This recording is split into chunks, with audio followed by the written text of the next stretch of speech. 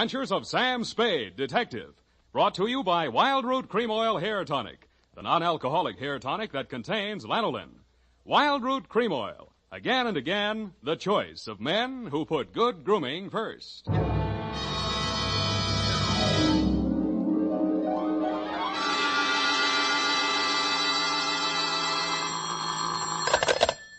Sam Spade, Detective Agency. Good evening. That sounds funny in dialect. Good evening to you, and happy 4th of July, Bernadine Hemp.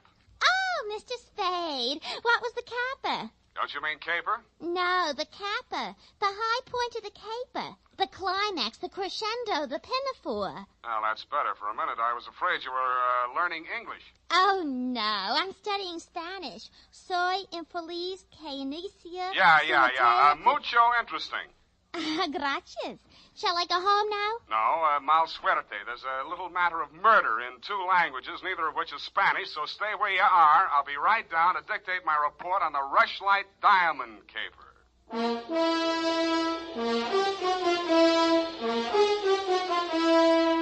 Dashiell Hammett, America's leading detective fiction writer and creator of Sam Spade, the hard-boiled private eye, and William Spear, radio's outstanding producer-director of mystery and crime drama, join their talents to make your hair stand on end with the adventures of Sam Spade. Presented by the makers of Wild Root Cream Oil for the hair. Listen, men, to this holiday tip on good grooming. To help spark up your whole appearance, first be sure that your hair is well groomed. Be sure it's groomed with popular Wild Root Cream Oil Hair Tonic. Wild Root Cream Oil grooms your hair neatly and naturally, the way you like it, the way she likes it. Wild Root Cream Oil also relieves annoying dryness, removes loose, ugly dandruff. So look your best all the time by sprucing up right with Wild Root Cream Oil Hair Tonic. Again and again, the choice of men who put good grooming first.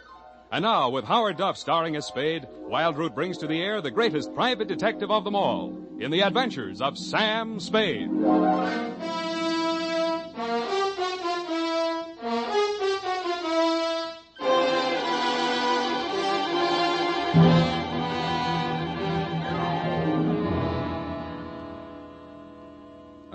Date, July 4, 1948, to Mrs. May Rushlight, 21A, Granite Court, from Samuel Spade, license number 137596. Subject, the Rushlight Diamond. Dear Mrs. Rushlight, it was the kind of nice, relaxing assignment that comes my way just often enough to remind me that gumshoeing can be respectable. There was an air of quiet elegance about 21A, Granite Court, and about the butler who answered the door. He took in my rented gray topper and doeskin gloves, nodded approvingly at my wing collar, watered silk ascot, pearl gray waistcoat, morning coat, pinstripe trousers, and my spats with the mother-of-pearl buttons, and asked me if I were a florist.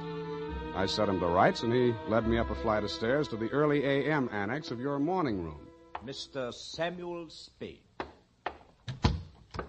You're just on time, Mr. Spade. Mrs. Rushlight will be pleased. I'm Nancy Ward, Mrs. Rushlight's social secretary, and if you don't think that's tough to say, try it. Mrs. Rushlight's socials?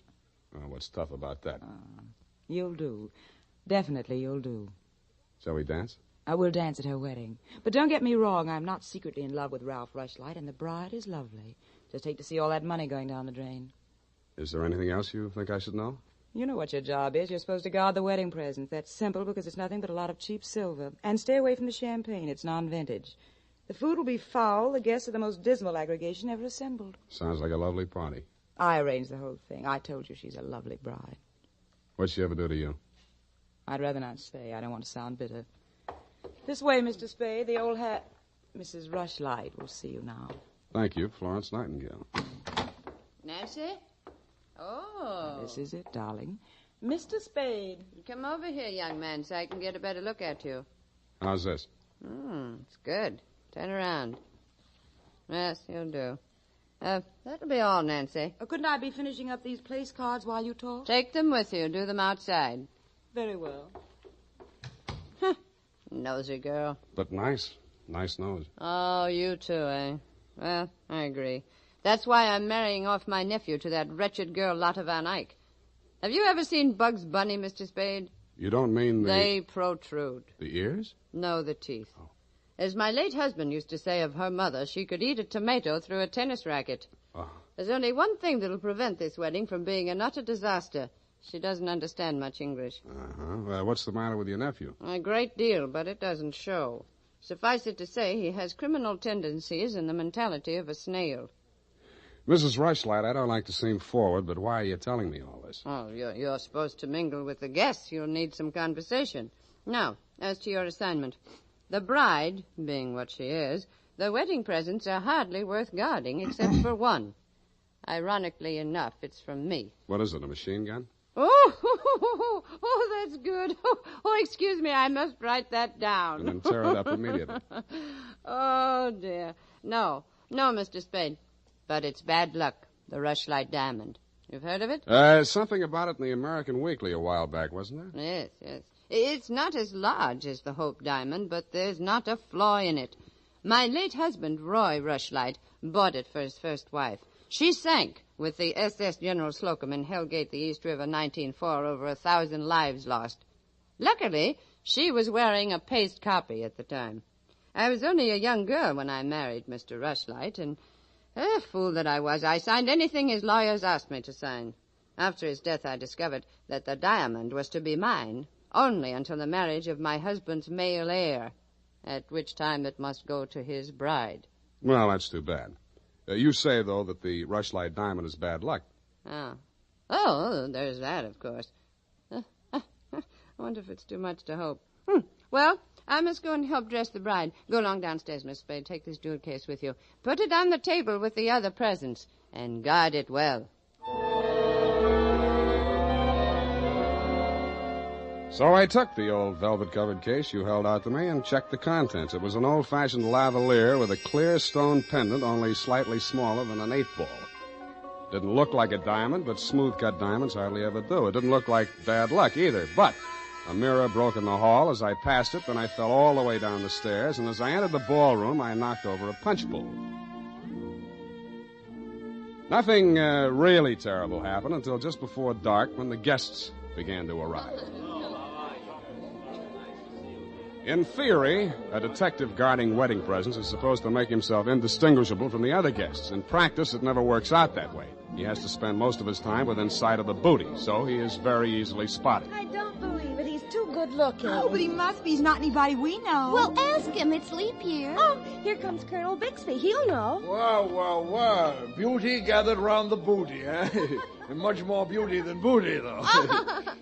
Say, when are they going to hang the diamond on that drip?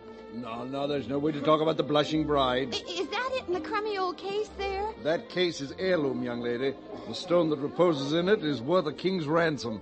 Now take your grubby hands elsewhere. Be off with you. Go on. Well, just because he's going to give the bride away, he thinks he can order everyone around. Mr. Spade, allow me to congratulate you, sir. At these affairs, one all too often sees the detective on guard duty at the punch bowl. I was forewarned. Oh, yes, very bad champagne. Flat. I'll be glad when these ill-starred nuptials are consummated. And by the way, Bixby's my name, Colonel Lysander Bixby. Colonel? It is my melancholy and thankless duty to give the bride away to the hapless groom, Ralph Rushlight. However, it's much better to give than to receive. You tell that to May Rushlight, eh? Quite a trinket. Mustn't touch. Grubby hands, remember? Oh, sense of humor as well as sense of duty, eh? Candidly, if I knew a place to fence it, I'd be the... Colonel Bixby. Oh, Miss Ward. How lovely you look. Poor Ralph. Mrs. Rushlight asked me to warn you to get ready. The bride will be down any moment. Good grief. Well, I suppose I must steel myself. Where did I leave my glass? Keep your eye on that old goat, Mr. Spade. I don't trust him. Who is he? He's the only one here who knows why this wedding's happening. He's the bride's foster father. You mean he's got something on the family? You'll never know how much until you kiss the bride. Look, Nancy, it's none of my business, but I... Oh, starting. I'll have to go in now. Oh, wait. What? How does it go? Speak now or forever hold your peace? No, I can't do that. Thank you for understanding.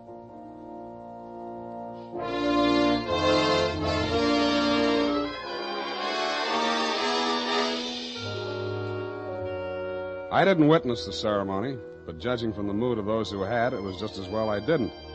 They shuffled back into the ballroom looking as if they'd witnessed an execution. Nobody seemed to be in a hurry to join the receiving line. After a few half-hearted handshakes, the groom left the bride standing alone, looking kind of bewildered, and came over to take inventory of the presents. Look at that junk.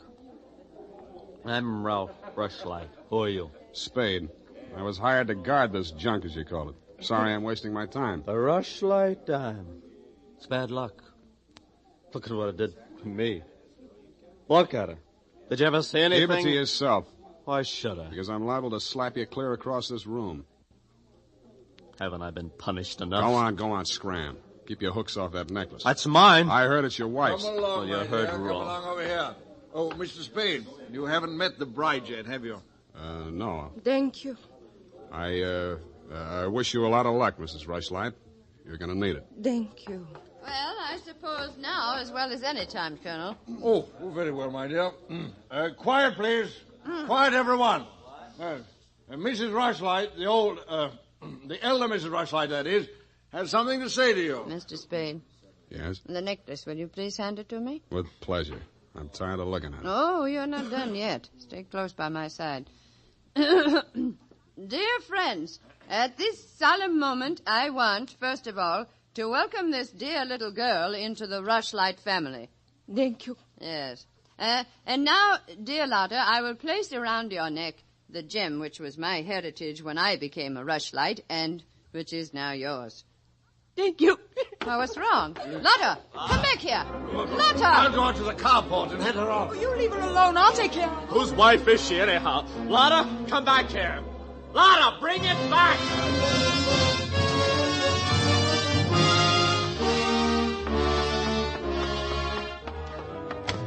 I was almost ashamed of joining the chase, but I had to because I'd been hired to guard the Rushlight diamond, and for my money, the best way to do that was to help her get away.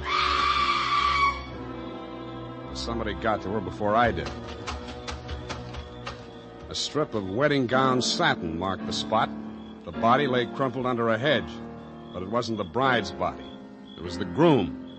He'd been stabbed to death with a pair of garden shears, which made sense. But what didn't make sense was that the necklace she'd been wearing was still clutched in his hand.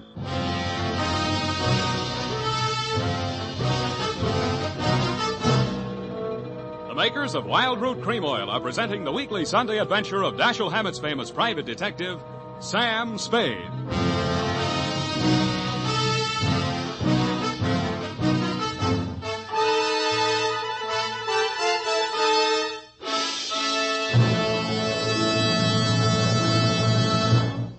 If you want the well-groomed look that helps you get ahead, socially and on the job, listen.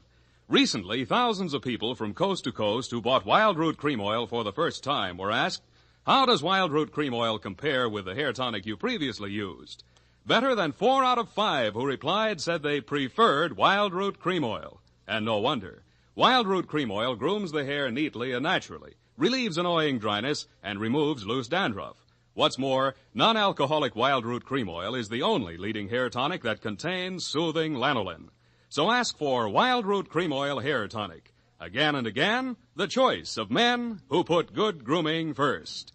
By the way, smart girls use Wild Root Cream Oil too, and mothers say it's grand for training children's hair.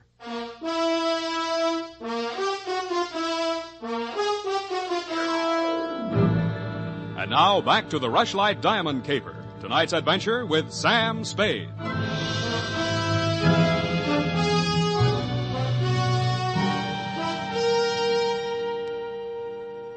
Number 21A Granite Court was teeming with motives and suspects. But the police were primarily interested in locating Lotta, the missing bride and widow of Ralph Rushlight. So was I. She looked like less work than the rest of you because if she had killed him, it was self-defense, if she knew enough English. By 10 in the a.m., when I checked in at my office, she was still successfully eluding the police dragnet. That was because nobody, including me, had thought of looking in my office. Wow. Good morning. Thank you. Is that all the English you know? Thank you. No. I want my necklace. The police have it. You go with me. Tell them who I am. Okay, but first I have to know who you are. Where you came from, what your connection with Colonel Bixby is. I am in Macassar being born. In Macassar? Dutch colony. Uh-huh. My father there 7 years ago dying is. When I 13 years old have arrived. I see. Colonel Bixby in San Francisco. the financial representative from my father was. I am adopted to him, not for a father, but so he takes care of my monies, which coming of age am I a rich Dutch woman. Uh-huh. But legally, he's your foster father. Yeah. Also legally, I'm the wife of Rushlight. I want my necklace. You married him for the necklace? Yeah. Why did he marry you? For one half of necklace when we sell. But all everything to take he wishes. You and Ralph are going to divvy the take from the Rushlight diamond, you thought. Yeah. And what was the colonel going to get? Money's for Mrs. Rushlight. Oh, no, wait, that doesn't make sense. Mrs. Rushlight stood to lose a small fortune by that marriage. Why should she pay the colonel to promote it? You the detective are? You said that. Where my necklace are. That I say. Yeah, well, look, I'm not as sure as I was. Wait just a minute, I'll check on it. Homicide, Lieutenant Dundee. Spade, Dundee. Yes, Sam. What's new on the Rushlight caper? Oh, you know I can't talk about the case, Sam. Oh? I got a line on that girl. Oh? Where is she? You know I can't talk about that, Dundee. Oh, you can't you? Well, let's see if this doesn't change your mind. The necklace we found on Rushlight's body was a phony, a paste copy. Uh-huh. Does that make her guiltier than she was before? Well, now she's got a motive.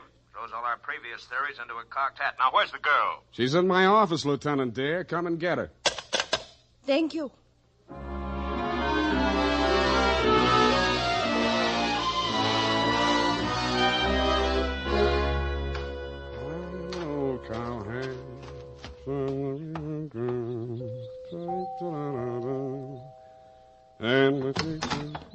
Oh, it's you, Sam.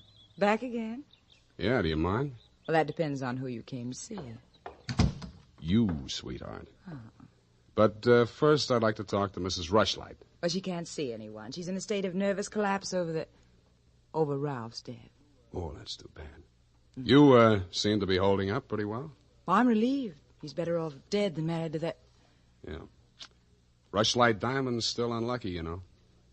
What do you mean by that? I was just trying it on for size. Uh-huh. How does it fit? Yeah, but you and Mrs. Rushlight are about the same size. Her nerves getting any better? You're the doctor. If you want to see her, go ahead. She's up there. Thank you.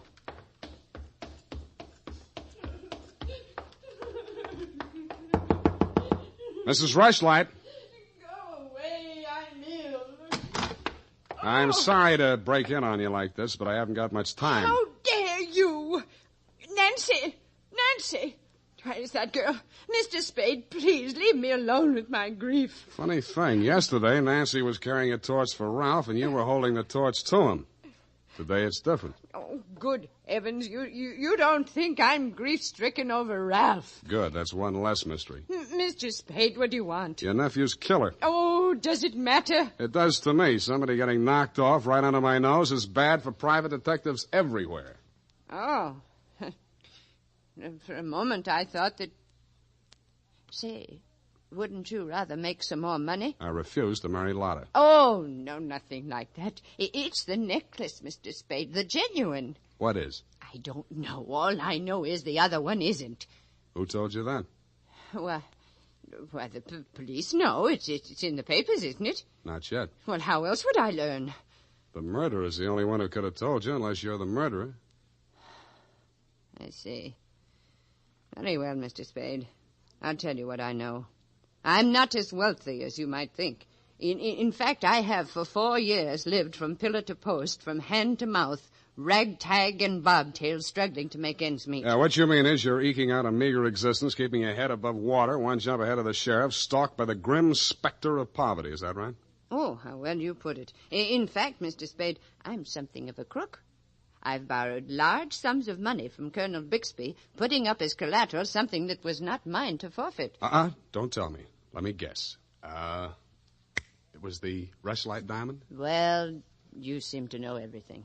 All but one thing. Why did you think you could palm off a paste copy on an operator like Bixby?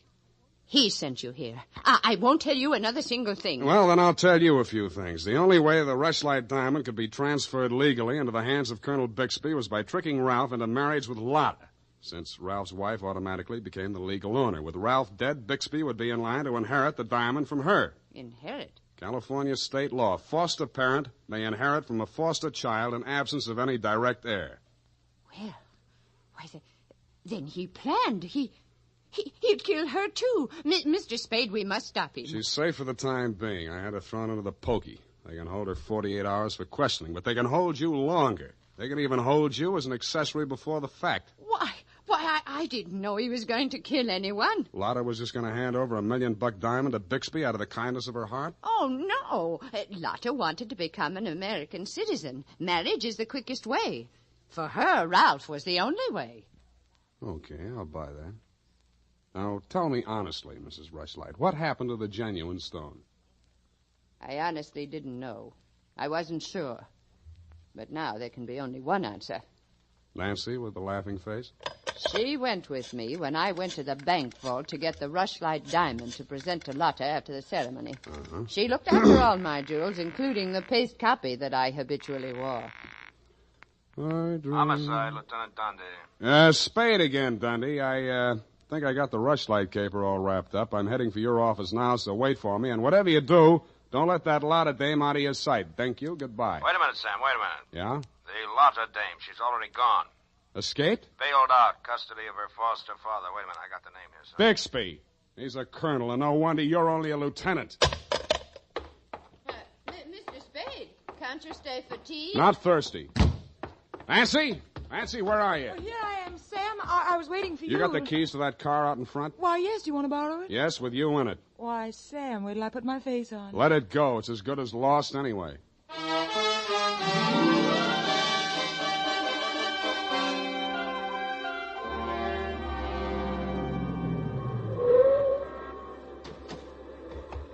Come on. What is this place? Where are you taking me? Never mind. Just hang on. I'll fly you up to the second floor. Sam, that was a shot that sounded like Lotta. You stay here. Don't come in until I call you. Spade, what are you doing? Get back in there. Oh, sir. Drop it. No. Drop it or I'll crack your elbow. That's better. Now sit down. I want to look this over. Looks real cute. Uh-huh. Powder burns, gun beside the chair, and what's this? Well, a note in Dutch. It's a suicide note. She killed herself. I could almost believe that. You've handled this very well, considering the bad breaks you've had. Only one thing wrong. Do I scent a bargain? I don't have to bargain. I've got the diamond. All you've got is 2 murders rapping on your thick noggin. Don't be absurd. I know who has the real necklace. Then you better talk to her directly. You can come in now. Sam, was that... Oh, that poor, homely little dame. What did she ever do? Stop, you're breaking my heart. She committed suicide. You know better than that. She committed suicide. If the colonel's price is right. Oh, I see. I'll put it to you directly. It's not easy to fence. It'll have to be cut. That'll decrease the value considerably. Say, $10,000, no questions asked. Pardon me, that suicide shot, it's ringing in my ears. I can't hear you. 20,000. 50. All right, 100,000. Sam, don't be a fool. Take it. I'll give you a real break, Colonel. That's the cops coming after you. No, anything, Spade. What do you want me to do? I want you to try and get out of here. What are you going to do? There's the door. Go ahead. All right. Thank you, Colonel. All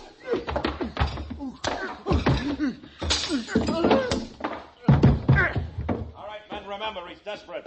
Bixby, we're giving you a chance. Come down or we're coming up after you. Come on. Come on, get up, Colonel.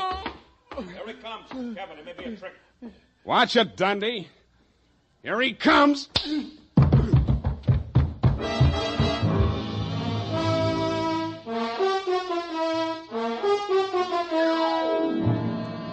And that, Mrs. Rushlight, is the crop. For a man that went down fighting, Colonel Bixby didn't need much persuading once they got him under the lights down at headquarters. He confessed to everything, and the murders weren't the worst of it, the way I figure. The worst of it was the cruel way he victimized the poor little ugly duckling, Lotta Van Eyck. It's tough enough to be whipped before you start. Period. End of report. My goodness, that was muy triste. I mean, I'm beginning to see why Effie gets so repressed sometimes. Effie, depressed? That little doll told you that? Only between she and I and the lamppost. She's so sensitive, you know. Not like I, of course. I invariably cry at weddings. You don't say, Bernadine. You attend weddings often? With high frequency, Mr. Spade. You mean frequently? No. The last time it was FM. You know, frequency moderation. Oh, yes. Moderation in all things, I always say. You mean you attend radio weddings? Oh, yeah. I've been married 6 times. My next date is television. You've been married 6 times? Well, to each his own, Mr. Spade. You mean 6 men have... Oh, no. No, I only marry my husband. Repetition is the spice of variety, I always say. Is that legal? If it's not after 6 weddings, what isn't? To each his own, as you say. Well, we don't presume to make a career out of it. As soon as we get the mangler and the deep freeze, we're going on our honeymoon. Well, congratulations, and type this up when you have the time. Mrs. Bernadine Hemp.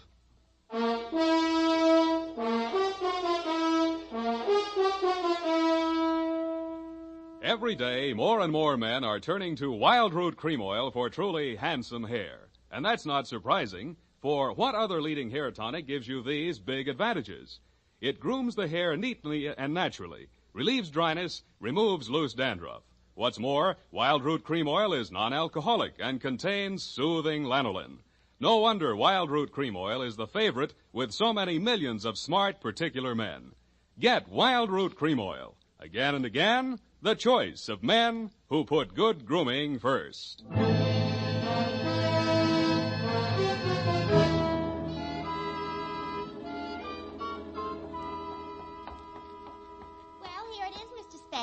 I'm sorry it took so long, but I kept relapsing into Spanish. Yes, I know how. And Effie's typewriter doesn't have any upside-down question marks. Upside down. Take a memo. Call typewriter man. I already have. Oh, I almost forgot. You received a telegramic commutation. A telegramic what? A wire. Oh, a wire. Well, open it and read it. In English, por favor. It says, Dear Sam. Figures. In the haste of my departure, I neglected to warn you about Well, when I do that one another favor, she'll have silver threads. Who? That ball of fire whom I'm taking the place of in order to be double-crossed of by. Effie? Is she still in far-off Kanab? And good rubbish, if you'll pardon the expression. Now, Bernadine, let me see that. I neglected to warn you about Bernadine.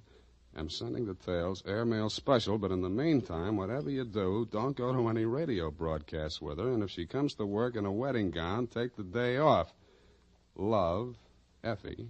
And I had 2 tickets for honeymoon payoff, and now she went and spoiled everything. Ah, now there, Bernadine, you just have to marry your husband again, that's all. I wouldn't have had the time anyway. I know. It's just the principle. Good night, Mr. Spade. Good night. Buenas noches. Hasta la vista. Effie, why did you ever leave me?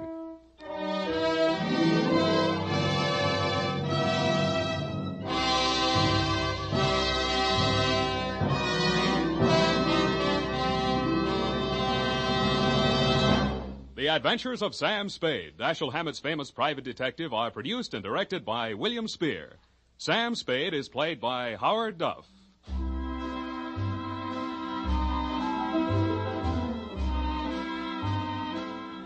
The Adventures of Sam Spade are written for radio by Bob Tallman and Gil Dowd, with musical direction by Lud Gluskin.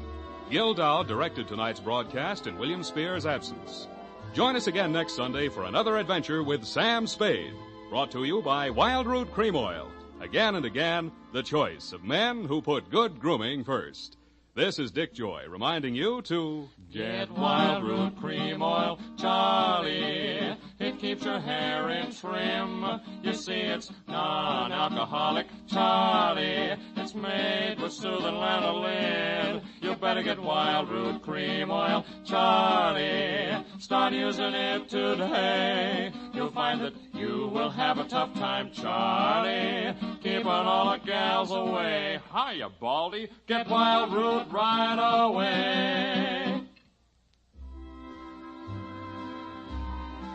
This is CBS, the Columbia Broadcasting System.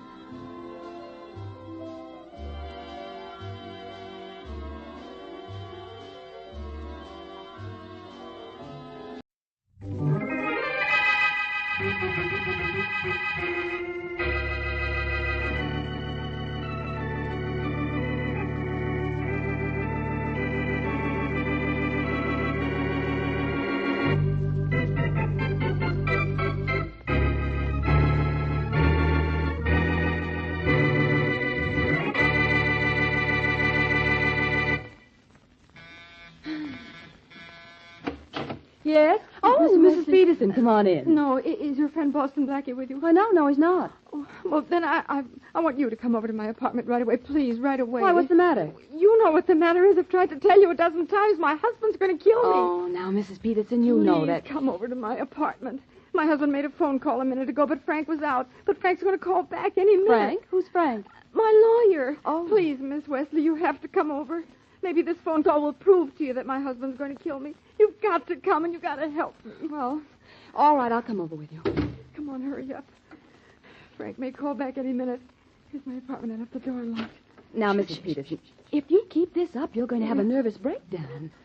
Now, where's your husband? He's in there in the study, the room with the closed door.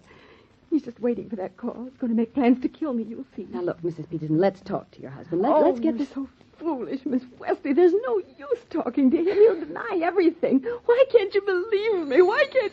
Well, there's the call now. We can listen on the extension. You listen, Miss Wesley. Oh, all right, but I think this is silly. John? Oh, yes, Frank. I had a message that you called. What is it you want? I want to know a couple of things about my wife's life insurance policy. Uh-huh. Frank, is it all paid up to date? Oh, sure it is. You took care of that years ago.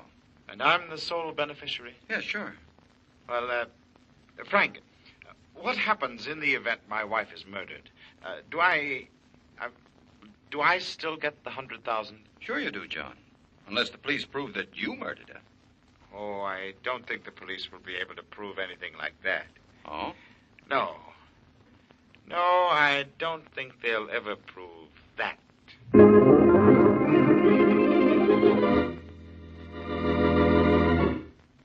And now meet Dick Calmer as Boston Blackie.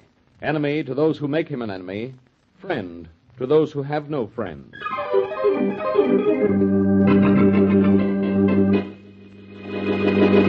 And Mary. Yes? You say you heard Mr. Peterson actually ask Mrs. Peterson's lawyer who would benefit from his wife's insurance policy in the event she was murdered? Yes, Blackie, in exactly those words. Mrs. Peterson, Yes? if you've known for a long time your husband planned to kill you, why didn't you go to the police? Oh, because that wouldn't have done any good. He would have denied everything, and then when the police let him go, he'd have killed me anyway. Oh, what am I going to do? Well, I told her to go to the police a month ago, Blackie, when she first told me she was afraid of her husband. You knew this a month ago, Mary, and you didn't tell me? Well, I didn't take it seriously, Blackie. This is, well, not until I heard that phone conversation. Well, it's a lucky thing you did. Lucky. It wasn't luck, Blackie. I knew Frank was going to return my husband's call, so I went over and got Miss Wesley. Mrs. Peterson lives in the apartment across the hall. Oh, I see. Mrs. Peterson, why would your husband want to kill you? Well, I don't know unless... Unless what? Well, Blackie, you see, I'm a great deal older than my husband. 20 years older, to be exact. He's probably attracted to some younger woman. When we were first married, he was so kind and generous. Now he scarcely ever gives me any money, even though he's extremely wealthy. Has he ever told you he wanted to leave you or get rid of you? No. But he's very angry every time I ask him for money, and several times he became so angry he threatened to kill me. And now he's taking definite steps to do this. Well, we're going to take a few steps ourselves. Right toward police headquarters.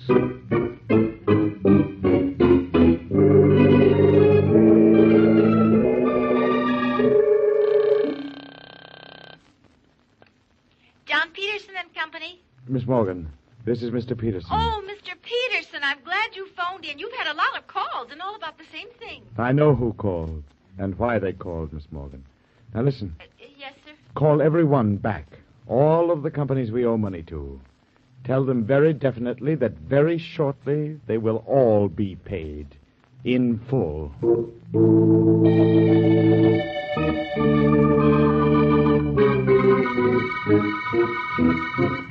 Inspector Faraday, you can arrest my husband for threatening to kill me? Well, I can have him locked up, Mrs. Peterson. Only this is a little out of my line. You see, this is the homicide department. But I'd rather prevent a murder than have to solve one. You mean you'd rather prevent one than have me solve it, Faraday? Oh, you're such a genius. You even know what I mean, even though I don't say it. Well, Quiet, Blackie. You sent some of your men to find Mr. Peterson, Inspector Faraday. How long do you think it'll take? Well, they'll bring him in any minute, Miss Wesley. In here? Now, he couldn't possibly know we're looking for him. Unless he knows his wife went to Blackie, and Blackie brought her to us. I doubt if he knows, Faraday. He doesn't know Mary overheard his conversation with Mrs. Peterson's lawyer. Inspector, can my husband really be sent to prison for threatening me? Of course. But we'll have to prove he's made plans and intends to carry them out. Well... But if what you say is... Come in. Here's John Peterson, Inspector Faraday. Thanks, Lawrence. Come on in, Peterson. What is this all about, anyhow? What's the idea of bringing... Hilda. I'll what are you ask doing all here? the questions, Peterson. That's all, Lawrence. Wait outside. Yes, sir. This your husband, Mrs. Peterson? Hilda, what is this? What are you Mr. doing? Peterson, your wife charges that you're plotting to kill her. She says I'm going to kill her. Mm-hmm. Hilda, where did you ever get such an idea? Well, you know very well where I got that idea. Just because I was angry at you a few times doesn't mean that I had... Mr. any Peterson, you intention of- called your wife's lawyer and asked certain questions about your wife's life insurance policy, didn't you? Oh, yes, but I did... And you asked him what would happen if your wife were murdered, didn't you? Well, yes, I did. And you But made the understand- remark that the police would never prove you killed her, didn't you? Well, I didn't mean exactly... Well, how do you know all about that? Never mind how we know. Inspector Faraday, he's admitting that he plans to kill me, isn't he? No. I'd say so, Mr. No, Peterson. wait a minute. Now, Lawrence. Look, Lawrence. Look, wait a minute. Look here. Yes, Inspector? Take Peterson here out to the desk and book him for plotting the murder of his wife. Yes, sir. Come on, man. Will you let me explain? Will you let me tell you what I did mean? You're going to have plenty of chances to explain, Peterson. I'll begin to question him in a few minutes, Lawrence. Yes, sir. Come on, Mac, like a nice boy. All right. But, Hilda, you're going to be sorry you started all this. Very sorry. Mac, I said, come on. Oh, thank you, Inspector. Thank you very much. Now, don't thank me, Mrs. Peterson. Thank your husband. What he said in here proves what you say is true. Yes. But I think your worries are over now. Maybe not, Faraday. You may not be able to make a case against Peterson hold up in court. Why not? What motive does Peterson have to kill his wife? That $100,000 insurance policy. But Peterson's a rich man, Oh, Faraday. he wants to kill me so he can marry another woman. A younger one. But I still want him, and I want to live. Do you know the woman? I've never seen her, but I know there is one. Well, I think we have to do two things more before Mrs. Peterson is safe. Find the other woman and cut Mr. Peterson off as beneficiary on an insurance policy. Let's do the second first.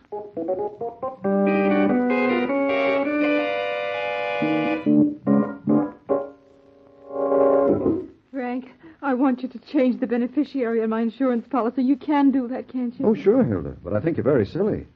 John isn't going to kill you. Those two people waiting out in your reception room think he is. Mary Wesley and Boston Blackie. Miss Wesley heard what John asked you on the phone this afternoon, and her friend Boston Blackie took me to the police to have John arrested. John's been arrested? Yes. And Inspector Faraday had him locked up. Frank, you can cut John off from my insurance money. Oh, sure. You can change the beneficiary if you like. Well, I want it changed right now. Well, it can't be changed right now, Hilda. I'll have to contact the insurance company first. Oh. But I'll get to work on it first thing in the morning. Oh, well, John's in jail. Tomorrow will be time enough. Sure. Will you call me? Sure. Well, I think you're being very foolish. Those questions John asked me about the policy this afternoon were perfectly normal questions. Normal? What's normal about asking what would happen if I were murdered? It might be explained. You see, there are some policies Oh, that... I don't want to talk about it. I want to get it out of my mind. For the first time in weeks, I feel safe. That's because John's in jail. And as long as he's in jail, I'll feel safe. You say an Inspector Faraday is holding him? Yes, and I hope he holds him there forever. You'll phone me when you want me to sign the new policy, Frank? Yes, sure. Well, all right. I'll be at home then. Goodbye. Goodbye, Hilda. He wants to change.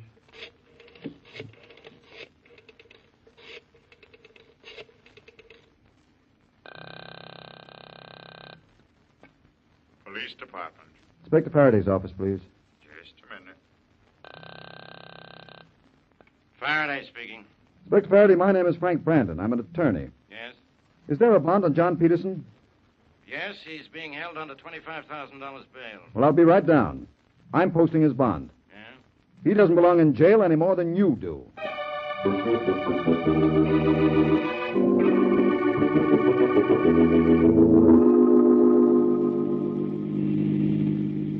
Thanks for bailing me out, Frank. I had to get you out of jail. Look, John, your wife's changing her insurance policy. You're not going to be her beneficiary much longer. I was afraid that would happen. It isn't already changed, is it? No, I can't get to the insurance company until tomorrow. You'll have to work fast. Don't worry. I've taken care of the most important detail already. I'll get that money yet.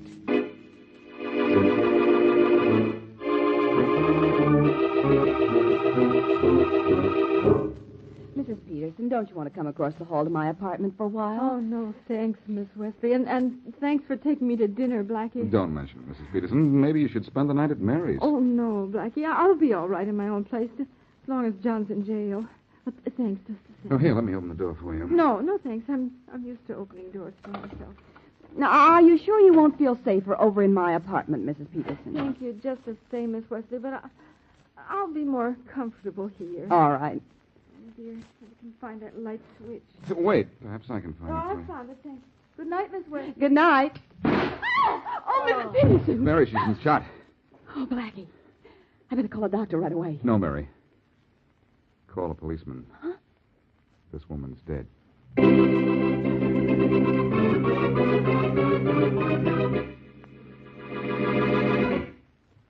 And now back to Boston Blackie.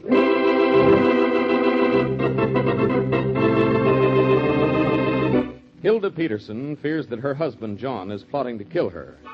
Boston Blackie's friend, Mary Wesley, overheard a phone conversation that corroborates Mrs. Peterson's feelings. With Blackie's aid, Mrs. Peterson has her husband arrested, and then, at Blackie's suggestion, sees her lawyer to have her husband cut from all benefits from her $100,000 life insurance policy. The husband is later released on bail, and his wife shot and killed, virtually in Blackie's presence.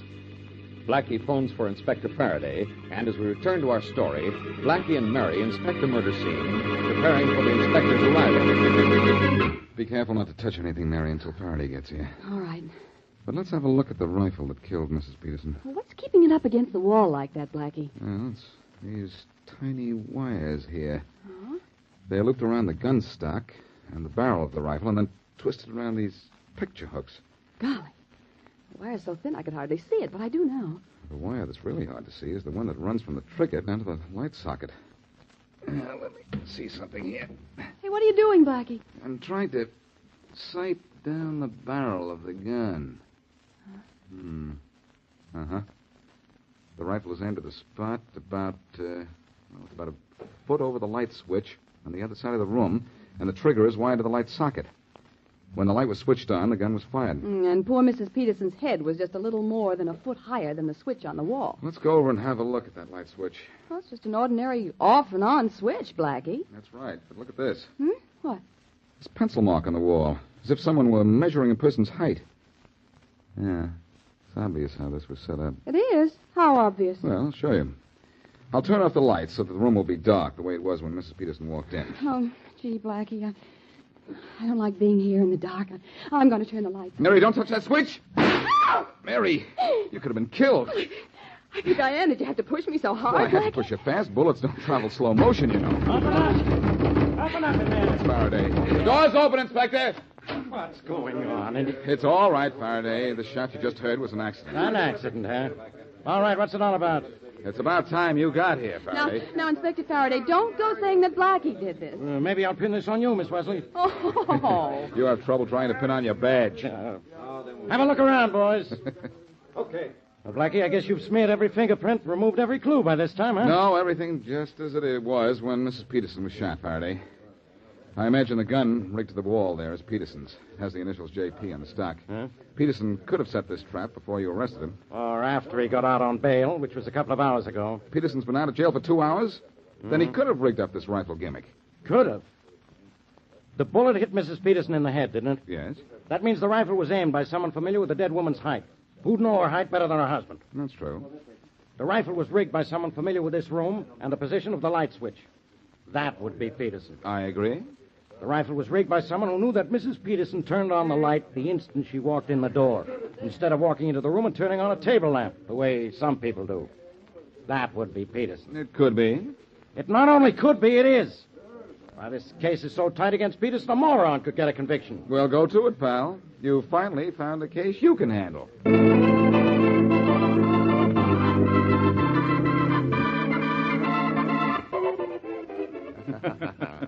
Well, John, here we are, back at my office. And I'll tell you now that it's over, I didn't think you'd be able to do it. I had to do it, Frank. It was the only way I could get my hands on that money.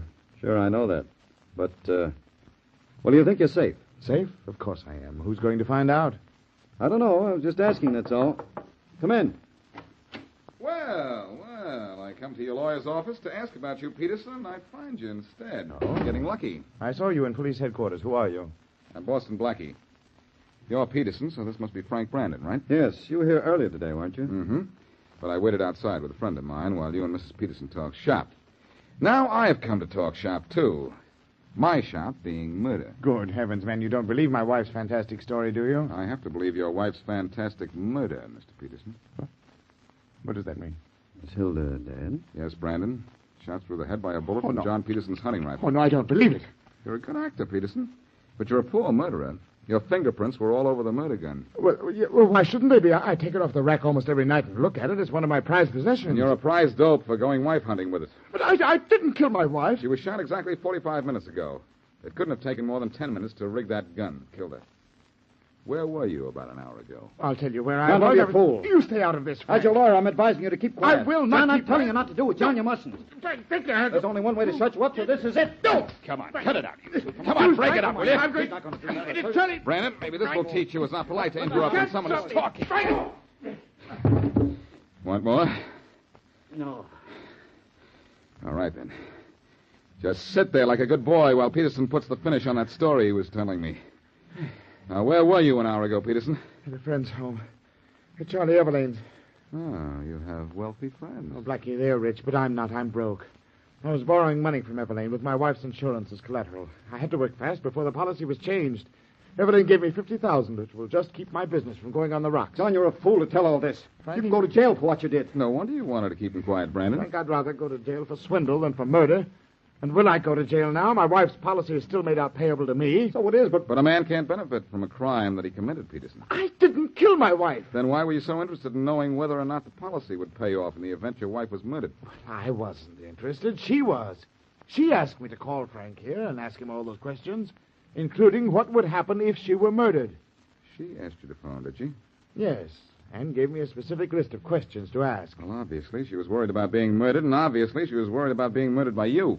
You still think I murdered her, do you? I know somebody close to her murdered her, and her husband is... No. Hey, where do you think you're going? I'm going out of here. You can't frame me. John, don't be stupid. I guarantee I can stop you Let from go of moving. me. Oh, Blackie. let go of Let you. go of me. Well, please. Let me out of a few minutes are up. Come on, break it up there, both of you. Go. Who are you? I'm Faraday, police inspector. Come on, Peterson. Okay. Blackie asked for a few minutes alone in here. I waited outside a few minutes. Now you're coming with me. Oh, no, he isn't, Faraday. Why not? Because he didn't kill his wife. If you want to take someone to headquarters with you, why not take Brandon here? I didn't kill Hilda. Why should he take me? So this one killed Mrs. Peterson, huh? Okay, Blackie, but you better be right. Come along, Brandon. But I tell you I didn't kill her. I was with John Peterson at Charlie Everlane's house when she was killed. I tell you I don't... Thank you, Blackie. Thank you for taking my part. Just thank yourself, Peterson, for not being guilty. I'm amazed that you believed me so easily. But I'm still more amazed to hear you say Frank killed her. I didn't say he killed her, Peterson. What? All I said to Faraday was, if you want to take someone to headquarters, take Brandon. Yes, but then why did you let the inspector think that Frank is guilty? Why? Yes. To keep the inspector busy while I go back to your apartment. I want to look over something I've overlooked.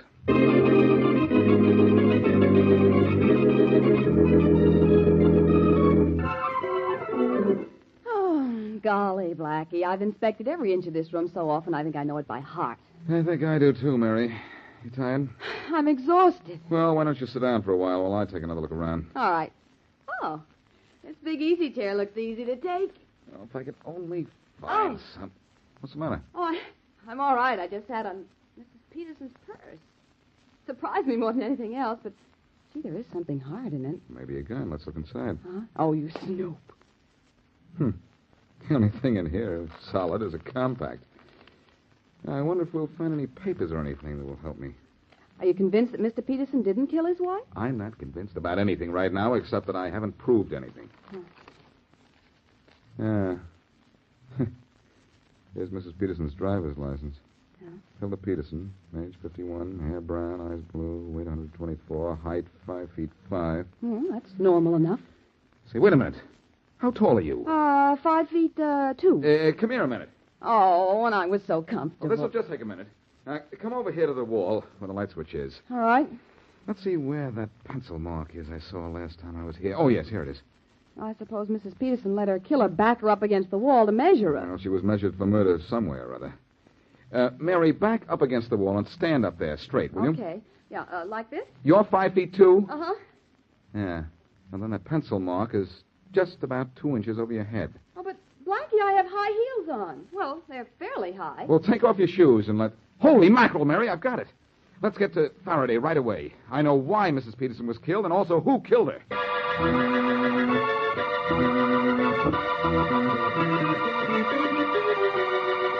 Faraday, we've come to the end of a lot of crazy cases in this office of yours, but this is the craziest yet. Well, I tell you, I'm going to go crazy if you sick me onto another innocent man.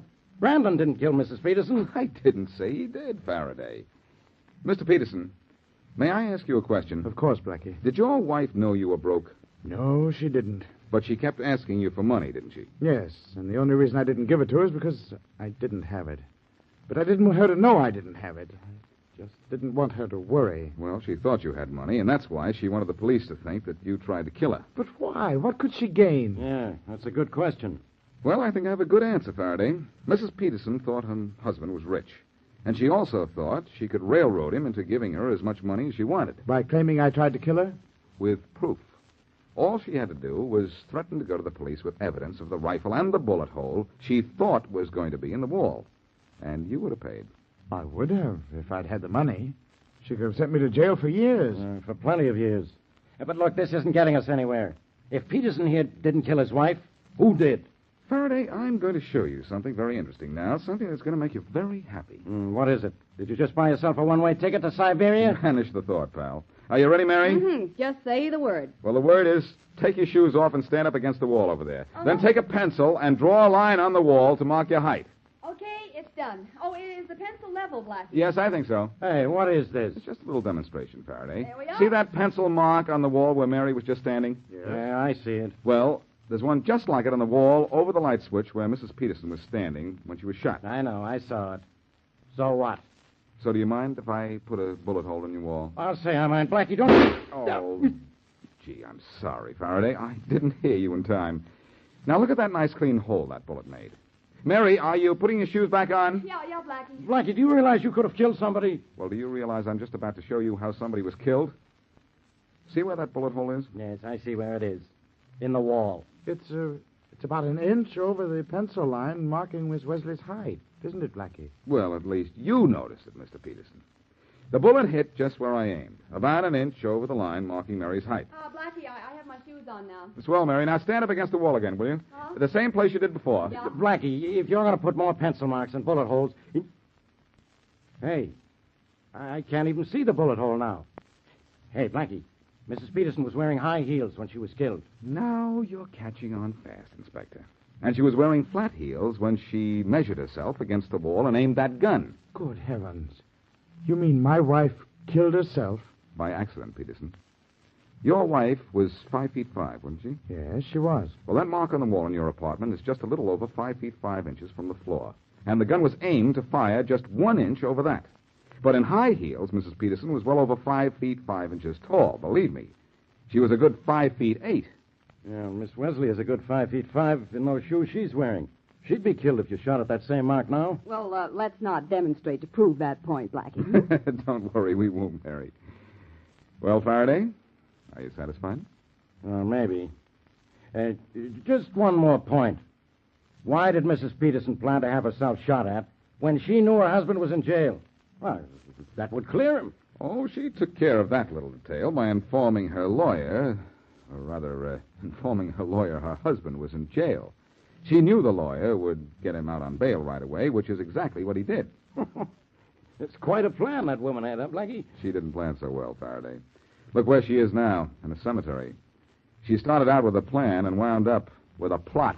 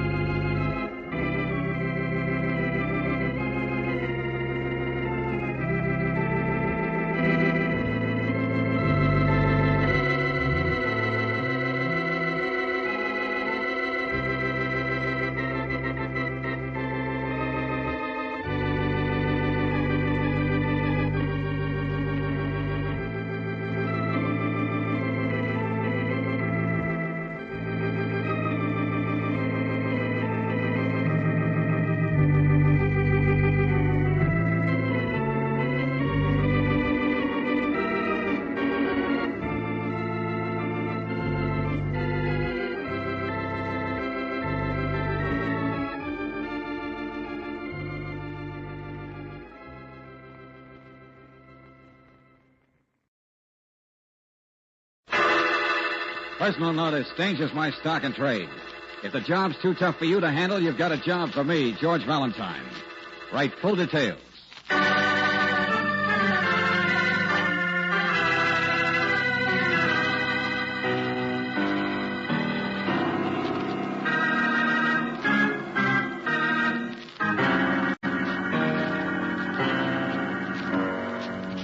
Standard of California, on behalf of independent Chevron gas stations and standard stations throughout the West, invites you to Let George Do It.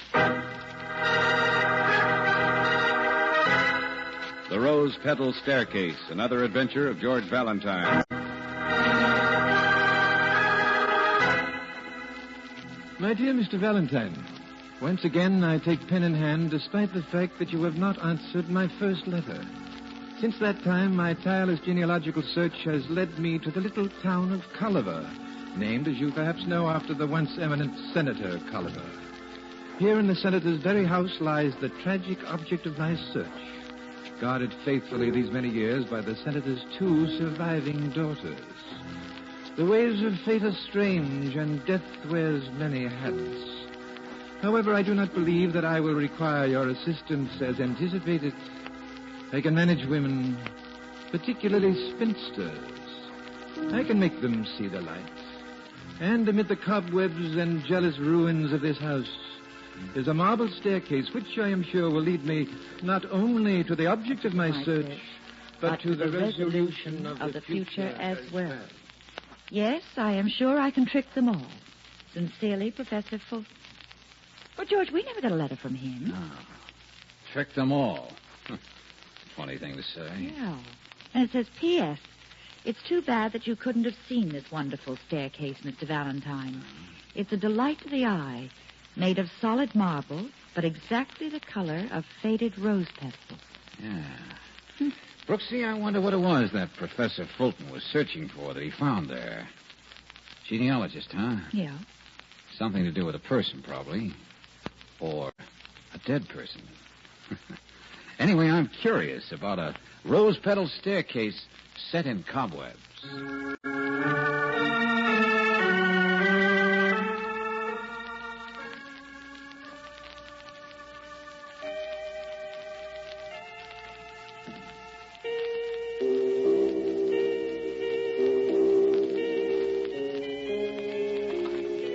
Oh, but indeed, this is not an imposition, Mr. Valentine.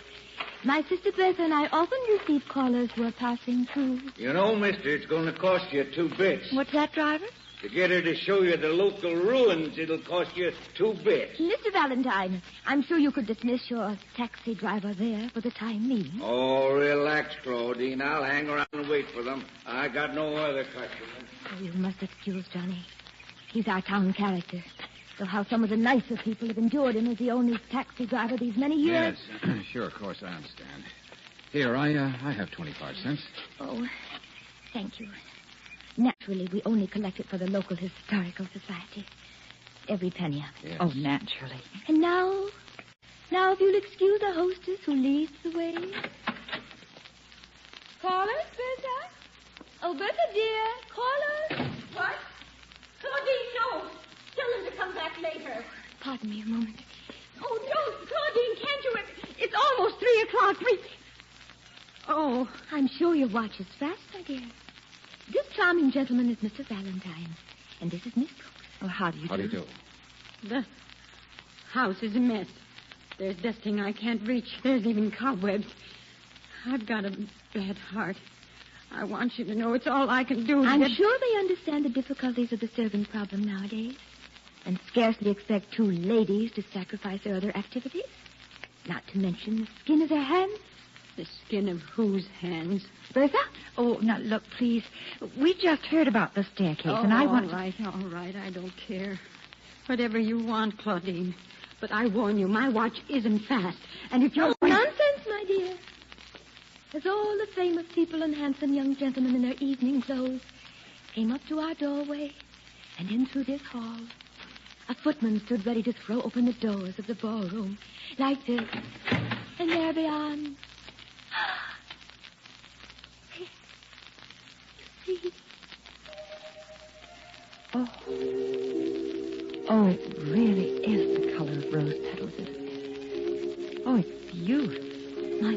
said he stole it from the color of my cheeks. The marble's from Italy, but the design is my own father's. He built it for us, for his girls. Rose-colored marble for the color of my cheeks. I was the oldest, the most beautiful, he said. But there were 3 of us. 3 of you? We had a younger sister. Her name was Esther. Oh, but I don't say what these... No, please, let me. There was music then. Music all the time. And dances and young men by the score.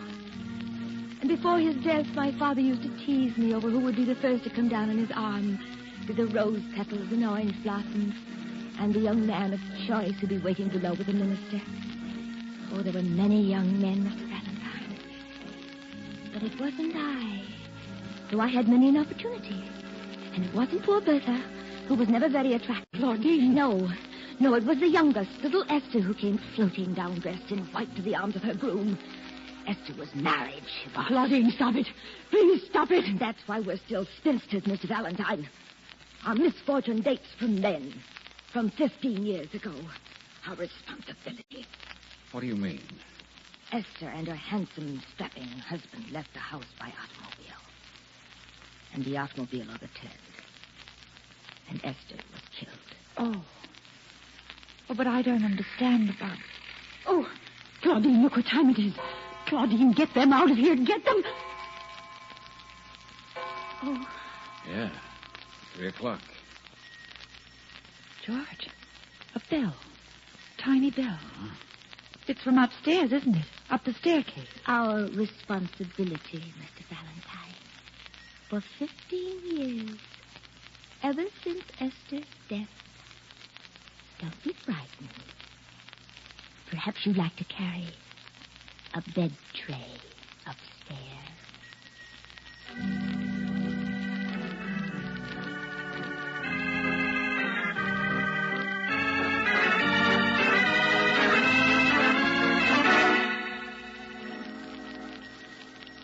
George, it's from in here.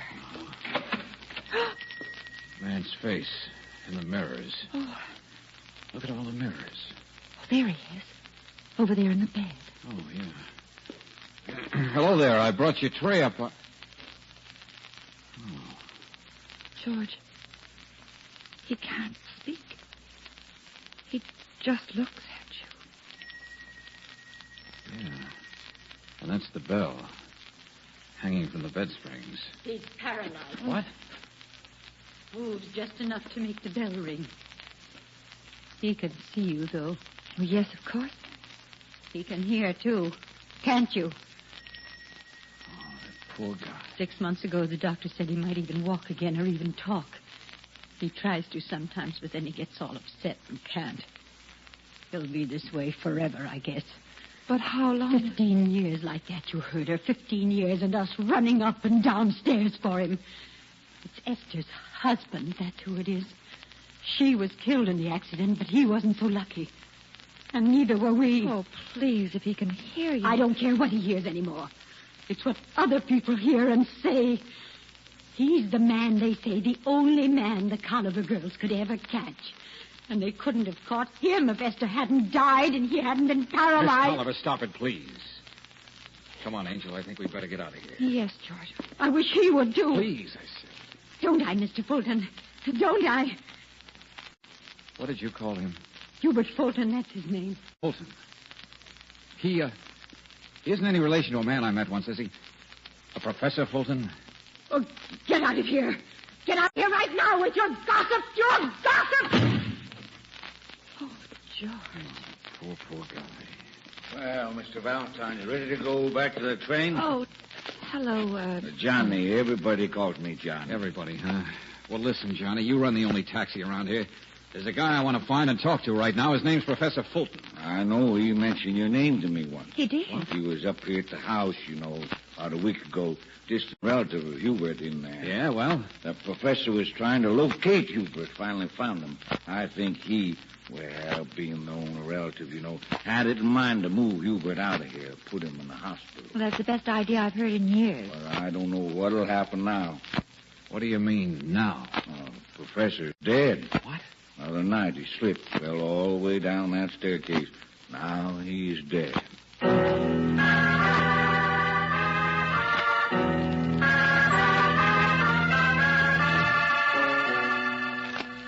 Just an accident, I presume, wasn't it, Miss Claudine? Oh, yes.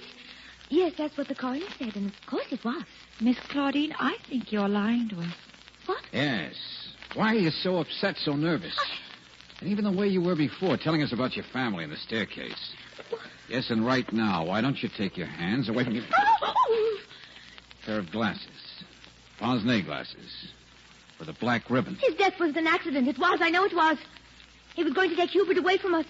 And that would have been such a godsend. Bertha can't stand taking care of him. Wait a minute. Are these Professor Fulton's glasses? Oh, I have to tell someone. Yes. He was nearsighted. He tripped and fell. But when I saw him in the funeral parlor, Well, anyway, I found his glasses the next day. Hidden here in my sister's room. Bertha's room.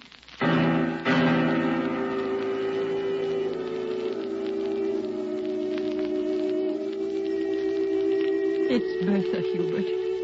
Bertha. Can you forgive me the cruel things I say in front of you?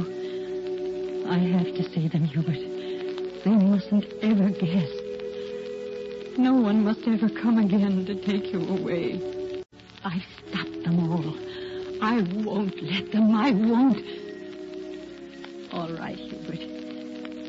I'll read to you now.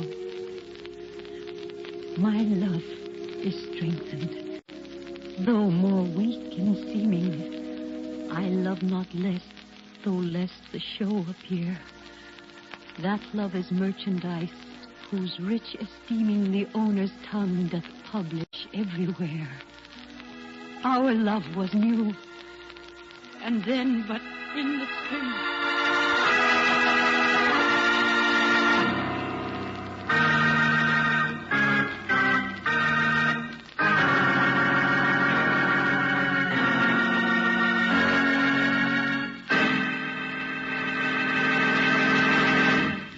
Return to tonight's adventure of George Valentine in just a moment.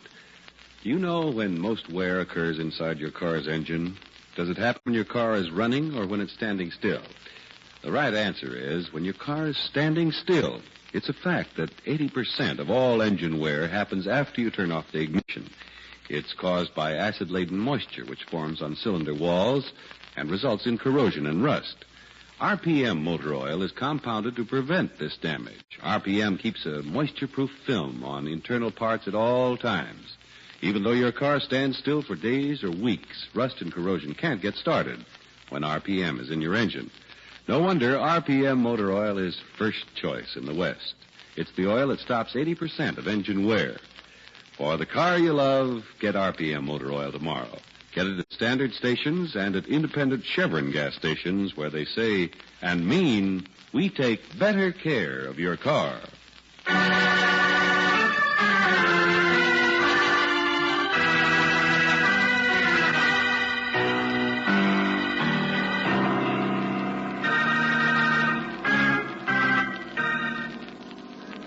And now back to tonight's adventure of George Valentine.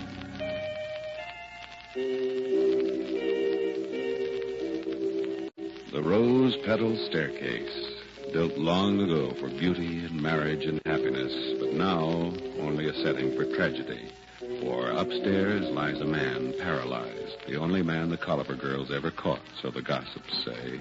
Hubert Fulton, guarded by the spinsters Claudine and Bertha. And when a relative, Professor Fulton, tries to move poor Hubert to a hospital, the professor somehow has an accident and dies on the marble of the staircase. Well, if you're anything like George Valentine, you'll locate a man from out of town like yourself, the professor's lawyer, Mr. Hines. Mr. Valentine, if it weren't that my firm has handled a Fulton family business for years, I wouldn't have touched that professor with a 10-foot pole. He wasn't a professor at all. Okay, it was a phony. What else, Mr. Hines? A gold seeker, my friend. Huh?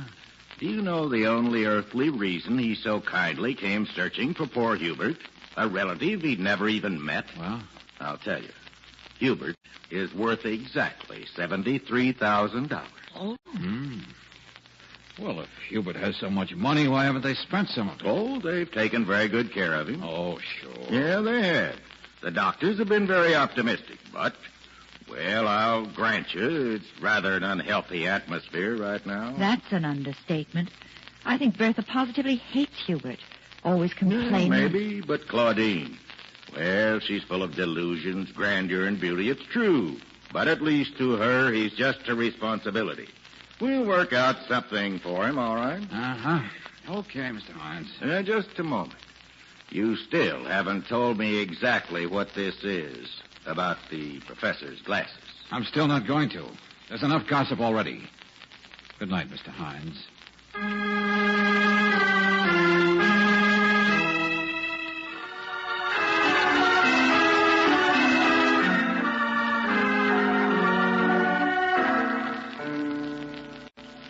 Did you see the coroner, Mr. Valentine? No, but we will later. He's out on the case. I wish you wouldn't. But I have to. No, listen to me. I've been sitting here and remembering. I knew so many boys and gentlemen, so very many. I could have had any one I chose if it weren't for the burden of Hubert. But it was so different for Bertha.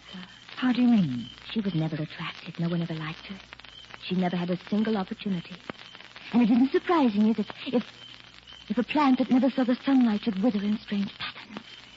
I just mean, she's been so unnaturally intense lately, and her own health isn't good, and perhaps if she went away somewhere, perhaps if she rested, I'm sure I could work out something with that nice Mr. Hines. You think your sister's getting a little too peculiar, but as for the coroner, you'd like to just let sleeping dogs lie, is that it? We're both quite peculiar, I'm afraid. Mr. Valentine, I just don't want to know any more about what those glasses of the professor's mean. I'm afraid it's not that easy, Miss Collins. But after all, she's your own sister. And it's impossible anything will be found by investigation and crime. Just a minute. I'm afraid I'm the heel now, Miss Claudine. I'm afraid I want to know about those glasses. Because if there's any chance Professor Fulton's accidental death was really murder, then the sleeping dogs are going to be waked up.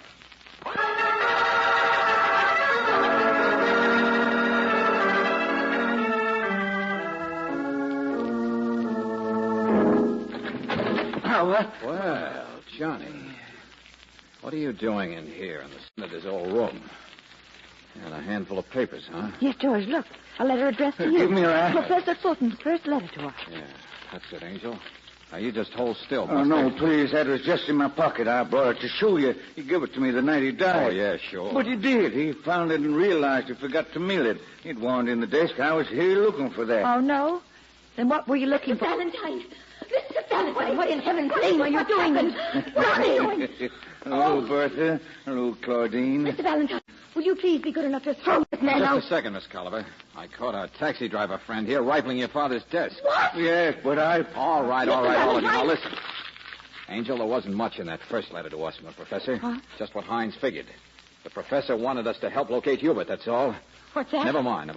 Let's stay with you, Buster. Oh, Valentine, I'm not a criminal. I'm not a housebreaker. No, you're a taxi driver. A most distinguished citizen. Thanks, Claudine. I come up here to help you, Valentine. Honest, I did.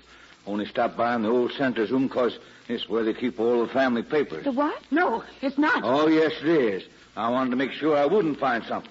Something I guessed about for a long time. Maybe you and Hines should know. Nobody else does. They've pretended so well. Johnny! Because looking out for poor Hubert up there is the important thing, isn't it? Johnny, stop it! Please stop it! Please What I stop didn't it, find, I please knew stop I it. wouldn't find. The most important paper in the world are these crazy Colliver girls. It's a paper that doesn't even exist. A marriage license. It's true, isn't it, Claudine? Hubert up there and your sister Esther were never married. You and Bertha just pretended all these years so no one would take him away. That's why you never touched his money, so you wouldn't have to show any proof. I see no reason why a lady need even answer such... Oh, golly, George. Claudine's still beautiful, isn't she? But you see, gossip's true, I guess. Two spinsters couldn't stand to lose the only nice guy who's been in this house in the last 15 years. When Hubert got banged up in that accident with Esther, Well, he's never been in sheet to fight his way out. Yeah. Yeah, I'm learning things fast, Johnny. Only I'm afraid there's still a little matter of... Valentine, listen to me. Hines said you was talking something about glasses. I still am. The professor's death was an accident. Can't be any question about that. I noticed about the glasses, too. You did? Sure. I was here that night. I was a witness. Okay, witness.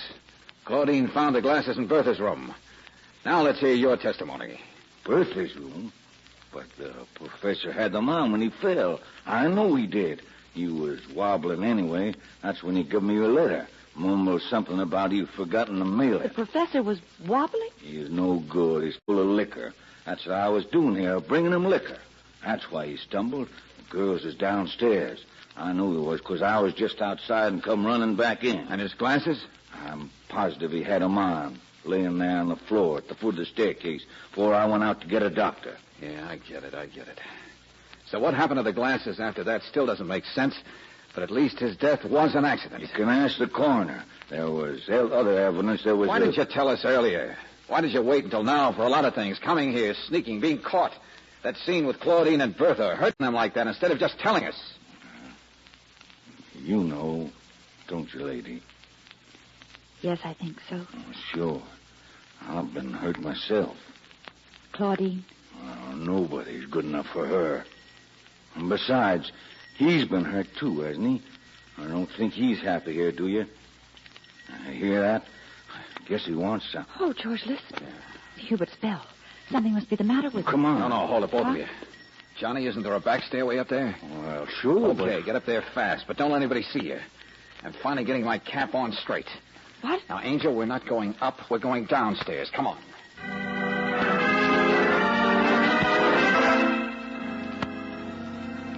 The bell.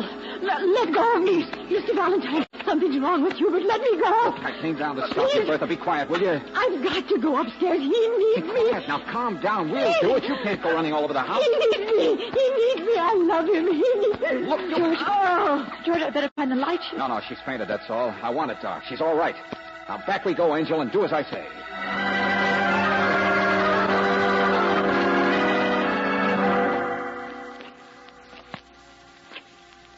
Now, this is it, Angel. Start panting. Oh, No. George, she'll know I'm not Bertha. It's dark here. Go on. Okay.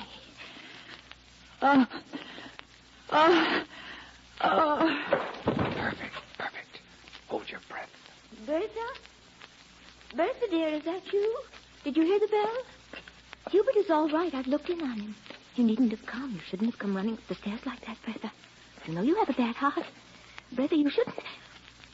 Oh, dear, you've fallen. Bertha. I'm all right. Oh! Yes, it's just us, Claudine.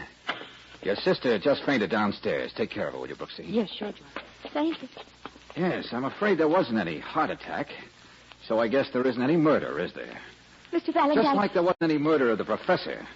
But you thought it might be a good idea if I thought there was, hiding those glasses and pretending to find them. I can't talk about it. I won't talk about Why should you? There isn't anything to say. I guess it was you who thought up the idea years ago of keeping Hubert here. But it wasn't for his money, was it? Pride, I guess. Something to do with your life, with those dreams you live in. Oh, no. It might have gone on forever if the professor hadn't shown up trying to get his hands on Hubert's money. Contemptible, beastly, contemptible. It was just your good luck the professor had an accident. Oh, sure, I'm not nice. But you had to use me, didn't you? With Johnny sniffing around and Bertha all upset, you had to think up something so Mr. Hines wouldn't catch on to the real secret and take Hubert away forever. Hubert might be able to declare himself someday, and your ugly sister just might like it. She can't have him. She can't. Yeah, that's it, isn't it? She can't Lady, have what him. makes you tick if you... I don't love him, but she can't. Miss Culver. Esther can't. Miss Bertha Culver. can't. I don't love him. I don't love him, but she can't.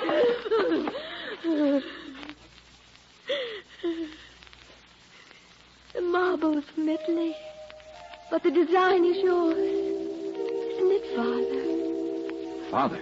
You built it for me. Rose-colored marble for the color of my cheeks. I'm the most beautiful, you always say, Father. I'll be married first, you say, Father. Oh, Lord. Miss Culver, please. But I'm ready now. And there's music now. Music all the time. And there's orange blossoms and rose petals. Which one is it, Father? Show me the young man who's to be my husband. Give me your arm, Father. Lead me down the staircase. The rose-petal staircase.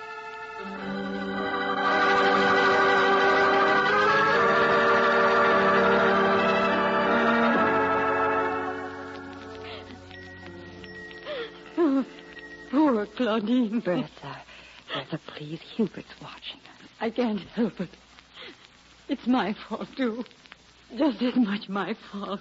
I've turned bitter and hateful. Oh, but she helped make you that way. Make you so jealous of him. Oh, you're not too old to change. It's so... Looking at it now, it's so unhealthy. Two old maids pretending. Why, I must be insane like she is. No, you're not. You're not. And anyway, think of Hubert. Someone still has to take care of him. He'll be getting better now. The doctor said so. Yes. And look at me. Ugly and spiteful. Bertha, look at him. He's crying. Can't you tell? Why? Hubert. Would you like me to read to you? George. Yeah, Angel, I'm here.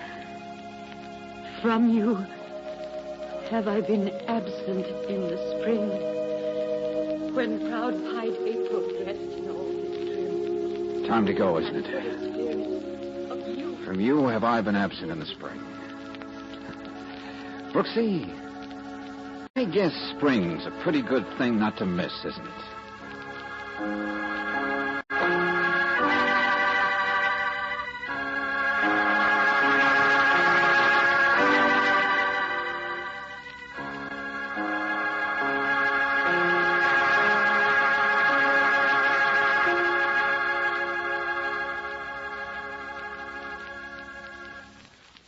If you've had showers in your locality recently, you probably know exactly where your umbrella and raincoat are. But did you know that Chevron Supreme gasoline is also prepared for the whims of October weather? That's because it's climate-tailored according to the season and to each different altitude and temperature zone in the West. Depend on it to get the best out of your car wherever you drive any month in the year. Try a tank full of premium quality Chevron Supreme tomorrow. You'll notice right away how your car responds better. Faster starts, faster pickup in traffic, ping-free power on hills. You'll agree you can't buy a better gasoline for today's high-compression engines. Ask for Chevron Supreme at independent Chevron gas stations and at standard stations where they say and mean we take better care of your car.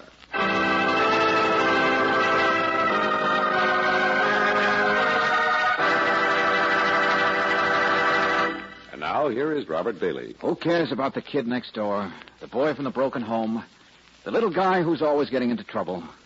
You care when you give all you can to your community chest. For your community chest dollars help pay for child guidance, foster homes, Boy Scout organizations, vital services that healthy youngsters need. So when you give, please give enough. Enough for all community chest agencies. Enough for a full year. Tonight's adventure of George Valentine has been brought to you by Standard of California on behalf of independent Chevron gas stations and standard stations throughout the West. Robert Bailey is starred as George with Francis Robinson as Brooksy. Let George Do It is written by David Victor and Jackson Gillis and directed by Don Clark. Also heard in the cast were Paul McVeigh as the professor, Lorene Tuttle as Claudine, Jeanette Nolan as Bertha, Ed Begley as Johnny, and Franklin Parker as Hines. The music is composed and presented by Eddie Dunstetter, your announcer, John Heaston. Listen again next week, same time, same station, to Let George Do It. This is the Mutual Don Lee Broadcasting System.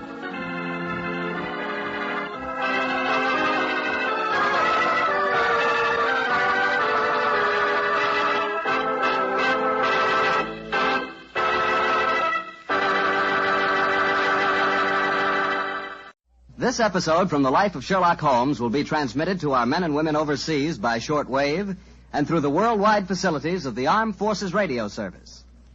Petri Wine brings you Basil Rathbone and Nigel Bruce in the new adventures of Sherlock Holmes.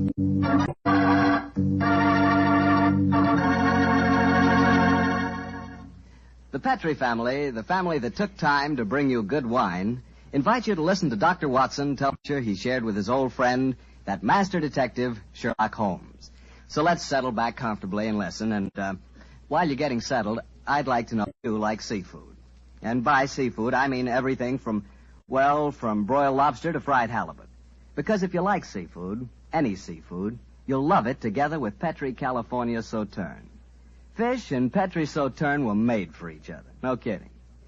Boy, I'll never in my life forget a broiled brook trout on the plate in front of me and a glass of well-chilled Petrie Sauterne right next to it. That fish and that Sauterne. Petrie Sauterne has a pale golden color that's really good to look at. And as for taste, well, that Petrie flavor is really something. Take my word for it and try it, won't you? Oh, and I'll tell you something else. Try that Petrie Sauterne with chicken sometime. Look, I better stop before I get hungry all over again, but just remember this. The best friend a good meal ever had is a glass of Petrie wine.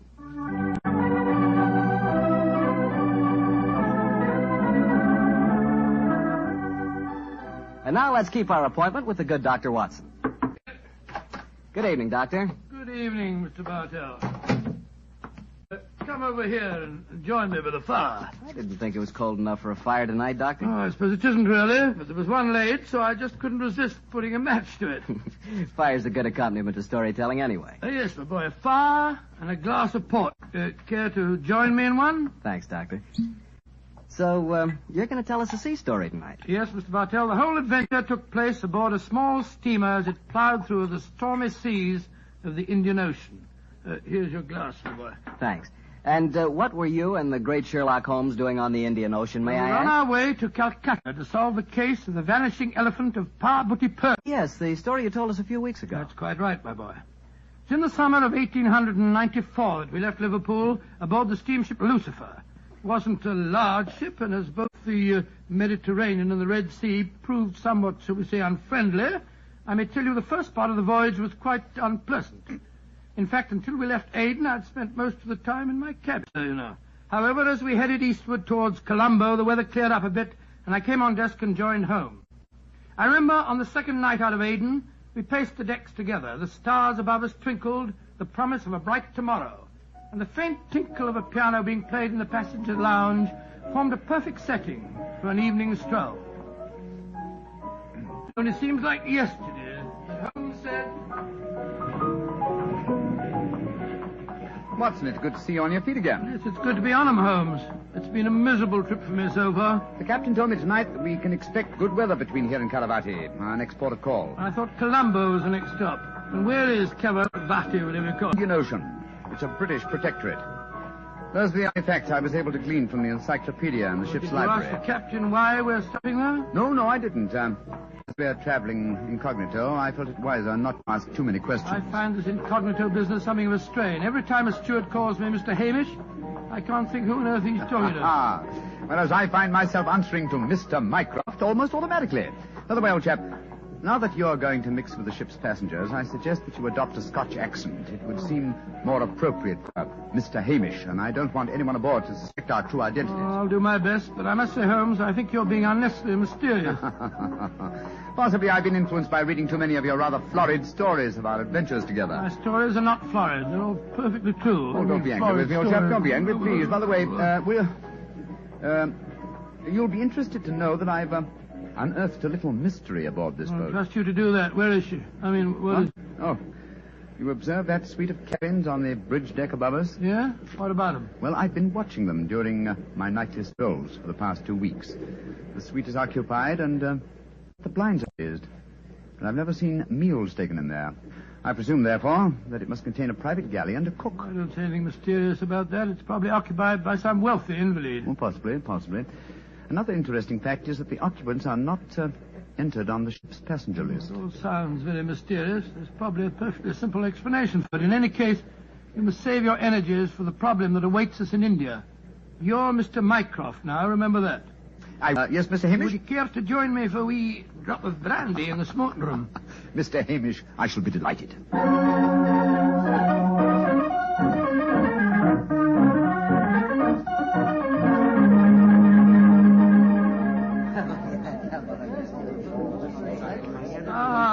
is excellent brandy. Excellent.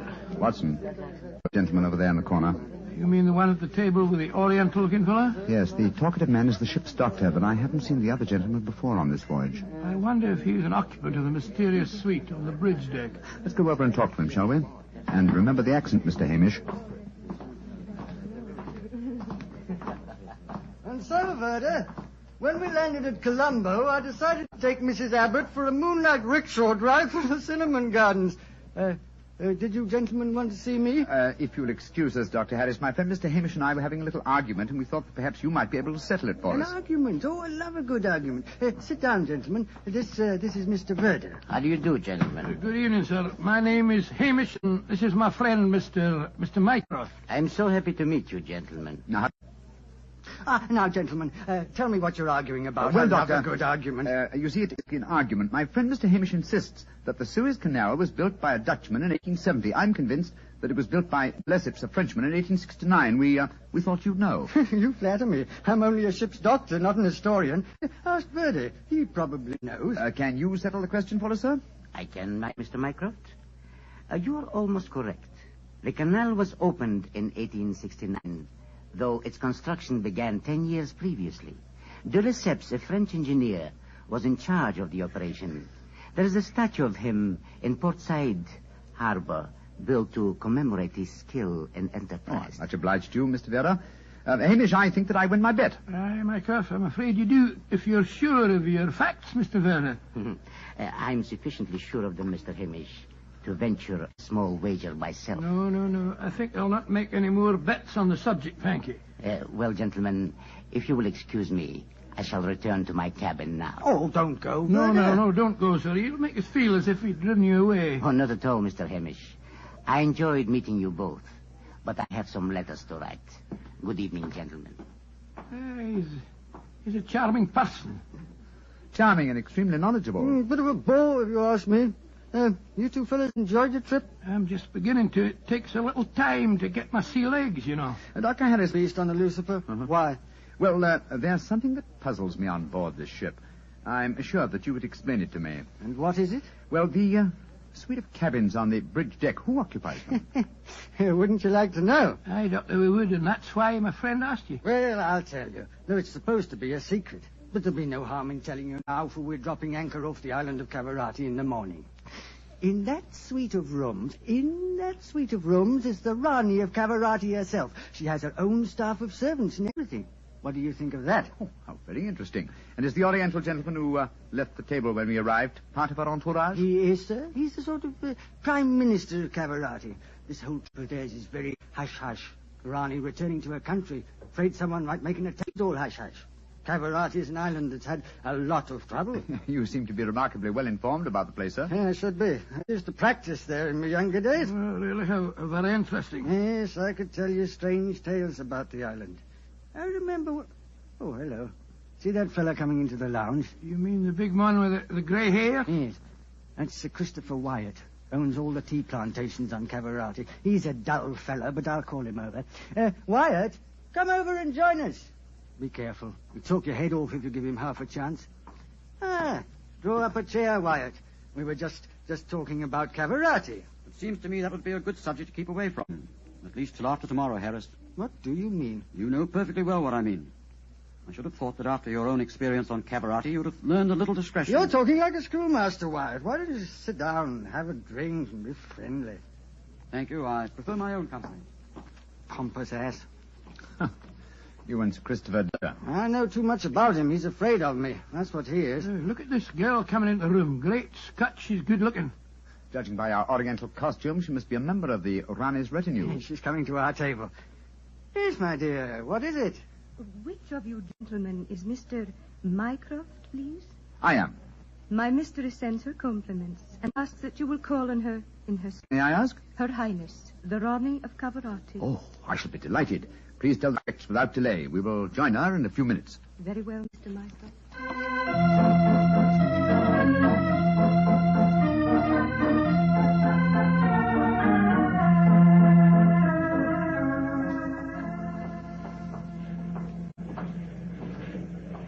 You know, Holmes, this is pretty exciting. The girl that just brought us the message was a stunning creature. Imagine what the... I suppose you picture the Rani clad in oriental splendor, reclining like an odalisque on silken cushions. No, there's no need to make fun of me, old fellow. Here we are at the cabin. Ah, it is you, gentlemen. Follow me, please. Come in. Her Highness, the Rani of Cavarati. All right, Regina, you can off it. Yes, Your Highness. Well, me lads, don't look so startled. Come in and sit down. Your Highness, What's the matter? Don't I fit into your picture of a Ronnie? What did you expect? A slant-eyed beauty with a veil and big hips? Well, I've got the big hips, all right. Your Highness... never mind, Your Highness. Sit yourselves down and talk free and easy like. I may as well begin by telling you that I know who you both are. Mr. Sherlock Holmes and Dr. Watson. Dear me. I've seen you in the good old days in London, you know. May I ask if our visit is purely a social one, or are you in need of professional advice? Oh, a little of both, Mr. Holmes, a little of both. And we'll start off with being social. Bruma. Mem Sahib. Champagne. Botache, Mem Sahib. If you'll pardon my asking you, madam, but I've never seen you before, somewhere. Oh, that's always haven't answered. Yes, you probably have, Dr. Watson. You see, I was in the chorus at Daly's Theatre in London for quite a few years, until the Raja of Cavarati decided I'd look better on his island than I did in front of the footlights. Your husband, the Raja, is dead, isn't he? Yes, he was killed playing polo. Champagne, Mem Sahib. Caller. Champagne, Pinisector. Acha. He doesn't speak English, so I'll get along with telling him my troubles. Mr. Holmes. Somebody's... Reason you have for saying that, madam? You may, Mr. Holmes. Before I left England, I had threatening letters warning me that if I ever went back to Cavarati, I'd never get to the island alive. I got another letter in Port Said that said the same thing. You kept these letters, I trust? No, I didn't. I tore them up. I never did pay any attention to letters that weren't signed. Oh, that's a great pity, madam. Those letters might have been invaluable. Well, it's too late to think about that now, Dr. Watson. Here's what's on my mind. Everyone's up to a bit of no good. Tonight's their last chance. You destroyed the threatening letters, madam, thereby indicating you did not believe in the threats, and yet you now appear to feel that you are in danger. I wonder what made you change your mind. The Ace of Spades. Yes? I don't understand you, madam. In the luncheon, I gets the Ace of Spades. Now, you know what that means. Death. Oh, come now, madam. If you'll pardon my saying so, that's a very childish superstition. Well, the cards have never lied to me yet. Oh, you can laugh at it if you like, but I know. Well, do you mind if I ask you a few questions? Anything you like, Mr. Holmes. Fire away. How long is it since you were in Cavarati? About 18 months. We were in England when my husband died, and I couldn't leave that island alone. In 3 months ago, Verda... Oh, he's the chief minister of Cavarati. Yes, Verda came over to England to persuade me it was my duty as the Ronnie to go back. I see. As far as you know, have you any enemies among the passengers on board the ship? Oh, that's an odd one to answer, Mr. Holmes. But I can tell you right here in my suite there's someone who doesn't like me. That girl Raduna, the one that brought you my message. She was in love with the Roger herself. I know she hates me, even though she did stay in England after my husband died. How about Ferda, your minister? Oh, he's all right. My husband thought the world of him, and he's been wonderful. Recently, you say, to persuade you to return there. That's right, Mr. Holmes. Well, Bruma seems to be all right after drinking that champagne, so it'll be safe for us to have some now. Champagne Umlog Pido? Botache, Mem Sahib. Oh, I've been burning with curiosity to know why you gave him a glass of champagne a few minutes ago, and yet we didn't have any. Well, surely that's obvious, Watson. Fulmer is the official poison. Holmes?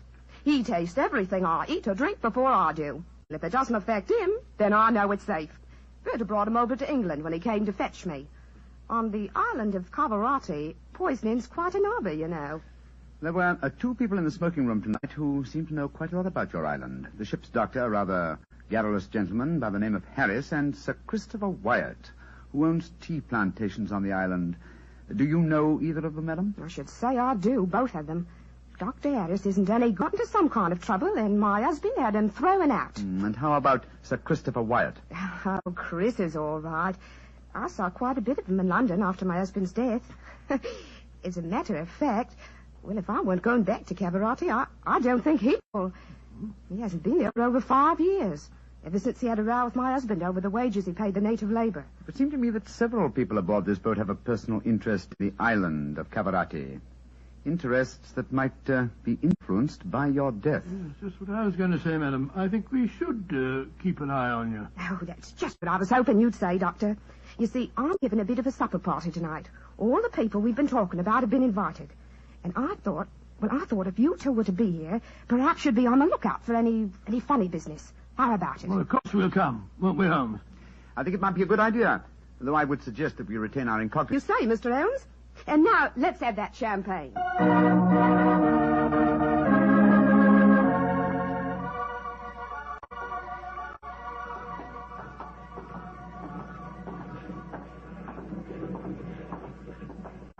You know, Holmes, I remember the Rani when she was in the chorus at Daly's. She looked stunning in tights. There was one night I... Yes, no time, old chap, if you don't mind. At the moment, there's a question I want to ask you. Oh, sir? Is your medical bag fully equipped with all the antidotes to poison? Poison? It's ridiculous. How could the Rani be poisoned when she has a poison taster? My dear Watson, you mustn't... What the blazes is that? Come on, Watson. That cry came from the companionway. There are two figures struggling by the rail there. Good heavens! One of them has pushed the other down the companionway.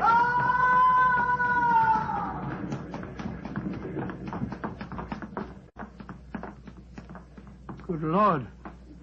His skull smashed in. I'm afraid that he... What's happened? Sir Christopher Wyatt.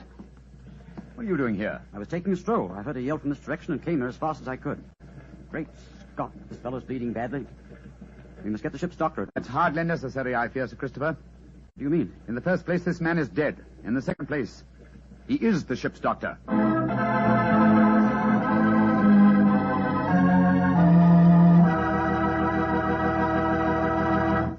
We'll hear the rest of Dr. Watson's story in just a second, so I'm just going to ask you to do one thing for me. Well, I should say for yourself. Tomorrow night, if you're having meat or any meat dish for dinner, why not open up a bottle of Petri Keller Rich Red Petri Burgundy will turn your dinner into a real feast. You see if it doesn't.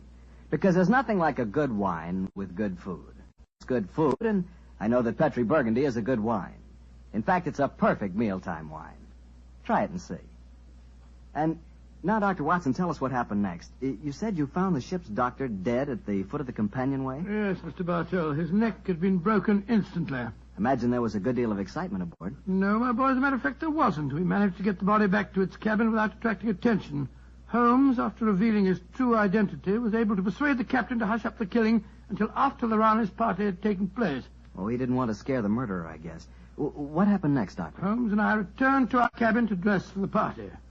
Holmes, I remember, was in a state of suppressed excitement. He spoke quietly and deliberately. Watson, surely it's obvious why the doctor was murdered. Well, it isn't obvious to me. It's elementary, my dear fellow. You are planning a subtle murder by poison. How wise to remove the one man who might save the victim's life, a doctor. Oh, you keep harping on poisoning. It seems to me that to be the last way a murderer would try to dispose of the Rani. Everything she touches is first tested by the poison tester. Exactly. That's why I call it a subtle murder attempt. Didn't you notice the physical attributes of Frumer, the poison tester? Which in particular, Well, Holmes? his unusually glossy hair, his remarkably clear complexion, his plump figure. Look here. Just tell me one thing, will you? What's that? I presume that in your medical bag you have a supply of magnesia. Naturally. Do you also have hydrated ferric oxide? Yes, I do. Splendid. Let's be off to the party. Oh, funny things to take to a party, I must say. That's true, my dear fellow, but I'm afraid that this party may not prove as convivial as the Rani thinks.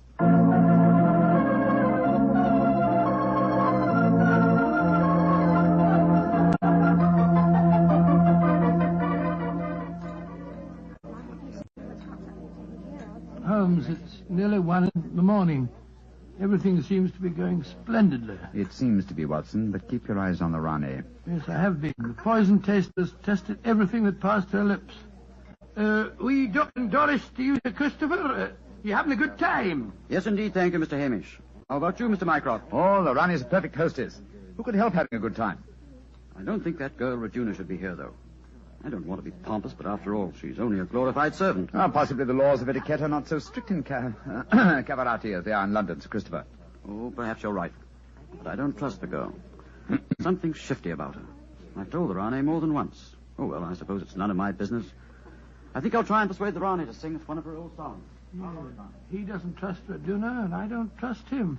I don't think it was an accident that we found him near the body of Dr. Harris. Shh. Here comes Vera. I trust you gentlemen are enjoying yourselves. Very much, Mr. Vera, thank you. I imagine you must be excited at the prospect of returning to Calavati. I am, Mr. Mycroft. Though I only left it 3 months ago, it had years. Do you ken what time we'll arrive there? I am told that we shall be there in 5 hours, Mr. Hamish. Oh, look. The Rana's at the piano. She must be going to give us a tune. Yes. Let's move a little closer, shall we? Chris here has asked me to sing something. Well, my voice isn't what it used to be, and don't I know it. But me spirit's the same, and that's enough to put a number over. So, hold tight, boys. Here we go. My sweetheart's the man in the moon. I'm going to marry him soon. 'Twould fill me with bliss just to give him one kiss, but I know that a dozen I never would miss. I'll go up in a great big... Great Scott, she... Quick, Watson, your medical bag. I'll lock the door. Right, go, Holmes. Bring some water, please. Help me. Oh, please, help me. What is the matter? Don't be frightened, madam. I'll take care of you. Thirsty. Give me water. Oh, such pain. All the symptoms of arsenic poisoning. Now I know why Holmes asked me if I had any magnesia. Ferric oxide. Do something for me, Doctor. I'm dying. Don't worry, Your Highness. You're not going to die.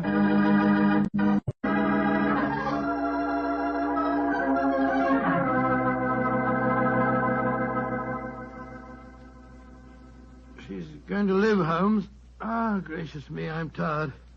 It's touch and go there for a while, though. Well done, Watson, old chap. Well done. Now that she's out of danger, why can't we all go back to our cabins? It's nearly dawn, and we've been locked in here since 1 o'clock. We've no right to do this, you know. Possibly not, Sir Christopher, but there's a murderer in this cabin, and I don't intend to let him escape. Mr. Holmes, what happened? How could I have been poisoned when Frumer tasted everything first? Why wasn't he poisoned? For a very simple reason, Your Highness. The murderer has been conditioning Frumer for over a year. What do you mean? He's been feeding him gradually increasing doses of arsenic until he has finally become immune to the poison. Great Scott, I never thought of that. Frumer's glossy hair, his complexion, and stout figure are all typical of a person who consumes arsenic regularly. But who could have done it? Only one person had the opportunity. Well, tell us who that person is. No, not you, Sir Christopher, not you. For you haven't been on the island for years, whereas Frumer returned from Caravati but 3 months ago. Raduna has also been in London with her mistress for the past 18 months, remember? The answer is obvious. You did it, Verda. You brought the taster over when you came to fetch me. You'd prepared him for the year beforehand. Of course I did. No white Rana will ever rule over Cavarati. And you murdered Dr. Harris. Equally true. Mr. Holmes, give me the key to the door, please. Oh, no. What? Do not come near me. Please throw it on the floor. Do not hesitate. You see this revolver? I should have no compunction in using it, I assure you. How do you expect to escape, Yoda? The key, please. Thank you. You'll never get away with this, Verda, you devil. But I shall. We are now in the harbor of Cavarati. I shall swim ashore and arrange your welcome, my dear Rane. Turn your backs, please. Turn them. Thank you. Goodbye. He's gone. Come on, Watson. After him. You have your revolver, Watson? Yes, but I didn't get a chance to draw it. He had me covered. I'll draw it now. Here's up by the lifeboat. He's climbing up on the rail. Where is he? Where did he go? Out there on the rail above us, madam. He's going to dive. Give me that revolver, Dr. Watson, quick. That's it. Come down off there, Verda. Wolves, Nicholas, keep out of my affairs. There he goes. He's dived.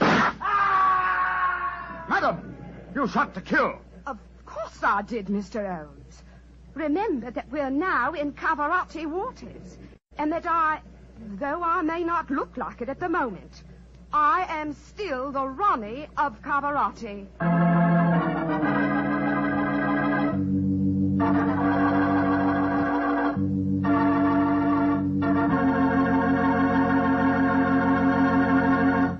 Say, that was a swell story, Doctor. It had a lot of color and quite a bit of action. Color and a bit of action. Well, I'm glad you liked it, my boy. Oh, I did. Say, that's not a bad idea. I mean, having seen it. Oh, it's a very old idea, very old. Very common, too, years ago. You know the kind of job I'd like? No? What's that? I'd like to be the official taster for the Petrie family. Boy, just think of all the Petrie wine I'd get to taste. Petrie to the right of me, Petrie to the left of me. What a life. What wine? Yeah, I wouldn't mind having that job myself. You said it. The Petrie family, really knows how to make good wine. They've been making wine for generations. And because they've always owned and operated their own business ever since it was started way back in the 1800s, well, the Petrie family has sure piled up plenty of skill and experience. Yes, they've been handing down in the to son, from father to son, the fine art of turning luscious grapes into delicious wine. That's why you can't go wrong with any Petrie wine. It must be good, because Petrie took time to bring you good wine. Well, Doctor, what new story do you have lined up for us next week? Next week, Mr. Bartell, I'm going to tell you an adventure that Sherlock Holmes and I had many years ago. It concerns a series of bonfires, an underground cellar full of gunpowder, and a strange death on the rooftops of London.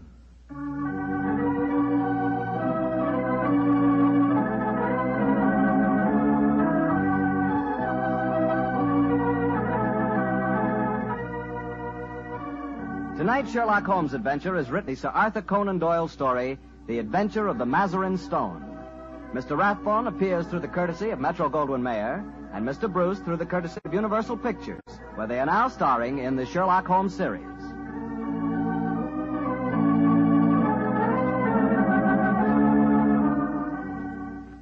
The Petrie Wine Company of San Francisco, California, invites you to tune in again next week, same time, same station. This is Harry Bartell saying goodnight for the Petrie family. Sherlock Holmes comes to you from our Hollywood studio. This is the Mutual Broadcasting System.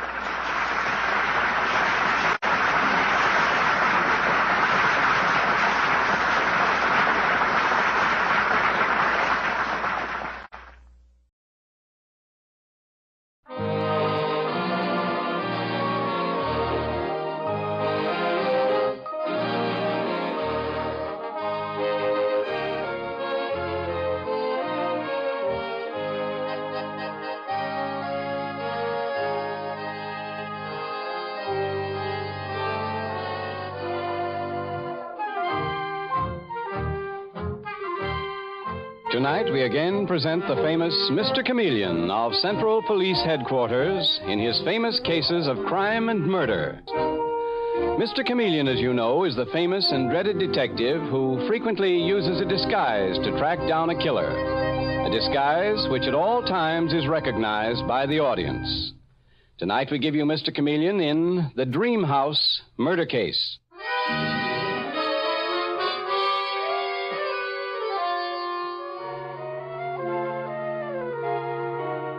The scene opens in the charming dream house of Philip Adams and his wife Molly. The kind of little house so many of us dream of having one day. But over this one, the clouds of murder are slowly, ominously gathering as we hear Philip say, Molly, do you still think this is the most wonderful house in the world? Of course I do, Philip. And so do you. I did at first, but now...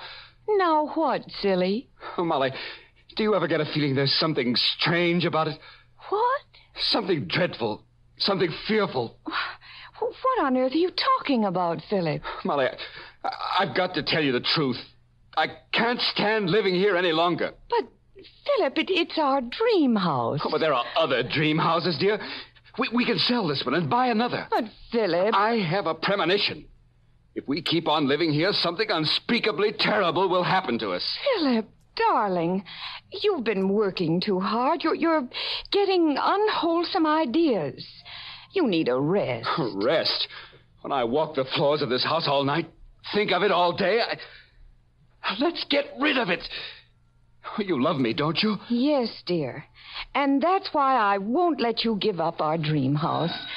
Oh, that's the doorbell. I'll answer it. Oh, Mrs. Wall, come in. While you were out, somebody left this package for you at my house, Molly. Oh, thanks, Mrs. Wall. Oh, no trouble at all, Molly. Oh, good evening, Philip. How are you? I'm all right, Mrs. Wall. But Molly thinks I'm crazy. What? Oh, I don't think any such thing. I wish you'd help me convince Molly we should sell this house. Philip has a silly idea something dreadful will happen to us if we stay living here. I'll go mad if we don't get out. I can't stand it another day. Well, I guess that's something for you to settle between yourselves. I've got to run back home. Bye. Bye. Well, I wonder what's in this package. I don't remember ordering anything. Look, Philip. It's a perfectly beautiful cake. Throw that cake away, Molly. You don't know where it came from. It may be poisoned. It comes from Ballard's Bakery, and they don't make poison cake. I tell you, throw it away. Just to show you how silly you are, Philip, I'm going to cut a piece and eat it. Don't eat that, Molly. Silly? It's a little stale, but tastes marvelous. Philip, help. Molly. Molly! I'm dying. I'm dying.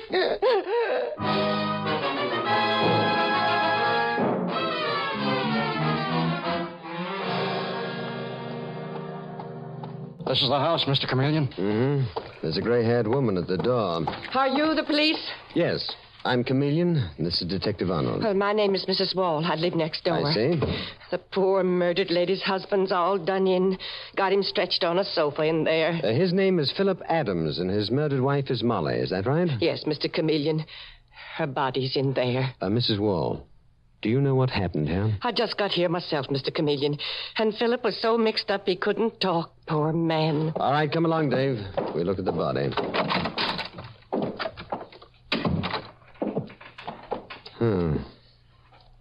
She died while eating a piece of cake. Uh-huh.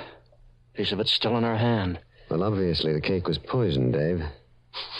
Yes, no question of it. Looks like she just got it. There's the whole cake on the table with the box and wrappings. Yes, with only one piece cut from it. All right, now let's talk to the husband. Mrs. Wall, will you please show us to the murdered girl's husband? He's in that room over there, Mr. Chameleon. But he's in no condition to talk now. Well, we'll step back to see him anyway, Mrs. Wall. Are you Philip Adams? I'm Chameleon of the police. What? I knew something like this would happen if Molly and I stayed on in this accursed house. She called it a dream house. I had a premonition. It was a murder house. What gave you that idea, Philip? I don't know. I just had it, that's all. Well, your wife met her death by a piece of cake that was poisoned. I don't get the connection between it and this house. I begged her not to touch that cake, Mr. Chameleon. Oh, but she thought I was crazy. She thought I was crazy, too, when I told her there was something horrible about this house. I wanted to sell it, get out of it, never see it again. Now, try to calm down, Philip. Mr. Chameleon, can't you realize my wife is in the next room, murdered? And I am here to find her murderer. You never will, Mr. Chameleon. You never will. It's supernatural. There is nothing supernatural about a poisoned cake, Philip. Why did you beg your wife not to eat it? Because she didn't know where it came from, Mr. Chameleon. She didn't know where it came from. She didn't know where it came from? That's just the point. That's why I was afraid of it.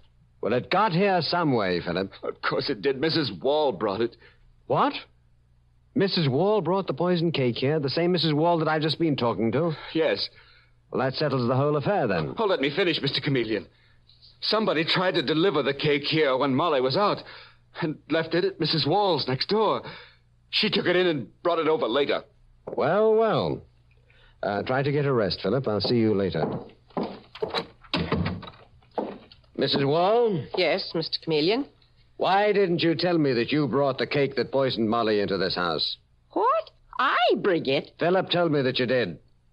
Was that package I brought here the cake? What did you think it was? You know a cake when you see one, don't you? Certainly, but this one was in a box. Mm-hmm. A box with Ballard's Bakery special marshmallow cake printed on it.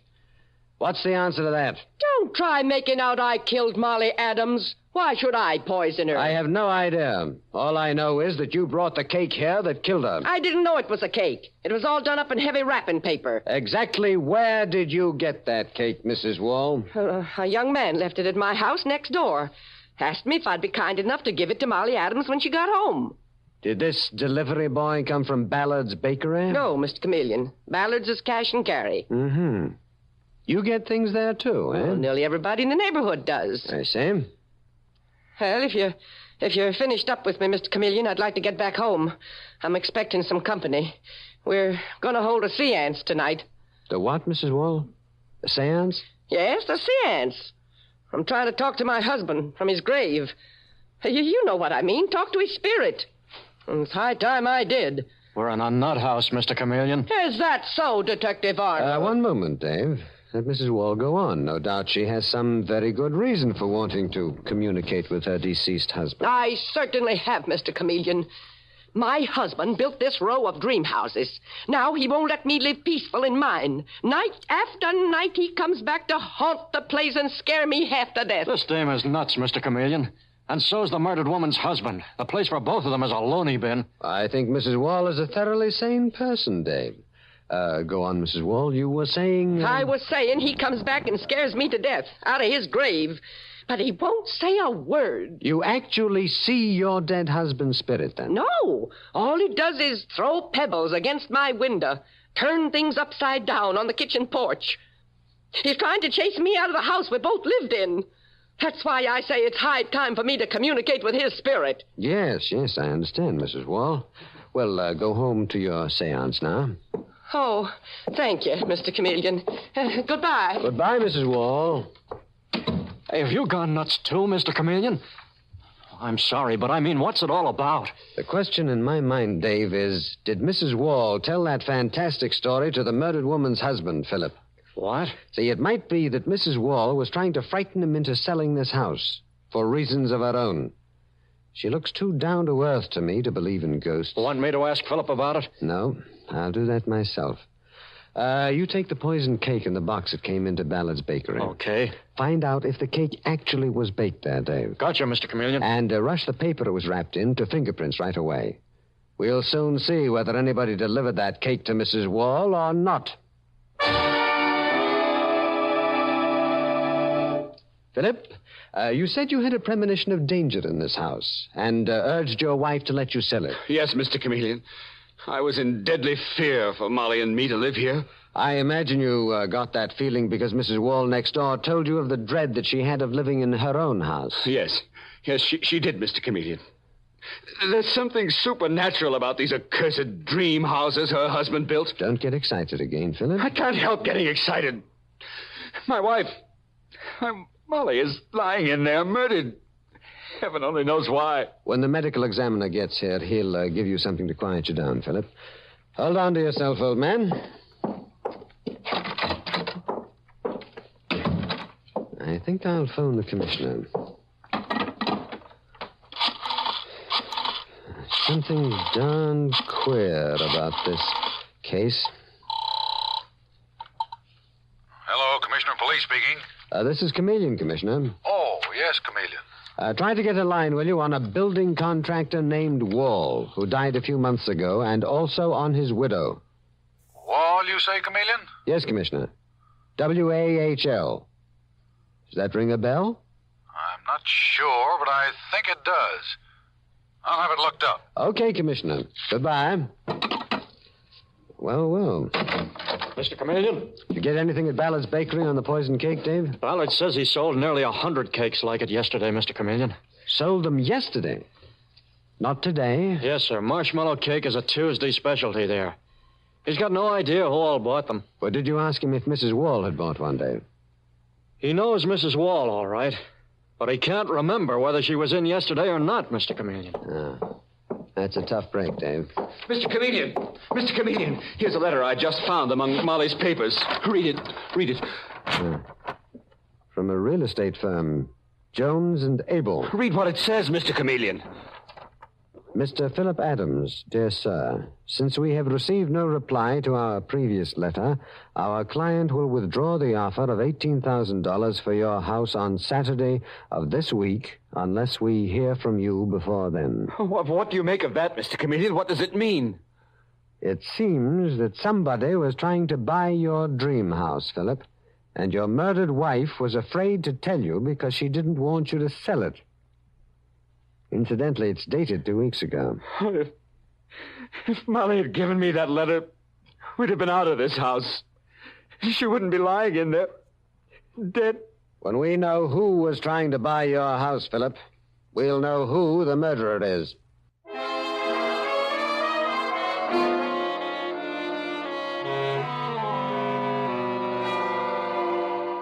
Mr. Chameleon and the Dream House murder case continues in just a moment.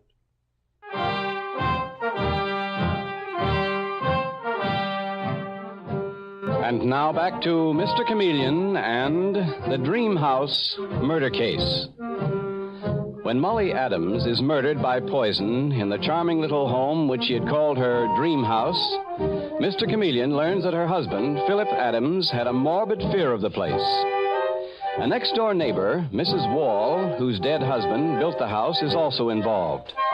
But Mr. Chameleon has just discovered that someone has been trying to buy the house, and a few minutes later, we see him and Detective Dave Arnold in the real estate office of Jones and Abel. We hear Mr. Chameleon saying to a young woman seated at a desk in the residence sales department, I'm Chameleon of Central Police Headquarters, and this is Detective Arnold. Oh, yes, I've read about you in the papers, Mr. Chameleon. My name is Lucy Pearson. Well, I've spoken to your employers, Lucy, and they tell me that you made an offer in behalf of a client to purchase a house owned by a Mr. Philip Adams. Yes, I did, Mr. Chameleon. But Mr. Adams never answered our letters. Who was the client that made the offer, Lucy? Why, it was made by a Mrs. Otto Wall. She lives next door. You say that Mrs. Wall was your client? Are you certain of that? Oh, yes. Mrs. Wall's husband built a whole row of houses on that street before he died. He advertised them as your dream house. They were lovely houses at the price. Philip Adams' wife, Molly, was murdered in one of those houses. What? Mr. Adams' wife murdered? What a dreadful thing to happen. I guess Mrs. Wall is glad now that Mr. Adams didn't accept her offer.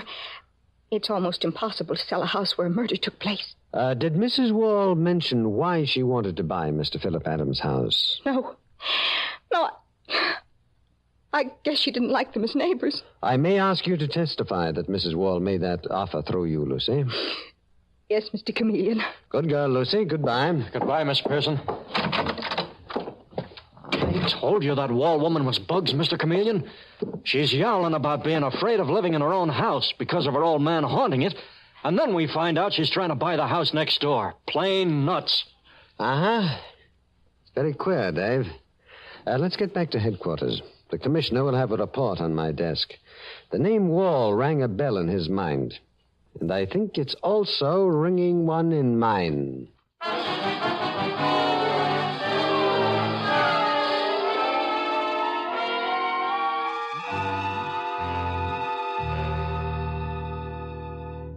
Well, Dave, here's the report the commissioner promised. Mrs. Wall's late husband, Otto, got a stretch for bank robbery years ago. That fits in with these. Huh? Oh, they're $20 gold pieces. Where'd you get them, Mr. Chameleon? Gold was withdrawn from circulation on government order in the 30s. Right you are, Dave. I got these out of a chamois-lined bag the murdered Molly Adams had on her body. And they have dried-up particles of mud on them. And this report on the late Otto Wall says the loot from the job he pulled was never recovered. Everything ties together, Dave. Let's start moving. Where to, Mr. Chameleon? To that Wall dame's house? Where else, Dave?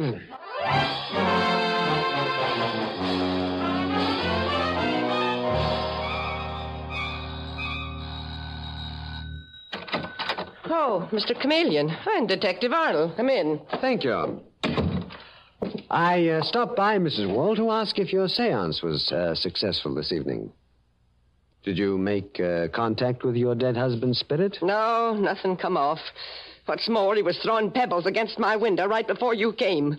He's trying to drive me out of this house, doing it from his grave, Mr. Chameleon. Mrs. Wall, would you know a $20 gold piece if you saw one? Oh, what's that got to do with my husband's spirit haunting me, Mr. Chameleon? Here are 3 of them, Mrs. Wall. So what?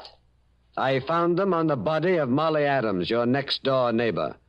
I think she found them in an unfinished part of the cellar in her house. Huh? Is that where your husband buried the loot he robbed a bank to get? Is that why you attempted to terrorize Philip Adams into selling his house to you? What? Me? Tried to buy that house? Oh, come now. We have a credible witness that you did. Lucy Pearson is her name. She's with the real estate firm of Jones and Abel. Lucy Pearson? I never heard of her. And let me tell you something else. Tell me what? My husband didn't build that wing on Philip Adams' house where the cellar ain't finished. Phil put that on himself before he married Molly. No, did he really, Mrs. Wall? Let's go, Dave. Don't leave this house, Mrs. Wall. Goodbye. And I thought she was nuts, Mr. Chameleon. You hustle back to headquarters, Dave. See what fingerprints they found on the paper the poison cake was wrapped in. I am going next door to see the murdered woman's husband a moment.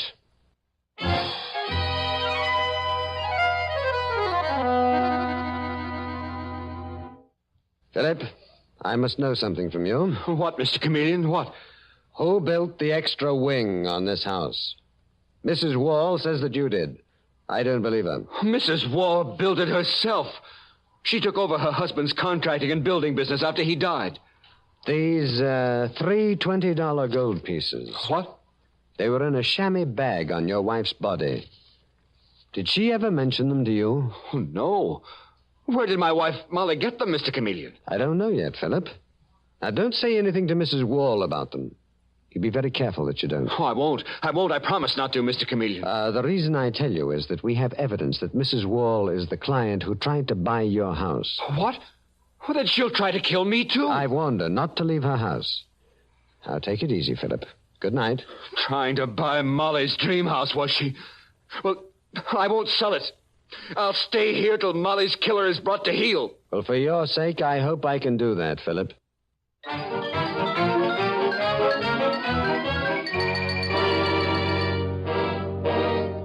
And now it is 2 hours later in Mr. Chameleon's office at headquarters. And we hear him impatiently asking Detective Dave Arnold, Dave, won't that fingerprint report ever come in? The boys are screening the whole country like you ordered, Mr. Chameleon. Now, look, you've got the tin of poison from Mrs. Wall's kitchen that matches the poison in the cake.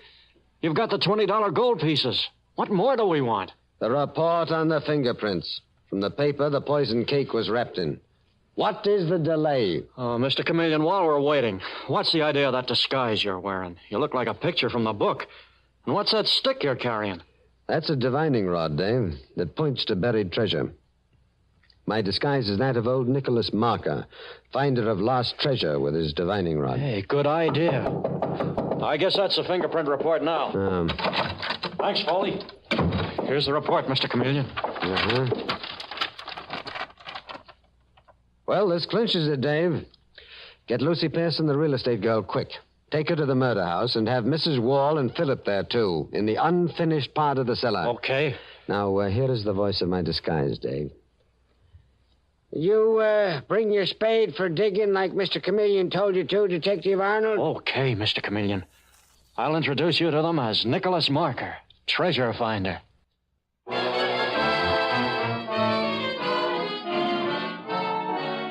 And a few minutes later, we hear Mr. Chameleon speaking in the voice of his disguise as he enters the earth-floored cellar of the murder house. You, bring that spade for digging like Mr. Chameleon told you to, Detective Arnold? Who is this man, Detective Arnold? I'm, old Nicholas Marker. Guess you're Mrs. Wall, huh? Yes, I am. What are you doing here? See this divining rod in my hand, Miss Wall? Magic, ma'am. When I hold it this way, point to buried gold. That is, if there's any here. Think I believe in that kind of poppycock? Mr. Chameleon told me you believe in spirits haunting you, ma'am. This divining rod's no different. Get on with your work, Nicholas. Don't lose time gabbing. Okay, Detective Arnold. Start in this corner. Look, divining rod points over there. Dig that spot up. Now, let's find out. In all my born days, I've never seen such nonsense. Shut up, Mrs. Wall. Jump and catch your divining rod is right, Nicholas. Look at this. A box of $20 gold pieces. I told Mr. Chameleon this wing to the house was built after my husband died. Mr. Chameleon told me, too, ma'am, but this was the backyard then. Mr. Chameleon figures you tried to buy this here dream house to get the loot your robber husband stashed here. Sure, Nicholas. And when Mrs. Wall couldn't buy it, she dished up a poison cake to Mr. Philip Adams' wife because the poor girl wouldn't give up her dream house. That's a lie. I didn't know my husband had buried the loot here. Oh, but maybe that's why he's been haunting me. What he was coming back from his grave to tell me. Oh, tell that to my aunt, Mrs. Wall. So that's why my wife, Molly, was murdered. Looks that way, Philip. Heaven help us all. Hey, Detective Arnold. Divining rod of mine's acting funny. You see, it's pointing over there. Must be more gold there. Dig up that spot. He's wrong, Detective Arnold. That spot was dug up because there was a leak in the sewer. Dig it up anyway, Arnold. Old Nicholas Marker's divining rod ain't ever been wrong yet. Okay, Nicholas. No, you don't, Detective Arnold. Give me that spade. This is my house. I won't have that cellar dug up anymore. There's nothing there. Move one more step, Philip, and I'll shoot you down. Dig up that spot, Dave. Okay, Mr. Chameleon. Oh, Mr. Chameleon in disguise. Right, Chameleon the cop. Keep digging, Dave. Great Scott, Mr. Chameleon. It's the decomposed body of a woman. Mrs. Wall's husband must have killed the woman and buried her here, Mr. Chameleon. I sensed this dream house of Molly's was a murder house. I sensed it. It's the body of your first wife, Philip Adams. The woman you killed before you married Molly. What are you saying, Chameleon? Your fingerprints on the wrapping paper of the poison cake you sent Molly matched those in an unsolved murder case in Brooklyn. You killed Molly because you saw those $20 gold pieces she found in this cellar. And you were afraid she'd go further and find the body of the other woman you murdered. Keep Philip Adams away from me, Mr. Chameleon. He got me to write that letter to buy the dream house. He said we'd take the money and go away. I loved him. He used you as a dupe, Lucy. Oh, no. And he terrorized Mrs. Wall next door by throwing pebbles against her window and gave her the idea her husband was haunting her, a trick to make it look like he was afraid to live in this house when he couldn't have been blasted out of it with dynamite. How did you get me, Chameleon? I found this bag of pebbles in your room, Philip. The poison cake you sent your wife was stale. Only a man would send a stale cake. And the letter from Jones and Abel wasn't stamped and mailed. You brought it here yourself. The case looked complicated, but it wasn't. All right, Dave, take him. The dream house murder is solved.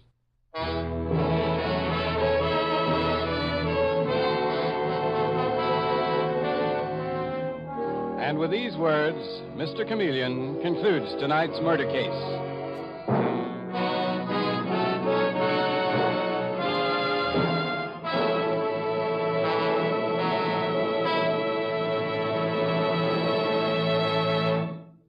Listen next Wednesday night at the same time for Mr. Chameleon, the Man of Many Faces. The part of Mr. Chameleon is played by Carl Swenson, with dialogue written by Frank Hummert from the original story by Frank and Ann Hummert. It is directed by Richard Leonard, with music by Victor Arden. Your announcer is Howard Claney.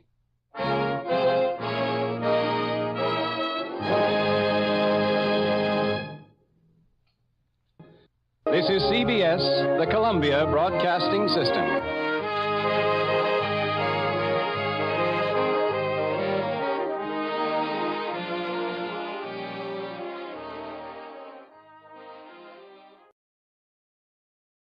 Transcribe.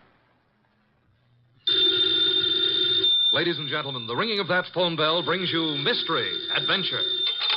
Nero Wolf's office, Archie Goodwin speaking. If it's for me, I'm not here. What if it's a case? If it is, tell them no. I will not. Confound you, Archie. Do as I say. Hello? Hello, is this Mr. Wolf's residence? Yes. Is this Mr. Wolf? Yes, Mr. Wolf speaking. Oh, I am in very much trouble. Could I see you, please, immediately? Well, now, yes. What kind of trouble, miss? Give me that phone, Archie. No. Hello? Sorry, I had to turn the radio down too loud, you know. May I see you right away? Well, I'll pay you $1,000 for the retainer fee. Yes, indeed. I'll take the case. Come right over. The address is 601 West 35th Street. I cannot, Mr. Wolf. I just cannot come there. Well, where do you live? I am staying at the Pole Hotel, room 304, and I... Hello? Boss, that was a shot. Hello? Hello?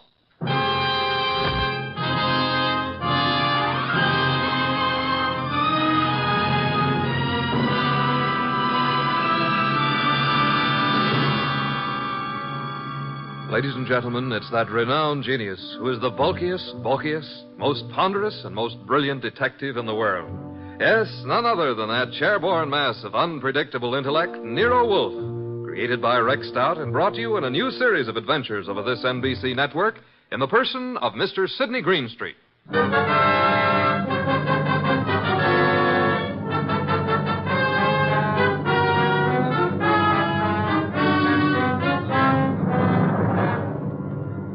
We've usually referred to this story as the case of room 304. The girl on the phone had a decided foreign accent. I wasn't quite able to decide what nationality she was, but it sounded like French.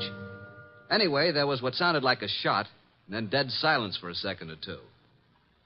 Hello? Hello? Hello? Well, Archie, another woman? Bah. Mr. Wolf, I heard a shot, and then the line clicked off. Trouble. Women always trouble. I said I heard a shot on the phone. Indeed. I'm going over to her hotel and see what goes on. By all means, Mr. Wolf. Yeah. Huh? Now that I've been insulted to the tone of being called a radio... I'm sorry, Mr. Wolf, but we needed the money, and this was $1,000. If you'll excuse me, I have to attend to my orchids, Mr. Wolf. What about the girl, the shot? Fascinating, isn't it? You figure it out. Okay. I've got to get over there. Room 304, Paul Hotel. So long, boss. Good luck, Mr. Wolf. Please phone me from time to time.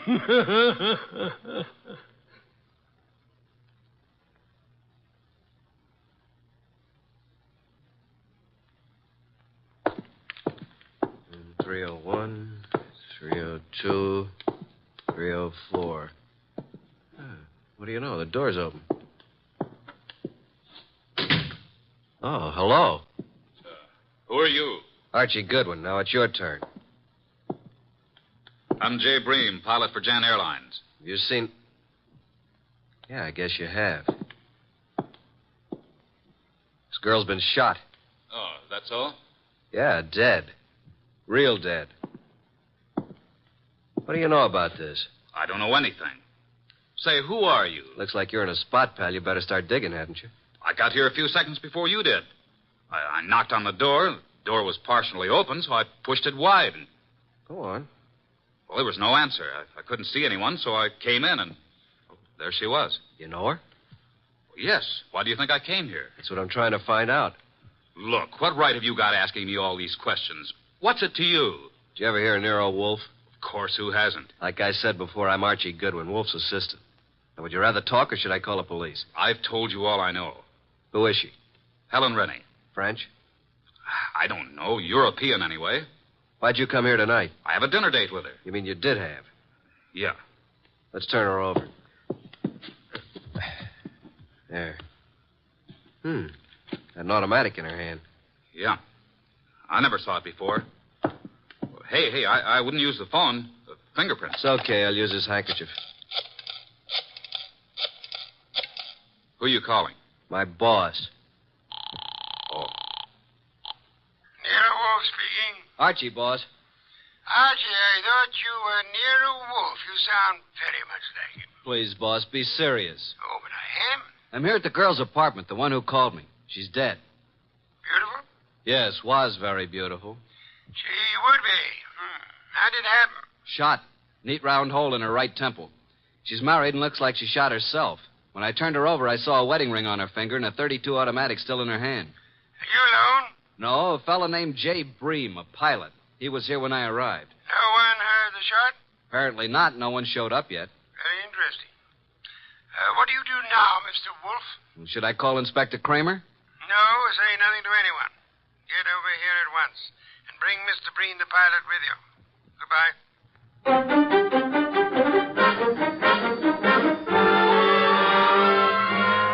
That's all you know about it, Mr. Breen? That's right, Mr. Wolf.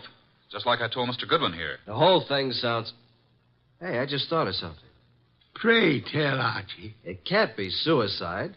Oh, and why not? How can a dead woman hang up a phone? You finally arrived at that, Archie. Amazing. Of course she couldn't. She was murdered. Murdered? Yes, Mr. Bream. But I thought she committed suicide. Please, Mr. Bream, it'll be better if you don't think. Where do you stay? 321 West 19th, apartment 5. And your job? I've 10 days vacation. Started yesterday. One thing, Mr. Bream, I suggest you don't leave town. Furthermore, talk is not advisable. I strongly recommend that you adopt precautions. Yes, sir. Show Mr. Bream to the door, Archie. Yes, sir. Right this way. Good night, Mr. Wolf. Good night. I didn't want to tell you in front of Mr. Bream, but I found this in her purse when I sent him for a sheet to cover the body. $1,000 check. Made out to Mr. Nero Wolf. Well, boss? I think it's time we phoned Inspector Kramer. Should I? Who else, Archie? Who else? My apologies. I forgot how heavy that phone really is. Archie. Oh.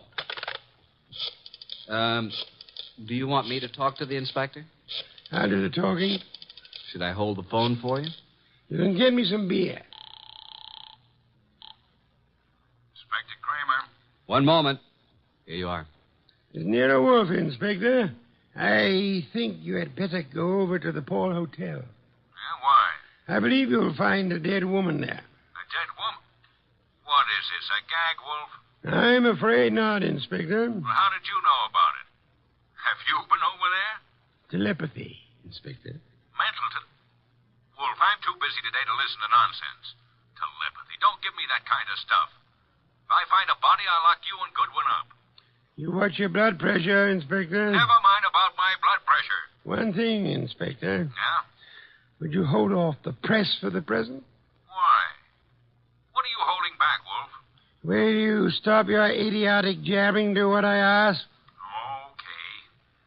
By the way, Wolf, I suppose you know the girl's room number. Naturally, Inspector. It is room 304. So hurry.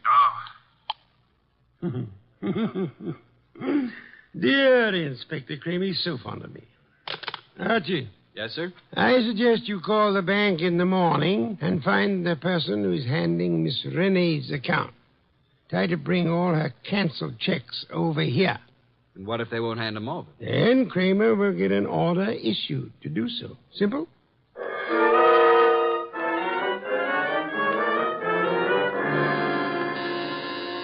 Coming. Well, where's Wolf? Where do you think he'd be? In his big chair. Good evening, Inspector. I expected you before this, Inspector. What kept you so long? If I told you I had a flat tire, would you believe me? Now start giving, Wolf. What did you know about the dead girl? Inspector Kramer, do sit down. Relax. Nervous tension is such a deadly thing. Now listen here, Wolf. Would you like some beer? Most soothing, you know. Come on, what's the dope on this case? Fill the inspector in on the details, Archie. I was here talking to the girl over the phone. There was a shot, and then I went over to her hotel and found her the same as you did, dead on the floor. And the phone was placed back on the hook. Come on, Wolf. There's more to this than that. Let's have it. Really, Inspector? Who was she? You don't know? I mean, what do you know about her? Now get this straight, Wolf. Please, Wolf. What's this all about? A girl's been shot. Her name is Helen Rennie. What's the dope? Did you have a ballistics report made on the gun? Well, not in this short time, but I will. How did you make out your report? Suicide, naturally. Archie was talking to the girl on the phone at the time she was shot. So she chooses to kill herself talking to your assistant. Why, you big, flat-footed... Inspector, precisely how can a dead girl hang up a phone? Why, she, You see, Inspector, quite impossible. And now I suggest you make out your report murder. Murder? Wolf, tell me, why is it you're always mixed up in these cases? That, Inspector, would be as difficult to answer as it would be to convince Archie of the danger of the female of the species. Oh, what's the use? No one ever answers my questions. I give up. Oh, Inspector, I do hope you will bring the girls' canceled checks tomorrow if they don't turn them over to us. What? The inspector is just going, Archie. Please see him to the door. I'm not helpless. Good night, Inspector. Good night.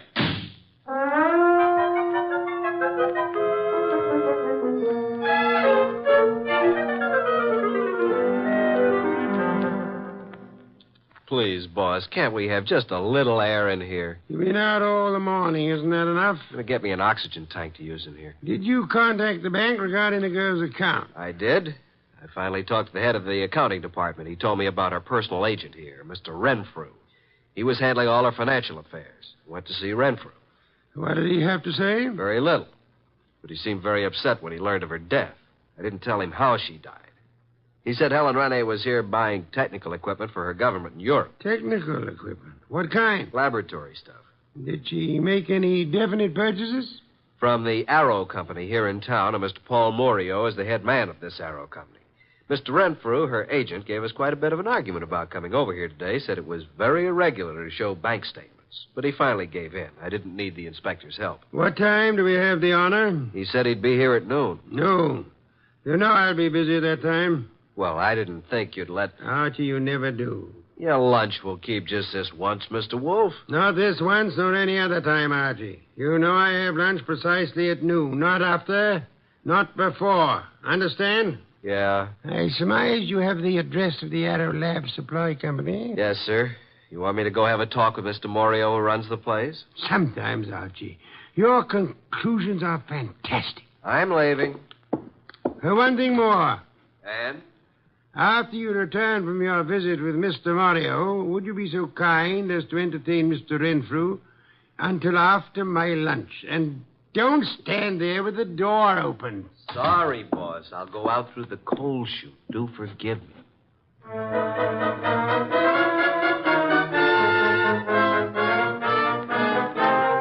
Arrow Supply Company.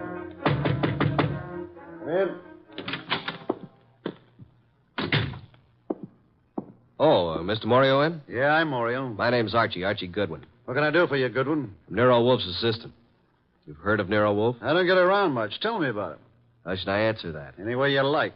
Nero Wolf's a detective. Did you ever hear of a Miss Rene? Stop shadowboxing, Mr. Goodwin. What's on your mind? I understand you sold Miss Rene some laboratory equipment. Is it a jail term? Now, listen, Mr. Goodwin, I have a nice, respectable business here, so what do you want? Spill it. When'd you last see Miss Rene? 2 days ago. Talked to her since? Once on the phone. What time was that? Yesterday morning. You called her from your office here? No, from my hotel room. Now, look, let's quit playing cat and mouse. Why all the questions? Miss Rene is dead. Dead? Who did it? Now, wait a minute. You don't think I had anything to do with it? What makes you think anyone did it? It'd be the only reason cops would get into it. You know, Morio, I'm beginning to wonder just how long you've been in the lab supply business.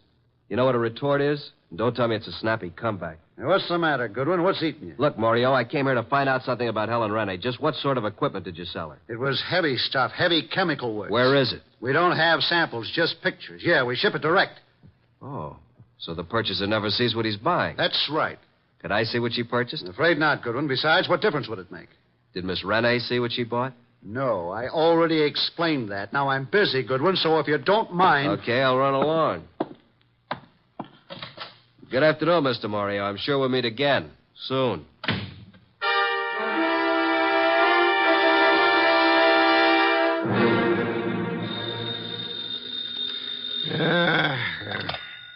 Nero Wolf speaking. Archie, boss. Yes, Archie? Just left the Arrow Lab Supply Company, and as far as I'm concerned, something's rotten in Denmark. Indeed.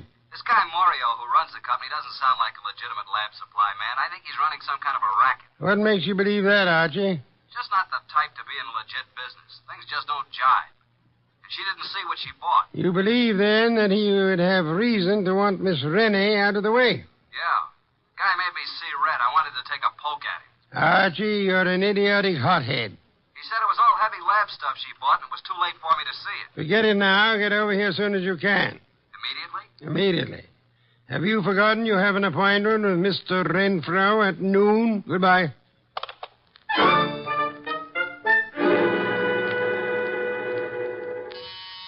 Coming.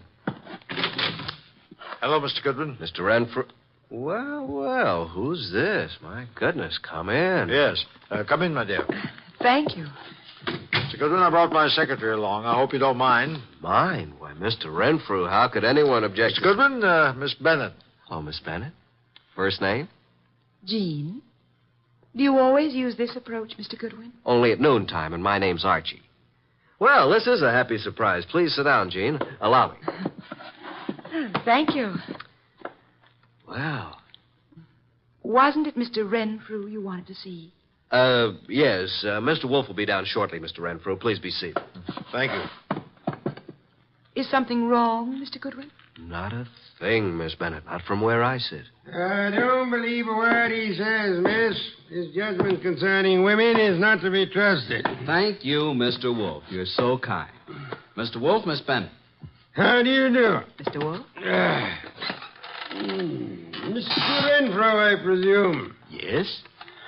Now we can get down to business at hand, Mr. Renfro. Yes, by all means. I don't understand why we couldn't have discussed this on the phone, Mr. Wolf. The whole thing is highly irregular. Of course, I know you're trying to do your duty, but... I prefer not to discuss the dead girl's business affairs on the phone, Mr. Renfro. You should appreciate that. Yes, I see. Now, what is it you wish to know? How long have you known Helen Renee? About a month. When's the last time you talked to her? Yesterday. What time? Why, about 2:30. I called her from my room. She was here on government business. You brought the canceled checks? Here you are, Mr. Wolf.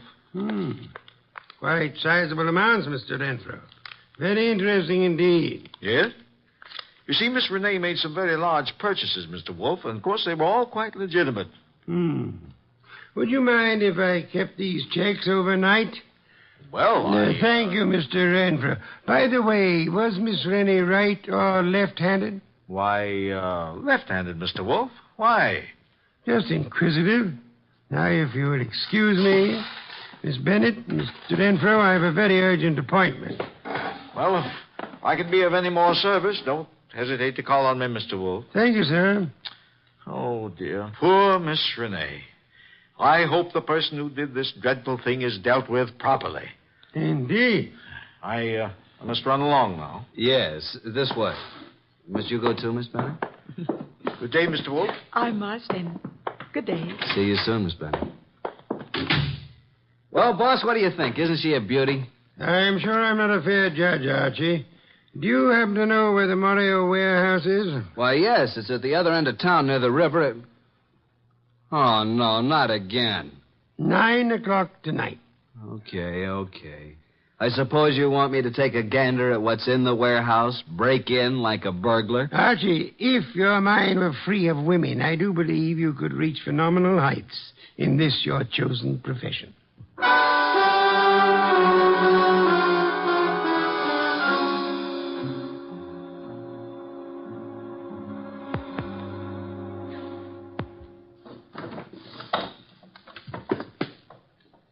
Nothing around here but a bunch of old tubes and glassware. I hope Wolf knows what he's doing. I don't. All right. Stand where you are and reach. What's it? Flip the lights on, Joe. That's better. Now, sing up and tell me what you're doing here. I beg your pardon. I'm a little deaf. I couldn't hear you. I said, what are you doing here? Oh, Ellen. I was supposed to meet her here. Make sense, will you? You think I can? What's the matter, Mac? Visitors? This bird refuses to talk. Well, then knock it out of him. You two talk it over. Don't bother telling me how it comes out. Wait a minute, you. You ain't leaving. All right, you win. This night is just full of surprises. Ain't it? Let's see what you're talking. Hey, who do you think you're shoving around? Just full of questions, ain't you? You know, someday you're going to end up by getting into trouble. It's illegal to push people around. I guess you better understand. Hey, are you kidding? Get the point? Now, get up. Now, talk. Why, you still want to play, huh? He's out like a light, Mac. What are you going to do with him? You won't do any more snooping around here. You know something, Mac? You got an awful disposition. I'm actually scared of you. You're that mean. Yeah.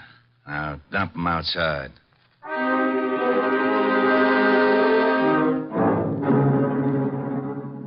Hey, boss.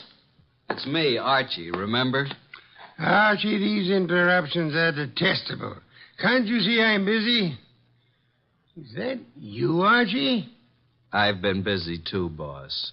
Look at my face. I had an accident. From your appearance, I'd say that someone else had been busier. All right, Mr. Goodwin, as long as you insist upon interrupting my meditation, start at the beginning. Mr. Wolf, I arrived at the warehouse. I went inside. I saw a lot of packing cases and a bunch of old glassware, worn-out junk. 2 men jumped me. I came to lying in the alley. I staggered to a cab and made it home.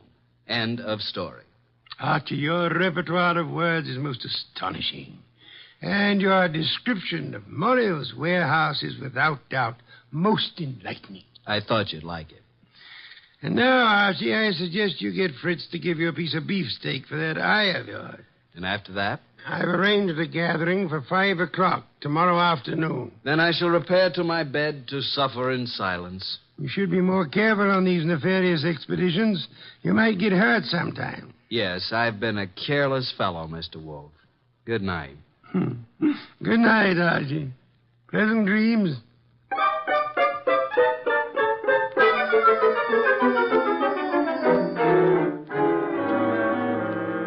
Mr. Wolf, I'm glad you called me early. I was just about to leave town for a couple of days. What is this conference about? Not at this time, sir, if you please. I'm glad you could come along, Miss Bennett.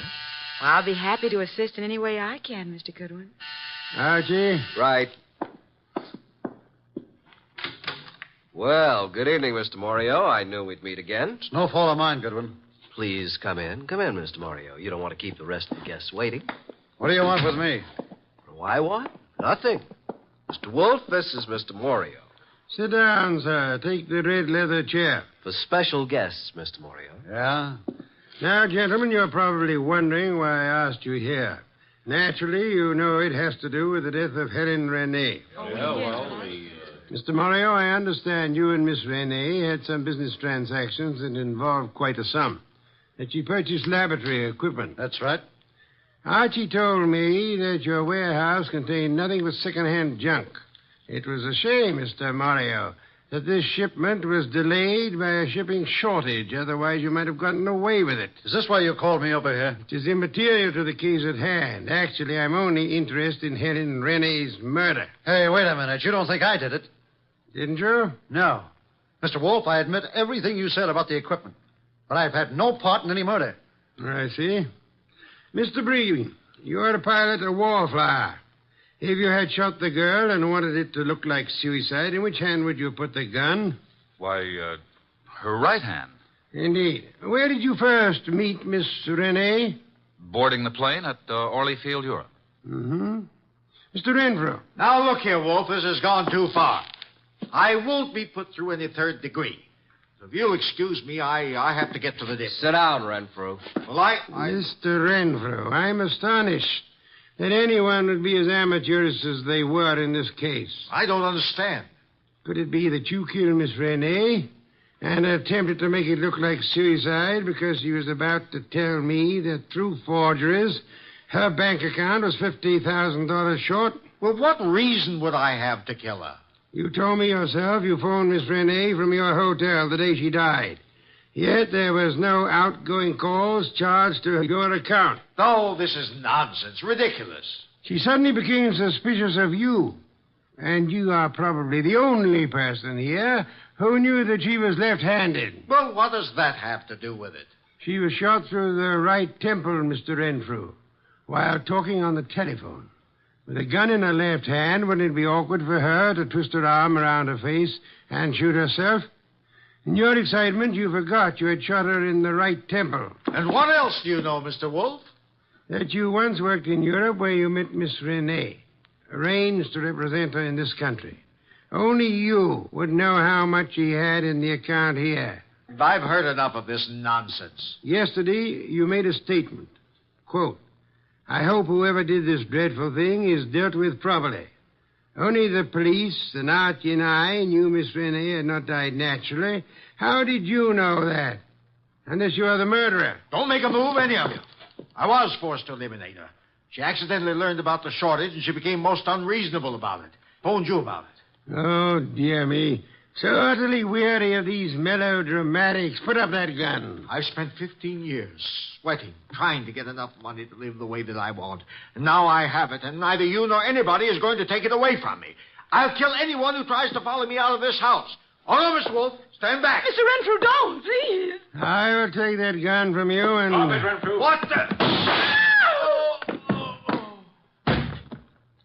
Well, Inspector, you certainly arrived at the proper time, even if you are late. What do you mean, late? I've been standing out there listening to Renfrew for 5 minutes. Boy, that's too close. Glad he missed you, Inspector. Well, good night, Mr. Wolf. Not so fast, Mr. Morio. I suggest you hold Mr. Morio here for swindling Miss Rennie and her government. And, Archie. Yes, sir? Do you know how to care for a person who has fainted? I certainly do. Then look behind you. Your pretty Miss Bennett has collapsed.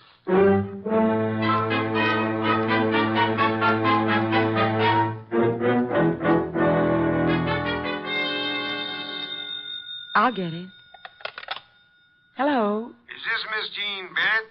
Yes. Is Archie Goodwin there? Well, yes. Just a minute. It's for you, Archie. For me? Mm-hmm. No one knows I'm here. Hello? I thought I'd find you there, Archie. How'd you know I was here? I figured that by the skill you expressed on reviving a patient from a deep faint. Archie, on the way home, I want you to stop at the delicatessen and pick up the following things. Ham, beer, cheese, olives. My boss. How do you know you were here? Pure deduction. That's why he's called the world's greatest detective. Really? Come here. Yes. Archie, you shouldn't have... Archie. Archie, you listening to me? Oh, well, guess you didn't hear a word of it. Good night, Archie.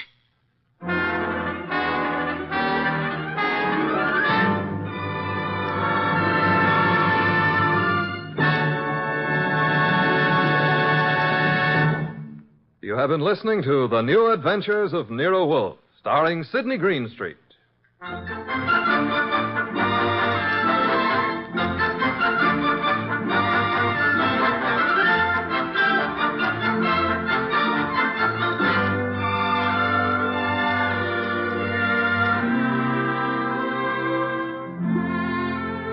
Tonight's transcribed story by Virgil Reimer was based on the characters created by Rex Stout.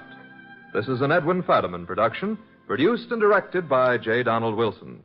In the cast were Harry Bartell as Archie Goodwin, and Lucille Alex, Val Brown, Bill Johnstone, Hal Gerard, Betty Lou Gerson, Vic Rodman, and Ed Daly. This is Don Stanley speaking. 3 chimes mean good times on NBC. Just listen to the stars on this Sunday's big show. Jimmy Durante, Ethel Merman, Milton Berle, and Gordon MacRae. Plus Meredith Wilson and his orchestra. Your MC on the big show, of course, is the glamorous Tallulah, and you're invited. And on Theater Guild on the Air this Sunday, you'll hear the comedy The Man in Possession, starring Rex Harrison and Lily Palmer. Don't forget, hear Ethel Merman on the big show Sunday on NBC.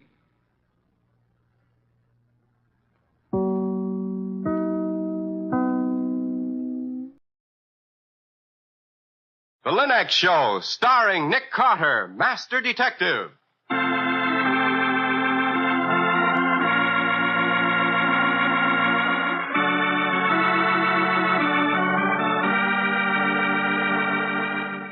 This is the story of a man known the world over as one of the most daring and resourceful characters in the history of detective fiction. A man whose name has become a symbol of the triumph of right and justice over the sinister forces of crime and lawlessness. Nick Carter, Master Detective.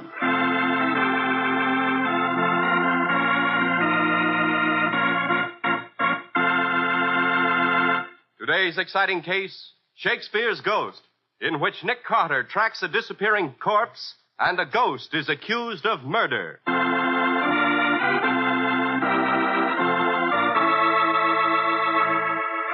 Nick Carter is brought to you each week by the 3 great Linux home brighteners.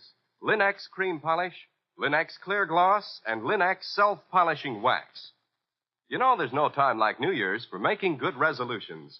And ladies, one of the best resolutions you can make for 1946 is that you'll keep your floors sparkling bright and beautiful with Linux Self-Polishing Wax, the anti-skid wax finish that beautifies your floors without making them slippery. Your folks are sure to appreciate the added skid resistance Linux Self-Polishing Wax gives, and how proud you'll be of the satiny, lustrous appearance it lends all your floors and linoleum. Depend on Linux Self-Polishing Wax, the modern way to new floor beauty. Ask your dealer for it by name. Linux Self-Polishing Wax, The anti-skid floor finish that wipes on in a jiffy, dries without tiresome rubbing. You'll find Linex self-polishing wax at your nearest hardware, paint, or department store.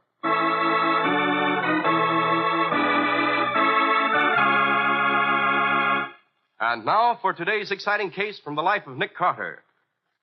As we look in on the old brownstone mansion at the corner of 4th and 5th, Nick is clearing up the files on his desk as Patsy answers the door. Let's see. Lefty Flanton, convicted of arson, 15 years. Harry North. Gentlemen to see you. Mr. Carter, my name is J.T. Reed, but I don't suppose that means anything to you. Not unless you're the J.T. Reed who bought the original letters of John Keats, the poet, at the Gibson Auction Galleries on March 15th, 1920. Why, that's amazing. Absolutely right, even to the day of the month. How in the world did you know that, Mr. Carter? Oh, I've always been interested in literary memorabilia, and an important sale like that stuck in my mind, that's all. I see. Well, as you may surmise, I have quite a collection of rare books and manuscripts. Now, last week, a Mr. Rodney Stone called at my country home. He was a fully accredited representative of Blatchford and Blake. The English firm of rare book dealers? Correct. And as their American representative, he offered to sell me a copy of the Gutenberg Bible. Mm-hmm. But as all my capital is invested in books, I told Mr. Stone that at present I was more interested in selling some books than in buying. And he offered to sell some for you? Yes. His credentials were so good, I gave him my first folio Shakespeare and a few other items. He signed a receipt for them and took them to his hotel here in town. Well, Mr. Reed, you wouldn't be here unless something had gone wrong. What is it? Well, just to make sure, I checked Stone's hotel, and he was registered there. But then I sent a cable to his London office to confirm the details. And this, Mr. Carter, is the answer I just received. We have no American representative named Rodney Stone. His credentials obviously forged. Suggest you contact Nick Carter immediately to investigate this fraud. That's Ford and Blake, London. I took their advice, Mr. Carter, and came here at once. Yes, I've handled 2 or 3 cases for them. Have you been to Stone's hotel? Well, I thought I'd better see you first. I phoned, however. He's still registered there. Well, it's probably a fairly amateurish swindle case, but I don't like to disappoint people who cable a recommendation 3,000 miles. Then you'll go with me to see Stone? Yes, and there's another reason, too, Mr. Reed. I've always had a soft spot for Shakespeare. Come on. Let's go rescue old Master Will from the clutches of a rather clumsy con man.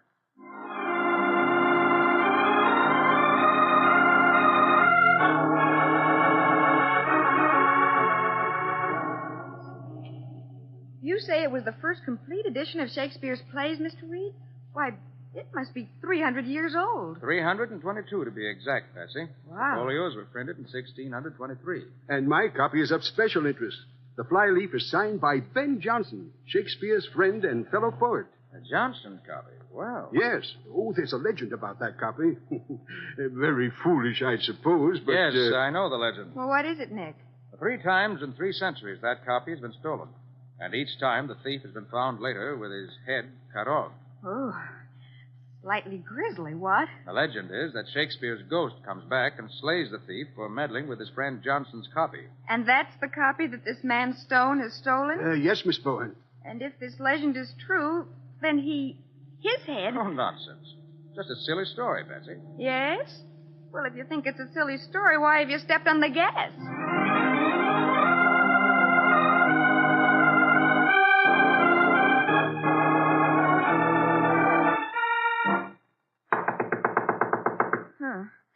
Still no answer. I'll try it. Never mind. I'll open the door. But how? I always carry skeleton keys. There. Let's go in. Nick. Great heavens. Inside quickly, both of you. Shut the door. That man on the floor. His head. Just like the legend. I suppose that's Rodney Stone, Mr. Reed? It was. Oh, poor chap. Oh, just look at this room. There must have been a terrific struggle. Yes.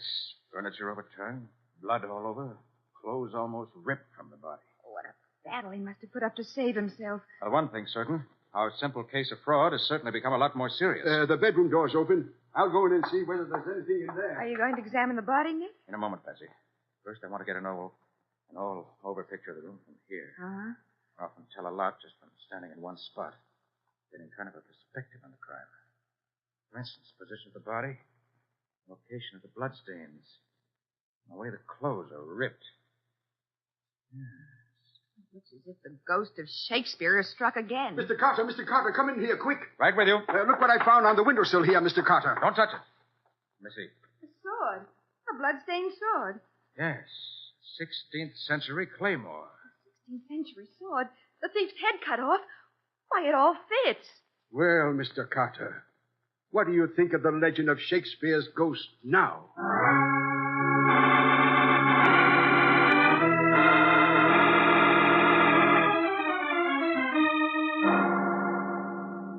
Find any clues, Nick? No.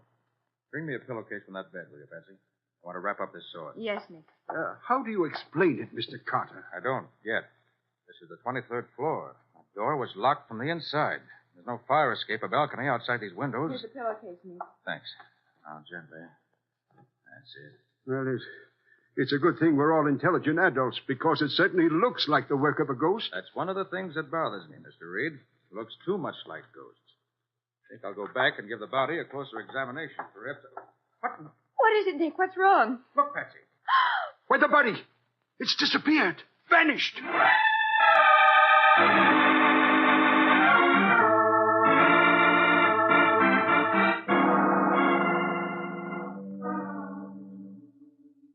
Hand me that microscope slide, Patsy. Here you are.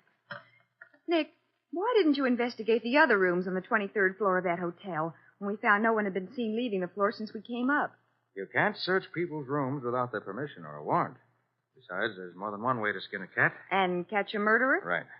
Now, I just want to check the blood cell structure from the stains on the sword. Well, how can you tell whether it was Stone's blood? Can't, but I can be sure it's human blood. Evidence can be framed, you know. Uh-huh. Well, how about it? Yeah, human blood, all right. Been on that sword about 7 hours, which means about 6 hours before we found it. What does that prove? Could prove or disprove a great deal. That's when the steel punch will. Sure. I just want to take a small chip off this sword. There. Obviously, hand-forged. Now I'll smelt down this little piece over a high-heat flame. Here's a crucible. Thanks. Now, Patsy, while you're waiting for that steel chip to melt, we should look up J.T. Reed in our file. All right, Nick. You sure we've got him listed? You ought to be there. Uh-huh. Here's his card. Joseph T. Reed. Chief interest, books, manuscripts, and curios, and... Mm-hmm. Oh, quite a patriotic citizen, too. Did a lot of volunteer war work. You did, huh? Uh-huh. Very interesting. Let me see that. Oh, there's a signal on the heat gauge, Nick. The steel's melted. Better tend to that first. Mm-hmm. Now, I'll just add this catalyst.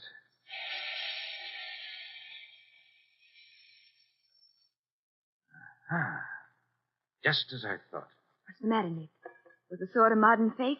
On the contrary, Patsy, the chemicals used in its manufacture prove almost conclusively that it's authentic Elizabethan.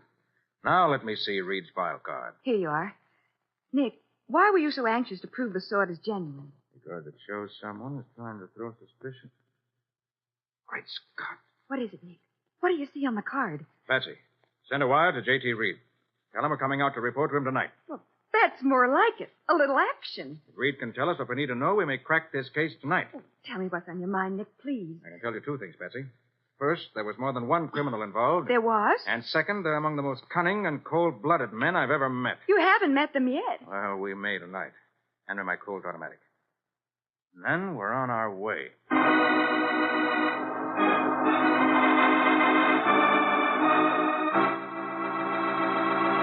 Well, a swindler murdered like other men before him who stole the same rare book. The legend of Shakespeare's ghost brought to life as a genuine Elizabethan sword is found in the room. Then the body disappears. Where will this mysterious trail of bloodshed and theft lead, Nick? We'll see in just a moment. What happened last time you waxed your floor? Did hubby grumble because the floors were slippery? Did the youngsters use that fresh new wax job for a skating rink? Not if you used Linex self-polishing wax. For Linex self-polishing wax cuts down the slipperiness of your floors and at the same time gives that satiny beauty only real wax can give. Yes, it's true. The underwriters' laboratories have proved by test that hardwood, linoleum, and rubber tile all are less slippery after Linex self-polishing wax has been applied. Yet your floors and linoleum will look more beautiful than ever before when you use Linex self-polishing wax. And you'll find it easier to keep them clean, too, for Linex self-polishing wax gives a finish that lasts longer, so that you just whisk a damp cloth over the surface to keep them spick and span. What's more, Linex self-polishing wax wipes on in a jiffy and dries quickly without tiresome rubbing. So, in every way, it's the wise choice for wise homemakers. Get Linex self-polishing wax now. It's the modern anti-skid floor finish. Get all the great Linex home brighteners for new home beauty the whole year round.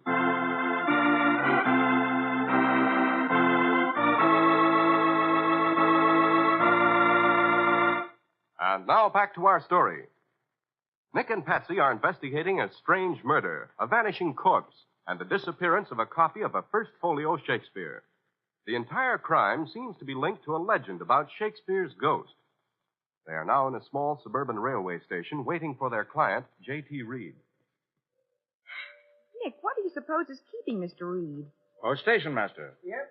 Are you sure Mr. Reed got the wire we sent this afternoon? First, I'm sure. This here depots the telegraph office, too. Got your wire saying you was arriving on the 7:12 and sent it right up to Mr. Reed. Can't imagine why he isn't here. It's almost 7:30. Well, anyway, Nick, we had a cozy place to wait during the shower. It was short, but awfully wet. I'm not interested in waiting anywhere cozily. I want to get going. Well, if he's supposed to be here, he will be. He's a fine man, Mr. Reed. Public-spirited. Works on bond drives. He even serves as a volunteer up to the county hospital. Well, here's a car now. It's Mr. Reed, Nick. Let's go, then. Thanks for your hospitality, station master. You're welcome. Oh, Miss Bowen, Mr. Carter. I'm dreadfully sorry I'm late. Oh, that's all right, Mr. Reed. Suppose our wire surprised you. No, it wasn't that. I had trouble starting my car. Couldn't even get it out of the garage till 10 minutes ago. Oh, no? Right this way. No. My butler Evans insisted on helping me. Every time I thought the motor was ready to run, he'd reach in under the hood to adjust something, and bang, it would stall again. Well, let's hope it won't stall on the way back. I'm rather anxious to see your place and your butler.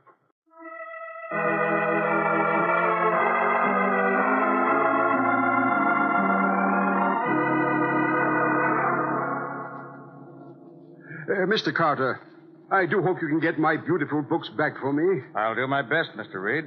Oh, by the way, were they insured? Oh, yes, thank heaven. But I want my books back. Mr. Carter, shouldn't we notify the police? No, Mr. Reed. You can't make a murder charge stick without a corpse. But I saw it. I could testify that No corpse, no case. Oh, well, just around the next turn and we're home. Ah, there it is. Oh, what a lovely place. Isn't it, Nick? Yes, indeed. Charming place. The whole scene is so nice. Smoke curling from the chimney. Well, that's funny. What is, Miss Bowen? Smoke curling from the chimney on a warm summer night. Oh, that's the hot water heater. Really? An awful lot of smoke for one of those things, isn't it? Oh, yes, it's a nuisance. We have to burn soft coal, all we can get right now. Who tends the boiler, Mr. Reed? Why, Evans the butler, even though he considers it a little beneath his dignity. Why do you ask? Oh, no particular reason. Just curious. And I'll leave the car here in case we want it later. Let me help you, Patsy. Thanks.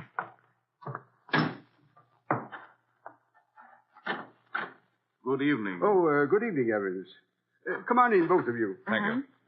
Evans, this is Miss Bowen and Mr. Carter. They'll be staying the night. Very good, sir. Mr. Carter, the detective, may I ask? Yes, why? Nothing, sir. Nothing at all. Would you care to wash up, either of you? Oh, no, thanks. I freshened up on the train. I'd like to wash, please. Oh, but Nick, I know, Patsy. Yeah, I'll take you upstairs. Thank you. Meanwhile, Evans, will you show Miss Bowen into the library? The library, sir? Yes, the library. Perhaps Miss Bowen would like to see the garden. The hollyhocks are quite lovely now, and there's still enough light. I'll look at the garden in the morning, if I may. Oh, certainly. Show Miss Bowen to the library, Evans. Yes, sir. Very well, sir. The library. This way, please.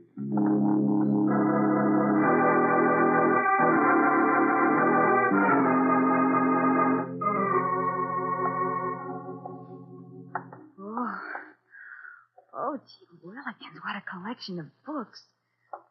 First edition Paradise Lost. David Copperfield in the original part. Beg pardon, miss. Oh, Oh, Evans, you surprised me. I didn't hear you come in. Sorry to startle you, miss.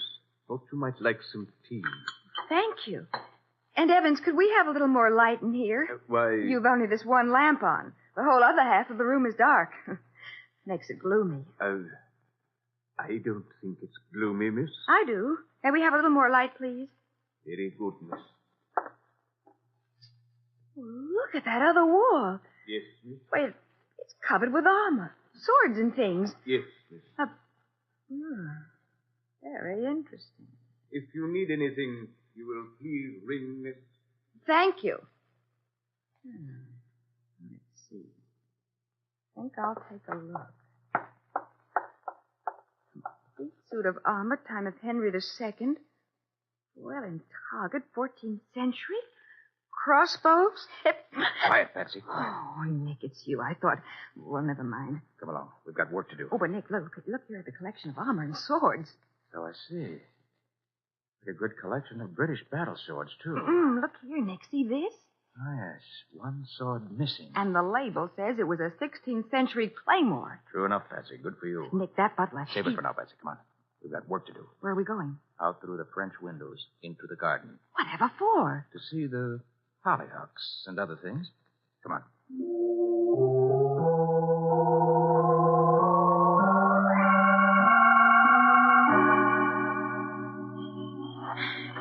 The hollyhocks are beautiful, Nick, but what do we want with flowers at a time like this? You'll see in a minute. You know, Nick, I just realized why you were so excited when you saw Mr. Reed's file card. You knew that curios meant swords and armor, didn't you? Oh, did I? Oh, I knew there was some reason why that butler was so anxious to keep me out of the library. He didn't want us to notice that sword was missing. Maybe so. We ought to nab him quickly, Nick. He'll make a getaway. Not just yet, he won't. Over here, Patsy. Hmm? I found what I came out for. A door. A door to the house. Oh, but why come out here to find a door going back into the house? Unless I'm much mistaken, this is a door to the cellar. Oh, the cellar. Locked, of course. Well, a curious keyhole. Now, my pick lock was made for just such unusual locks. So let's see. Well, what do we want in the cellar, Nick? Patsy, when we arrived, you noticed smoke pouring from the chimney. Reed said it was the hot water heater. Yes? Well, I made a point of going up to wash my hands. The water in the hot faucet was only lukewarm. With all the smoke we saw, that water should have been boiling hot. I see. That means... That it's not the hot water boiler that's burning. Something else is burning in the cellar. Oh. Or being burned. There. Thought that would do it. Now. Wait till I turn on my flashlight. Uh-huh. All right. Down those steps. Easy. Right. Oh, Nick, it's hot down here. Yes. And a big fire going in that furnace. You can see it's still glowing over there. Nick, that smell. It's like... You're right, Patsy. Afraid that's just what it is. Wait. Take this slice bar and open the furnace door. Oh, Nick. Just as I thought. Look, there's the toe of a shoe left. Yes. Unquestionably, one of the shoes we saw on the body of Rodney Stone. Oh, Nick, shut the door, please. Right. It all fits together, Nick. That butler. He probably overheard everything about Stone in the first folio of Shakespeare. Then stole the sword. Then followed Stone to the hotel and killed him. And Nick, remember? When Reed came to the station, he said he was delayed because Evans kept stalling the car. Yeah. And Evans has charge of this cellar. And he thought he'd have time to burn the body. But our wire surprised him. He kept delaying Reed so we wouldn't get here too soon. Certainly hangs together, Patsy, but you... Oh, someone's coming. Wait, Patsy, behind this bin. Hurry. Okay. Nick, it's Evans. Quiet.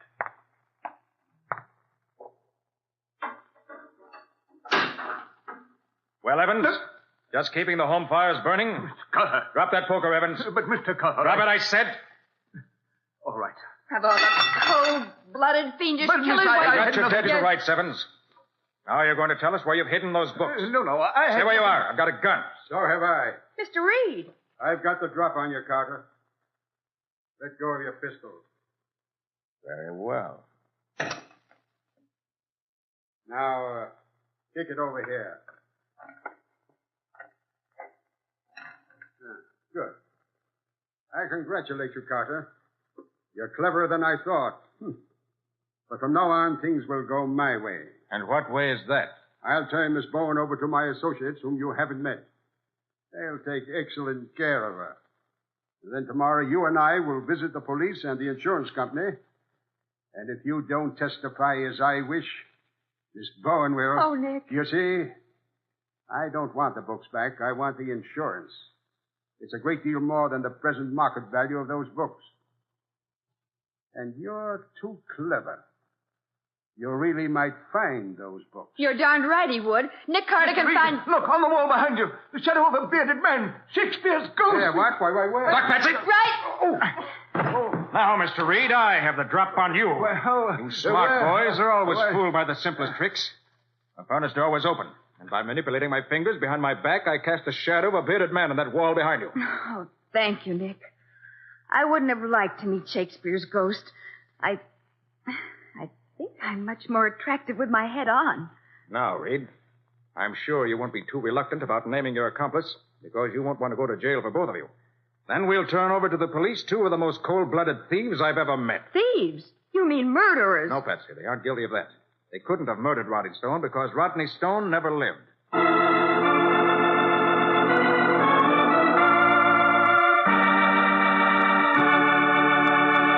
In just a moment, Nick will be back to give you the final details of today's adventure and tell you how he followed the mysterious trail of Shakespeare's ghost.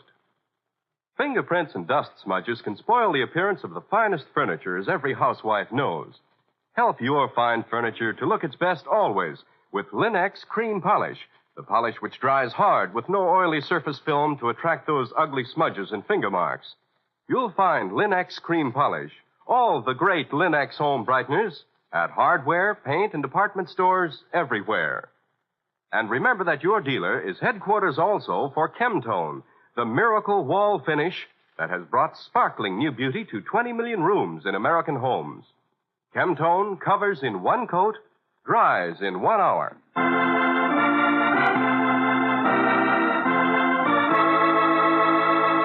And now let's hear from Nick Carter himself. You see, Patsy, there never was such a man as Rodney Stone. It was all a scheme that Reed and his accomplice cooked up to collect the insurance on those books. You see, Reed's file card told me he'd been a volunteer worker at the county hospital. That's what excited me, because that meant he had access to the hospital morgue and the blood bank. You mean they stole a corpse? Right. Some poor, nameless pauper, probably. Oh. And they also took a couple of pints of blood from the blood bank. His accomplice took the body and the blood to the hotel in a trunk, hired 2 suites, and set the scene we saw in one of them. Meanwhile, Reed had sent his cable to London, knowing full well the answer he'd get. But why did he want you in on it? He needed a reputable witness to the murder and the theft. And then, as soon as I had seen it, they had to get rid of the body at once to avoid a checkup. Oh, but how did the body disappear? The accomplice was hiding in a closet. When Reed called us into the bedroom to see the sword he'd planted there, his pal slipped out and took the body into the suite next door. Oh. He put it in a trunk, and as soon as we left, brought it back to Reed's house so Reed could burn it up. I thought Evans was the guilty one. No, Patsy, I was convinced Reed was lying when he met us at the station. He said he'd started only 10 minutes before, yet his car was wet. I remember. The sudden summer shower. Right. The rain had stopped 15 minutes before, which meant that Reed himself had delayed along the road in the shower so that cremation would be over before we got back to the house. Yeah, but Nick, when we were in the cellar, it was Evans who came down to see if the body were consumed. Patsy, Evans told me that he knew nothing of the swindle Reed had planned until he accidentally found him putting the body in the furnace. And then, having been with Reed's family for years, he loyally did what he could to help him out. Oh. Nick, why didn't you try to trace the body when it disappeared? Because I had a strong hunch that there was something phony about the murder. And I felt sure I could catch the crooks another way. Looked awfully real to me with all that blood around. That was one reason why I suspected his genuineness. If the man had been killed, as we were led to believe he had, he would have dropped on the spot. There'd have been no blood in the far corners of the room. Oh, Patsy, there was too much blood in too many places. Why, of course. What's more, the body was too dramatically arranged. Murdered people usually sprawl in almost ludicrous and unbelievable positions. But the clincher, Patsy, was the corpse's elbow. Oh, Nick, what could you tell from an elbow? Patsy, you recall that the blood analysis showed the blood was at least 6 hours old? Uh-huh. Well, when a body lies as long as 6 hours in one position, Immediately after death, gravity causes the blood to settle into the parts of the body touching whatever it's resting upon. As a result, the skin becomes purplish at that point. Well, the corpse's bare elbow was touching the floor, yet there was no sign of any purple color, which meant something was not as it should be. Well, well. Work for Nick Carter and learn while you earn, I always say. And so do I. What's next week's adventure going to be, Nick? Well, Ken, next week I have a rather unusual story for you. A man came to my office and told me he'd just killed a man. Well, that's odd. I suppose he came to give himself up. Oh, no. He came to ask Nick to find the body of the man he just killed. Well, we found it all right. But it took a black mirror and a pinched bar to find the killer. Well, I thought you said he confessed. He did. And that's what makes the story. I give up. What do you call the story? I call it The Case of the Wandering Corpse.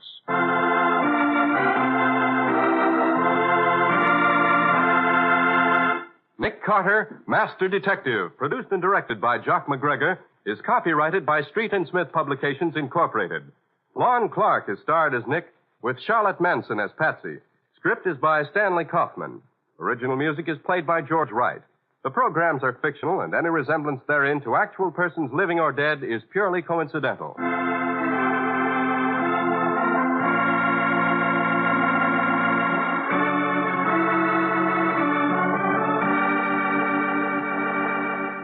Nick Carter, Master Detective, is presented at this time and over these same stations each week by the three great Linex home brighteners: Linex Clear Gloss, Linex Cream Polish, and Linex Self-Polishing Wax.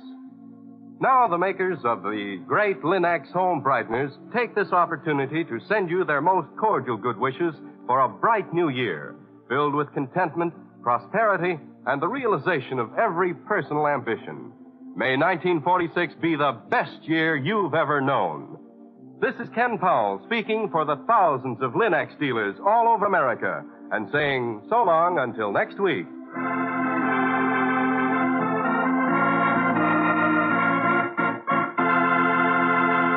This is the Mutual Broadcasting System.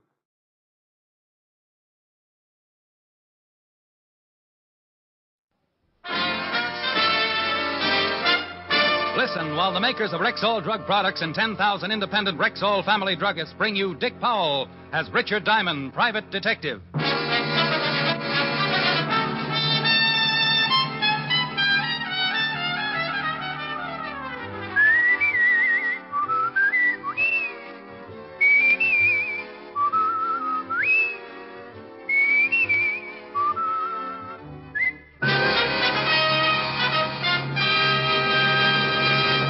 Good evening. This is Bill Foreman, speaking to you for the 10,000 independent druggists who have made the word Rexall part of their own store names. They've done that because they recommend and sell the 2,000 or more drug products made by the Rexall Drug Company.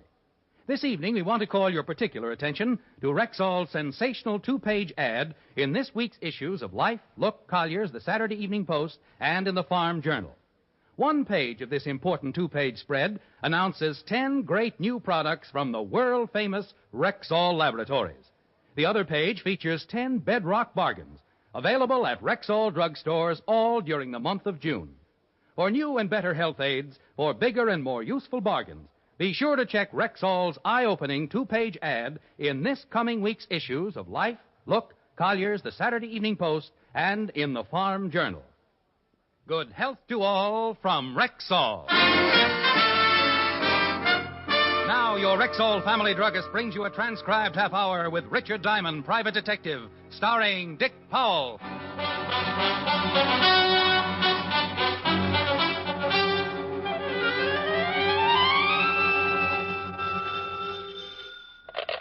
Diamond Detective Agency? I was curious. I tasted it. I'm dying. You sound awful. Oh, if I had the energy, I'd throw my head out of the window. Hangover? Just worn out from getting my heart started, Lieutenant Levinson. Mr. Levinson. What do you mean? As of 5 minutes ago, I became just plain Mr. Levinson. Oh, think what a shock that's going to be to just plain Bill. At exactly 3 o'clock, I started on my 2 weeks vacation.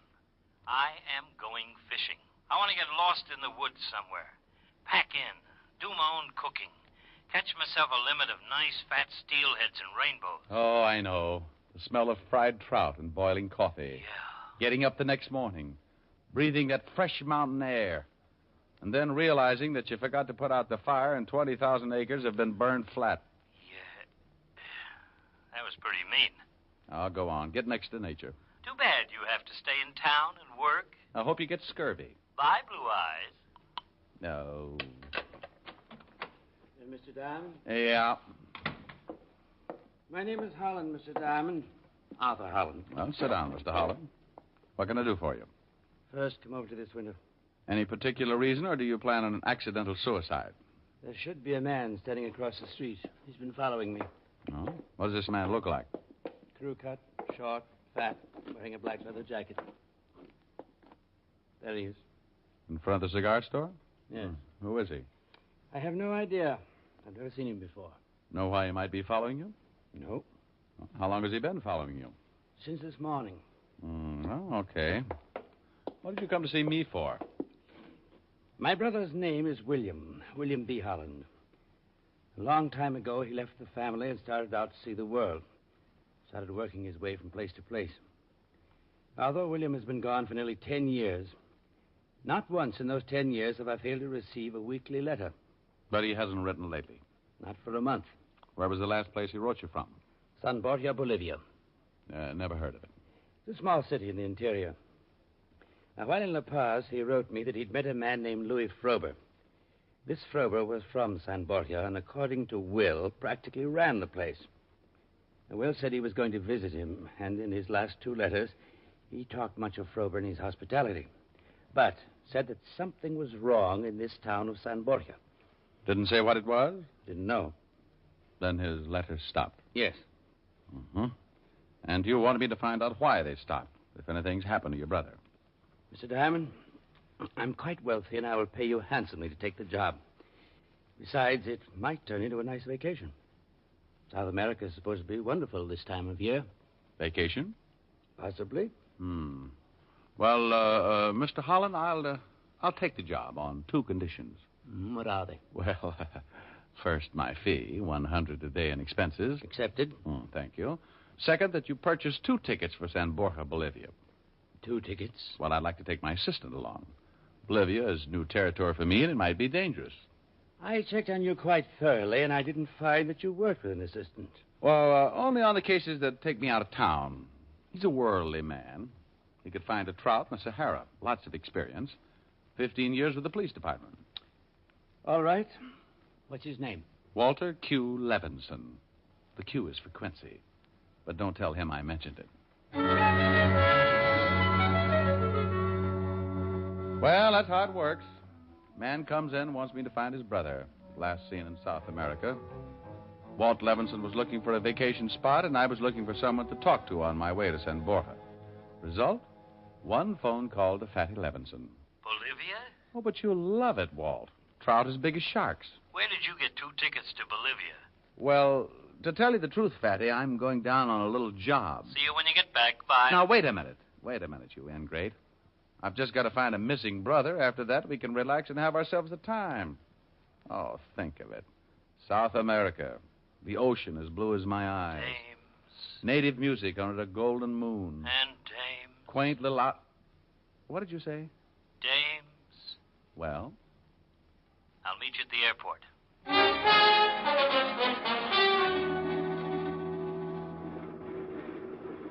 Pan American Grace Clipper, Flight 109 from Miami, Guatemala City, Panama, Lima, Arequipa, and La Paz, boarding at Gate 7, all aboard.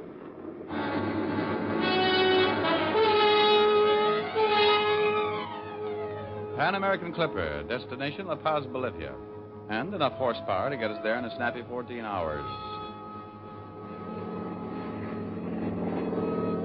The lights of Manhattan dropping away as we turn on the first leg of our pattern, heading up for 16,000, looking down and wondering about a man in a leather jacket and a crew cut, looking down as the lights begin to melt into a heavy cold front.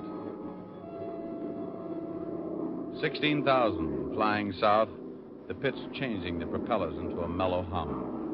Why don't you relax? Well, did you notice a little blonde stewardess with the high-altitude features? On the way in.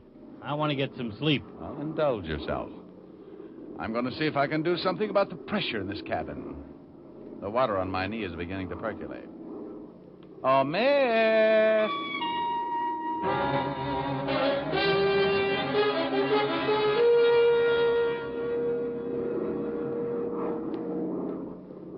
Hey, Fatty, wake up. Huh? Oh. You had yourself quite a sleep. Yeah. Where are we? Well, another hour, we're in Miami. How'd you make out with Miss Hummingbird? Been with Pan American 3 years, 60,000 miles, over 2,000 hours. Name's Rogers, Gene Rogers, Baltimore. How'd you make out? Oh, shut up.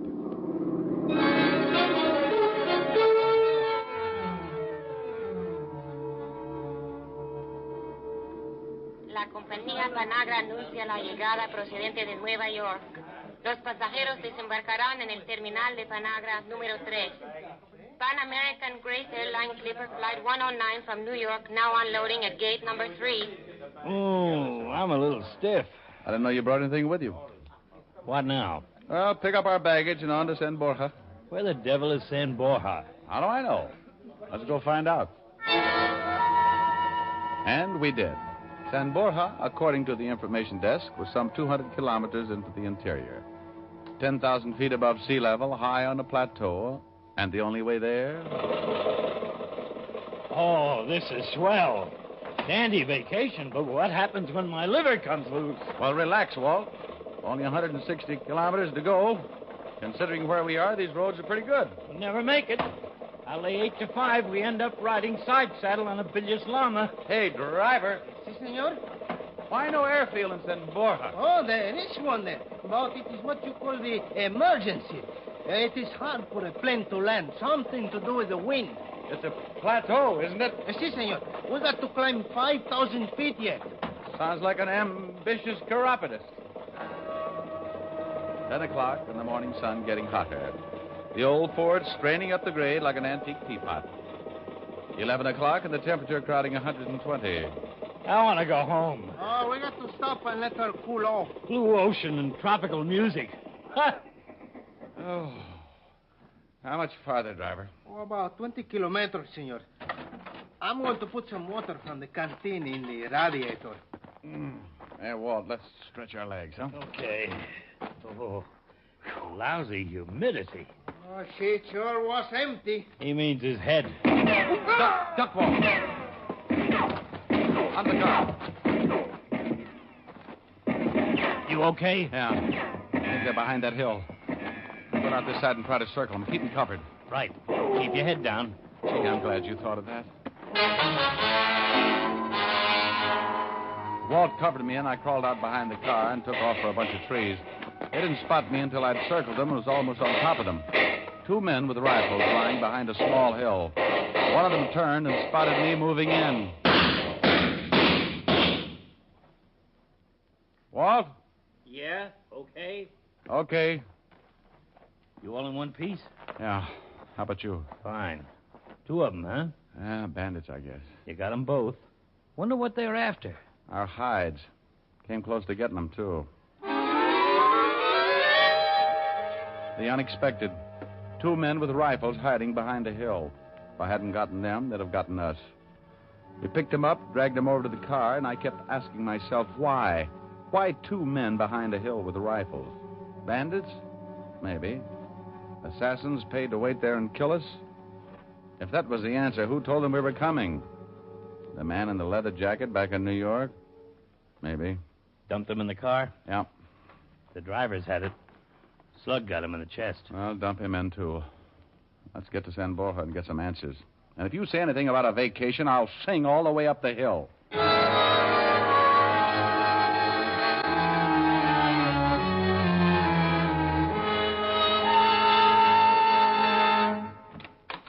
The 2 Americans, Mr. Diamond and Mr. Levinson. Come in. I am Louis Frober. How do you do? Anything else, Mr. Frober? No, that's all, Paul.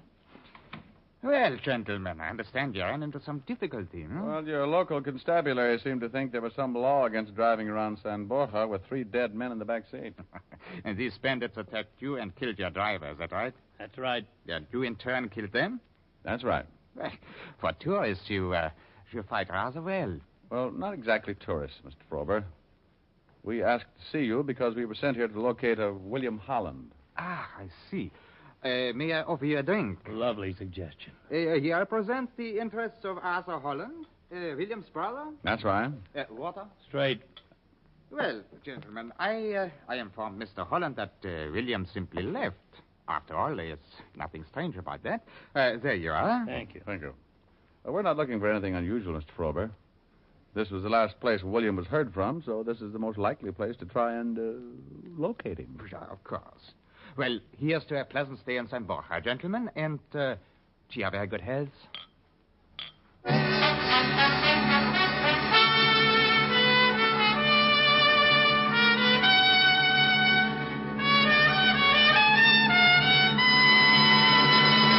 Next week's issues of Life, Look, Collier's, the Saturday Evening Post, and the Farm Journal carry one of the most important Rexall advertisements ever published. One page of this amazing two-page spread announces 10 great new products direct from the world-famous Rexall laboratories. The other features 10 down-to-the-bone bargains available at every Rexall drugstore all during June. Listen to just a couple of examples. From the product page, Rexall 5X Multivitamins, a new and vital formula that gives you 5 times the established daily requirement of all vitamins with known minimums. Special introductory offer, 10-day trial size, $1.79 value, free of extra cost with a purchase of the regular bottle of 50, both for only $6.95. From the bargain page, gold-plated metal frame sunglasses, men's and ladies' styles, regular dollar value, now only 67 cents.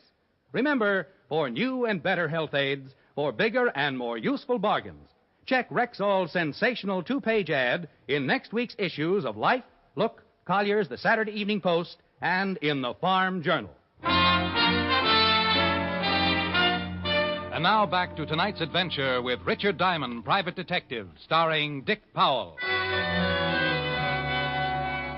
Louis Frober, big man with a slight accent, drinking to our health and extending an invitation to his house for dinner that evening.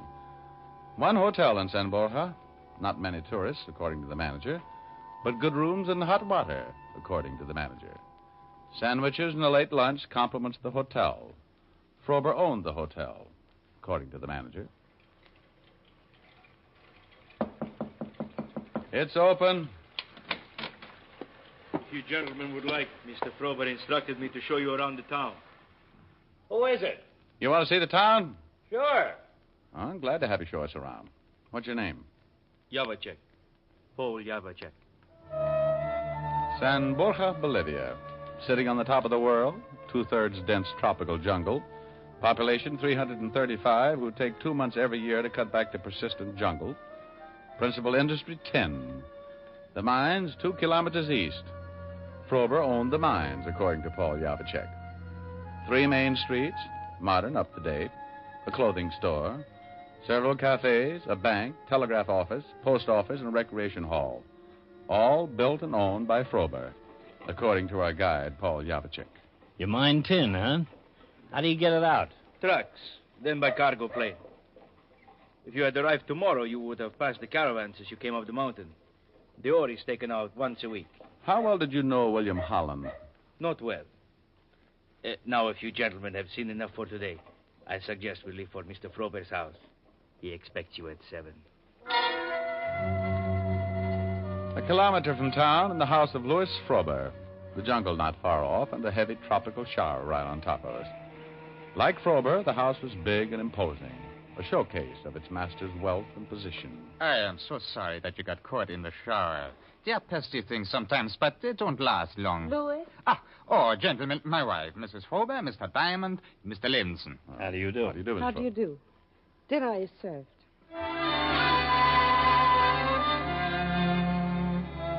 Dinner. The long, paneled dining room illuminated by a dozen candles. Music floating in from a hidden speaker. The food, something to make the Waldorf chef quietly fold his tent. And the conversation? Do you plan to stay in San Borja long, Mr. Diamond? It was hard to say, Mrs. Frober. It's a wonderful soup. Mr. Diamond and Mr. Levinson have been sent here to try and locate William Holland. Oh?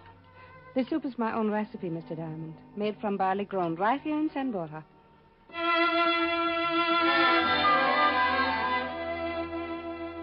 Just a casual dinner conversation, unless you're conditioned, aware of the subtle interrogation. The end of a pleasant and filling meal. Armagnac in the den, and more talk about health, wealth, and the weather. And more interrogation. 10 o'clock. Well, I am afraid you'll have to excuse me now, gentlemen. I have to be up at 6 o'clock, and I have a hard day ahead of me. The conventional goodbyes and exaggerated compliments on a wonderful evening, then back to the hotel. All in all, a very interesting evening, according to Fatty Levinson. Our charming hostess slipped me a note as we left. Why, Walt. I must talk with you. My husband will be leaving the house shortly before midnight. Meet me in the garden at 12. Why, Walt. It's addressed to you. Why, Ricky. A quarter to 12? Then out the back of the hotel, because in San Borja, everyone works for Louis Frober. Heading for Frober's house. Walt 50 yards behind, because in San Borja, a note asking you to meet the wife of Louis Frober might easily be a trap. Maybe William Holland had received just such a note. 12 o'clock and Mrs. Frober moving through the moonlight in the garden south of the house. Walt behind a tree, ready for anything. I'm so glad you came, Mr. Diamond. Where's Mr. Levinson? Well, he stayed behind. Why did you want to see me, Mrs. Frober? It is about William Holland and my husband. Where is your husband, Miss Frober? He left with Paul for the mines. From what I could find out, he's going to meet someone. Someone of great importance. Oh. What about William Holland? I am sure he has been killed. And I am sure my husband had him killed. Go on. We first met William in La Paz. He was likable, easy to talk to. I had been married for 2 years, and it was my first trip away from San Borja. I liked William. You know anyone in New York? Blonde, short-cut hair, plump face, might like to wear leather jackets? No. Well, go on with your story. A year after I married Louis Frober, I began to suspect something wrong with his activities here in San Borja. The men who came to see him on business. Strange men. Foreigners to South America. Long nights of business meetings and trips to the mines. When William finally came here, I told him of my suspicions. And one night he informed me he was going to the mines to investigate. I never heard from him again. You think it had something to do with your husband? Right after that, I overheard a phone conversation by my husband. He was talking to someone he called the director. The director? Yes. My husband said that William had found his way into the mines and had been eliminated. I see. You've only known your husband for 2 years. 2 years and a half. I met him in Rio while he was down on one of his business trips. I married him 6 months later and came to San Borja to live. Would you like to know where I met my husband, Mr. Diamond? If you think it's necessary. With what I've come to believe, I feel that it is most necessary. I met him at a party given by the Russian embassy. Mr. Diamond, I am sure that my husband is an important official for the communists.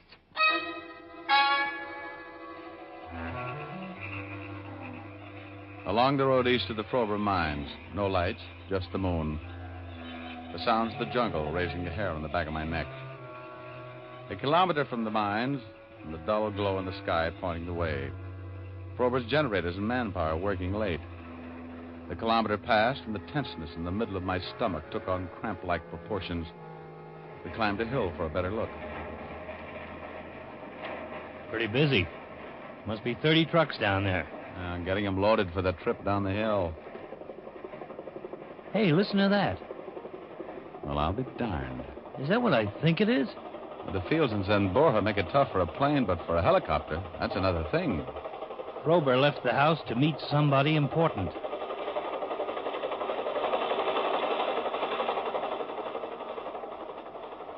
Anybody who comes into San Borja in a helicopter at night is a pretty good bet to be important. Our dead driver said there was an emergency field. Well, it's landing on the other side of the mines. Must be close. You want to take a look? Well, not too many men around those trucks. Before we go looking for that copter, I want to see if it's really 10 Mr. Frober's taking out of that mine. Down the hill, Walt 20 yards behind in case of trouble. Picking our way through the brush, trying not to sound like a landslide. A long road running away from the mines toward San Borja. The line of trucks, the first dozen or so loaded and ready, their backs piled high with sacks. A short sprint, and I was boosting myself up on the back of the first truck, digging into one of the sacks, feeling the heavy chunks of ore, then down off the truck with the ore in my hand. You're up late, Mr. Diamond. Paul Yavicek, Frober's right-hand boy, standing in the darkness, his gun pointed right at my stomach. Mr. Frober will be happy to know of your interest in these mines. Start walking up the road toward the main gate. Stay ahead of me. Keep your hands in sight. Tell me something, Yavicek. How do you get 10 out of pitch blend? I suggest you ask Mr. Frober. He's at the mines? He will be. Drop it, Yavicek. Thanks, Walt, thanks. You all right? Yeah, it's close. You have a check? Dead. Come on, let's get out of here. Where to? Well, Mrs. Frober said her husband had a phone conversation. I'm going to use that phone and warn La Paz about Frober. Hold it. What is it? Car coming down the road. Frober. Yeah, and he's got company. Probably his important visitor. When he finds out what's happened, he'll guess it's us. We'll never get back to town before he does. Unless we drive. I will take a chance on the confusion and grab that first truck. Clear. Keys are in the truck.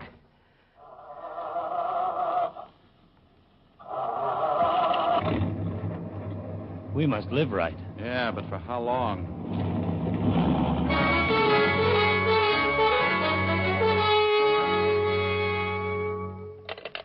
There is a direct phone line all the way to Cavendo. The operator at Cavendo can put you through to La Paz. Bueno. Operadora de Covendo, ¿puede recibir? She's talking Spanish. You better take it. Oh. Esta es la señora Frober. Favor de conectarme con La Paz. Minutes running out. Mrs. Frober looking frightened, waiting for La Paz to answer. She has them. Ask for the embassy. Car pulling up. La Embajada Americana, por favor. Frober and his important friend. Mr. Diamond, I have them. Hello? Yes, American Embassy. Now listen carefully. I can't repeat. This is Richard Diamond, American citizen, calling from San Borja, Bolivia. Louis Frober is not mining tin. It's pitch blend, and is believed to be working for the Russian government. Look out! Hello, Mr. Diamond. Rick. Okay. Mrs. Frober. I'm all right. Take a look at Frober and his friend. Hello. What happened? Hold on a second. There's been some trouble. Frober's friend is dead. Frober's moving, but it doesn't look very good. Hello, La Paz? Yes, Mr. Diamond. Go ahead. What about Frober? Wait a minute. Maybe I can get him to tell you himself if the phone will reach. Frober, can you hear me? Hello, La Paz. There's been a shooting here, and Mr. Frober's dying. Frober. Yeah. Frober, you're dying. You want to tell us about it?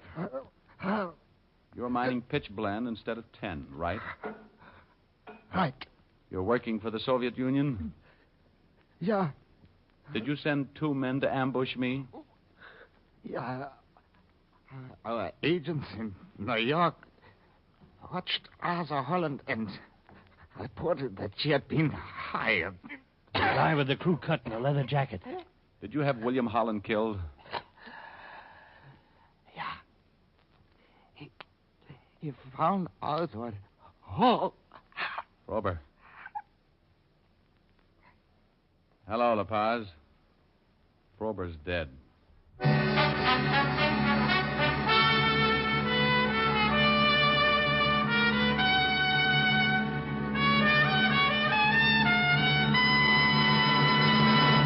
This time of year, no woman wants to spend endless hours caring for her skin and makeup.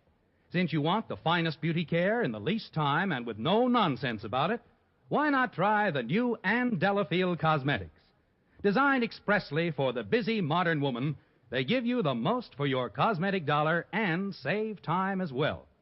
There are no endless bottles and jars, no endless creams for different corners of your face and neck.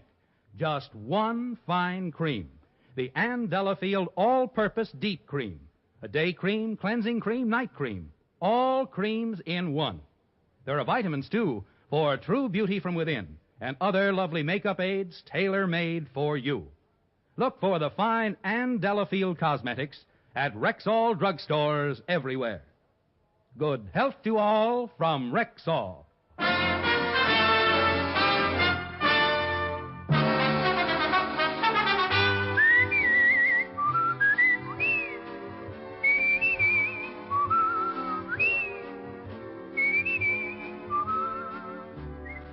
Richard Diamond, Private Detective, stars Dick Powell in the title role and was written by Blake Edwards with music composed and conducted by Frank Worth. Dick Powell directed the RKO production Split Second, which is now in release.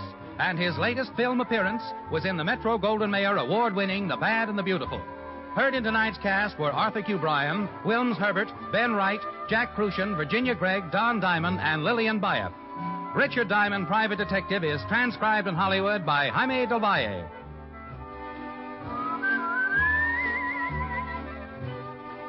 This is Bill Foreman inviting you to be with us next Sunday at this time when Rexall Drug Products again bring you Dick Powell as Richard Diamond, Private Detective.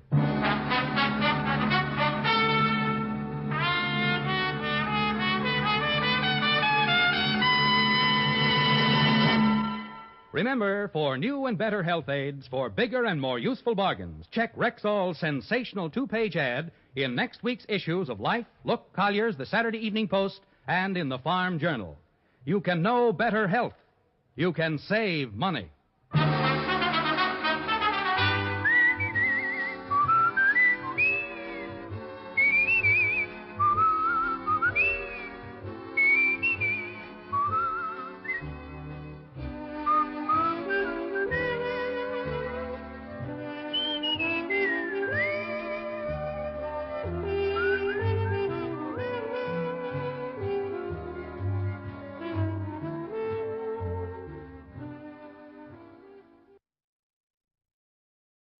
This episode from the life of Sherlock Holmes will be transmitted to our men and women overseas by shortwave and through the worldwide facilities of the Armed Forces Radio Service. Petri Wine brings you Basil Rathbone and Nigel Bruce in the new adventures of Sherlock Holmes.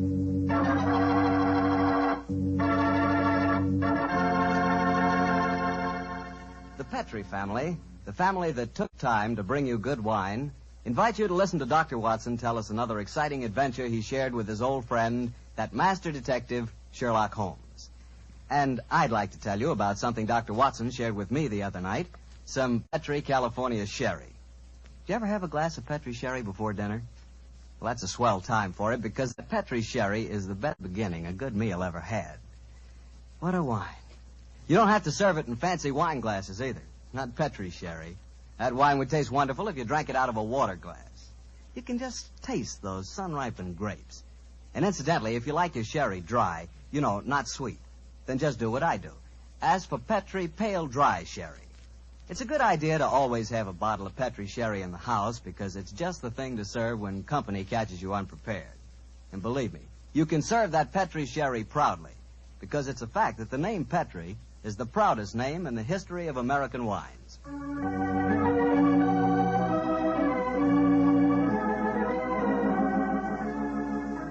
And now let's visit with our good friend, Dr. Watson. I know he's expecting us. Come in. Oh, good evening, Mr. Bartell. Evening, Doctor. Oh, you have the old black tin dispatch box out again, I Yes, see. my boy. I've just been refreshing my memory on one or two points in connection with tonight's story. Draw up a chair. Thanks. That's it. The tobacco's in the jar beside you. Thanks, Doctor. I'm particularly excited about hearing your story tonight. Last week, you told us that Sherlock Holmes' brother, Mycroft Holmes, took part in the adventure. That's quite right, Mr. Bartell. I didn't even know Mr. Holmes had a brother. I wish you'd tell me something about him. Well, Mycroft was 7 years older than Sherlock, but the difference between them was amazing. While Holmes was lean and consumed with a burning energy, his elder brother was fat and lazy. And yet Holmes has often told me that Mycroft was his superior in powers of observation and deduction. Well, now that you've thoroughly whetted my appetite, Doctor, how's about it? Very well, my boy. I suppose this story really began in Mycroft Holmes's room at the Foreign Office in London. Although I've said he was a lazy man, he did hold a position of considerable importance.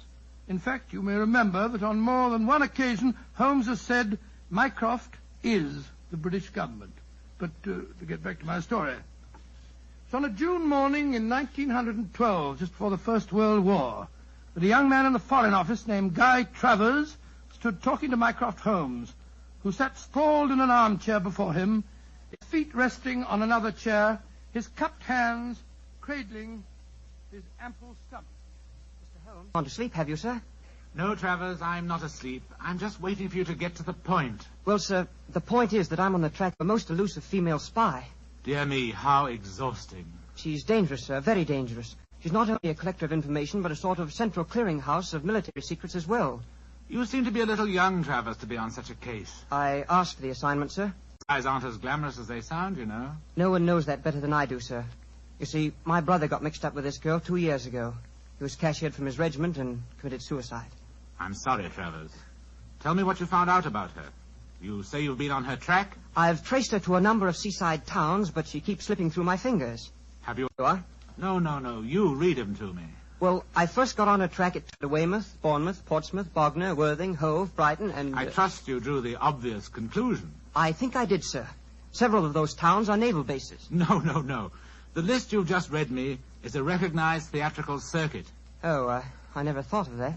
The simplest way to track down your spy is to find whether she was appearing in either a play or variety act in all of the towns on the dates covered by your inquiries. Yes, Mr. Holmes, I'll do that at once. Just close the door quietly, won't you? I'm confoundedly sleepy.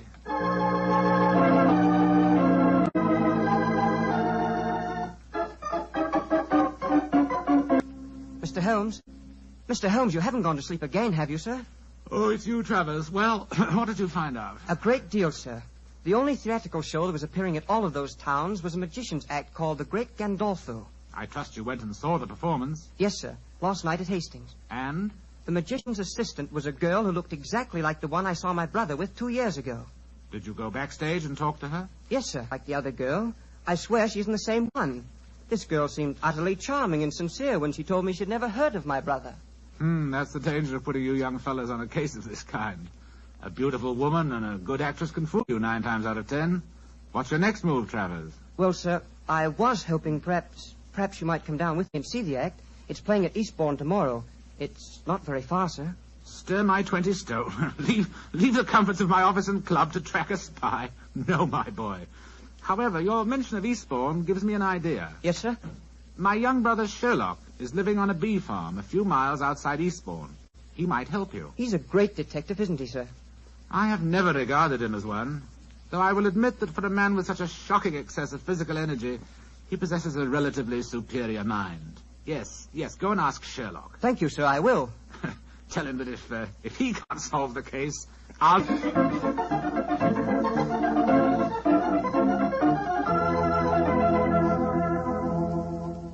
And so, Mr. Holmes, I did as your brother suggested and came down here to Eastbourne to tell you about the case.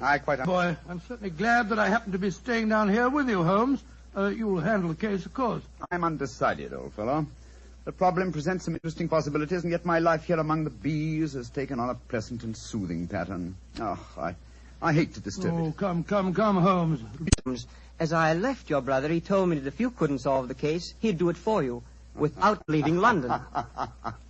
Dear old Mycroft, he meant that as a challenge. Hand me the paper, will you, Watson? Yeah. Thanks, old chap. Oh, what are you looking for? The amusement guide. There it is. Devonshire Theatre, Eastbourne, twice, nightly varieties, 6:30 and 9. The theatre with me tonight, Mr. Holmes? Certainly. I can't allow Mycroft's challenge to go unanswered, and I'm sure that Dr. Watson will accompany us when I tell him Miss Sissy Gitana is also appearing on the bill singing, an old favorite of his. There was I waiting at the church, waiting at the church, waiting at the church. Lord, how it did upset me. All at once he sent me round a note. Here's the very note. This is what he wrote. Can't get away to marry you today. My wife won't let me.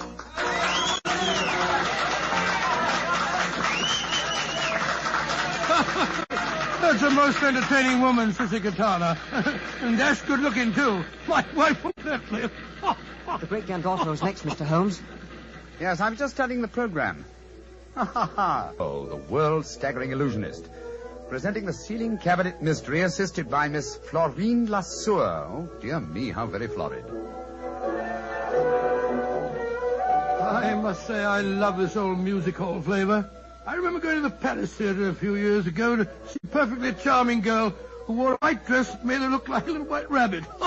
That dress did look frightfully becoming, I must say. I sent my card round the stage door with some flowers, of course, but to my It's a amazement... fascinating story, old fellow, but I'm afraid you'll have to finish it later. The curtain's going up. There he is. That's the great Gandolfo. By Jove, this assistant's very attractive, isn't she? Listen. Ladies and gentlemen, it gives me great pleasure to be here before you tonight. I may say that the ceiling cabinet mystery that I am about to present has entertained and perplexed half a dozen of the crown kings of Europe, together with their queens. Go on, don't talk so much. Get on with the trick. And I may say, I'm hoping that you, ladies and gentlemen, will give me the same courtesy and attention that was given me by the royalty I have just... Now, before I present my illusion, I should like to ask for 2 volunteers from the audience who will come up here beside me on the stage so that I may be watched. Two volunteers, please. Wait for us here, Mr. Travers. Very well, Mr. Holmes. Come on, Watson. You mean that we're going up on the stage? Yes, it's a wonderful opportunity. Do I see 2 gentlemen rising? Splendid. 2 gentlemen are coming up from the audience. Seen before. Watch the step, please. Have you ever seen me before? Never. And you, sir? Don't be afraid to speak up, sir. No, I haven't.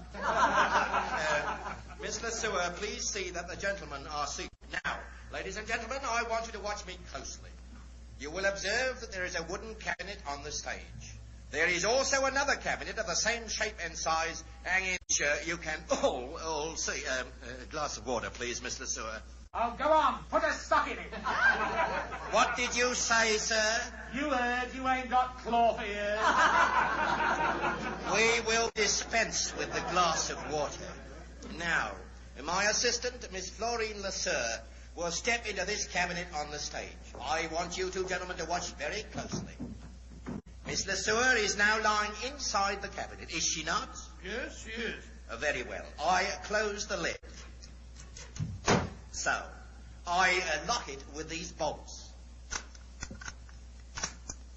And now, I ask one of you gentlemen to attach this padlock to the box.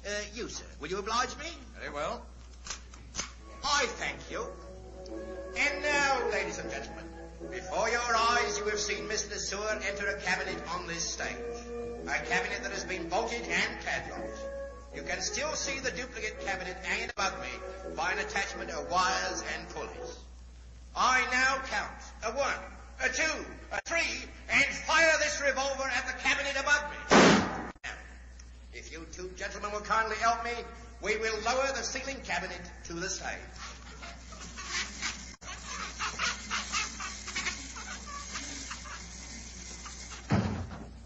You will notice that this cabinet is also bolted and padlocked. I will ask one of you 2 gentlemen to unbolt it. I thank you, sir. Gentlemen, I shall hand the key of the padlock. Kindly unlock it, sir. I thank you. And now, if you will both raise the lid of the cabinet, I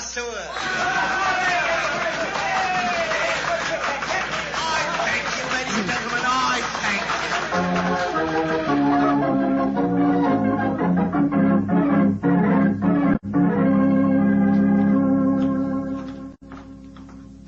Why did we have to leave, Holmes? I was having a wonderful time. Sorry to drag you away, Watson, but there's work to be done. Mr. Holmes, if you want to go backstage, I'll introduce you to Miss LeSueur. Oh, that's a splendid idea. Before we do that, Mr. Travers, there's one important fact I want to know. What is it, sir? I presume you have a dossier of the available facts concerning this spy? Yes, sir. Everything that we've been able to find out. Among that evidence, do you by any chance have any fingerprint records? Yes, sir, I do. Splendid. Then let's go at once to the nearest police station and compare the fingerprints on this glass with those in your possession. Where did you get that glass, Holmes? You remember that Miss LeSueur, before she entered that cabinet on the stage, handed Gandolfo a glass of water. You mean that's the glass?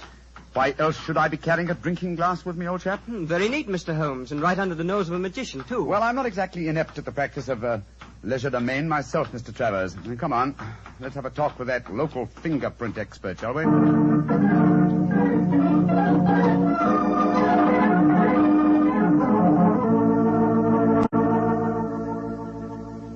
Mr. Holmes, the fingerprints on this glass you brought me are not the same as the ones shown in this record. Oh, absolutely, sir. Just as I thought. I'm much obliged to you. Always glad to help a gentleman like you, Mr. Holmes. Thank you, and good night. Come on, Travers. Watson? I wish you'd explain what you're up to, Holmes. So do I, sir. I'm completely in the dark. Surely it's obvious. The only way Gandolfo is by using twin girls, dressed identically, of course. One in the cabinet on the stage and the other in the cabinet hanging from the ceiling. I don't know whether you noticed it, Watson, but there were small holes drilled around the base of the box, undoubtedly to enable its occupant to breathe. By George, of course. That would explain why the girl I spoke to didn't seem to know me, or my brother when I spoke of him. Mm-hmm. Exactly. And in any case, how better could a spy hide herself from a role where her employer, a magician, must, by the very nature of his trick. The question is, which girl is the spy? This fingerprint test has given us the answer. You mean it isn't the girl on this assisted Gandolfo? It certainly is not, old fellow. Your spy will be in the cabinet, suspended high above the stage of the Devonshire Theatre at 9 o'clock this evening. But this time we will watch the performance from the audience. Now,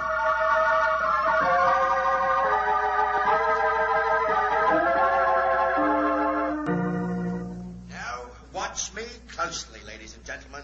There is no deception. 1, 2, 3. And now, if you two gentlemen will kindly help me, we will untie the ropes and lower the ceiling cabinet to the stage. Holmes, we mustn't let her get away. Don't worry, old chap. You may have a surprise for us. And I will now ask one of you two gentlemen to unbolt the cabinet. I thank you, sir. And now, if this gentleman will take the key and unlock the padlock, I thank you, sir. And now, if you will both raise the lid of the cabinet, I thank you. And here, ladies and gentlemen, is Miss Florine Lesueur. Miss Lesueur, step out, please. Miss Lesueur, bring down the curtain. There's been an accident. Come on, Watson. Let's get up on the stage. Right, you are, Holmes. What happened, sir? It's Miss Lesueur. She's been injured. I'm a doctor. Let me look at her. I'm afraid she's beyond the help of doctors, Watson. Look at that bullet wound in her head. She's been murdered.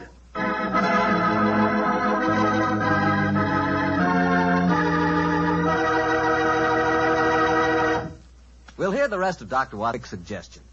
If you like good food, who doesn't, you'll find that good food always tastes better when accompanied by a good glass of Petri wine. And Petri makes wonderful mealtime wines. If you like a red wine, you know, to go with any meat or meat dish, you really like Petri California Burgundy. And if you prefer a white wine to go with chicken or fish, you couldn't ask for a better turn. Remember those two wines, huh? Burgundy and Petri Sauterne. They're Petri wines, so you know they're good.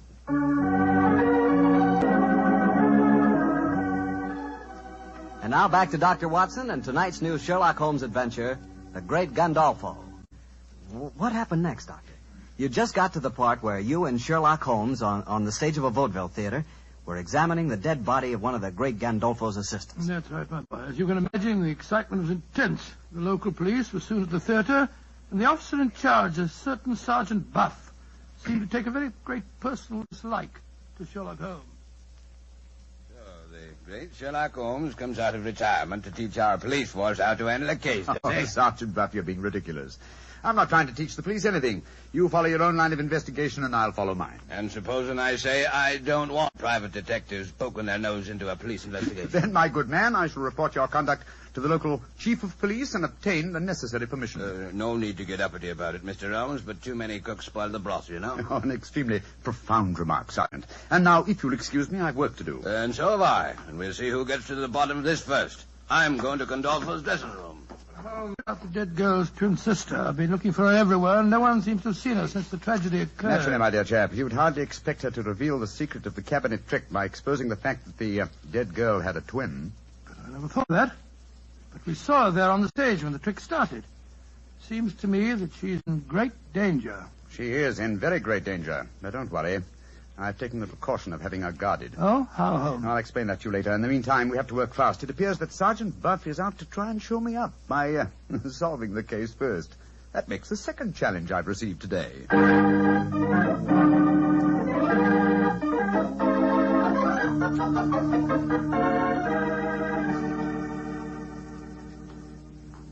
Well, Mr. Holmes, and how are you getting along? Splendidly, thanks. And you? I'm beaten, I don't mind it. One man it couldn't be was Gandolfo because he was on the stage all the time.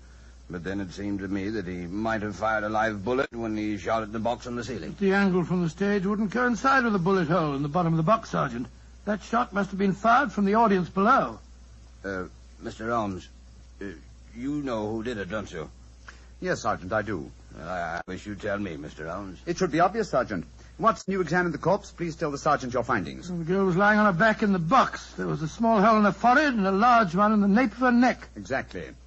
And since the point of entrance of a bullet is smaller than the point lying in the box from above, once the box was in position over the audience, it had already been killed when the box was hoisted to the ceiling. By Jove, yes. And only one person could have done that. Only two. How do you figure that out, Mr. Holmes? The dead girl's sister had the same opportunity as the great Gandolfo himself. Of course she had. Now I see why. If you'll excuse me saying so, sir, I begin to think it's a good thing you're on this case after all. Oh, that's very generous of you, Sergeant.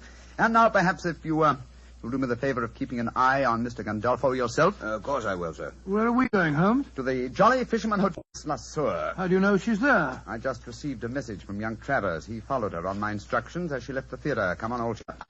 There's no time to be lost.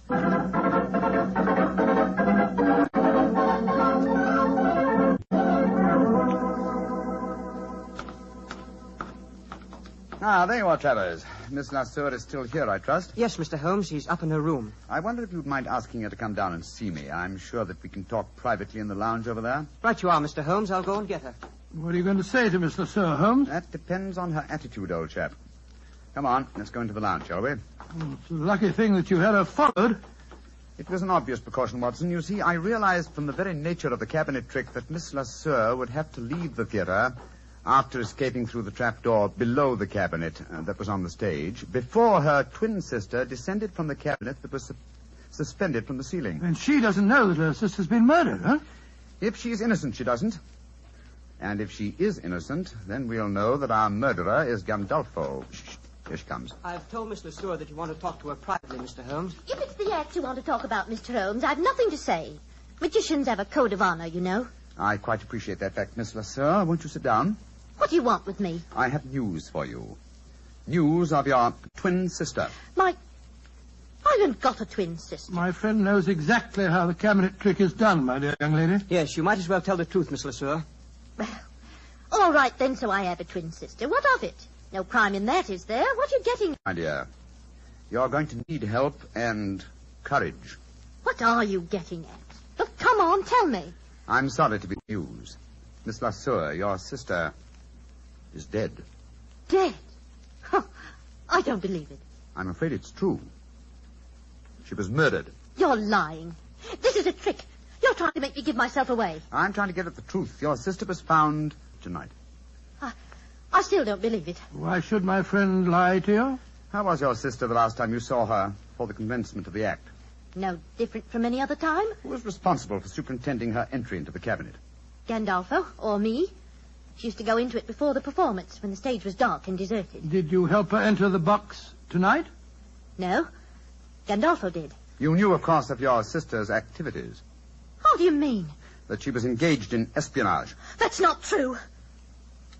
Very well, Miss La Sueur. You won't be honest with me. I'm afraid I'll have to turn you over to the police. I think you'll find their methods are a little more crude than mine, though. The police? Oh, no. No, don't do that. Gandolfo's got me so frightened of him. I was lying to you. I knew that my sister was working for him. I tried to stop her, but she loved money. And Gandolfo gave her plenty. She knew you were on the stage at the first performance. Gandolfo had spotted you, too. She was frightened. Said she knew you'd catch her, and she wanted to run away. Gandolfo told her that she had to appear tonight, and they were still arguing about it when they left the dressing room. The dirty swine killed her because he was afraid she'd give him away. And now he'll kill me, too! Don't worry, my dear. The great Gandolfo will be beyond the help of magic before this night is out. Yes, he'll be behind bars where he belongs. Travers. Yes, sir. And stay here with Miss La Sueur. There is unfinished business awaiting us at the Devonshire Theatre.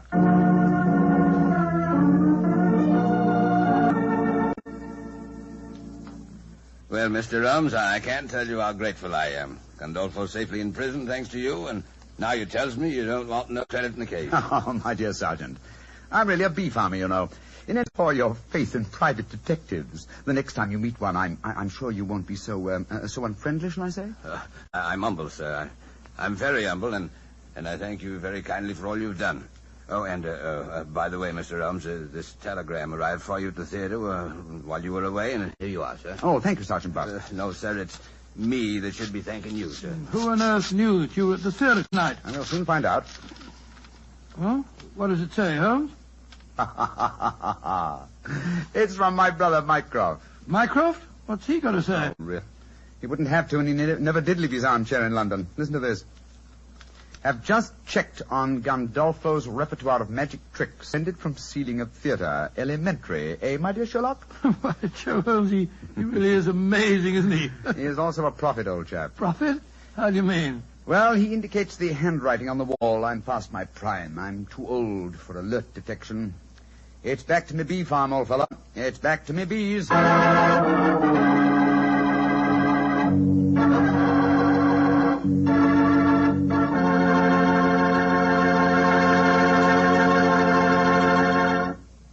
Doctor, that was a swell story. I bet it was an interesting one. Yes, it certainly was. I've always had a fancy for the theater, you know. What you really mean, Doctor, is you always had an eye for a pretty girl. Mr. Bartell, you're a very blunt fellow. Why not? I must admit, I like to look at a pretty girl myself. You, Mr. Bartell? Why shouldn't I like to look at a pretty girl? Oh, go right ahead and look, my dear fellow. Go right ahead. You just sort of surprised me a bit, that's all. I never thought you gave a moment's consideration to anything but Petri wine. Now you're really pulling my leg. I must admit, I do talk a lot about Petri wine. But after all, Doctor, it's worth talking about. What other wine has such tradition behind it? Petri wine is made by a family, the Petri family. They've owned and run their own business ever since its inception, back in the 1800s. The Petri family's been making good wine for generations. And they've been handing on down in the family from father to son, the fine art of turning luscious, sun-ripened grapes into fragrant, delicious wine. And that sure adds up to a lot of experience. You can just bet your last dollar that no matter what kind of wine you want, when you ask for a Petri wine, you're asking for good wine. Because Petri took time to bring you good wine. Well, Doctor, how's about giving us a clue to next week's Sherlock Holmes adventure? Well, now, next week, Mr. Bartell, I'm going to tell you a most unusual story that took place aboard a small steamship as it plowed through the stormy seas of the Indian Ocean. I call the adventure Murder by Moonlight. Oh, before I say good night, ladies and gentlemen, the nation will observe Navy Day. This is your opportunity to thank your fleet for its magnificent contribution towards victory. Don't forget, will you?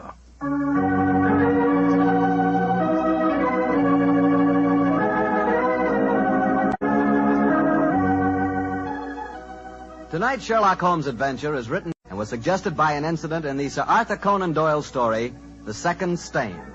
Mr. Rathbone appears through the courtesy of Metro-Goldwyn-Mayer, and Mr. Bruce through the courtesy of Universal Pictures, where they are now starring in the Sherlock Holmes series.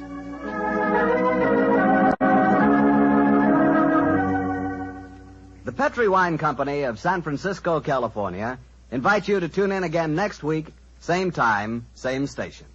This is Harry Bartell saying goodnight for the Petri family. Sherlock Holmes comes to you from our Hollywood studios. This is the Mutual Broadcasting System.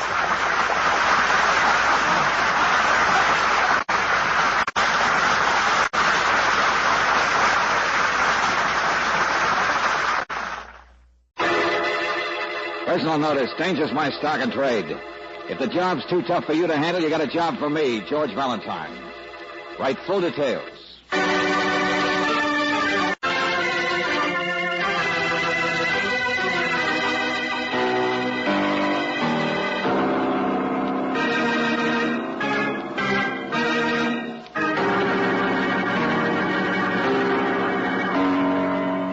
Standard of California, on behalf of independent Chevron gas stations and standard stations throughout the West, invites you to Let George Do It.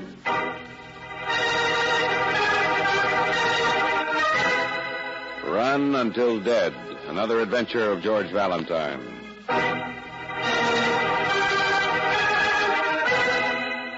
Dear Mr. Valentine, recently I've had reason to investigate and reassure myself of your integrity.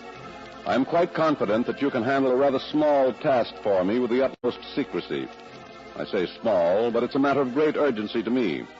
I only hope that it doesn't surprise you too much that I should be appealing for help. Sincerely, Dashiell Fenwick.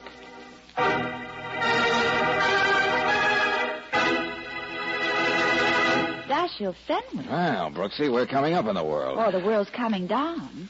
Why, that's old Iron Jaw Fenwick. Yeah, a name that makes the lords of the underworld really tremble in their custom-made shoes. I know. The little David that slew a dozen Goliaths because he's a private citizen with a crusade against crime. Angel, you can't possibly know what a surprise this really is. Why? What do you know that I don't know? Well, I was Lieutenant Barclay's guest at the grand jury hearing on the Suderman case. Yeah? I've already had my surprise, Mr. Fenwick, yesterday.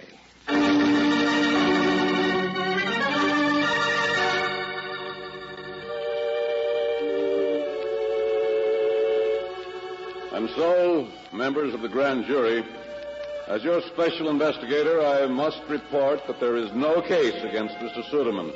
No case whatsoever. No case. Did you hear what that guy said? Yeah. I'm asleep. Maybe I'm asleep and I'm dreaming it, or my ears are plugged. Oh, no. That's what he said, all right. But keep your head on, Lieutenant Barclay.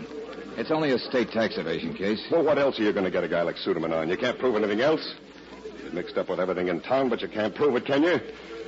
I tell you, Valentine, if I didn't know better, I'd say old Iron Jaw had finally been reached. Fenwick? Hey, young Mr. D.A., you worked with Fenwick on this. How do you like it? I don't.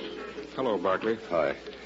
Well, maybe you can't reach an investigator, but you can reach a witness, eh? What are you talking about? Melina Atkins? Sure, that accountant wife of the past 4 months. Oh, yes. Well, we hoped it'd pan out better. Her stuff did kind of blow up in our faces, but that's the way it goes sometimes. Yeah. Well, you did a great job. If it hadn't been for Fenwick, we could... Barclay, Fenwick did exactly what I would have done. Huh? He had to make that report. On the evidence we found, Eric Suderman was just not guilty, that's all. On the evidence? Yeah. And after Fenwick's report, you can bet the grand jury will drop this like a hot potato. Now, what's the matter, gentlemen? Did you bet on the wrong team? Congratulations, Suderman. Well, I knew I wasn't guilty. I could have told you. Now, listen, Suderman. Sorry I can't buy you a drink, but I have my own celebrating to do. Now, for heaven's sake, don't look so surprised. Toughest crime investigator in the state says I'm innocent. Well, I am, that's all. It's, you know, what's that word? Oh, it's justice, that's all.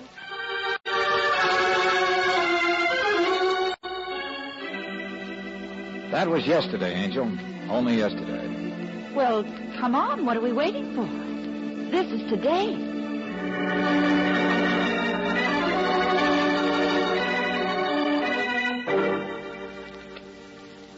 Mr. Valentine, that Suderman report was the most disappointing one I've ever had to make. Yeah, I can imagine. But, Mr. Fenwick, if the evidence didn't warrant anything else, what could you do? Yes, of course. Nothing, of course. Say, look, Mr. Fenwick, you seem to be beating yourself over the head with this Suderman business.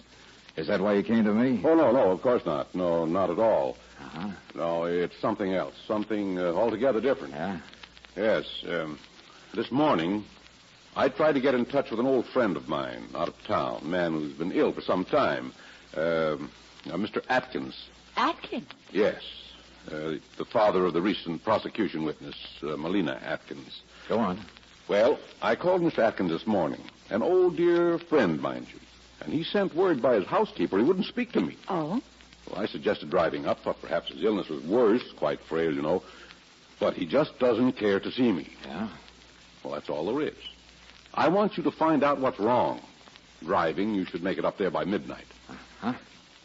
You can't reach an investigator, but sometimes you can reach a witness. What's that? Well, in the Suderman case, you staked everything on Melina Atkins' testimony. But at the last minute, her evidence blew up, didn't it? Well, it's not healthy to give evidence against Suderman, George. Yeah, that's what I mean, Angel. It's dangerous. And when a girl has a father to think about, too... Oh, she tried as hard as she could. Suppose she'd been forced to withhold something. Threatened, maybe.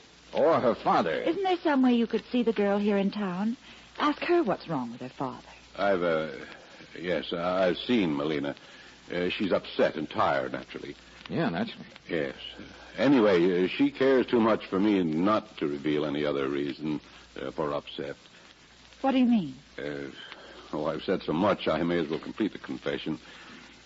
It's my hope that Melina Atkins will shortly accept me as her husband. What? Yes. You mean mean, you and... What's the matter, Miss Brooks? Do you think it impossible for a man of my years to be viewed with affection by No, excuse me. Well, I guess it's just my turn to be surprised, that's all. Congratulations. Well, excuse me, but you called it a confession. Yes, because I've kept it a secret. Because, I was afraid of what might happen to Miss Atkins. Oh, I see. Yes. Oh, what difference does it make? Go find out what's the matter with Atkins. If it's just his bad teeth that makes Atkins so sour, well, then you get a cigar, Valentine. A whole carload of cigars.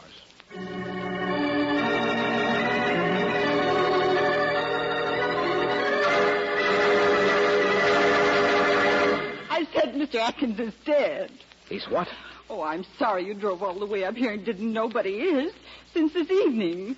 Oh, there's so many of his friends to tell about it, I don't know what to do, but I was there, and I saw it. A stroke, I tell you, he had a stroke. Mr. Atkins died this evening of a stroke. Now, look, you're his housekeeper. I know how difficult it is. But I've got to know what happened, all of it. Oh, I'm sorry. It's just all those people tramping in and out, but never making any noise. It's so quiet when people die. My mother had a stroke. Well, his daughter was here this afternoon, Mr. Valentine. Melina? Yes, she was nervous and upset. It just made me mad because I knew he'd be upset, too. No better than an invalid he was. Melina was upset about what? Do you know? No, something she didn't want to talk about to him. But then a man came here to see her. Oh? She tried to keep her father from even knowing that man was here, but the man pushed right into his room, and their voices were raised, but I couldn't hear anything, and the man laughed, and then he went out. Well, who was this man? What did he look like? Oh, I was in the kitchen. I don't know. Oh, fine. What else? Well, a little while later, Melina left, too. She'd been crying. Huh? And Melina looked frightened, didn't she? Yes, but I was just mad. All that upset. And when I went into Mr. Atkins' room, he wouldn't tell me anything. He just lay there in his bed like a ghost.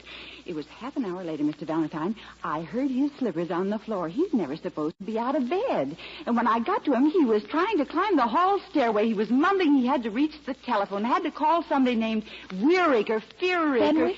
Yeah, that's him. The same man he was worried about not seeing the day before. And I argued with him. He tried to push me away, but... Well, anyway, it was then that he... Right there on the stairway. Yes. All right, now I understand. Well, Angel, I guess we can report to Mr. Fenwick now. But I don't think it's going to win me any cigars.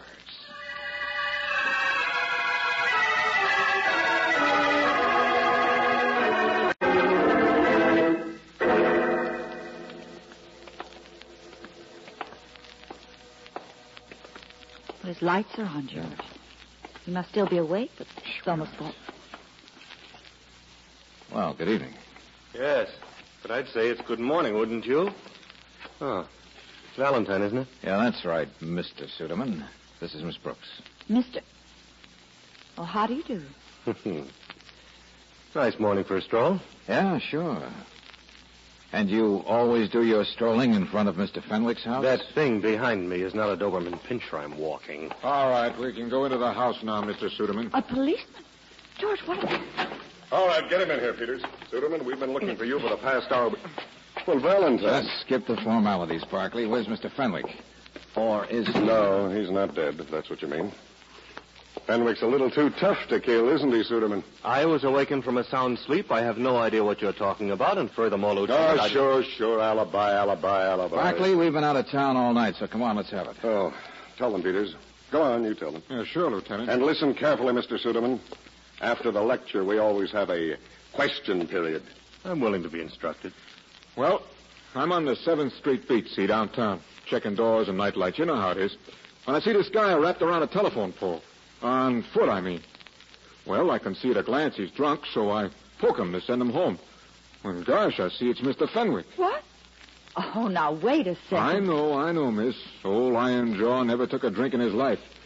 But when I recover myself to get him in a taxi and down to the hospital, I find somebody's poured at least one drink down him to cover the stuff. Stuff? Dope, Mr. Valentine. Some kind of a drug. The doc says enough to kill off 5 men. But he's saved by the stomach pump, see? Thank you, Peters. Mr. Fenwick is resting quietly in his own bedroom. And pretty soon, maybe he can even talk. But now, in the meantime, Mr. Suderman... You've no right to question me. I can explain where I've been all evening. Is that so? All right, suppose you... But I don't need to say anything. I don't need to talk to you come until here. such... Come here. What are you... Now, listen to me. Never mind that bird for a minute. What? I said, listen, will you? Fenwick hated Suderman. Well, that's why I've got him here. Suderman was cleared, remember? Oh, well, so he's got a grudge on the old man. And the old man maybe has the works on him now. At least Melina Atkins does. I figure she was being pressured through her father. But now that he's dead, she's free to talk. Atkins' father. Say something in English, will you? Sure, I'll say something in English. Let's get to Melina Atkins as fast as we can.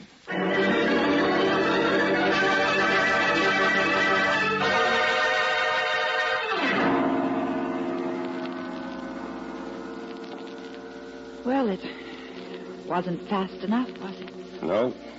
Not by a good many hours, I'd say. Lying there since last night. So that's Melina. Witness for the grand jury rests. Rests for good. From a blow on the back of her head.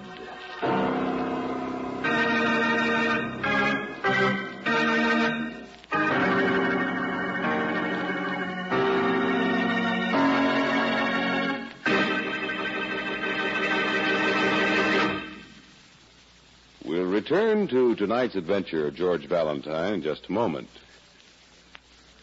The outside of your car has to go through all kinds of weather. Hot sun, fog, rain, and sometimes snow. But look what the inside of your car's engine is up against. Every time you turn off the ignition, internal engine parts are exposed to drops of acid-laden moisture, which results in rust, the cause of 80% of engine wear. But here's the sure way to stop this high-cost rust. Use RPM motor oil. It's a premium quality motor oil that's compounded to keep a rust-preventive film on internal parts at all times. Turn off the ignition, leave your car standing idle for days or weeks, and this moisture-proof film stays on internal parts, keeps costly rust from starting. No wonder RPM motor oil is first choice in the West. It's the oil that stops 80% of engine wear. Ask for RPM at independent Chevron gas stations and at standard stations where they say and mean, we take better care of your car.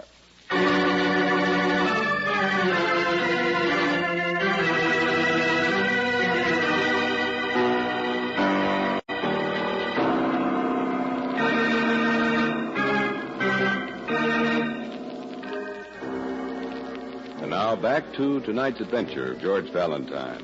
A couple of days ago, Eric Suderman was cleared before the grand jury.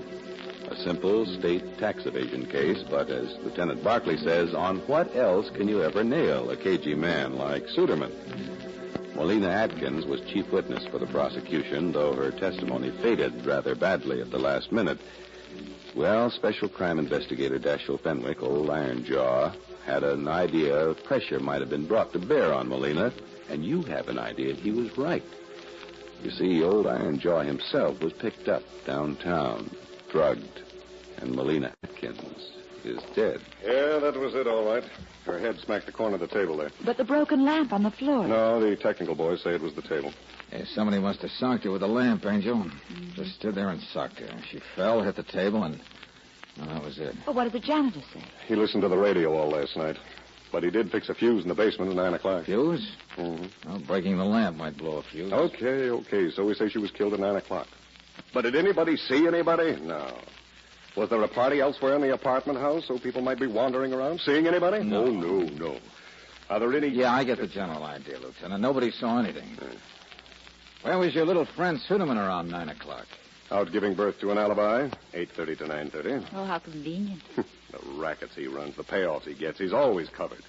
A whole family of alibis he has by now, and not one of them that we... No, wait a minute. You know, we have got one thing on him. What's that? Huh? DA's office is working on this case, too. They proved he was up at Melina's father's yesterday. Hey, wait a minute. That makes him the man the housekeeper told us about. The man who paid a visit to upset everybody and make them scared. Yes.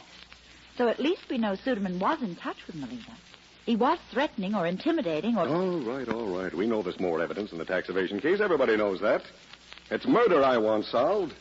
Only who can tell us anything? Old man Atkins decides to tell Fenwick something and dies of a stroke. Maybe Fenwick is found out by then, and he gets drugged. And the little girl in the middle of the whole thing, she got to... No, I'll get it. Yeah, Barclay speaking. What? Lieutenant, what is it? Sergeant, you know what's going to happen to you, don't you? All right, then. Why didn't you... Yes, we'll see you later. Okay, spell it. An ex-sergeant, who should be nameless, is on duty at Fenwick's house. Where? He posts a guard in the hallway, but none outside, while Fenwick sleeps quietly in a room downstairs, a room alone. Come on, get to it, will you? Yeah, I'll get to it. Like somebody got to old Ironjaw. The window's open. They got him out of there. Huh? He's gone, you hear me? The last guy who knows anything, he's disappeared.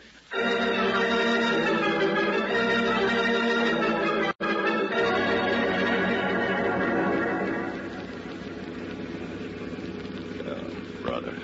Right out from under our noses. Even took Fenwick's own car to get him away without being noticed. Well, be of good cheer, Lieutenant. Maybe we'll find something in his room. Oh, sure, an arrow maybe, pointing at the villain, yeah. A tough man with a conscience. We could use a few more like him. Instead of one less. To think if he'd only known in time, he could have... Hey, wait a minute. Look out, Barkley! That's an accident. Hey, what's going on down there? Come on, only an accident. Keep going, move that car, you're blocking traffic. Oh, George, look at that car.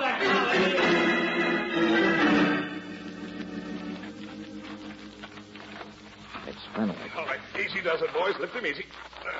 He's still alive, George. Yeah, but I don't know how, Angel. His car must have rolled over a couple of times coming down All that right, bank. onto the stretcher. There we go. All right, I'll meet you, Doc. I'll meet you out there. Old Ironjaw's indestructible, isn't he? Yeah. Lonely stretch of road. Car sails over a bank.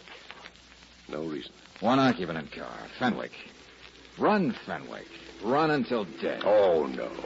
Old Ironjaw just felt good tonight. He just sneaked out for a little pleasure run. Uh-huh. By himself. Well, that's what Suderman will want us to think. Just an accident.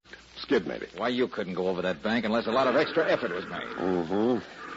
Well, this time I've got a head start on the maternity department. What do you mean? Well, both other times the crimes were committed hours before we got there. Well, this time there's only been about 15 minutes for my little friend to prepare the delivery of his next alibi. Come on, let's find Suderman.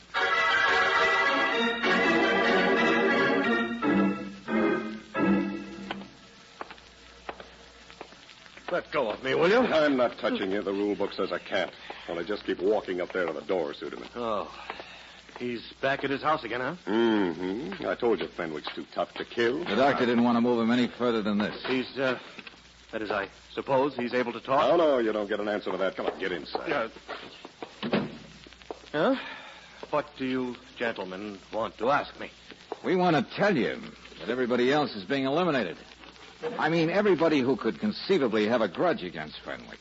Or against Melina Atkins. Not to mention that there's nobody who could have a grudge against both of them. And the same night. Well? Well, point one. Fenwick cleared you of tax evasion because of insufficient evidence. But there was certain evidence not given. Check? Oh, I hardly expect me Okay, to... point two. Melina Atkins had that evidence, but was afraid to give it. Only it looks like last night old Ironjaw found out what it was all about, too. No comment. Mr. Suderman, if you can suggest any other conceivable reason for the girl being killed last night, and for not one attempt, but two attempts to be made on Fenwick's life... What did he say? What did he say? Oh, now you're getting it? No, I don't mean that, but although I do have a right to know... Wait a minute. Yeah? That's for me. I have an alibi, you know. They'll tell you. Never mind. I'll get the door. George, what is it? Mr. Fenwick is asleep and the doctor's leaving, but the noise is... Well, look who's here. Come in, young Mr. D.A. Hello, Barkley, everybody. Hello. Mr. Suderman, I guess your alibi can wait a little longer. Now that we've got a representative of the D.A.'s office present, suppose you just listen Barkley. to what he has... I'm his latest alibi. You? The whole office is. I know. I'm sorry, but we all are. I hurried out to let you know. We dropped Suderman off at his hotel just a second or two before you got him, I guess. The DA's... Yeah. He was down there at our place at the same time Fenwick's car must have spilled over the hill. Suderman, why didn't you say so? Why, I was... You wanted to find out what we knew, didn't you? You've got a perfect alibi for once. Why have you been so nervous? Hey, what does a man get for tax evasion? Is it 10 years? Because that part of it's true, isn't it?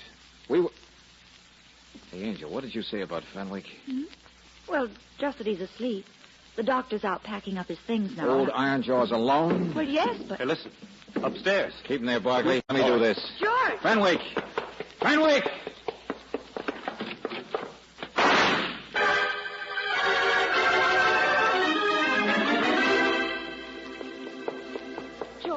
Shut that door, Angel. Lock it. Yes, but Doc... He's all right. So am I. Just dumb, that's all. It'd never occur to us to believe alibis from a guy like Suderman. What? And an automobile crash or drug in a stomach can't be coincidence, accident, so they've got to be murder.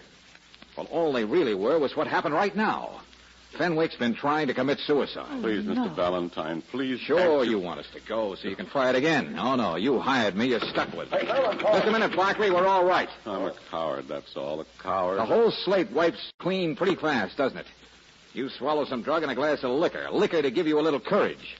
Only a noisy policeman comes along to interfere. A coward. And then you sneak out by yourself from downstairs, take your own car, and try to... An old man and a coward. Yeah. What was it? Melina? Yes. Uh-huh. She wasn't what she seemed to be. No. Well, I guess that coin has two sides, Fenwick, doesn't it? One way we looked at, she'd been pressured by Suderman. She was afraid of him. At the worst, maybe she withheld a little evidence. But look at it the other way. Everything that's happened. She was no good. She never was. You mean all of her evidence? It was all a hoax. What? I knew her father. I knew her. I staked everything in her testimony, Valentine. Her testimony, all of it, was very cleverly designed to swell bigger and bigger and then explode. She didn't say anymore. She didn't know anymore. It was a garden path. Designed by a very good friend, Mr. Suderman. And the thing that led you down that garden path. Well, I wondered when you told us in your office that you loved her. Yeah, never mind, Angel. I've written all this down, Mr. Valentine. It's in the mail. Eric Suderman's complicity, my own blindness. All that's necessary for someone else to bring him to trial again. Wait a minute. Suderman must have guessed you'd written it down. That's why he's been so nervous. He must have guessed you were really trying to commit suicide. But if that's the case, then he must get have out known... of here, Valentine. Please get out of Mr. here. Fenwick, a man doesn't commit suicide just because he's been made a sucker. No. Suderman knows everything. I learned all this from Melina. Then Suderman found me, told me what he knew, and expected that I would keep my mouth closed. It didn't occur to him that I might close my own mouth forever. Suderman knows about you seeing Melina? All of it. I went because I'd been suspecting them and still afraid to admit it. It was around 9 o'clock. I told her I loved her. She laughed at me. I grabbed her. I made her tell. I heard the whole truth for the first time. I seized the lamp. I struck her. She fell to the floor. I ran. Uh-huh. But you left something out, didn't you, Fenwick? It's in my confession. It's what Suderman knows when he found me in the bar at 10 o'clock. Yes, I killed Melina Atkins.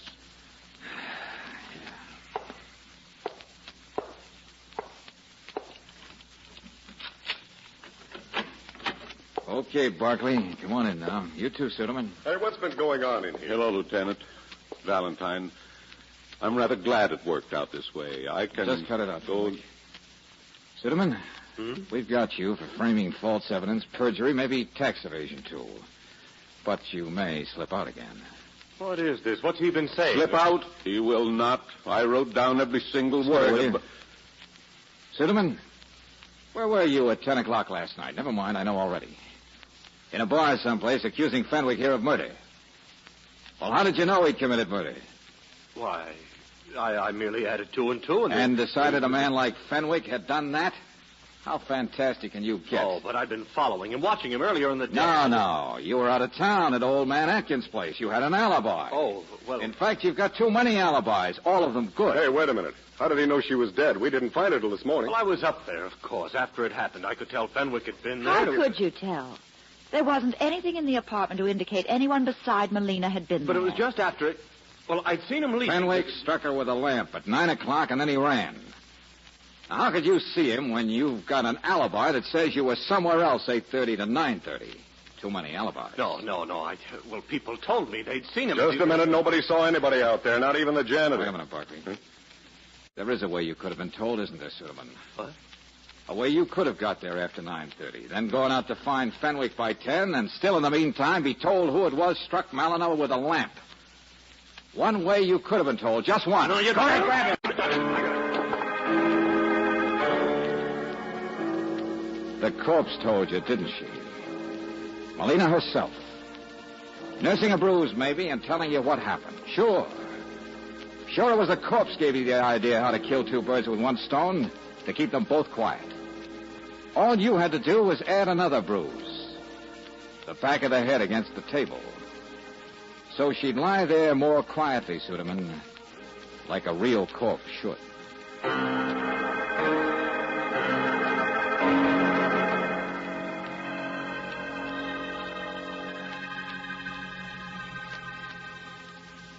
George, what do you suppose will happen to Mr. Fenwick? Oh, he'll stand trial for assault, Brooksy, for hitting Molina with that lamp, something like that. He certainly beats himself with his conscience, doesn't he? Old Ironjaw. It was a close call. Well, but, darling, it certainly looked like Suderman was making him run. Run until dead. Yeah. Sometimes you can escape from a Suderman.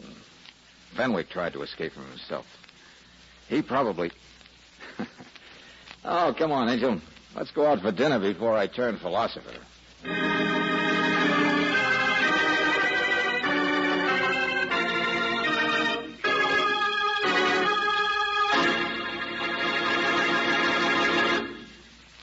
People who know the whims of November weather will be taking a raincoat to the football game next Saturday.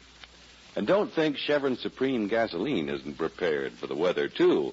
It's prepared months ahead of time by Standard of California, where automotive engineers know how sensitive gasoline is to seasonal weather and altitude, too. That's why Chevron Supreme is climate-tailored, scientifically tailored to meet the weather demands in your driving area. Try a tank full of this premium quality gasoline tomorrow, and you'll notice right away how much better your car responds. Faster starts, faster getaway in traffic, and ping-free power to lift your car over steep hills. In fact, you can't buy a better gasoline for today's high-compression engines. And because it's climate-tailored, count on Chevron Supreme to get the best out of your car every day in the year. Ask for it at standard stations and at independent Chevron gas stations, where they say and mean, we take better care of your car.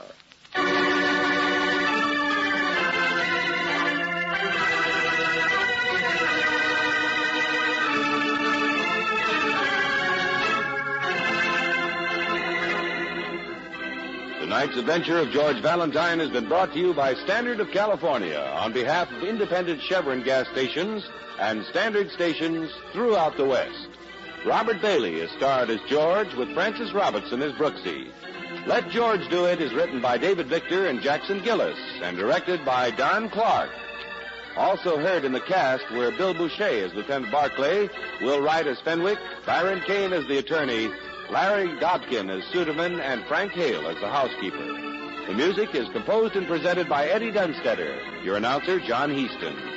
Listen again next week, same time, same station, to Let George Do It. This is the Mutual Don Lee Broadcasting System.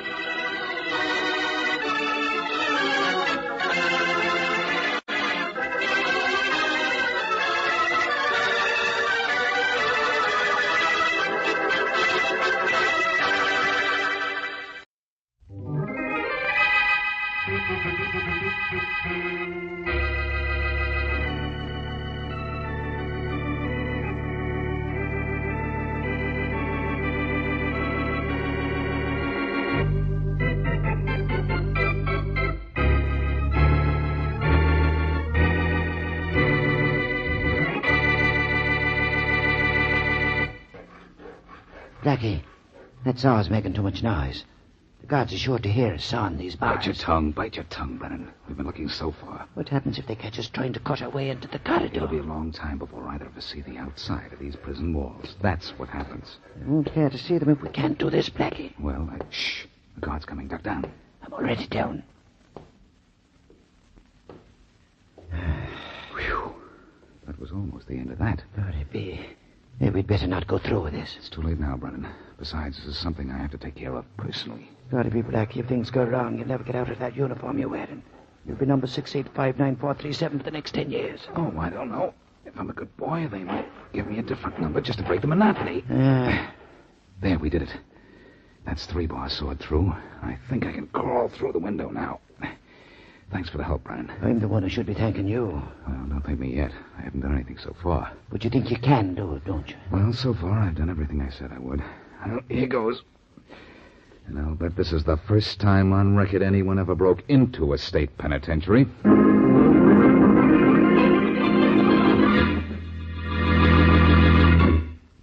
And now back to Dick Calmer as Boston Blackie. Enemy to those who make him an enemy. Friend to those who have no friend.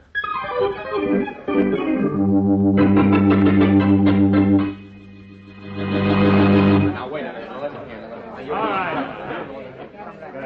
Attention. Attention in the exercise yard. All men of cell blocks 5 and 6. Roll call for breakfast in 5 minutes.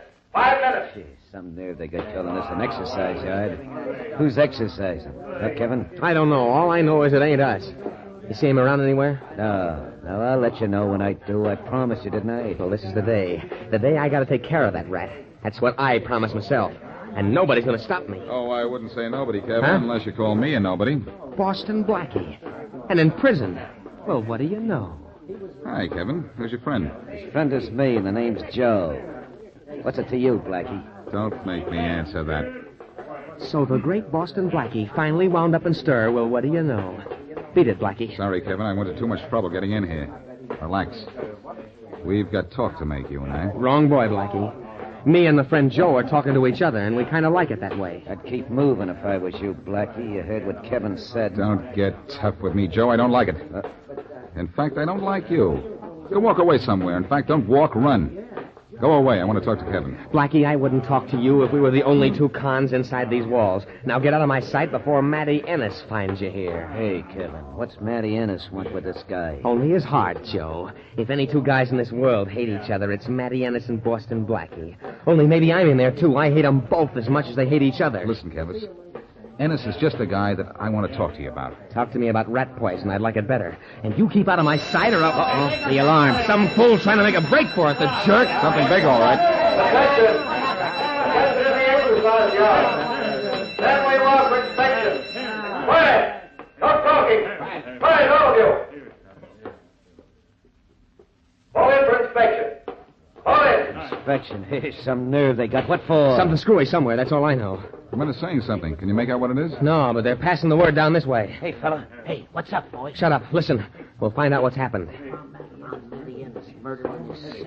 found Matty Ennis murdered in his cell. They found Matty Ennis murdered in his cell. Matty Ennis murdered in his cell.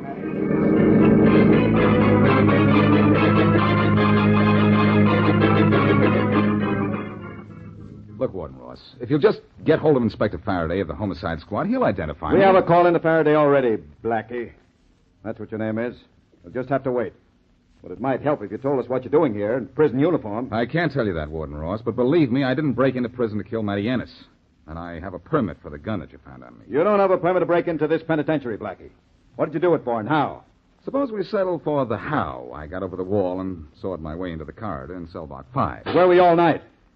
Out in the corridor? No, I hid in the washroom. I knew I'd be safe there because all the prisoners had been checked into their cells for the night. You're still luckier than smart, Blackie.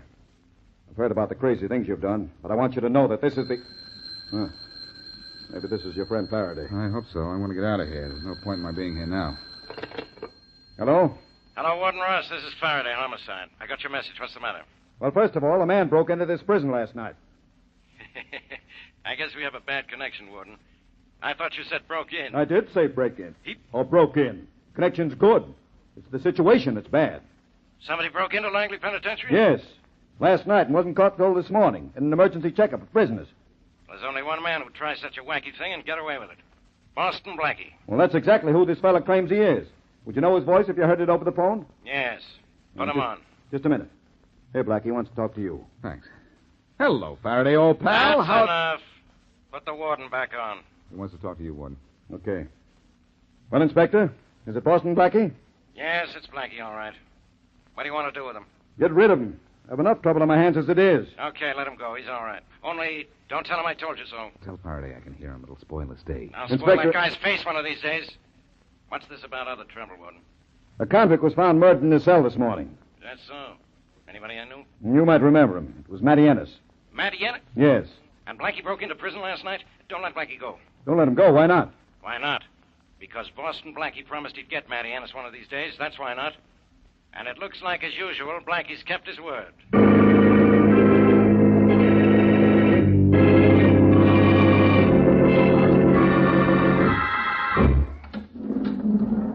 This way, Blackie. Seeing you're a special prisoner, I guess there's no time limit to you in the visitor's room. Only, don't break out, will you? That's new wire we just put up. Okay, good. I'll remember that. Who is it wants to see me? Oh, some girl. You didn't say that right. If it's a girl, it's Mary Wesley, and she's some girl. I got to look at her. You're not kidding. You can say anything you like, Blackie, but just don't invite her in. I won't.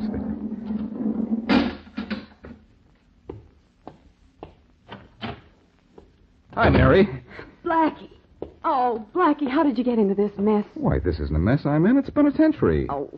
Well, how do you like me in this number? Or do you think I'd look better in a snappy 547925 instead of this English drape 5735210? Oh, now, Blackie, don't try to be funny. Gee, I heard you broke into this place. Now, why did you do anything like that? Well, I'll tell you a secret. Promise not to tell it to any member of the police force or your ladies' club. You know I won't tell anyone. Well, in that case, what's the use of bragging? Oh, Blackie. I'm sorry. I'll tell you why. Do you know who Johnny Brennan is? Yeah. He owns that restaurant we go to on Ralph Avenue. That's right. Well, his son Kevin is serving 5 years for being mixed up with a gang of young West Side hoodlums. And now he's in a worse jam than ever and doesn't know it. Well, he couldn't be in more trouble than he is right now. He is, though. His father found out through the underworld grapevine that Kevin was going to be framed for the murder of Matty Ennis. Matty Ennis? Well, he was found dead right here in prison this morning. I heard it on the radio. But, gee, I didn't hear them mention Kevin Brennan. No, but they'll mention him soon. Young Brennan and Ennis had adjoining cells, and as soon as they find out Kevin hated Ennis, it's going to look bad for the kid. Well, why didn't Kevin's father write his son and tell him about the frame? No, Brennan tried to ward Kevin, but his son wouldn't see him. Brennan wrote letters, but Kevin returned them unopened. So Mr. Brennan asked you to see his son. Mm-hmm. And Kevin wouldn't talk to you either. I got here a little late. And don't say we should have gone to the police about the frame, because after that, if Ennis was murdered, that would have made Kevin the number one suspect. But, Blackie, you're still in jail. Oh, but I'm a special prisoner, Mary. I even chose my own cell, the one Ennis was murdered in. Oh, fine. Well, if you see any ghosts, tell them goodbye for me. It's what's next to the late Matty Ennis's cell that interests me, Mary. What? Kevin Brennan has the next apartment, and I want to try to get some information out of him. Well, I should think you'd want to get out of here. That this place must get you down. It does, but I'm not going to stay down until I turn Ennis Killer up.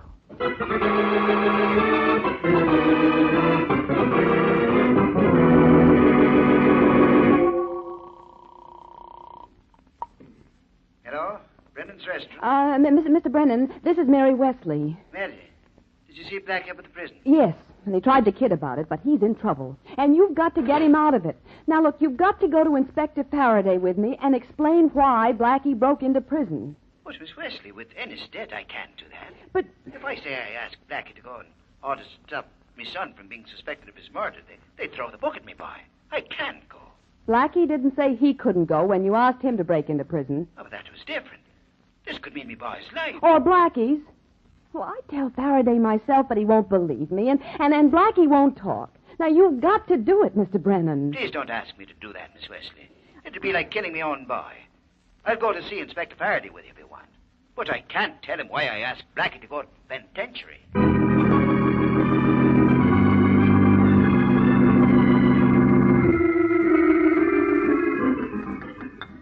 Hey, Kevin Brennan, I want to talk to you. Shut up, Blackie. I'm busy. Kevin, do you know how Matty Ennis was killed? He was stabbed. What about it? That means someone had to get close to him. Who could get closer to him than you?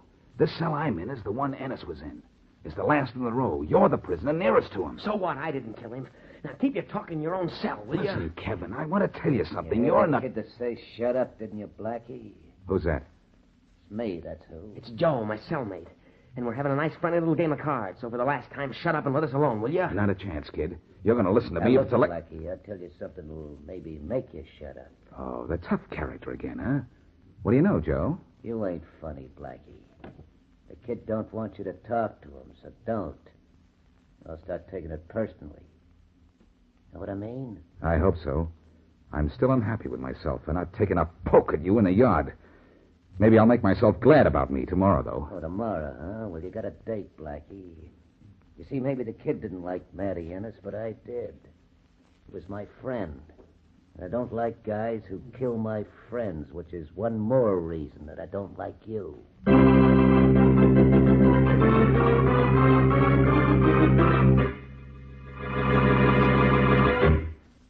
Now, back to Boston Blackie.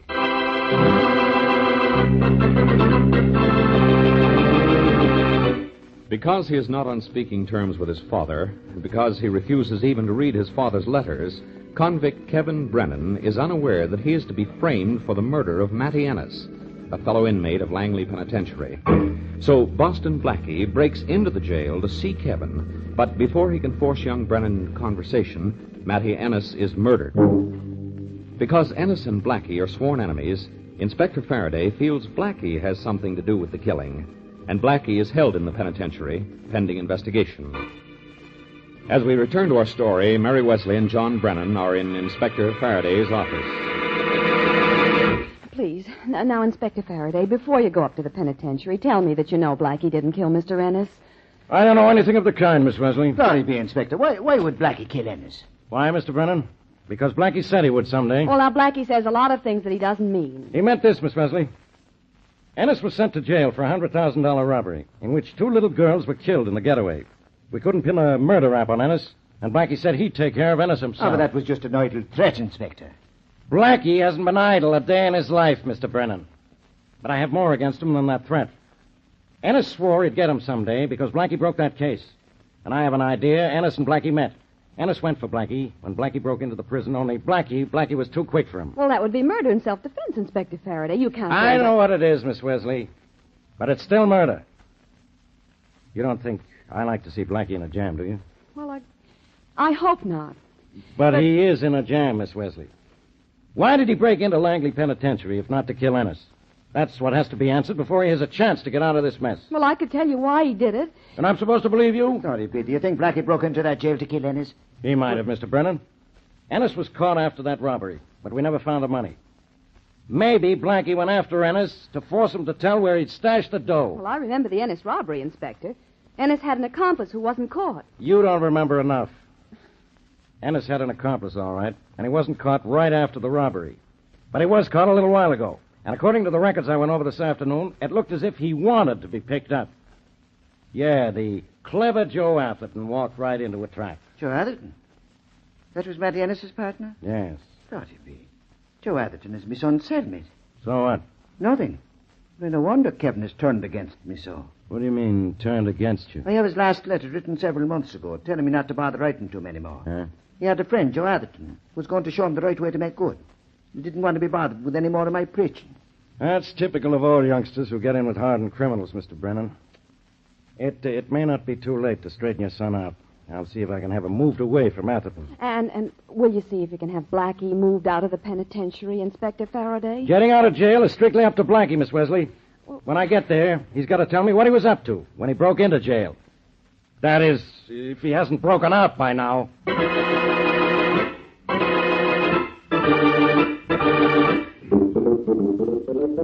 Inspector, you have no idea how cute you look behind that chicken wire.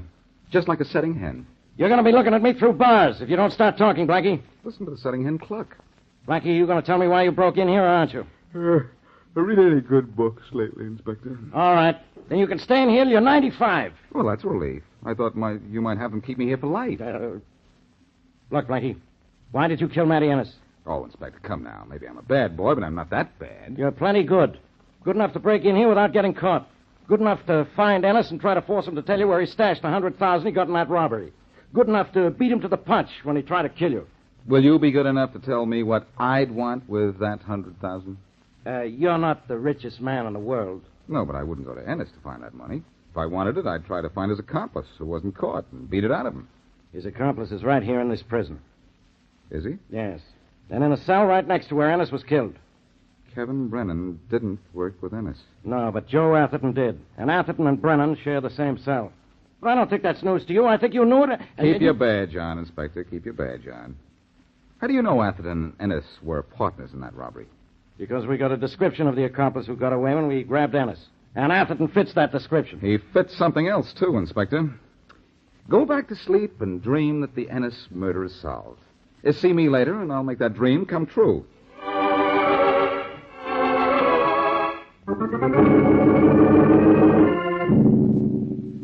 Hey, Joe, you asleep? No, Kevin. What's the matter up there? Bugs in your bunk? No, I'm just thinking, that's all. Yeah, what about? Blackie. He went to an awful lot of trouble to get in here to talk to me. Maybe I should let him have his say. Yeah, what for? Because he's an all right guy. He did get to say something about Matty Ennis to me and about me getting into trouble because of him. I'm beginning to think You're beginning to go off your nut. I go to sleep. I did a lot of talking about hating Matty Ennis. Yeah, I know, kid. You want people to think you're a tough guy, don't you? I don't know now. That was your idea. And maybe I shouldn't listen to your ideas. One more crack like that, I'll pull you down out of that funk of yours and slap you around. We'll try it and see what happens to you. Oh, you think you're real tough, huh? Hey, well, we'll see. I'll get you down out of there. Cut it out. Ow! There, you're down, kid. Let's see if you're up to that. My turn, Blackie. Oh, yeah, it's a guard. Keep your mouth shut now, Kevin. Yeah, and you keep your mouth shut. Listen to me. What's going on in there, Brennan? You, Atherton. What are you up to now? Nothing, guard. Sounded to me like you two were fighting.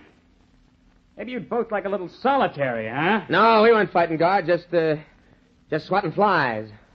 Swatting flies? Yeah, that's right. Yeah, just swatting flies. Sure, I was just trying to exterminate an insect.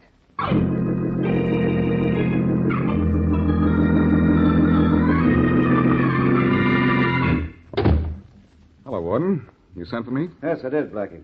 Come in, sit down. Thanks. That's one of the best things I do. Blackie, you don't know that Ennis was stabbed with a spoon shaped into a crude knife. Probably by some convict who had access to an emery wheel in the machine shop. That sounds normal enough. After dinner yesterday, we checked the silverware the prisoners used. We do it after every meal. The spoon was missing. We searched but couldn't find it. We know it was missing from the bench where young Brennan ate. But Joe Atherton ate there, too, didn't he? Yes, but there was bad blood between Ennis and Brennan. Atherton and Ennis got on pretty well.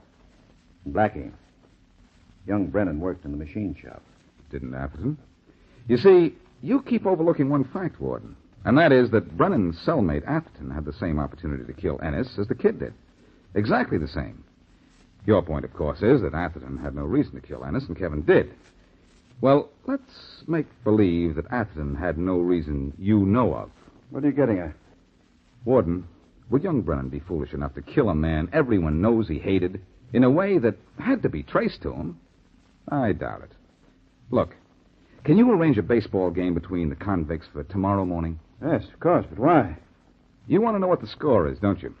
I guarantee I'll be able to tell you when Joe Atherton comes to bat.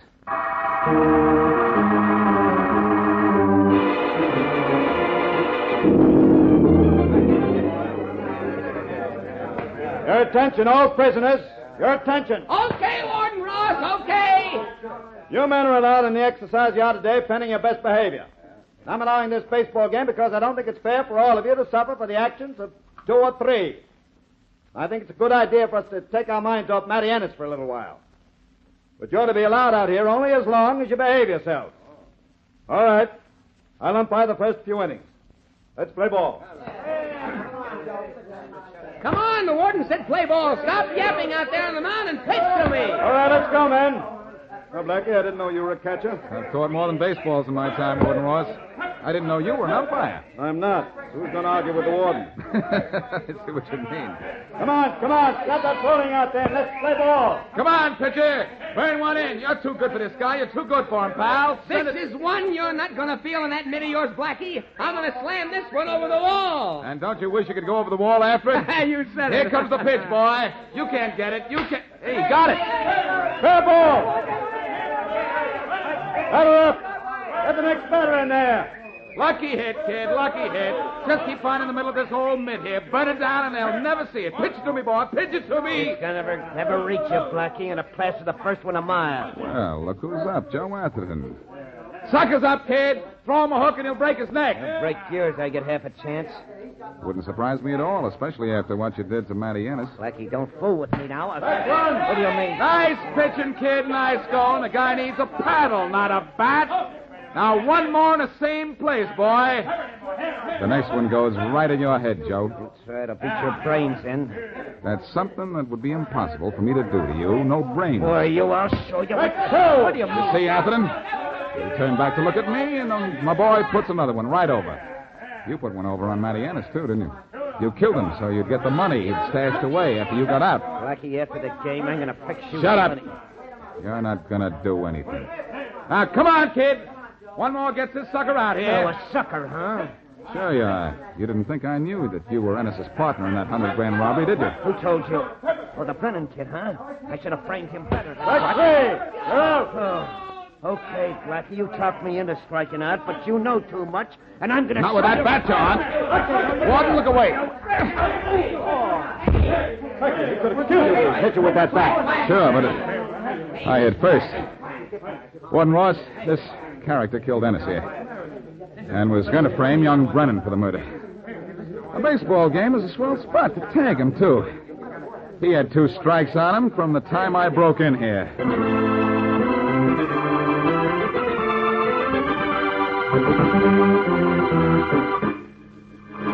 Well, Inspector Faraday, are you satisfied we have Matty Ennis's killer? What I heard Atherton say to Blackie at home plate was enough to convince me. Yes, Warden Ross, Atherton's our man. You don't mind if I wait in this office of yours till my men get here to pick him up, do you? No, not at all. Well, you can wait here if you want to, Faraday, but I'm leaving. I've had enough of this penitentiary to last me for 100 years. Blackie, I ought to send you here for 100 years and a day for not telling me why you broke into this place. Well, I couldn't tell you, Faraday. And if I did, you wouldn't have believed me. Besides, if I told you Kevin Brennan was going to be framed for killing Matty Ennis, what would you have done when Ennis was found dead? I wouldn't have accused Kevin Brennan because I have to have proof before I accuse anybody of anything. Oh, is that so? You accused me of killing Ennis. Did you have proof? Well, no. But that was different. I can accuse you of anything and be right most of the time. Pal, you're so far from ever being right, the fellas called you Lefty. Yeah? You would have picked on young Brennan, all right. All right, so I would have arrested him and made a mistake. So he would have been released. I suppose you never made a mistake. I made a mistake not figuring out who had a motive to kill Ennis before breaking in here. If I'd known Ennis's accomplice was in prison, too, I could have saved myself a lot of trouble. I guess you think it's my fault for not telling you. I didn't even know you were working on the case. If I'd told you what I was going to do, you'd have worked on me. But I've had enough of this case and enough of this jail and too much of you. That's so. I'm getting out of here. It's all right for me to go now, isn't it, Warden Ross? Yeah. Yes, Blackie. There's nothing to keep you here now. Faraday here wants to prefer charges against you for breaking into jail. I can do that too, Blackie. I could prefer charges. I know what you could prefer, Faraday, but I know you prefer not to have me in prison. Just how far would you get on your cases with your body in your office and your brains in jail?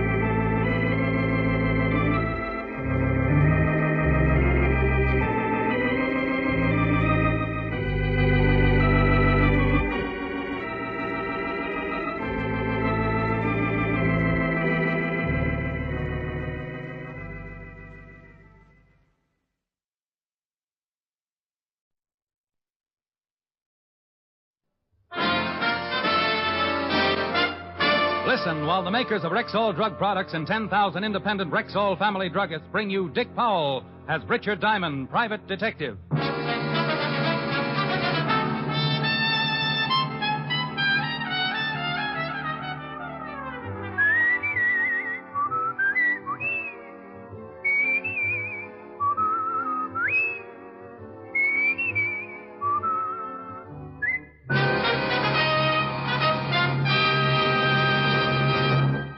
Good evening. This is Bill Foreman, speaking to you for the 10,000 independent druggists who have made the word Rexall part of their own store names.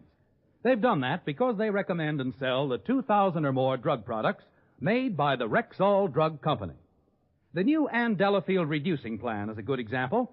This plan is one of our druggists' most popular sales items. It helps you lose quickly, easily, up to 5 pounds a week, and where it shows. No wonder our customers like it.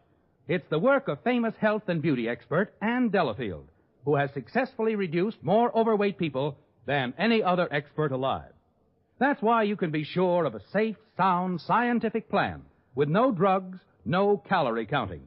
You get vitamins, special appetite-reducing wafers, and a big beauty book to guide you.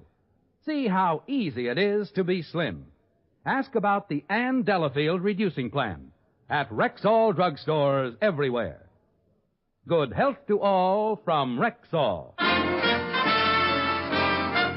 Now, your Rexall family druggist brings you a transcribed half hour with Richard Diamond, private detective, starring Dick Powell.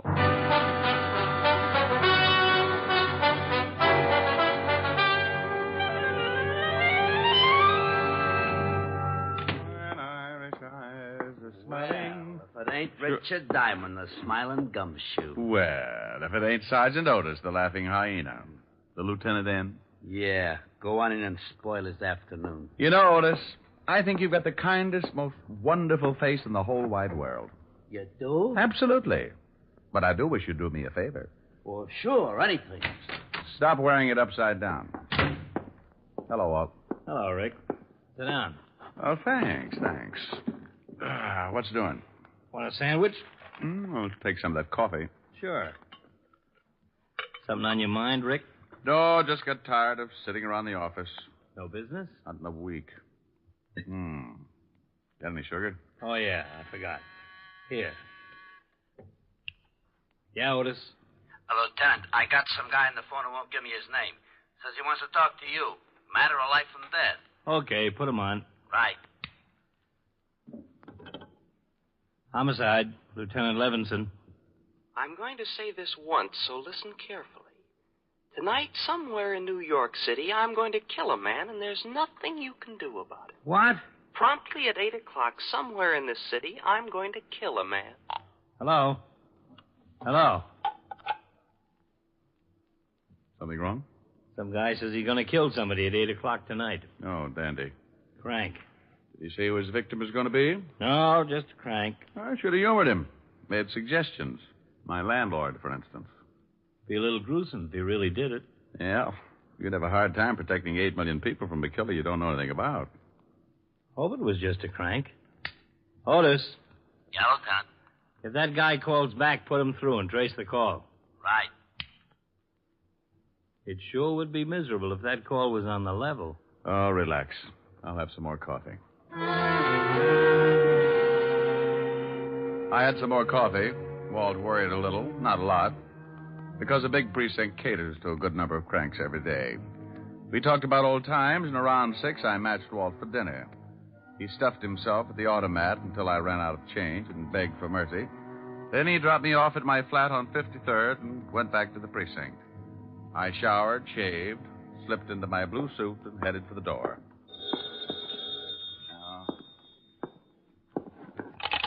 Yeah? Do me a favor, will you, Rick? You gotta stop stuffing yourself, Walt. You sound like you got indigestion. I'm down at the morgue. Meet me here, please. Oh, now look, I got a date with a live one. I'm in on the start of some trouble. It's liable to grow. That guy who called made good. He stabbed a man to death on Broadway at 8 o'clock.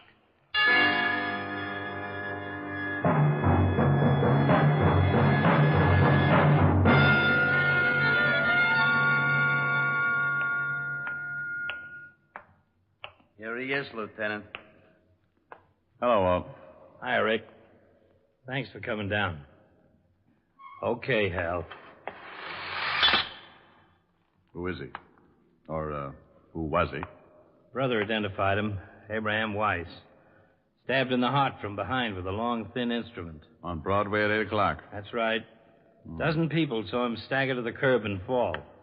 Most of them just thought he was drunk. You think your boy on the phone did it? 8 o'clock, right on the nose. Whoever did it must have walked up behind him, jabbed him just below the left shoulder blade, and kept on walking. What do you want me for, Walt? If this guy on the phone did kill Abraham Weiss and we can't find a motive, that's a little more than a simple killing. We may be mixed up with a madman. Oh, so I qualify in that league.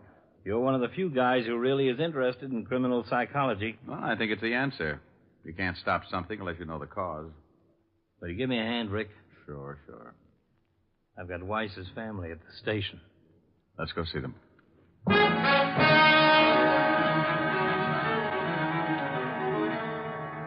Why? Why, Lieutenant? Why did this happen to Abe? That's what we're going to try and find out, Mrs. Weiss. We were hoping you might help us. Oh, he didn't have any enemies. He was a good man. We have 3 children. I left them with Mrs. Bilotti, my neighbor. It's going to be hard on them. You're sure your husband didn't know it? No. He didn't have any enemies. He was a good husband and a good father. Everybody liked him. Why, only last week, Mrs. Dowd up the street from us told me.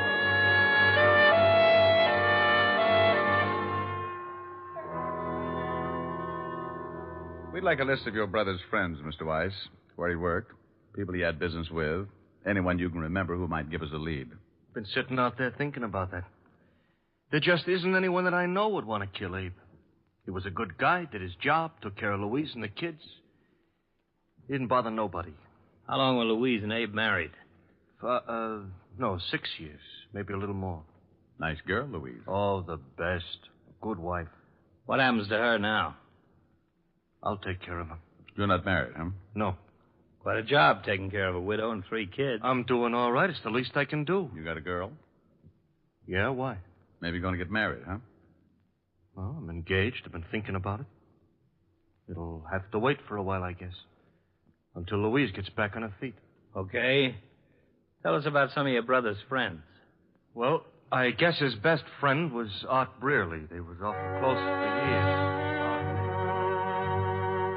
He told us about everyone he could think of. Gave us a dozen names and addresses we could check. Like Louise, Martin couldn't figure why anyone would want to kill Abraham Weiss. The next was Mrs. Rebecca Weiss, tired, the hurt in her eyes enough for all the mothers who had raised a son and lost him. We'll try not to keep you too long, Mrs. Weiss. It's all right, Lieutenant. You want to help? Would you like a glass of water? No. When will I be able to see Manson? It's right that I should see Manson. A few questions first, if you don't mind. I know you're trying to help. Just me a few questions. As many as you like, Lieutenant. Not long with Mrs. Rebecca Weiss. Nothing that would help to catch her son's killer. So we checked the people who had known Abraham, and there were plenty. His boss gave us a few more names to add to the long list. All of them friends who couldn't imagine why anyone would want to kill a nice guy like Abe. At 7:30 the next morning, Walt looked at reports and poured more coffee. Here. I put sugar in it. Thanks. If that phone call was on the level, why would a guy kill like that? Call us and tell us he was going to do it. What'd be his reason? Well, couldn't guess. But if that guy who called did do the killing, you can bet he'll phone again. Why? Well, he bragged he was going to do it. He'll want the credit. Well, I gotta get some rest. A couple hours anyway. Let's both get a couple.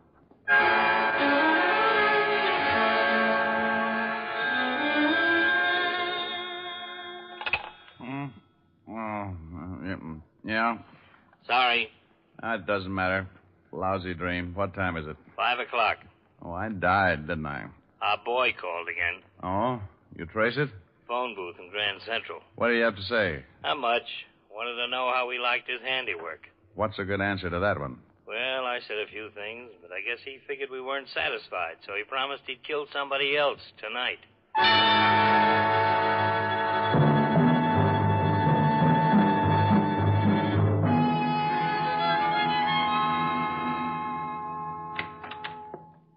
Hello, Rick. Seen the papers? No. Here. Fiend terrorizes city. Unknown killer murders at will. Police baffled. Everybody's on my back. Exactly what did he say? You want to hear? I made a recording. Let's hear it.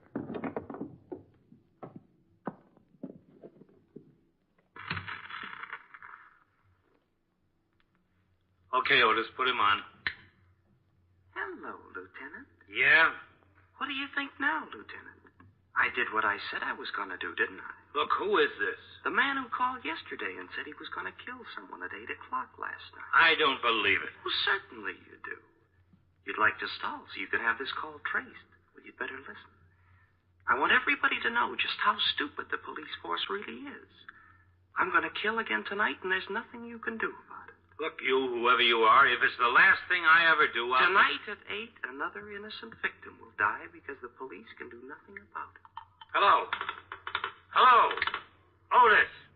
The call came from a phone booth in Grant. He said another innocent victim. Yeah, so he's a nut.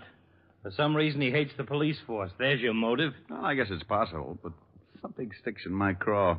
Yeah? What? 8 o'clock. Why pick 8 o'clock both times? Well, I guess, like you said, he wants the credit.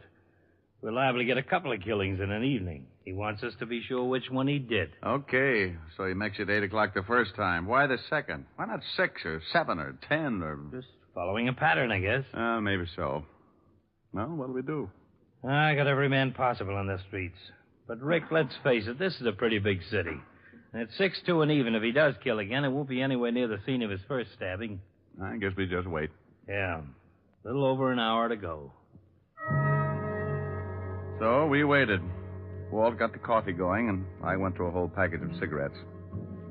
Somewhere in the middle of New York, probably on a crowded street, a man was walking, waiting like we were for 8 o'clock. Waiting to stab someone through the heart. Waiting for 8 o'clock. Want coffee? No. Give me a cigarette. You don't smoke. Want a bet? Here. Got a match? Got a lighter. This is no good. Yeah? Let's go. Where to? Entrance to Madison Square Garden. Man stabbed to death in the crowd going into the fights. Right at 8 o'clock.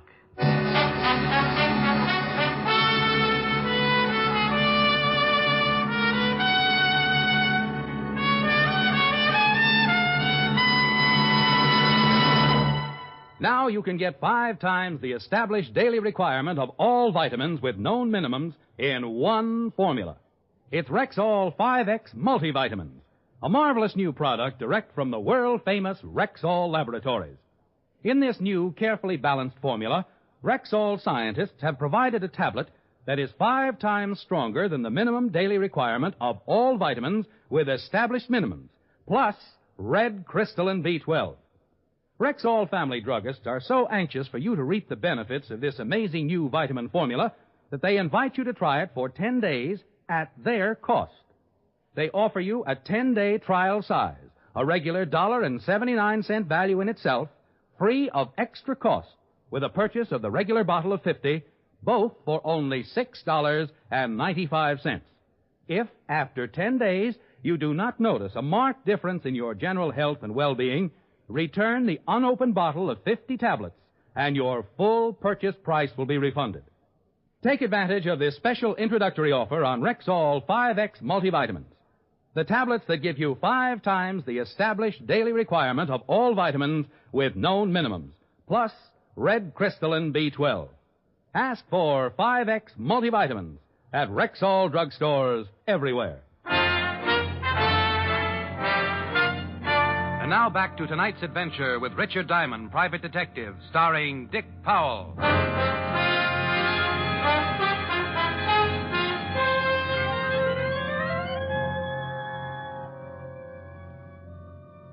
A man murdered going into Madison Square Garden to see the fights.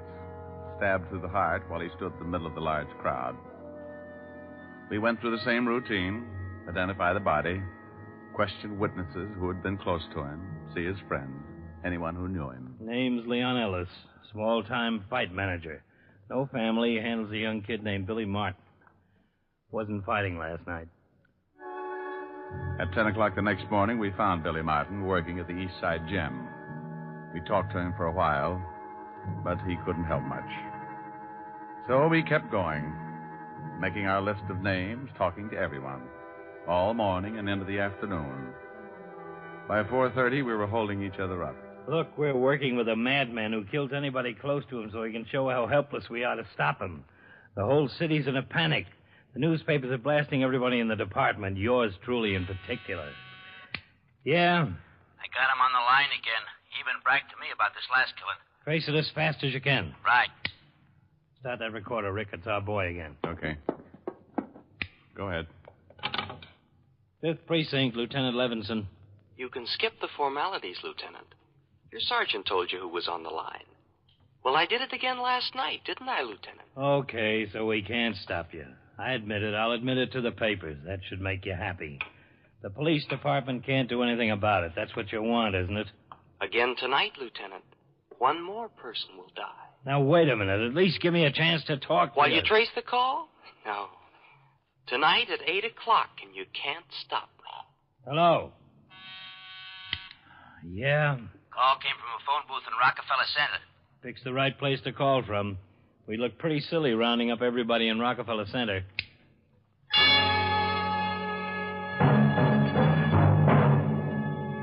Walt looked sick, and I felt it. What could we do? We knew nothing about our killer or where he'd strike next. Walt called in the reporters and gave them the story. The papers would blast the department, but it was the best way to warn the public to stay off the streets. The department was alerted, radio stations were given bulletins to broadcast, and Walt and I climbed into a prowl car and started cruising. At 8:05, it came in. Attention, all units in the vicinity of Zone 12. A 211 in front of 415 West 64th. 415 William 64. Ambulance, dead body. Car 73, come in, please. 7-3, go ahead. 211 at 415 West 64 is a stabbing, Lieutenant. Roger. That's it, Rick.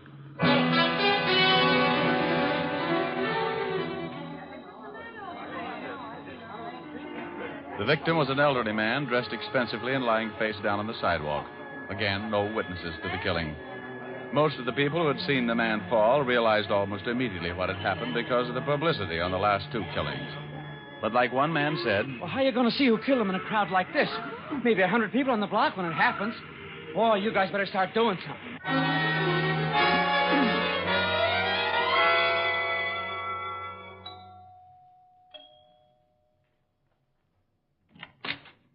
Yes, sir? Does Mr. Arthur Reeves live here? Yes, sir, but Mr. Reeves is not in at the moment. I'm from the police. Lieutenant Levinson, homicide. Homicide? I'd like to talk with everybody in the house. Certainly, sir. Has something happened to Mr. Reeves? He's been murdered. Oh, no. No, not Mr. Reeves. How many people in the house? Myself, the maid, and Mr. George Reeves, Mr. Reeves' nephew. Tell him I'd like to talk with him. And we talked with the 3 people in the dead man's house. The maid, the butler, and George Reeves, the nephew. I warned him not to take his walk tonight. I showed him the papers. Did he usually take walks at night? Has for the past 15 years. Know why anyone would want to kill him? Mr. Reeves? Of course not. You know very good and well it was that fiend what did it. How about you? Can you think of why anyone would want to kill your employer? No, sir. I've been with Mr. Reeves for over 20 years. I'm acquainted with most of his friends and associates. Look here. I can assure you that my uncle knew no one who would want to kill him. You're his nephew? That's right. Your uncle took walks every night? Yes, every night. Well, if you don't mind, we'd like you all to come down at the station to make statements.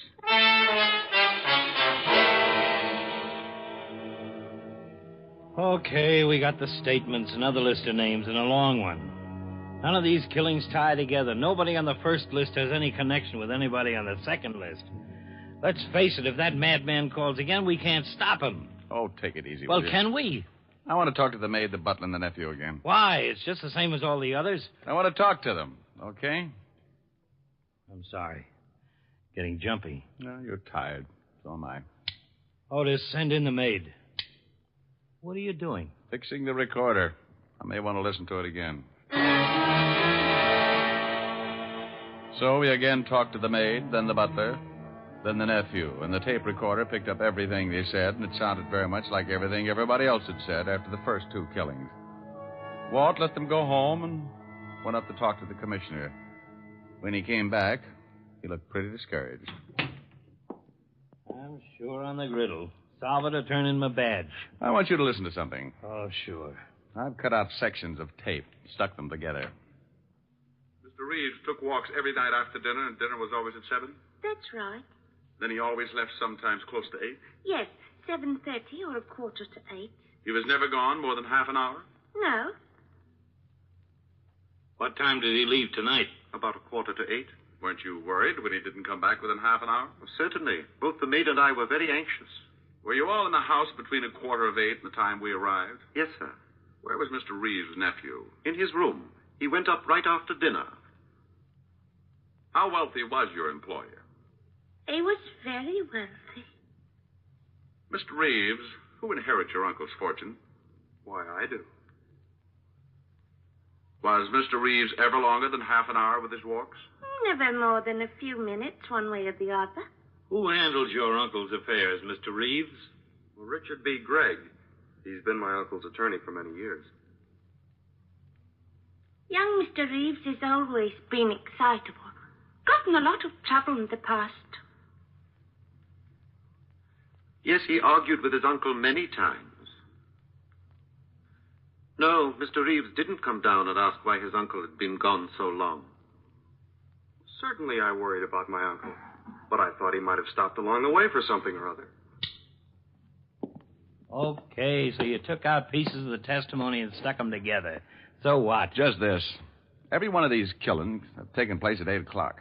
I know, and it's worried you. Now, this is the first time that one of our victims was certain to be out on the streets at 8 o'clock. Coincidence? Maybe.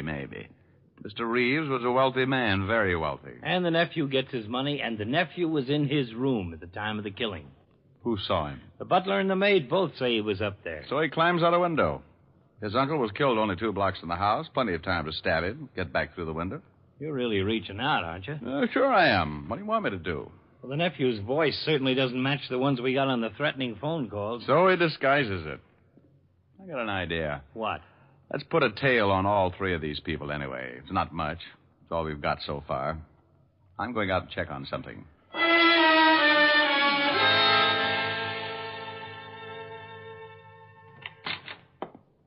What? Here's something that'll make your hair curl. I just saw the attorney for the Reeves estate, and he said the old man was planning on changing his will, leaving all his money to charity, not his nephew. He was supposed to meet with Mr. Reeves this morning. And Reeves gets killed last night. Pretty convenient for the nephew. We can't arrest him on that. No, but it makes a good motive. You think the nephew would kill 2 men and then his uncle, just so it would look like a madman had picked out another innocent victim? You gotta admit it'd be pretty clever. There's an understatement. Yeah? He's on the line again, Lieutenant. I'm tracing it. Oh, no. Our boy again. There goes your theory. Hello? You can't do anything, Lieutenant. I've killed 3 men, and you can't stop me. I'm going to kill again tonight at 8. Hello? Was him, all right. Tonight at 8. Rick, we've just got to do... Yeah? Call came from Grand Central again. Okay. Well, what happens to your theory now? Well, he might do it again. Expect you to react just this way. Who's tailing George Reeves? Harrison. When does he report in again? Checks in on the hour. Last time was about 20 minutes ago. 40 minutes to go, huh? No way of contacting him? No. Okay, we wait.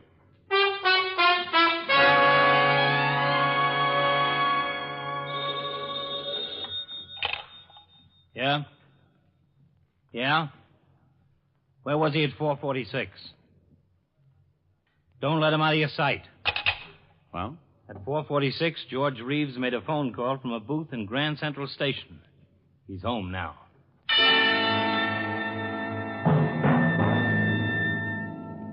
Well, we had something. A motive and a man calling from Grand Central, but not enough to make an arrest. We waited until 7 and then headed for the Reeves house. The area is surrounded. He'll have 2 men on him no matter where he goes. He's still in the house? According to Harrison. No, I want to do more than pick him up with a knife. Here he comes. Yeah. Climbing into his car. Attention, cars 31415. Suspect heading east. Proceed east on your streets. We tailed him, keeping in contact with the other cars as they stayed parallel. When Reeves turned off, we went on ahead, notified the car in our right or left to pick him up. That way Reeves wouldn't suspect a tail. About 7:30, we got a call that Reeves had parked. We headed for the spot in a hurry. Suspect is heading north on Coulter. Oh, get ahead of him. Park at the corner of Davis. We'll pick him up there. We stopped at the corner and got out of the car. We waited until we spotted Reeves walking in our direction and then let him pass and followed, staying close. We kept after him until 5 minutes to 8. He swung out on Broadway and was pushing his way through the crowd. Then it happened. Where'd he go? We've lost him. Come on. 3 minutes to 8. Let us through, please. Well, I never. Get out of the way. Oh, you push. Look out, please. You see him turn off? No, he's got to be... Walt, crossing the street. Let's go. Reeves. What? No! Look out for the knife. No, let me go. Drop it. You okay? Yeah. Here's the knife. Young man, what right have you got to hit that nice gentleman? He was helping me across the street. I have a good mind to report you. Lady. If this man was helping you across the street, just forget about him. Go bet on a horse or something. This is your lucky night.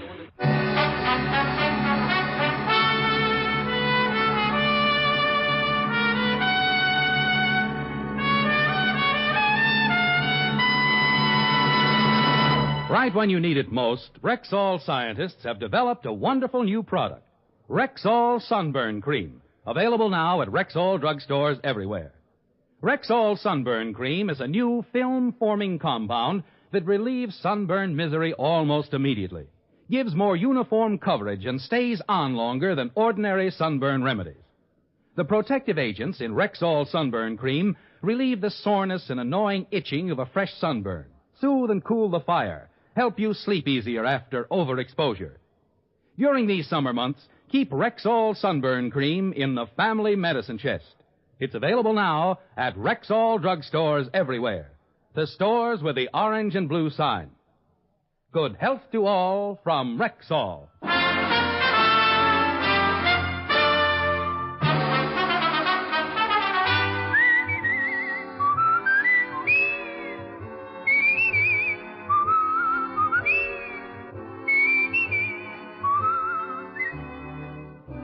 Richard Diamond, Private Detective, stars Dick Powell in the title role and was written by Blake Edwards with music composed and conducted by Frank Worth.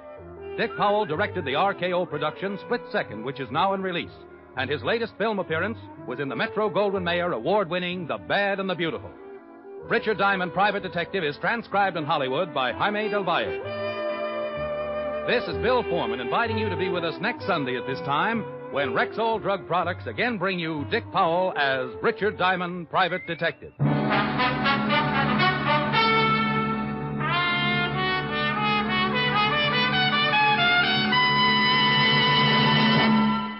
Attention people on sugar-restricted diets. At last you can get a non-fattening sweetener in granulated form. It's Rexall Sweetenet Sprinkle, the easy-to-use sugar substitute in a shaker. Just sprinkle it on food for all the taste, none of the calories. And there's no bitter aftertaste.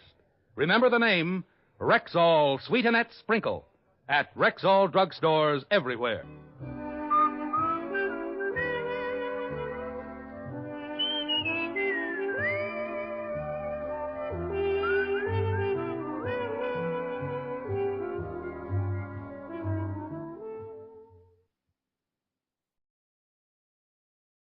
Wrigley's Spearmint Chewing Gum, the refreshing, delicious treat that gives you chewing enjoyment, presents for your listening enjoyment John Lund as Johnny Dollar.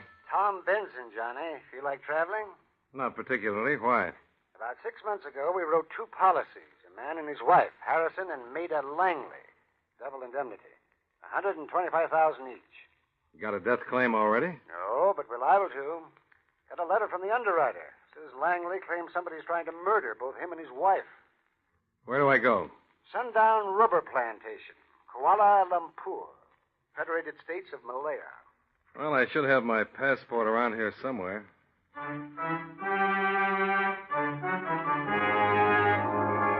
The makers of Wrigley's Spearmint Chewing Gum bring you John Lund and another adventure of the man with the action-packed expense account, America's fabulous freelance insurance investigator. Yours truly, Johnny Dollar.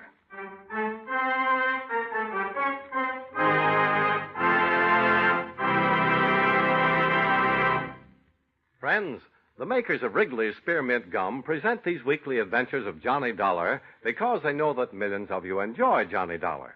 That's true of Wrigley's Spearmint Chewing Gum, too. It's enjoyed by millions, day in and day out. People find that chewing on a smooth, delicious piece of Wrigley's Spearmint Gum somehow makes time pass more pleasantly.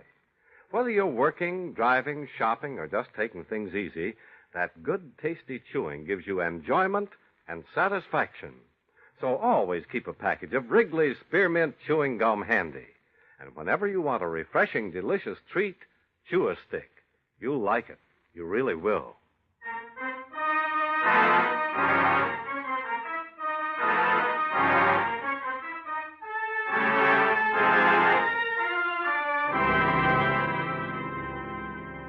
Expense account submitted by Special Investigator Johnny Dollar to Home Office, Washingtonian Life Insurance Company, Hartford, Connecticut. The following is an accounting of expenditures during my investigation of the terrified Tuan matter. Expense account item 1, $1,043.50. Airfare and incidentals between Hartford and Kuala Lumpur. I checked into the Coliseum Hotel and then walked over to Batu Road and the offices of George Allister, the rubber and tin broker who doubles in brass as your Malayan representative. Oh, filthy climate, Dollar, filthy. No man in full possession of his God-given senses would ever live out here. I don't understand why you came. Well, you wrote about the possible forthcoming murder of some policyholders, Allister. Oh, yes, the Harrison Langley business. Utter rot, this talk about murder. Dismal obsession of disordered mentality. I wrote that letter only in the line of duty. You don't think there's anything to it? Oh, beastly nonsense. Jungle's breaking Langley down. He's a weakling to start with, no moral fiber. Turn that fan up a bit, huh? Yes, fellas disintegrating under the strain of trying to run that rubber plantation. Then there haven't been any attempts to kill Langley or his wife? Oh, sheer delusion. Concept of a diseased mind. Checked with the police. No reports made. Oh, Jungle's got him. That and the filthy terrorists. His plantation's in terrorist country? Sundown some 45 miles north of here. Everything north of Kuala's in terrorist domain. Filthy blighters. Ambushing traffic. Attacking villages, plantations. Murdering, burning, slashing rubber trees. No man's in his right mind would live in this filthy country. Yeah. How do I get out there? You hire an armored car. Only way to travel through the jungle. Take your own chances, though. Might be blown up by landmines. I won't take any responsibility. I'm not asking you to. You make your investigation if you have to, Dollar. Won't get you anywhere. Utter waste of time. Then go back home to the States, out of this filthy climate, beastly country. Uh-huh. If you hate this country so much, Allister, why do you stick around? Good question. Asked myself that many times. Always came up with the same answer. What's that? Making too much money. Well, that sounds reasonable.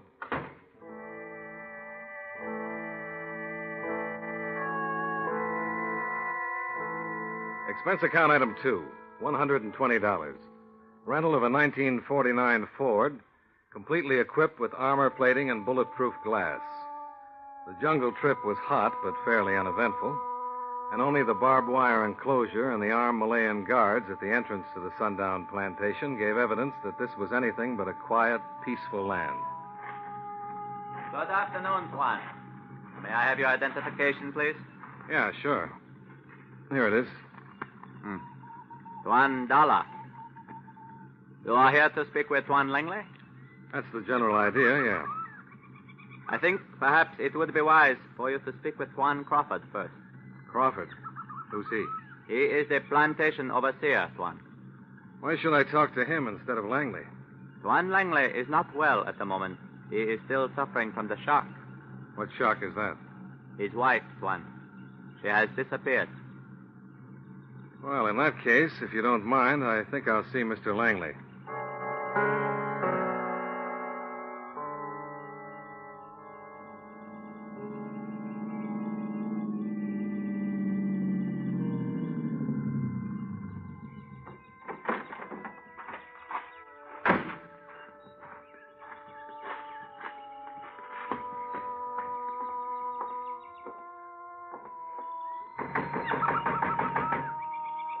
Through the screen door, I could see part of the interior of Langley's house.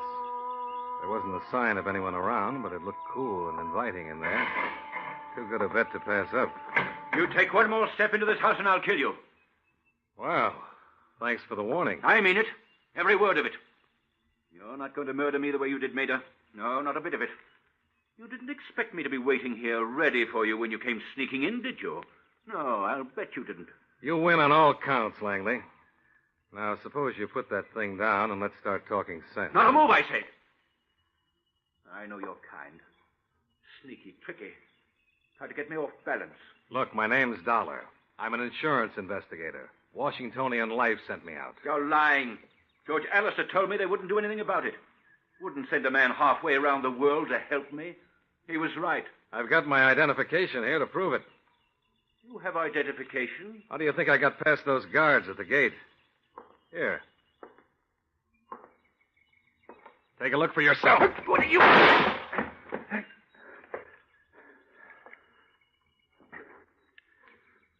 Thanks. 38 caliber Webley, isn't it? All right, go ahead. Use it. I think I'd rather have a drink first. Over there, the liquor cabinet. Thanks. You might take a good look at those papers while I'm mixing one. But these papers say you're Johnny Dollar, an insurance investigator working for... Why, I'm sorry, Dollar. Dreadfully sorry. Please accept my apologies. Forget it. Now, suppose you tell me what this is all about. It's been a nightmare, Dollar. Constant threats against my life. Terrorist raids. Living in fear 24 hours a day. Sleeping with a gun at my side. Seeing this plantation ruined before my very eyes. And helpless to stop it. It's no wonder I'm not responsible for my actions. Langley, it's not your plantation I'm interested in right now. It's your wife. Maida? Well, she's disappeared, hasn't she? Oh, yes. Yes, of course she has. Good Lord, man. What do you think's got me all upset this way? I was beginning to wonder. Well, let's start with your wife and go on from there. What makes you think that she's been murdered? What's the trouble here, Mr. Langley? Trouble? One of the yard men told me you heard a shot fired. There was, accidentally. Guns don't go off around here without a reason, mister. There's nothing to get excited about, Crawford. Mr. Dollar's an insurance investigator. Insurance investigator? So the vultures are gathering for the feast before the body's even cold. That's enough, Crawford. Nobody's asking you for your opinion. I don't need to be asked about something like this. If Mrs. Langley was my wife, I wouldn't be wasting my time talking to insurance men. Then let me remind you that Mrs. Langley is not your wife. Even though I'm certain that two of you wish she were. Why, you dirty little... Okay, Crawford, hold it. If you've got anything to say, suppose you tell it to me. Yes, that's a good idea, Crawford. Instead of my saying anything, why don't you tell Mr. Dollar all you know about the disappearance of my wife? That might help clarify things in a hurry. Okay. I'll be outside in the Jeep, Mr. Dollar. I'll take you on a personally conducted tour. That way you'll be sure of getting the truth from once. Well, there's part of your answer. Yeah? How's that? Well, it's obvious, isn't it? Crawford's in love with my wife. They've been carrying on behind my back for months. If anyone has a motive for trying to kill me, it's Crawford. Yeah, or it could be the other way around.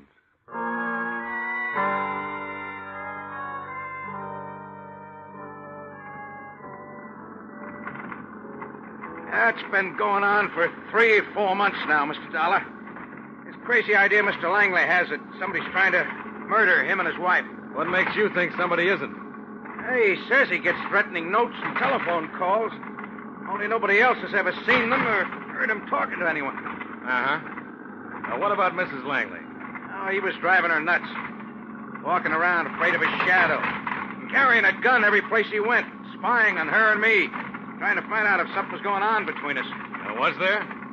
If you knew Mrs. Langley, you wouldn't even think of asking that question. But I don't. And I'm still trying to find out what happened to her. Well, I'll show you. There, you see where the barbed wire's been cut? Those young rubber saplings have been slashed? A terrorist raid? Looks like it, doesn't it? Well, what's this got to do with Mrs. Langley? The guard who met you at the gate, Bandar. He found the fence and trees that way, making his rounds this morning. He also found a sleeve torn from one of Mrs. Langley's blouses. It was covered with blood. And no one has seen Mrs. Langley since last night. You figure the terrorist took her with him? I think Mr. Langley staged the whole thing to make it look like that. Yeah? Why? He's in debt. The 50,000-pound note on the plantation's coming due in 60 days. His wife's insurance would cover that nicely. Well, it's an interesting theory. Let's go back, huh?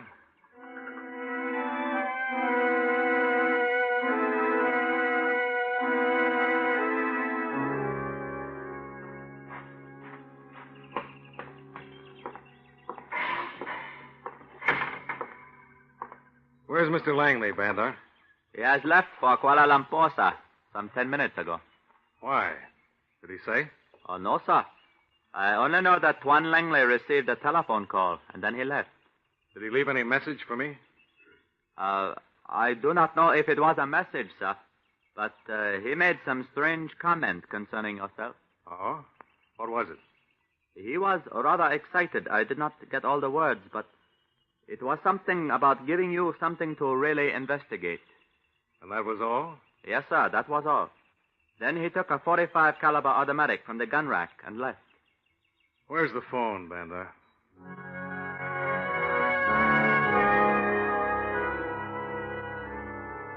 Yes, that's right, Dollar. I did speak with Langley a few minutes ago. Nothing important. Just a routine business question about a shipment of rubber. You're sure that's all it was, Alistair? Well, of course, ma'am. What's the matter, Dollar? Is filthy heat getting you down, too? Did either of you say anything about Mrs. Langley? Maida? Yes, she was mentioned casually. Casually? And he didn't tell you that she's disappeared, possibly been murdered? You being serious, Dollar? Did he tell you anything about it? No, not a word. Matter of fact, I was the only one who mentioned Maida. Perfectly casual reference, as I told you. Well, what did you say, Alistair? Merely that I just finished having a drink with her at the Coliseum bar.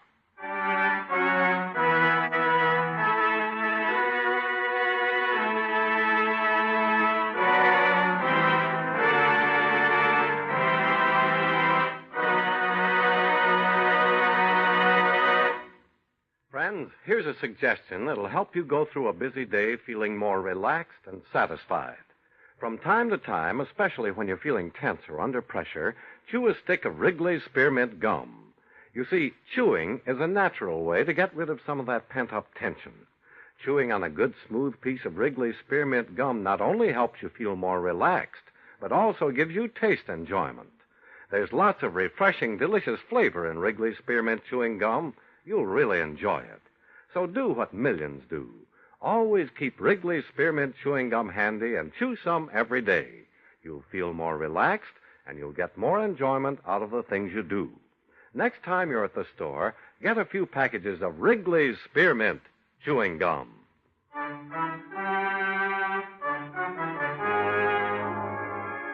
And now, with our star, John Lund, we bring you the second act of Yours Truly, Johnny Dollar.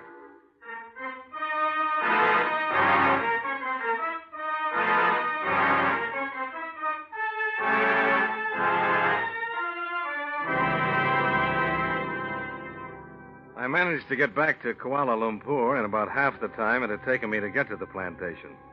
George Alistair was still grumbling about the climate, the country, and being involved in the Langley affair. Oh, confound it, Dollar.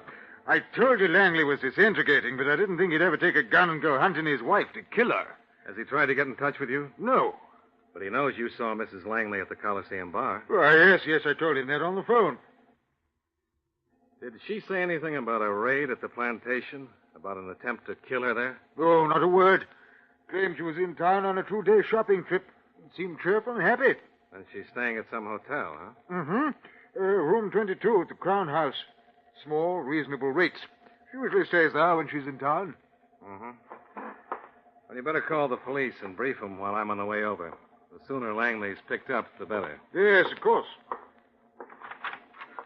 Oh, by the way, Alistair, you wouldn't happen to know who holds that 50,000-pound note against Langley's plantation, would you? Why, yes. I own the note. Why? Just curious.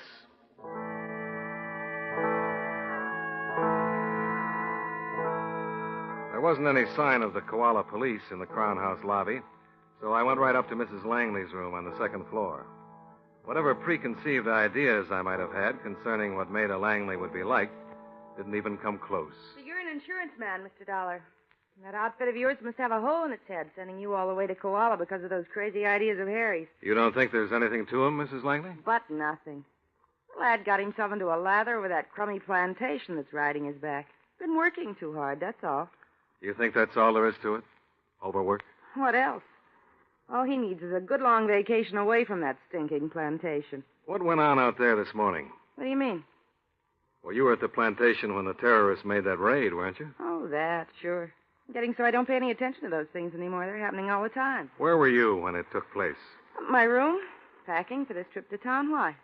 Well, both your husband and Crawford have the idea that somebody staged that raid in order to kill you. Kill me?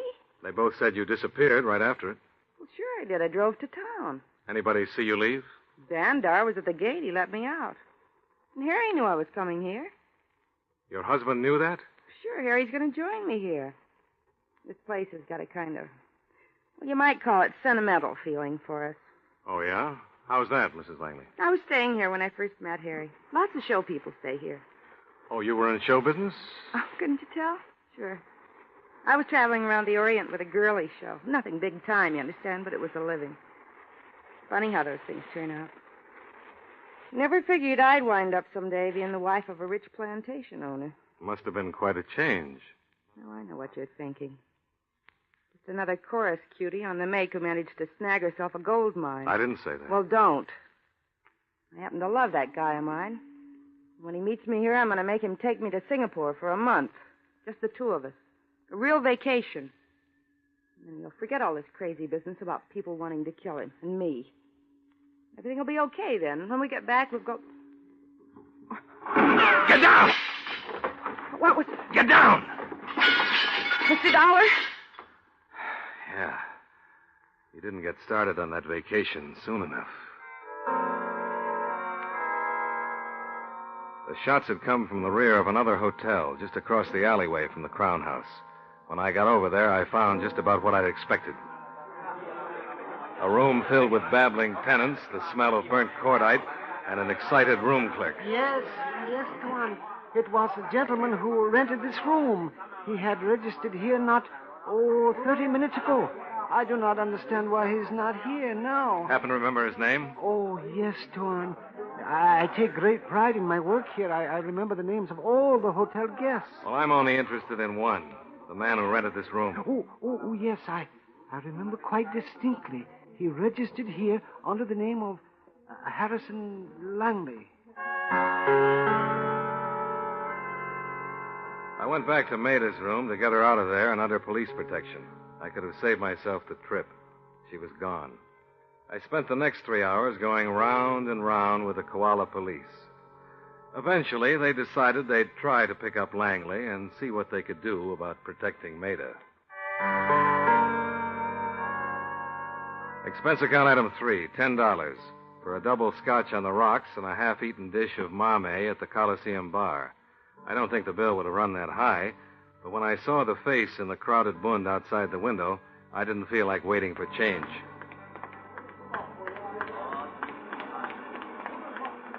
Still looking for her, Langley? What?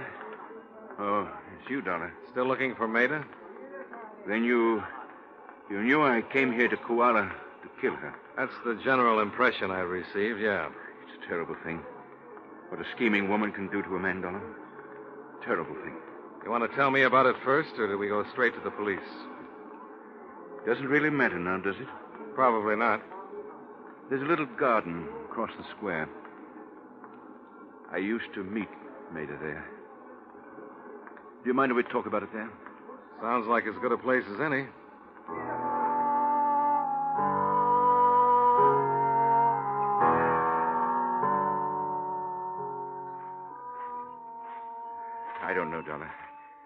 Maybe it's because I'm a weakling. Maybe it's because when a man marries late in life, as I did, it hits him harder when he learns that his wife no longer loves him. You still think that's the real story? I know it is. She and Crawford. That's not the way she tells it, Langley. I should have known better. A cheap, dance-hall tramp. She only married me for my money. And you're convinced Maida and Crawford intended to murder you? Oh, no. Don't underestimate my sweet, darling wife, Dollar. She didn't want me killed. Then Crawford could force her into marrying him. No. All she wanted was to have me adjudged mentally incompetent. Then she'd have control of my money and no strings attached. That's why she was so brazen about her affair with Crawford. Why they tried to break me down with all those threats against my life, fake those terrorist raids against the plantation. To make me crack, break down under the strain, commit some unreasoning act of violence. Mm-hmm. Well, they almost succeeded. I came here to Koala today to kill Maida, to get rid of her once and for all. I couldn't see any other way out. No other answer for me. Murder's never an answer for anything, Langley. I'm not sure.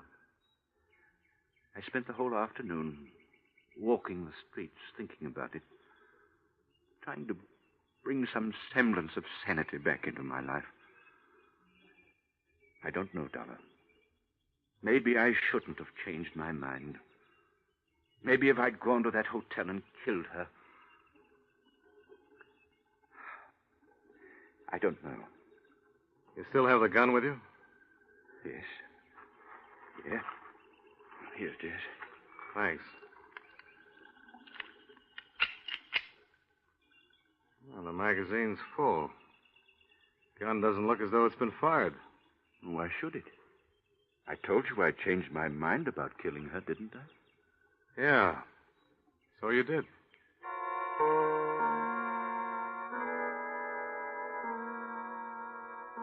I asked Langley to wait in the garden and went across to the Coliseum Hotel, where I made 3 quick phone calls.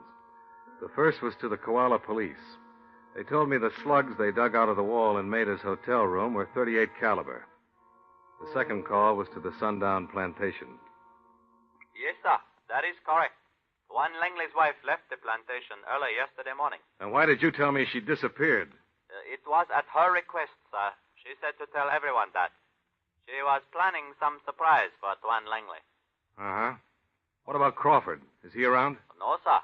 He left for Kuala Lumpur shortly after you did. Did he say when he was coming back? Yes, sir. He said he would return by midnight tonight. Uh-huh. He had a gun with him, of course. Yes, sir. He not only took his, but also Tuan Langley's .38 caliber Webley. The third call was to the room clerk of the hotel where the shots had been fired. His memory was still good concerning the man who'd registered as Harrison Langley. 6 feet tall, brown hair, heavy set, about 30. It was a perfect description of Crawford. I drove back to the garden in my armored Ford, picked up Langley, and we headed out on the jungle road leading back to the Sundown Plain. Sure, I'd get the proof I needed when we got there. But I was wrong. I got it when we were still 15 miles away. Bullet. Must have been a landmine. Oh, if some poor devil ran over it in his car. Well, we'll find out.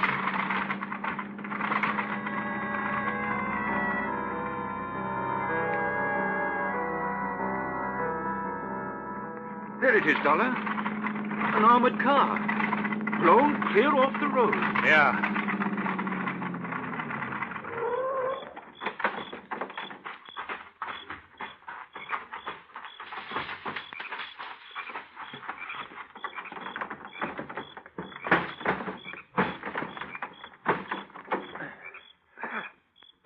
Good Lord. Yeah. Oh. Dollar, is there any? Not a prayer for either one.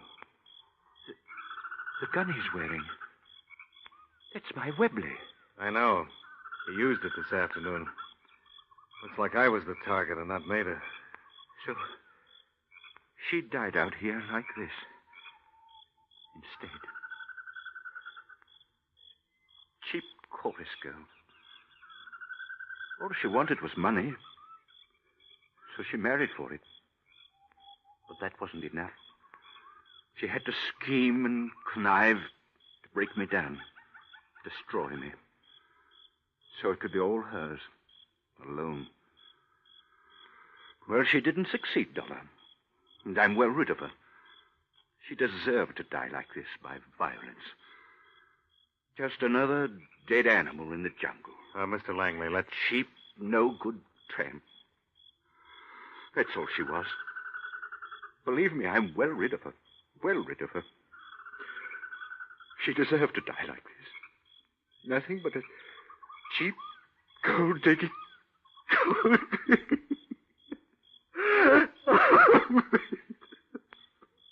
Maida, darling, Maida.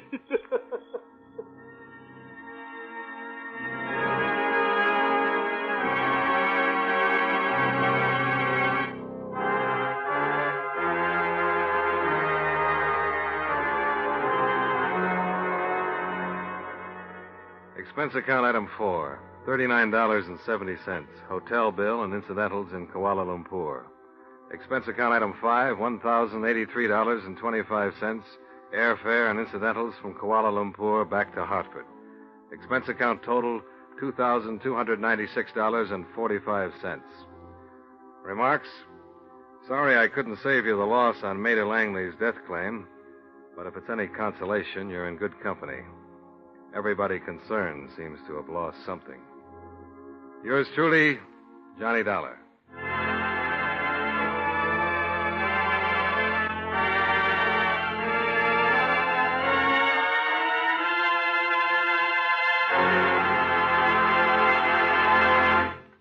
Friends, when you've got a package of Wrigley's Spearmint Chewing Gum with you, you're all set for refreshment and enjoyment at any time.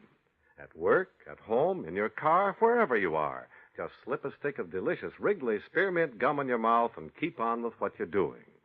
See how refreshing that lively spearmint flavor tastes, how it cools your mouth and helps keep your throat moist. Enjoy the good chewing, too. It'll make the time pass more pleasantly for you. And remember, chewing Wrigley's Spearmint Gum helps keep breath sweet and teeth clean. So it's a nice thing to have with you at all times. Get some next time you're at the store. That's Wrigley's Spearmint Chewing Gum. Healthful, refreshing, delicious.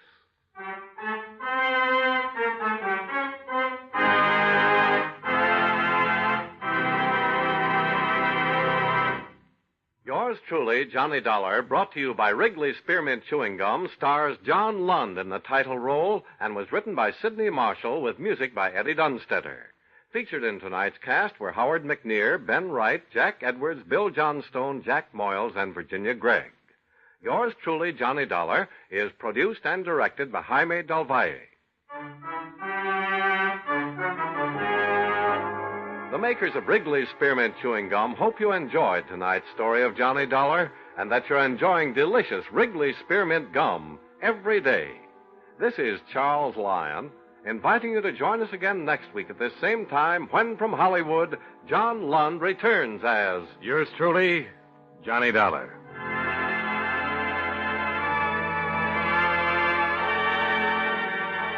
This is the CBS Radio Network.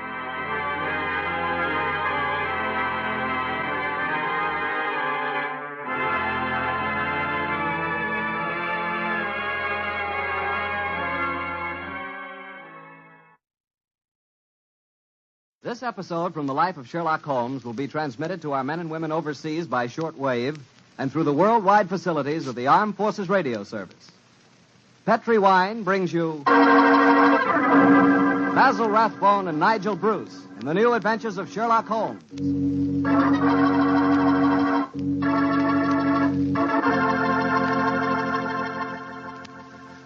The Petri family, the family that took time to bring you good wine, invites you to listen to Dr. Watson tell us another exciting adventure he shared with his old friend, that master detective, Sherlock Holmes.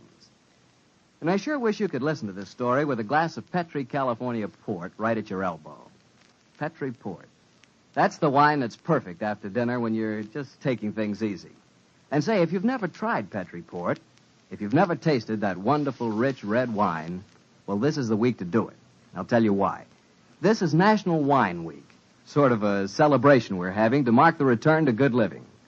Your wine merchant is kind of rolling out the red plush carpet this week, and among other things, he wants to prove to you that you just couldn't ask for a more delicious wine than Petri wine. Why don't you take him up on it? And begin by becoming acquainted with Petri Port. You'll really love it, and so will your guests. And say, you can serve Petri Port proudly, because after all, the name Petri is the proudest name in the history of American wines. That's a fact.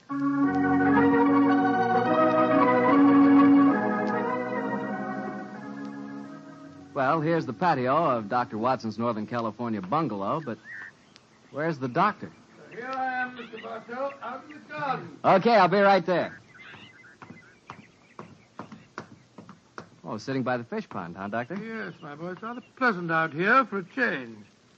Has it ever occurred to you how stupid the expression of a goldfish is, Mr. Bartell? Well, I can't say I've ever given it much thought, Doctor. Why? You see this foolish little fellow here with his silly little mouth opening and closing as though he were constantly astonished?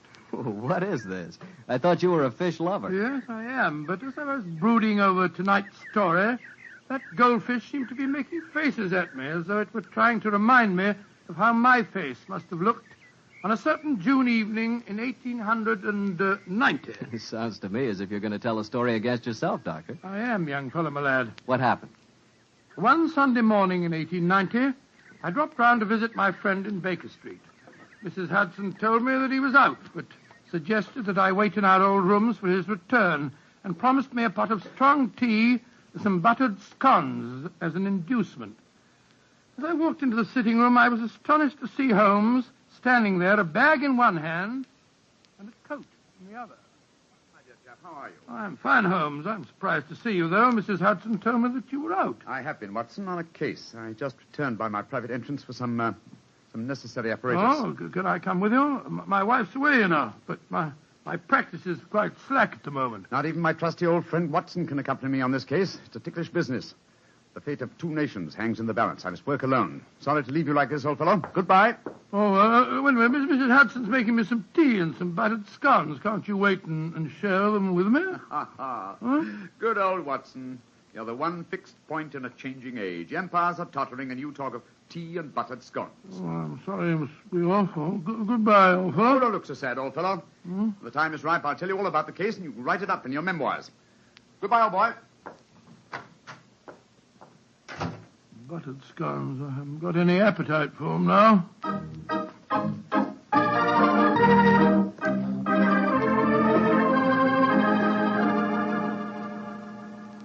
Did you enjoy the scones, Dr. Watson? Oh, I'm afraid my appetite disappeared when Mr. Holmes left. It did it? I see you've eaten them all just the same. What? Oh, yes, so I did. I've got a surprise for you, Doctor. Inspector Lestrade is downstairs. Oh, is he? He came to see Mr. Holmes, but when I told him he was out, the inspector said he'd like to see you. Oh, he did? Oh, splendid. I'll ask him to come up, please, will you, Mrs. Hudson? Aye, sir. Will you come up, please, Inspector? Thank you, Mrs. Hudson. Can I butter you up a few more scones, No, Doctor? thank you. I really couldn't eat them. I'll just go and make some more the same. He'll eat them if I fix them, Doctor. No, really, thank you. There you are, Lestrade. Hello, Dr. Watson. Here's a pretty kettle of fish and no mistake. Huh? What's the trouble? Well, I want Mr. Holmes' help on a most important case. Where's he gone? Well, he's out on a very, secret matter. You know where he is, Doctor? Well, naturally I know where he is, Lestrade. My old friend never keeps me in the dark, but I'm not at liberty to tell you. Perhaps I could help you a bit. After all, I'm not exactly unfamiliar with my friend's methods. That's true, but just the same... Oh, well, Doctor, two heads are always better than one, even if one is a sheep's head, as my old mother used to say. Are you suggesting that I'm a sheep's head? No, I'm not suggesting anything, Doctor. I'm just telling you what my old mother used to say. I'm really not very interested in what your old mother used to say. Oh. And now, Lestrade, your problem, please. Well, it's simple enough, Doctor. A German diplomat Graf Otto von Eldenstein is his name. He's in England on a very secret mission. Graf Otto von Heldenstein. Huh. Yes, I've heard of him. Pray continue. Well, this von Eldenstein staying at the Manor House at Hampton Wick, not far out of London. Now, this morning, somebody slipped past his guards and threw a bomb into his study. His secretary was killed, and he would have been too, if it hadn't been that he'd left the room a few minutes earlier. Well, these second-hand investigations are very little use, Lestrade. We must both go down to the Manor House at Hampton Wick and examine the situation on the spot. All right. Get out the timetable and look up the next train, will you? Yeah. And while you're doing that, I'll go and tell Mrs. Hudson where I'm going. All right, you are, Doctor.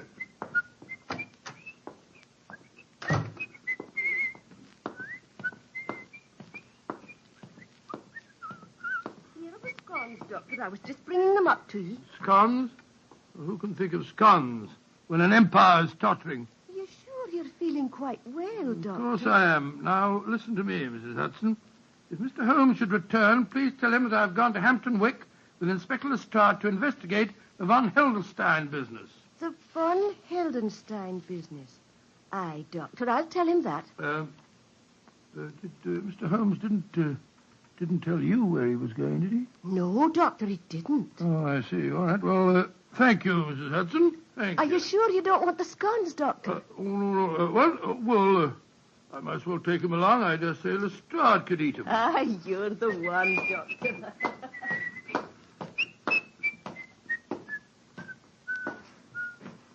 Yes, I suppose this is rather exciting. Just the same, I wish I knew what Holmes was doing at this moment.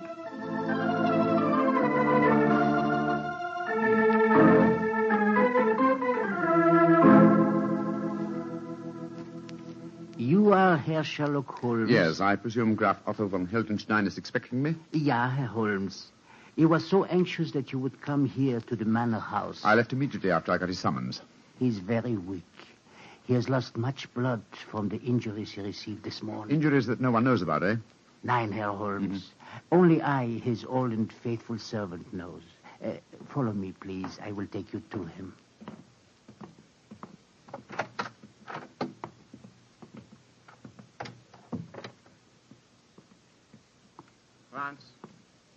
Franz, is that you, Franz? Ja, Herr Graf. And with me is Herr Sherlock Holmes. Oh. Thank heaven you are here, Holmes. I hope I can be of service to you, sir. You can. You can be of great service. Sit close to my bed, Holmes. I have not much strength to speak. I'm listening, Herr Graf. You must impersonate me. Yes, so I gathered when I received your message. I am in England on a most delicate and important mission for the German government. Within a few weeks, your government and mine will conclude a treaty outlining the German and British spheres of interest in Africa. I see. Obviously, that bomb was thrown this morning by someone who does not wish the treaty to be concluded. Yeah, exactly, Herr Holmes. That is why you must impersonate me. In 24 hours' time, I shall be well enough to resume my work. In the meanwhile, you can keep the secret of my injuries and also have the opportunity of finding the assassin. I'm quite prepared to undertake the impersonation, sir, but how can I possibly hope to deceive the members of your personal staff? With the exception of Franz here and poor Fräulein Ullmeyer, who was killed in the explosion that injured me, my staff is new. They have joined me here from the German consulate in London. They will believe that you are me. Very well, sir. I'll try it. I have heard of your skill in the art of disguises, and also it seems to me we are not so unlike each other. I was about to comment on that fact myself, sir. Yes, I think that a moustache and side whiskers will work wonders.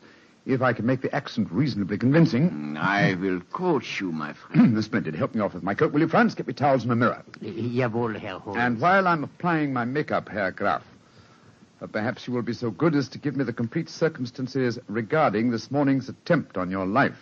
If I'm to impersonate you successfully, I must have all the facts at my fingertips.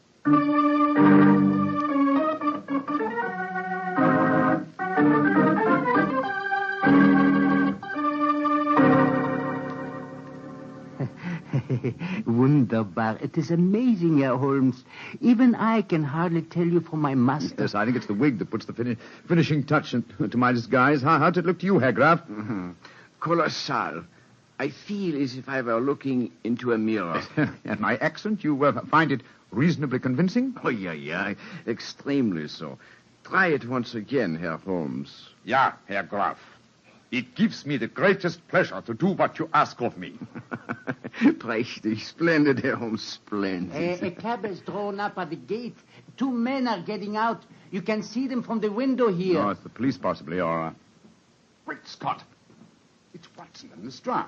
Friends of yours, Herr Holmes? One of them is my close colleague, and the other is a detective inspector from Scotland Yard. Oh, you must keep up the deception, even with your friends. As a matter of fact, my friend's investigations will prove an excellent mask for my own search for the assassin. But, well, this is a delicious situation. I hope they won't recognize me.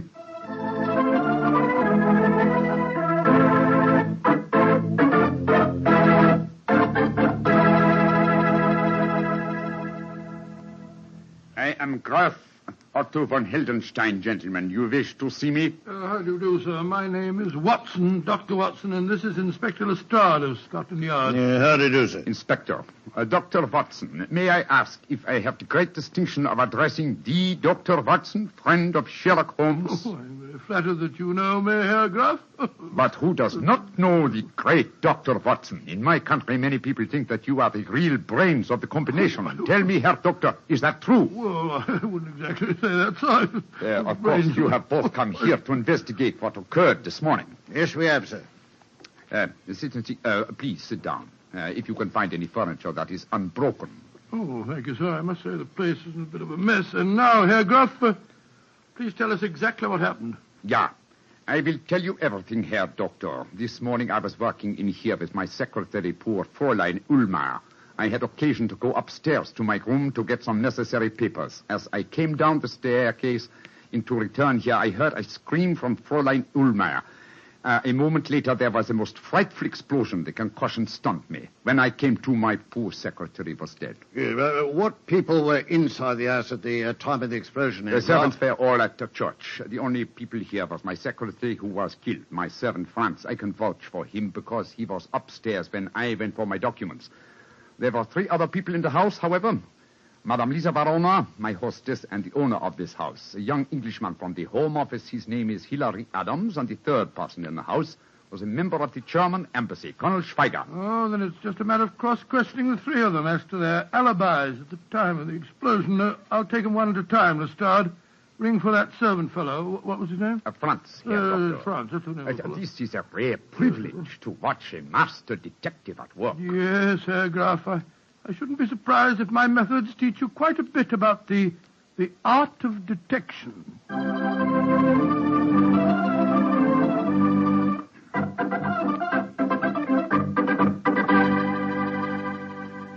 Herr Dr. Watson, this is Colonel Schweiger of the German embassy. Where were you, Colonel Schweiger, when the explosion occurred this morning? I was discussing the military tactics of Clausewitz with one of the guards near the front gates. Yeah, well, what was the name of the guard, sir? Carter. Mr. Arthur Carter. Yeah, I'll check on that. Thank you, Colonel Schweiger. Please ask Madame Lisa Verona to come in with her.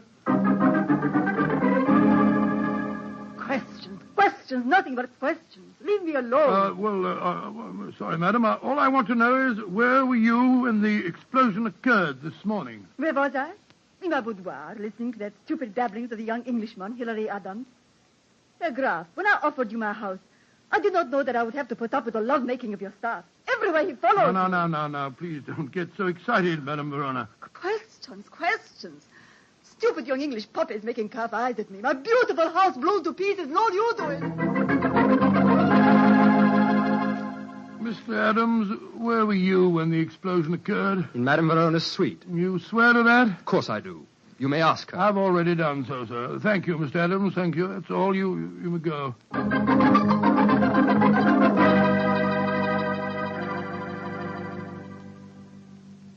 Well, Lestrade, did you check on Colonel Schweiger's alibi? Yes, Doctor. He was telling the truth. He was talking to the colonel when the explosion happened. Dear me, Herr Doctor, your examination has not been very successful, has it, sir? Everyone has an alibi. Yes, but the alibis of Madame Verona and the young Englishman, Hilary Adams, depend on each other's words. They might be lying. When you've been dealing with criminals as long as I have, Herr Graf, you learn to look far deeper than the obvious. Yes, Lestrade and I shall return to London now and make some inquiries. You will hear from me, sir, before the day is over.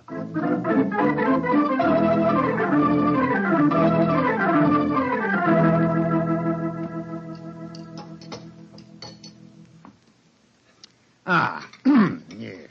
Well, I'm much obliged to you, Doctor, for a very nice meal. Although we've been talking in circles. Not entirely. Anyway, I have come to one important decision. Oh, and what's that, Doctor? Madame Verona is addicted to the use of drugs. The pupils of her eyes were contracted to pinpoints. It's an invariable indication of drug addiction. Lestrade, you go to Scotland Yard and see what you can find out about her, and I'll go back to my house. You can meet me there later.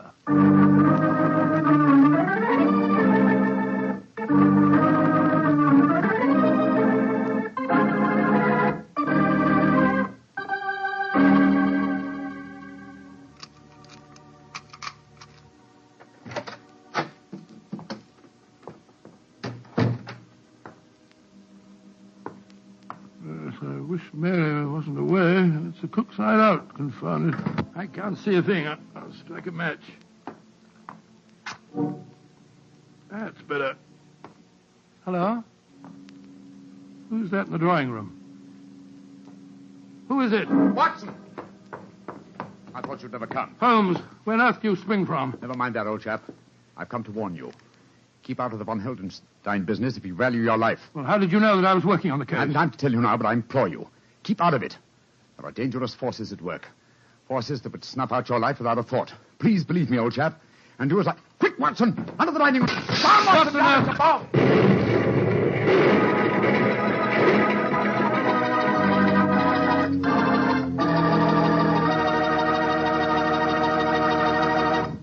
You'll hear the rest of Dr. Watson's story in just a few seconds. All the time, I need to remind you that, what with this being National Wine Week, if you want to take a gift to a young lady, why not take her a bottle of Petri California Muscatel? Petri Muscatel is the kind of wine you'd serve a queen. That Petri Muscatel has the flavor of plump, sun-ripened Muscat grapes, and is it ever good? You couldn't ask for a more delicious after-dinner wine, or a more delicious wine to serve when company comes. Remember, it's Muscatel, but the important thing is, it's Petri. Petri Muscatel.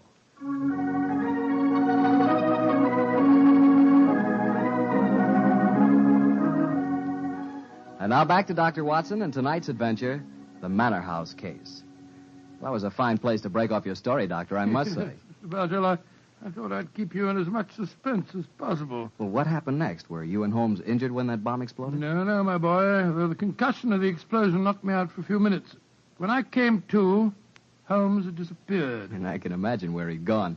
Go on, Doctor. Soon after that, Lestrade arrived on the scene, and after a quick and fruitless examination of the premises, we decided to return once more to the Manor House. And so, an hour later, I was telling my story to the man I still thought to be the Graf Otto von Heldenstein. But this is dreadful, Herr Doctor. The bomb might easily have killed you. Oh, I was ready for it, sir. Quick thinking and presence of mind are my stock in trade, you know. When I heard the ghastly crash, I flung myself under the dining room table. I'm most distressed that you yourself should be exposed to such danger. Not at all, Herr Graf. As a matter of fact, I exposed myself deliberately to the attack. It's an old army trick, you know, what we call drawing the enemy's fire. Calm now, Doctor. You don't mean to tell us that you expected to have that bomb chucked through the window at you? Of course I did, Lestrade. The assassin knew that I was working on the case. He followed me to London and fell into my trap, just as I intended him to, by showing his hand. Well, I don't see what he's got you, Doctor. I myself must admit I cannot see that you are any nearer to finding the murderer. On the contrary, sir, the case is nearly solved. Well, I don't see how you figure that one out, Doctor. Elementary, my dear Lestrade, elementary. One of the three people under suspicion followed me to my house tonight. The second bomb was thrown at approximately 7 o'clock. Now, It's only a question of finding which one of the three cannot account for his movements at that time. Then we shall know the murderer. You want to cross-examine them again, Doctor? Yes, Lestrade. Bring them in, please. One at a time.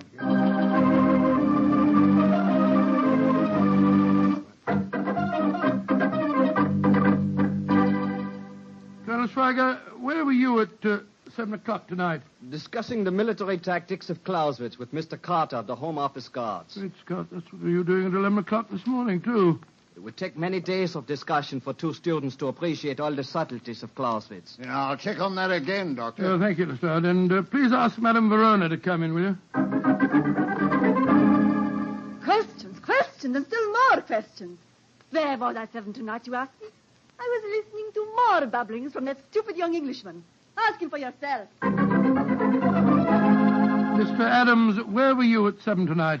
With Madame Verona in her boudoir. There is a curious sameness about the pattern of life in this house, is there not, Herr Doctor?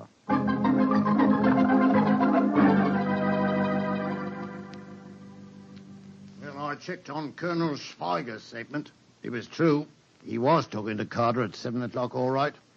Well, could the other two account for themselves, Doctor? Well, once again, they alibied for each other, but this time I begin to doubt them. Oh, why do you say that, Herr Doctor? Well, I would accept Madame Verona's alibi for young Adams. Obviously, she loathes the boy and wouldn't perjure herself for him. On the other hand, he worships her, and I'm certain that he wouldn't have any scruples about lying to provide an alibi for her. Well, you got a point there, Doctor. Yes, I regard her with great suspicion.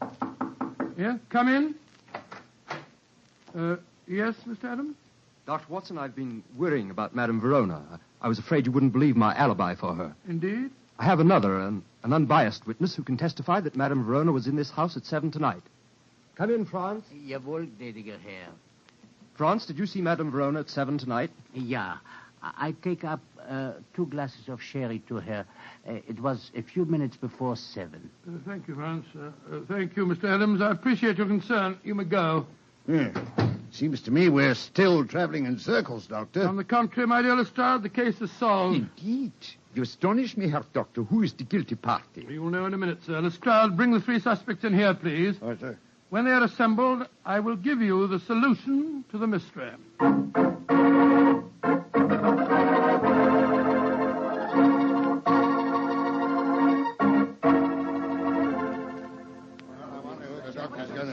Ladies and gentlemen, the mystery is solved, and I must apologize for any little inconvenience that you've undergone.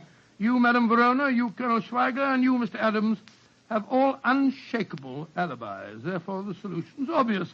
As my dear friend Sherlock Holmes has often said, eliminate the impossible, and whatever remains, no matter how improbable, is the truth. Therefore, the only person that could have thrown both bombs is you yourself, Graf Otto von Heldenstein. Oh, George, I believe you're right, Doctor. What have you got to say for yourself, sir? That I, too, Herr Doctor, have an unshakable alibi. Oh, what is it? I was with you, Herr Doctor, when the second bomb was thrown. What on earth are you talking about? I was alone, sir. Oh, come now, old fellow, that's not true. Holmes. What? Holmes, how could you? Mr. Holmes. Well, strike me. Don't be angry with me, old chap. Oh, you made a complete fool of me, my dear fellow. Not at all. I've never I seen suppose any... you got the real solution to the case, as usual, Mr. Adams? Yes, Lestrade, I have. Well, let's hear it, then. Might as well show me up for Oh, the my dear acid Watson, I've stop been, huh? berating yourself. You really handled the case very well. You made only one mistake. Huh? May I revise that dictum of mine which you just quoted? Eliminate the possible, and then, if nothing remains, some part of the impossible must be possible. Which part? Colonel Schweiger's alibi was valid. So was Madame Verona's, since it was corroborated by the trusty Franz. But what does your alibi rest on, Mr. Adams? Madame Verona's told you I was here at 7. Yes, but Madame Verona is addicted to the use of drugs. I'm sure that you spotted that fact, Watson. Yes, as a matter of fact, I did. Your mistake, old chap, was in not drawing the correct conclusion. Mr. Adams' alibi depends on the unsupported word of a drug addict. Now, the use of drugs notoriously destroys, first of all, the sense of time. Any trick such as the resetting of clocks could be worked on her without her noticing. Her word on a time alibi is completely valueless. Then Adams is the man Fools, meddlers. Why don't you... No. He's a murderer and a traitor.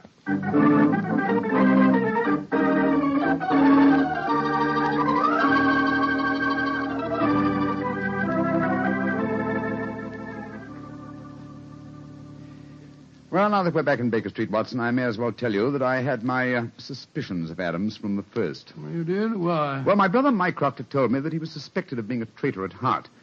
He's been under observation for some years. He was purposely given this assignment as a definite test of his integrity. Well, I understand it all now, Holmes. It's the same. I did make an ass of myself in front of Lestrade, too. Don't worry about it, old chap. Please don't worry. You always can correct that impression, you know. Yours will be the last word. Oh? How do you mean? Well, when you come to write this story in your memoirs, my dear fellow, you can always do a little, what should we say, re-editing of your own part. Posterity never need know.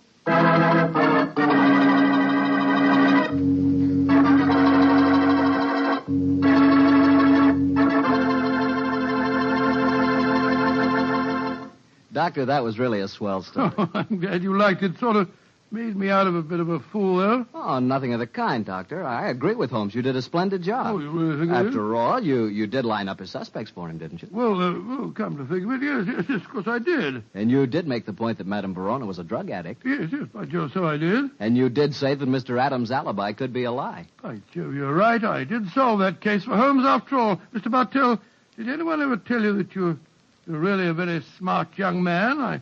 I wish you and I could work on a case together. We can. Starting tonight. No. Really? Sure. In celebration of National Wine Week, I brought you a case of Petri wine. And I suggest we start on it right now with a glass of port. What a fellow. What a wine. Petri wine. We know that's really good because the Petri family has been making fine wine since the 1800s. For generations. Ever since they started the Petri business, the Petri family has been turning luscious California grapes into fragrant, delicious wine. And during all that time, they've been handing on down from father to son, all their skill and knowledge and experience. The Petri wine you buy today is the result of all that skill and knowledge and experience. That's why you can't go wrong when you choose a Petri wine, because Petri took time to bring you good wine. And now, Dr. Watson, what's the prescription for next week's story? Well, now, let me see. Next week, Mr. Bartell, I think I can promise you a most entertaining adventure. It concerns a famous magician, a female spy of unusual beauty, and a man even more brilliant than Holmes himself. His older brother, Mycroft. Sounds terrific, Doctor. And before we say goodnight to our friends, I want to remind them that our men overseas need the Merchant Marine to bring them back home. The Merchant Marine got them there, and it'll bring them back if you help. Right now, the Merchant Marine needs experienced mates, engineers, ABs, firemen, oiler water tenders, and chief cooks. If you qualify, write or wire collect at once to Merchant Marine, Washington 25, D.C. Bring the boys home.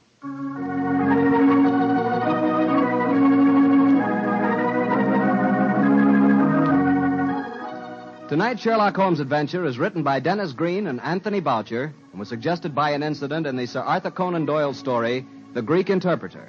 Mr. Rathbone appears through the courtesy of Metro-Goldwyn-Mayer and Mr. Bruce through the courtesy of Universal Pictures, where they are now starring in the Sherlock Holmes series.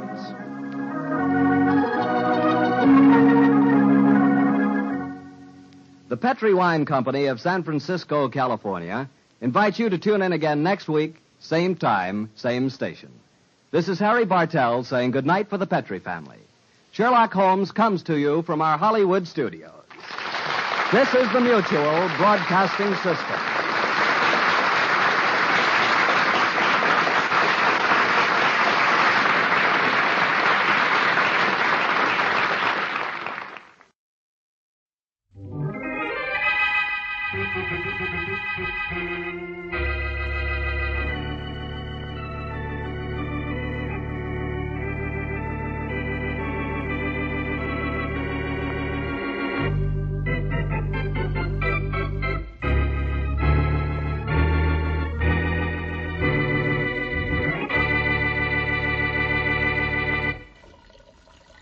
We got enough water in that tub, don't you think, huh, Frank? After a few minutes, the amount of water doesn't matter much, Sonny. We're wasting it now, don't you think? So we're wasting it, so what? Yeah, I guess we don't care. Ain't our water, Bill. How's Joe doing? He hasn't moved a finger for a couple of minutes. Maybe we better pull him out and have a look. Yeah. Looks the same as before we pushed him under, don't you think? Yeah, he does. We better keep him under a little longer. Nice place Joe has here, don't you think? Sure is. I always wanted to live upstate in one of these small towns. Trouble is, there isn't enough opportunity in a small place, huh? Uh-oh, the phone. Better answer it. Okay. If it's Smitty, tell him we'll see him in the city as soon as we get back, which ought to be early in the morning. Okay.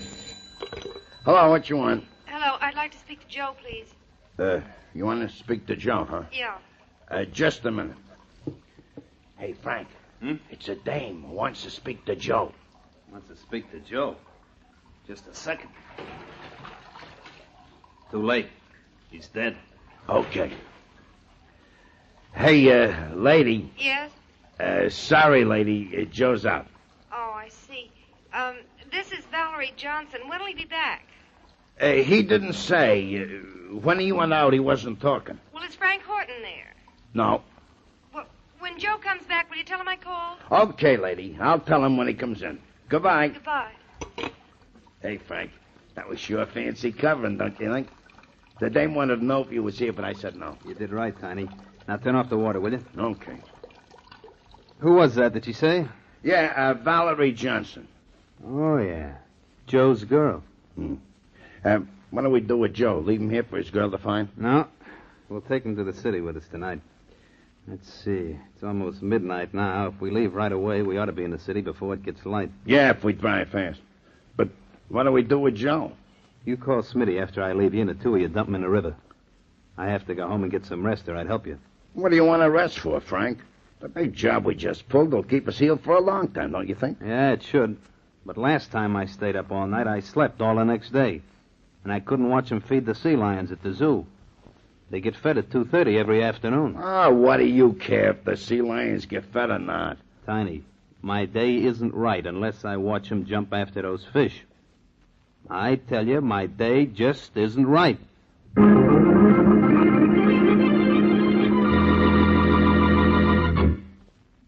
And now, on to Dick Calmer as Boston Blackie. Enemy to those who make him an enemy. Friend to those who have no friend.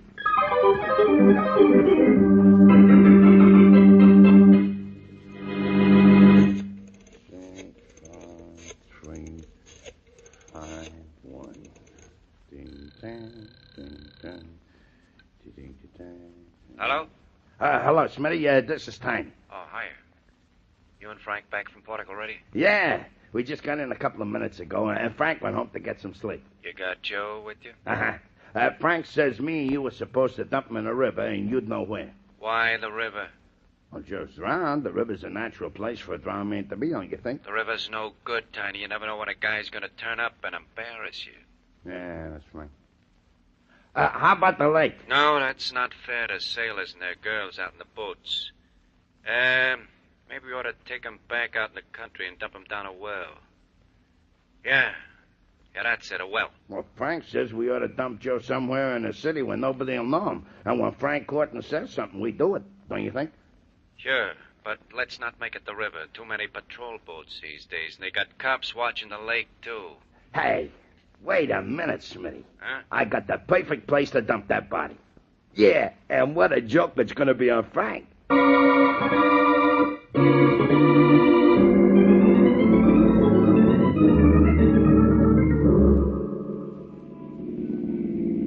Well, Mary, here we are. Last stop, all out. Thanks for taking me shopping, Blackie. When my car is fixed, I'll take you sometime. Well, let's not make it as early as this, though, huh? Oh. I don't mind getting out at 9 in the morning for you, but I'd just as soon not do it for myself. You're just selfish, that's all?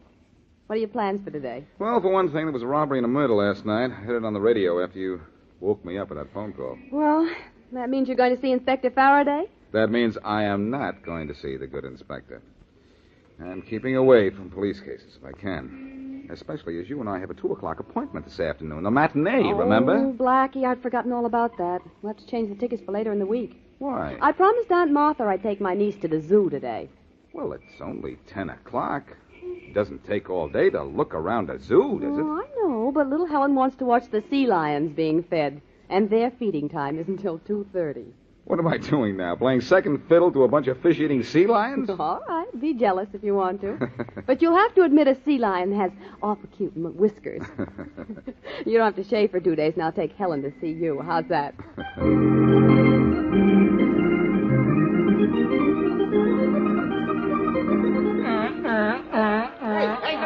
Don't you ever miss watching me toss fish to the sea lions, Mr. Horton? Wouldn't miss it for the world, Sam. Hey, Barco really had a jump for that one, didn't he? Nah, he didn't have to. Big Barco just likes to show off. Here, watch what happens when I throw him this one. He almost gobbled up little Junior going for that one. With sea lions, fish come first and children later. Watch Daisy go for this. Oh, bad throw. You made Daisy dive for that one. You think she doesn't love that? She got a big laugh from the crowd. I'm surprised she doesn't rear up and take a bow. Hey, the kids sure go for the sea lions, don't they? Yeah. Look at them all. Hey, there's an awfully cute little tot. The one with that pretty girl over there by the rail? That pretty girl is Mary Wesley. Know who she is? No, who? Boston Blackie's girl, that's who. The little doll's her niece. Brings her here every once in a while. Well, here's the last fish for the sea lions. Throw this one to Barco, but make him go a long way for it. Right. Here she goes. Ah, that's my boy Barco did that. Went halfway across the pool for that one and gave his fans a splashing, too. He's some performer, that Barco. If he's ever missing, I'll know where to find him. In your bathtub. Well, I guess the fun's over for today. Hey, what's the matter? I don't know. Hey, Mr. Horton, look at the edge of the pool there. Huh? There's a body floating in the water.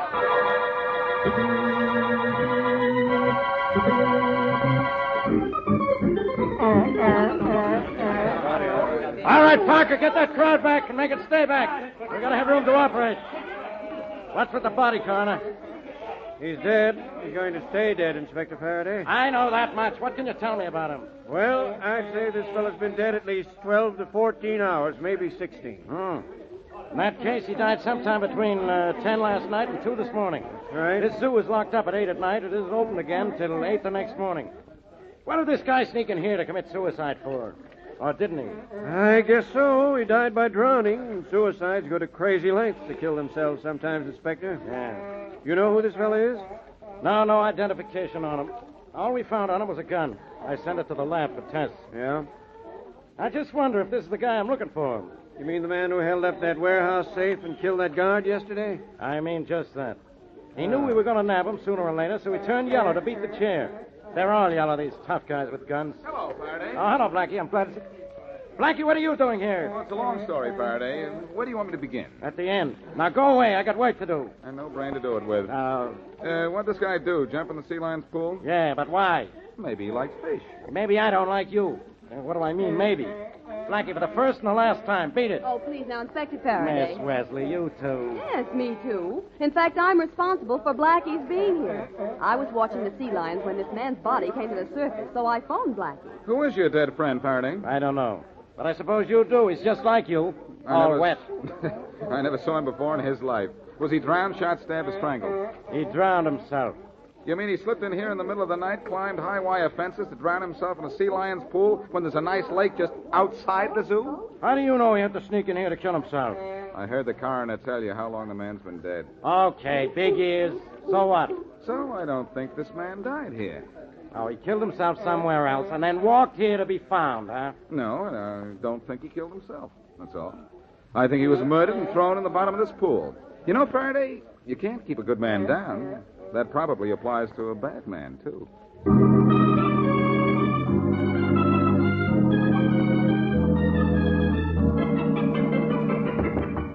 Come in.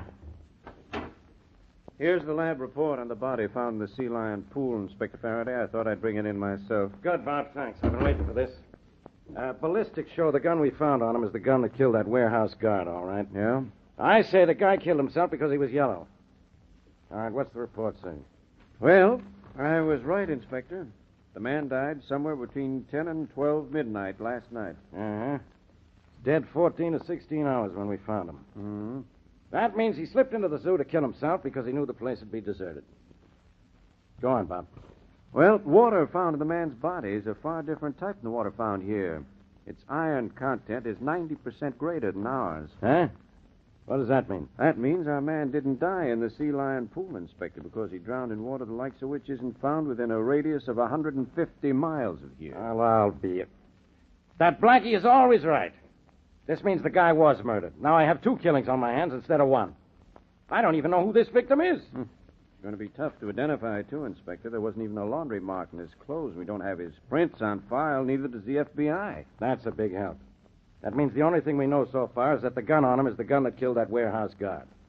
We don't know where the guy was killed. We don't know who he is. We don't know who killed him. We don't know why he was killed. Now, I could go on like this forever. Why don't you, Faraday? At least it'll give you something to do. Blackie, get out of here. I got problems. Well, tell them to me. I was a problem child. I suppose you're pretty proud of yourself because you knew that guy in the sea lion pool was murdered. No, it was only a guess, Faraday. Just didn't look like a good place for a guy to kill himself. You see, if I were going to commit suicide, I wouldn't pick a sea lion pool. Oh, you wouldn't. Well, I got news for you.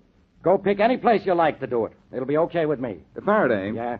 You've got an unsolved murder on your hands. I've got a few seconds on my hands. We'll put the two together and see if we can't come up with a handsome solution to this case.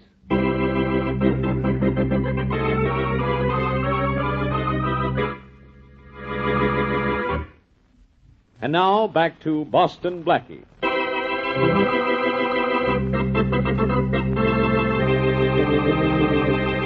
A man is killed by drowning in a bathtub in a small upstate town. His killers take his body to the city, where they dump it in the sea lion pool at the zoo. When the body is found, it looks like suicide, until laboratory tests prove what Boston Blackie suspected, that the man was murdered a long way from the zoo. Only identification on the body is a gun, which turns out to have been used the previous day to kill a guard during a warehouse robbery. As we return to our story, Blackie is in his apartment with his friend, Mary Wesley. Oh, Blackie, a fine afternoon this has been. Do you know how many phone calls you've made? I'm waiting for a return call on number 18 right now, Mary. And why? Because you think out of all the towns upstate that have water with a high iron content, you can find one where a man is missing. And you can do it in one afternoon. One afternoon and 100 phone calls. If the afternoon is long... Oh, here's the call I've been waiting for. I hope. I hope you'll give up.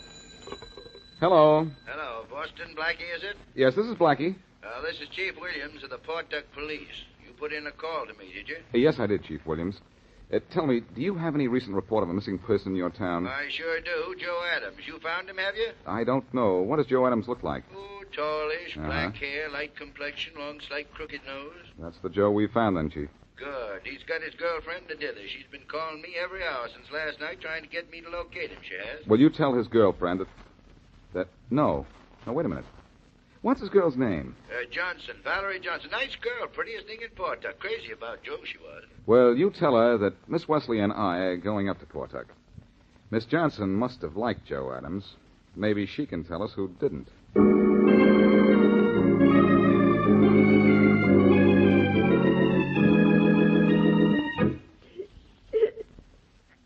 I'm sorry, Chief Williams went into such detail about your boyfriend's death, Miss Johnson. I was just going to tell you that he was killed. He didn't commit suicide, Blackie? No, Miss Johnson. Inspector Faraday told me that the test showed that the water in which he drowned was not the same as the water in the city, but was the kind of water you have in this section of the state. And he was killed here? Here and here. Do you know who could have killed him, Miss Johnson? No, I don't. Well, do you have any idea why he was dumped in the sea lion pool at the city zoo? No, not the slightest. Joe told me he was in trouble, but I had no idea it was as serious as this. Well, what did he say, Miss Johnson? Nothing that I could understand. I see. He said he'd fallen into bad company, but that it would be all right pretty soon.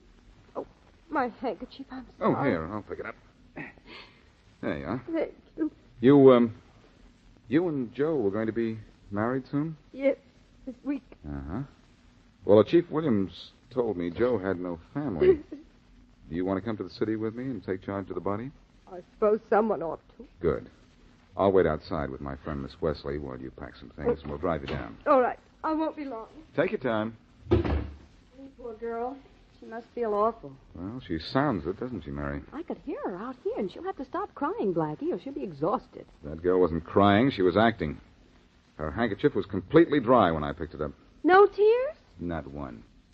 Mary, that girl is in this thing right up to her eyes.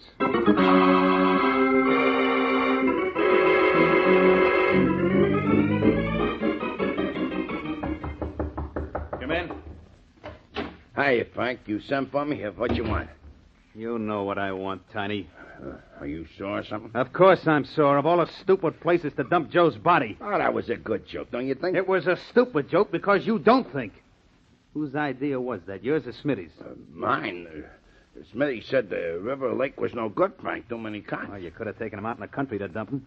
I nearly had heart failure when he popped up in a sea lion pool. Well, look, Frank, what diff did it make where we dumped him? He pop up sooner or later, and he didn't talk when he dragged him out of the sea lion pool, did he? I suppose the gimmick worked all right. Last I heard, the police thought it was suicide because of the gun they found on him. Yeah. Good thing the gun you killed that guard with was a stolen gun. Now the cops thinks Joe stole the gun and killed himself because they were looking for him for murder, don't you think? Tiny, I could kill you for tossing his body in a sea lion pool. Oh, that's talking sort of tough, don't you think? You know how I like it at the pool. And you were even hoping Joe's body would pop up while I was there, weren't you? Well, Smitty and I got a laugh out of it, Frank. We was there over by the monkey case. You sure did jump. I don't like your sense of humor, Tiny. And maybe I'm getting so I don't like you. Now, look here, Frank. Tiny, I told you and Smitty to dump that body, not throw it in my face. You think I like to look at a man I just killed? Well, nobody asked you to kill him. I killed Joe because I had to, and for your sake as much as mine. He wanted to go to police after I killed that guard at the warehouse. Said he didn't bargain for murder when he went in on that job. None of us bargained for murder, Frank. You didn't have to kill that guard. You could have just slugged him. After he got a good look at me? Oh, no. Well, if he didn't see me or Smitty or Joe, we could have got away and saved your dough for you till you got out. You'd like it if I got a murder rap, wouldn't you, Tiny? Oh, you no. and Smitty could divide the whole 100,000 just 2 little ways. Nah, Frank. Well, maybe I'm going to divide it one way and make sure there's nobody who saw me kill that... What time is it? 10 minutes after 2. So what? So I can just make it to the zoo by 2:30. My day isn't right unless I see those sea lions fed. I tell you, my day just isn't right.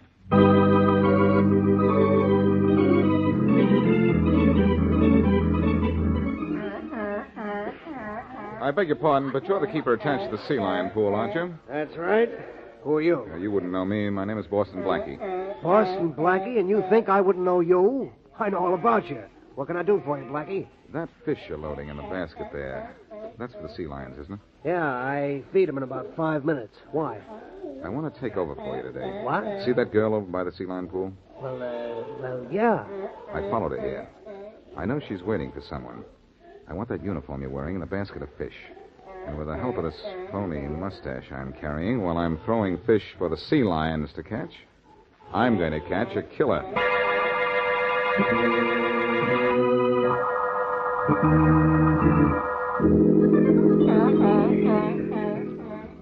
I wonder where the keeper is. It's 2:30. Hello, Frank. Huh? Oh, Valerie. What are you doing here in town? Surprised to see me? Kinda. I didn't know where you lived, but I knew I'd find you here. Joe used to tell me how you always come down here every day. Oh, he did he? You want to know... Wait a minute. There's the guy who feeds the sea lions. I've been waiting for him. Hello there. Hey. Hey, you're not the regular keeper. Nope, that's right. He's sick. What about it? Nothing. I'm Frank Horton. He was going to let me help him feed Barco and the other sea lions. Not today, mister. He'll be back tomorrow. See him then. And don't bother me. I'm busy. Shout time, sea lions. Here. Catch. Frank, forget those sea lions for a minute. I want to talk to you. I know. You want to know where Joe is? Well, I haven't the slightest idea. He left after we split the dope at a warehouse job. Don't kid me, Frank. I know he's dead. And that you killed him. Keep your voice down, you Oh, fool. that keeper can't hear it. Even if he could, he wouldn't know what we were talking about. I'm not going to the police, Frank. About Joe, I mean. Go on. Joe was supposed to get $20,000 out of that job. I don't imagine he did. I imagine I will. If I don't, then I go to the police. Well? I think we can make a deal. You two are pretty stupid to talk murder when I'm around. Frank, he's no zookeeper. That's Boston Blackie with a phony mustache. Oh, really? Well, what do you know? And Blackie, what do you know about this? Come on, Valerie. Blackie's out. Now let you and I get out. Fast.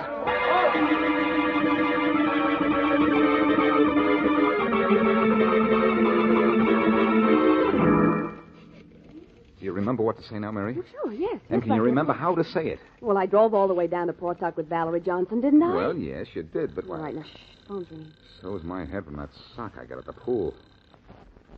Hello? Frank? Yeah? This is Valerie. Oh, you found out where I live, did you? I'm a clever girl. Too clever to want any part of any of this. I'm going to the cops. Are you? What for? You know what for. I'm going to tell them everything I know, and I know a lot. Look, Valerie, where are you? In the Park Hotel. Stay there. I'll be up in an hour. Oh, Blackie, it worked. He fell for it, huh? Yeah. He'll be in Valerie Johnson's room in an hour. Perfect. And I'll be there waiting for him.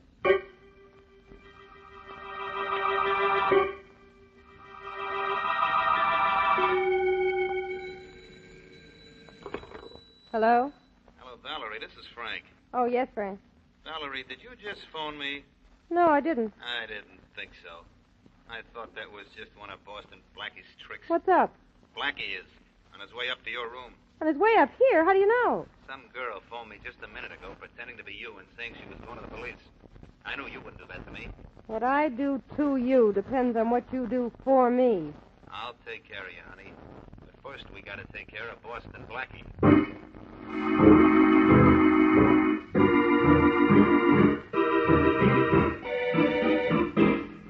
Porter, how soon can you get that trunk out of here? Practically right away, Miss Johnson. Practically right away. Yeah, I got on the rollers now and just waiting for the guy who helps me. Well, go tell him to hurry up or I'll miss my train. Yes, ma'am. I'm practically on my way to tell him, Miss Johnson.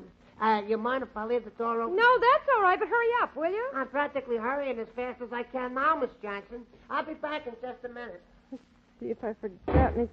Porter, I thought you were... The porter didn't close the door, Miss Johnson. I did. Blackie. May I come in?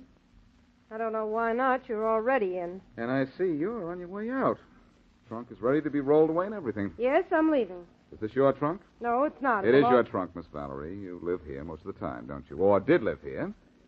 You've been posing as a little country girl living a quiet life in Portuck, but actually you've been down here doing something crooked, I guarantee. I don't know what you're talking about. That trunk, Miss Johnson, is yours. You certainly didn't bring one with you when we drove down from Portuck today. All right, so I have been living here part of the time. So what? So nothing. But thanks for being such a big help to me. You led me to Joe's killer, and when you led me to Frank Horton, you did exactly that. Don't turn around, Blackie, or my gun may get gay. Frank, you must be part cat. You came out of that closet without a sound. Well, Horton, I thought I was going to wait for you, but it seems that you've been waiting for me. You don't think I fell for that phone call from your girlfriend, do you? Well, I was hoping you would. Would have made things a lot simpler. Things from now on are going to be very simple, Blackie. We'll go out the back way, down the stairs, and out to my car where Tiny and Smitty are waiting to take you for a sightseeing tour. Oh, you're taking me somewhere, are you? Sending you somewhere, Blackie. Properly stamped, but with no return address. That's right. And don't think they'll ever trace your death to us either. Miss Johnson's trunk is packed and ready to go. Only you're going first and like a nice boy. Look who's talking about being a nice boy. Nice boys don't point guns and kill people the way you killed a nice boy like Joe. Nice boys don't turn yellow and want to run to the police because a guard was killed. Oh, that's why you killed Joe, is it? He wanted to go to the police because you killed that guard. That's right.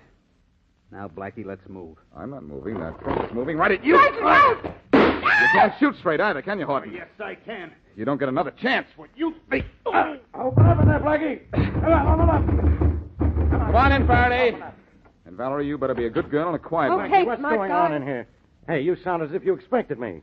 After I left my apartment, I told Mary to phone you and tell you where I was.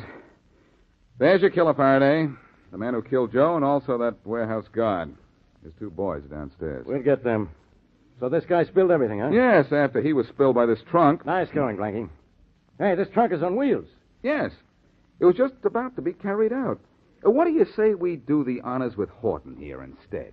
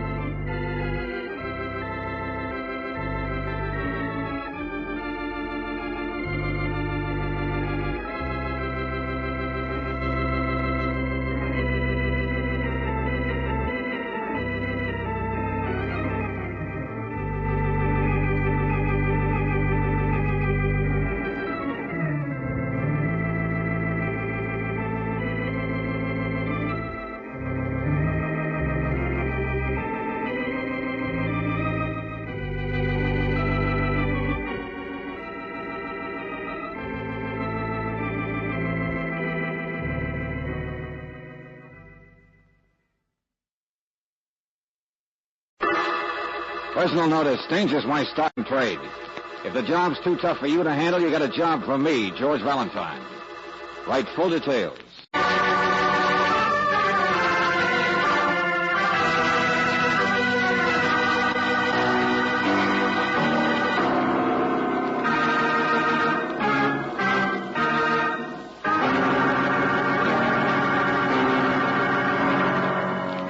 Standard of California, on behalf of independent Chevron gas stations and standard stations throughout the West, invites you to Let George Do It.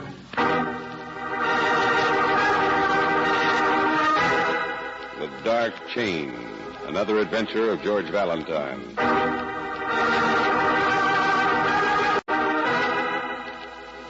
Dear Mr. Valentine, perhaps if my husband were still alive, I wouldn't need your help.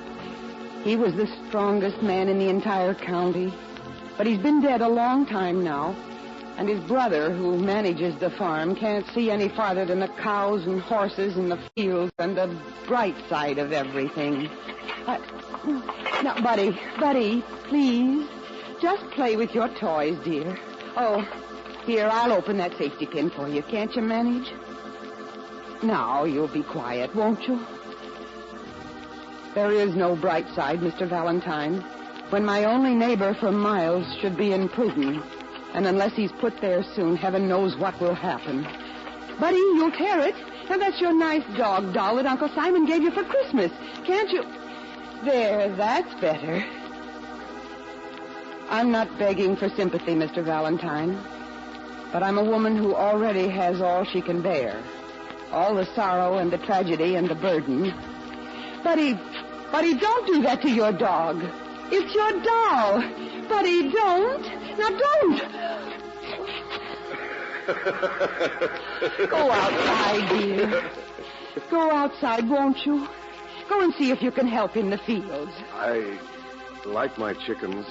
Don't you, Mama? Of course, Buddy. I wouldn't hurt my chickens. Would you? Dear, please. All right, Mama. Bye. Please help me, Mr. Valentine. Sincerely, Mrs. Purcell.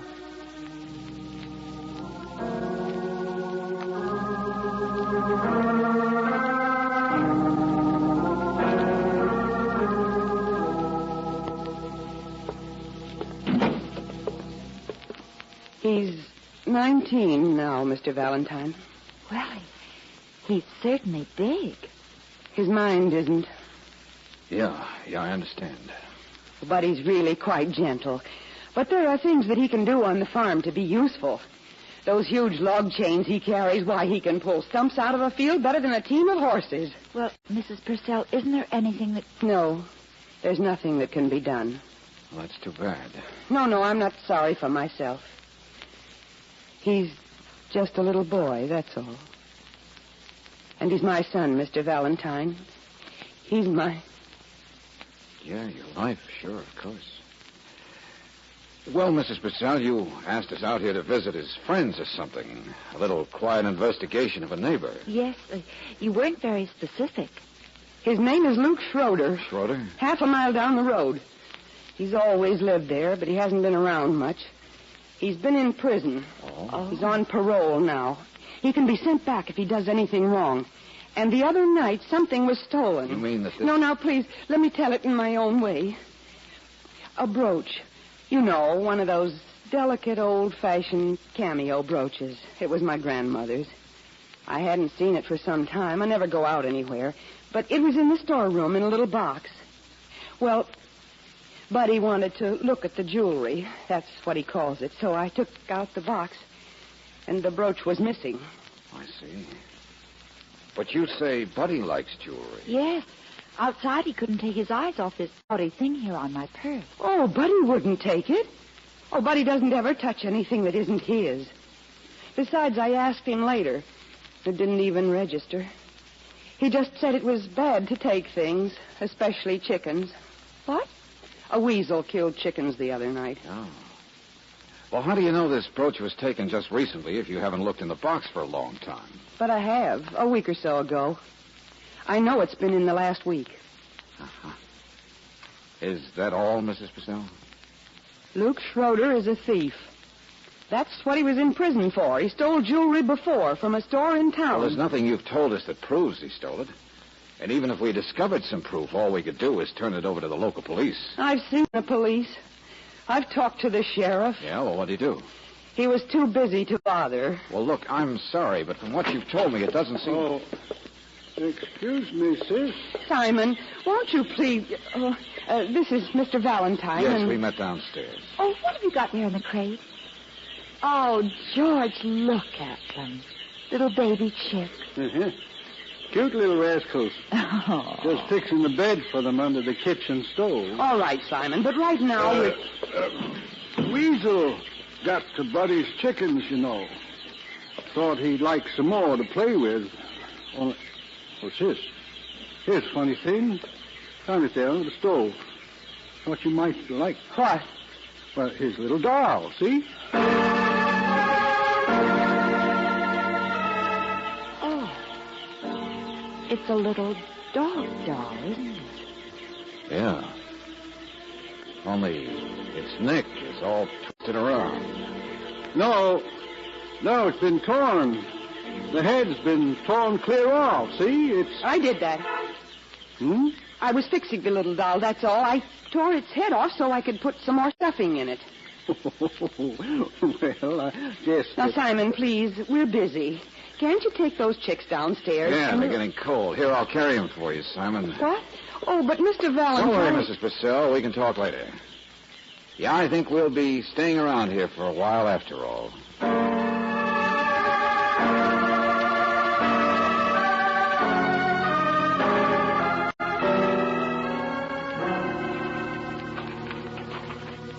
Oh, there's a bright side to Buddy, Mr. Valentine. You mean because at least he's able to help you here on the farm? Oh, not much.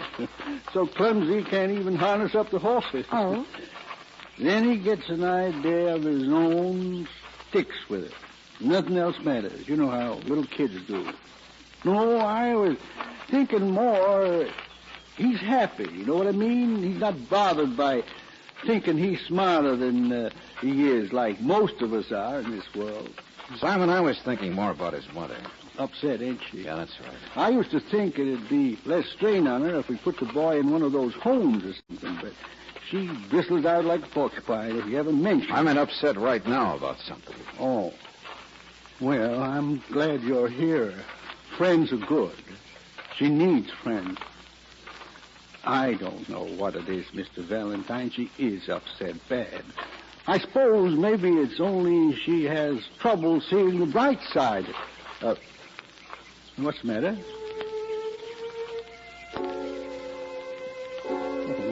What are you looking at? Who's that girl over there? Walking out there by the barn. Oh, her. Maria. Maria? Luke Schroeder's wife, down the road. Oh? Something, ain't she? Yeah. Luke's wife, huh? If you'd like to take a little walk around, I can... No, thanks. We'll look at the farm later, Simon. I've got a couple of things to do right now. Well, George, if you want to talk to Luke's wife... Come on. Where's your uncle, buddy? I don't know. What are you doing? What's the matter, cat? Got your tongue? You go away. Why? It's free country, isn't it? I don't like you. I said... You do like those chains of yours, don't you? These? I can pull stumps right up out of the ground. I can... I bet you can't throw them all the way across the barn. I bet I can. I bet I can. I bet I can. See? That's better. You're a strong little boy, aren't you? Buddy, not a little boy.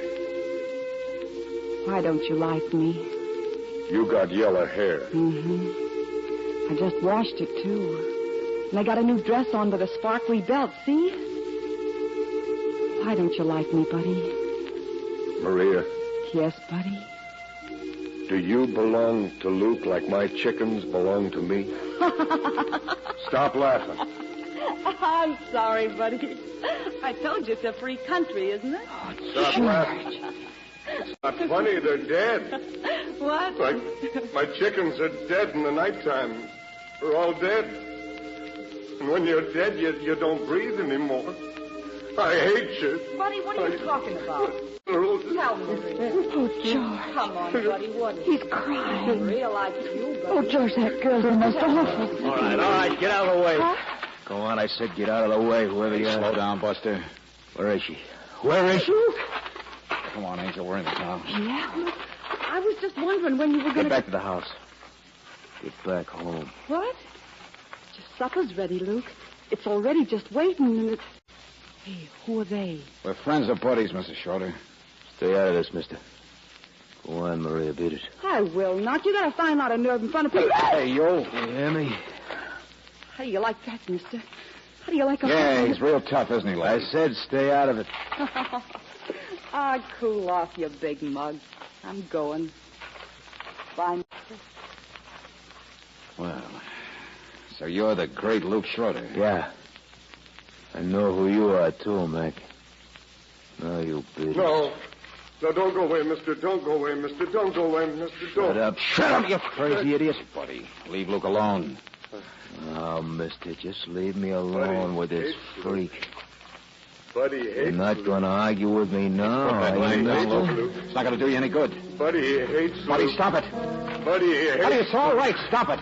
Buddy hates You be quiet, Buddy. It's all right, Buddy. Come on, get out of here, Angel. Buddy, stop it. Come on, Luke. Come on, run, will you? Run!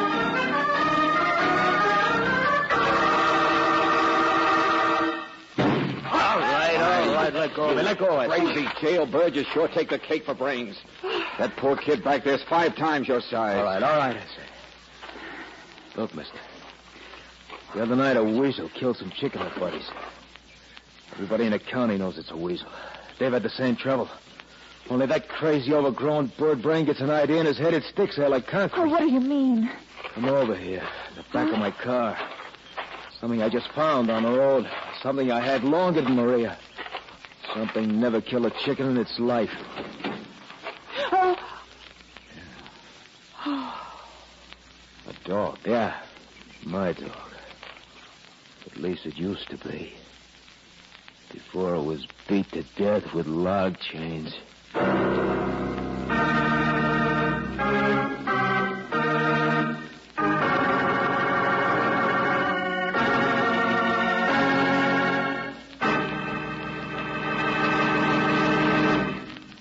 We'll return to tonight's adventure of George Valentine in just a moment. No one likes to get up and get going on a chilly fall morning, and your car is no exception. For the gasoline in your car is sensitive to the weather, too. But it's no problem when you use Chevron Supreme gasoline. It's climate-tailored. Based on year-round weather reports, it's tailored to each different season and to the different altitude and temperature zones throughout the West. That's why you can count on it for faster starts every time, for faster, smoother pickup in traffic, and for extra ping-free power on hills. Try a tank full of Chevron Supreme tomorrow. Right away, you'll notice how much better your car responds to this premium quality gasoline. You can't buy a better gasoline for today's high-compression engine. Ask for Chevron Supreme at standard stations and at independent Chevron gas stations where they say and mean we take better care of your car.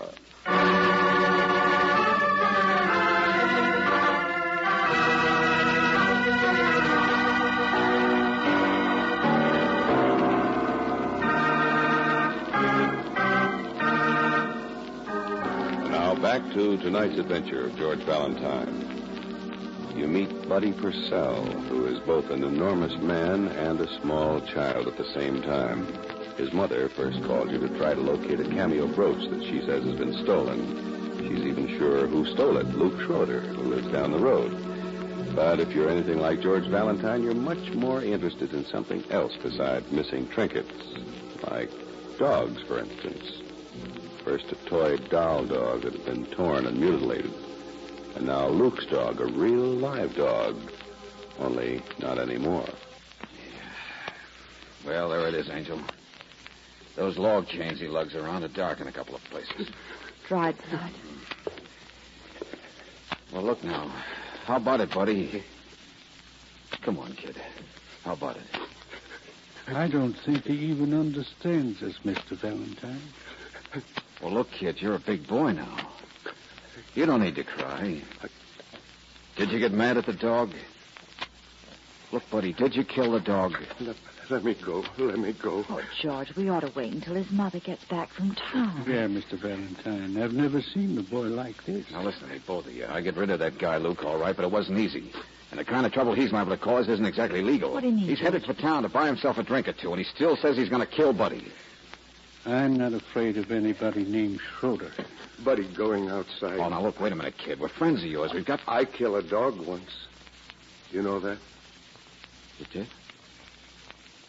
Well, all right, kid. I took my chains, and I swung, and I swung, and I swung, and it killed it. It was Luke's dog. It killed my chickens, didn't it, Uncle Simon? Oh, Buddy, we've talked to other farmers on the phone. They saw your chickens. It wasn't a dog. He gets an idea he never I let go. hate Luke. I hate Luke. He stole Mama's jewelry. Did he? Mama told you. I heard her. She told you. Let go of me. Please let go of me. Please. Buddy, is that any way to act? Now, Buddy, Mr. Valentine, what's this he was talking about, a brooch? Oh, well, it's a cameo thing. Mrs. Purcell said it was stolen. She thought Luke Schroeder took it. Cameo? Uh-huh. Maybe Luke did. I saw a cameo just yesterday. Girl wearing it. What? Mm-hmm. It was Luke's wife. That Maria. Say, ain't she something, though? Yeah. Something is something, all right.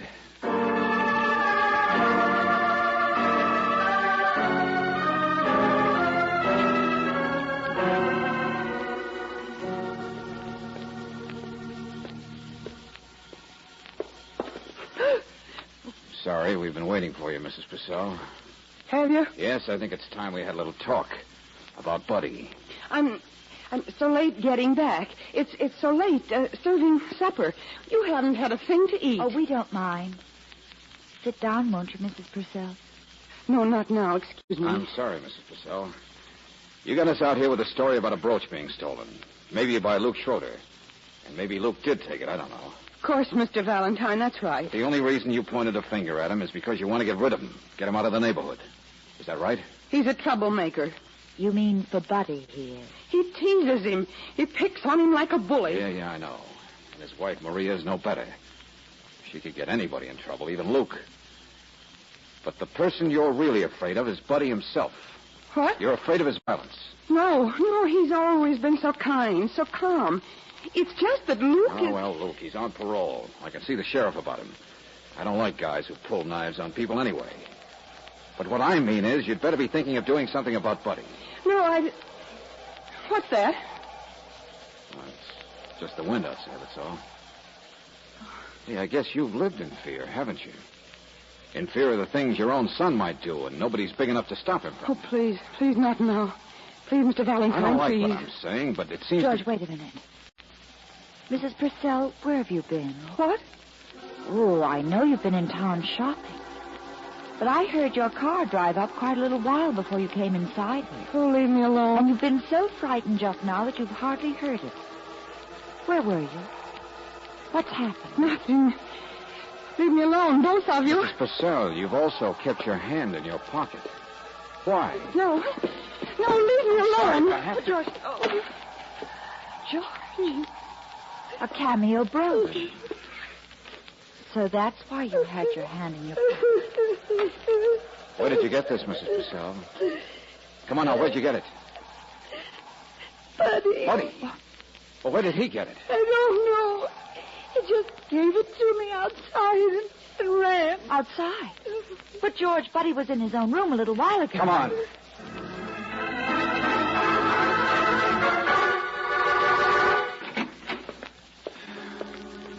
Well, he's not back here yet. He's still outside. George, what's that? Wait a minute. Another doll. Oh. Yeah. A little girl doll. And Brooksy, its head. Look, its head's all twisted. It's all... The brooch. Brooch. And the doll. Maria!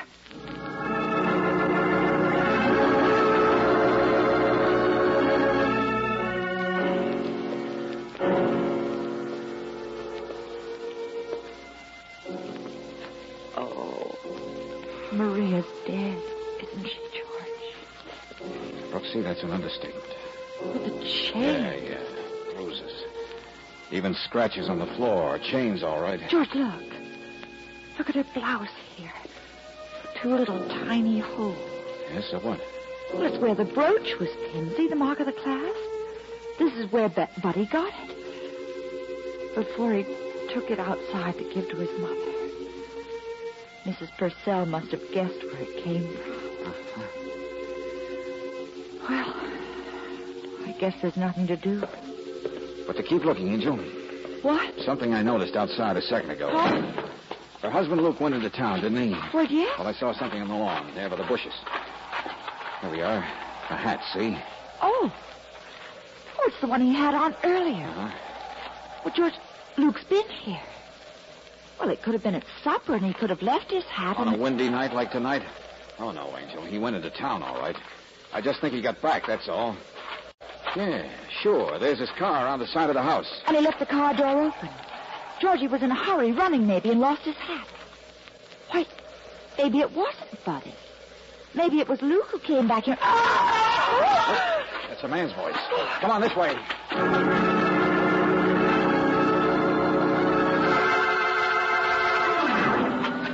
There he is. Oh.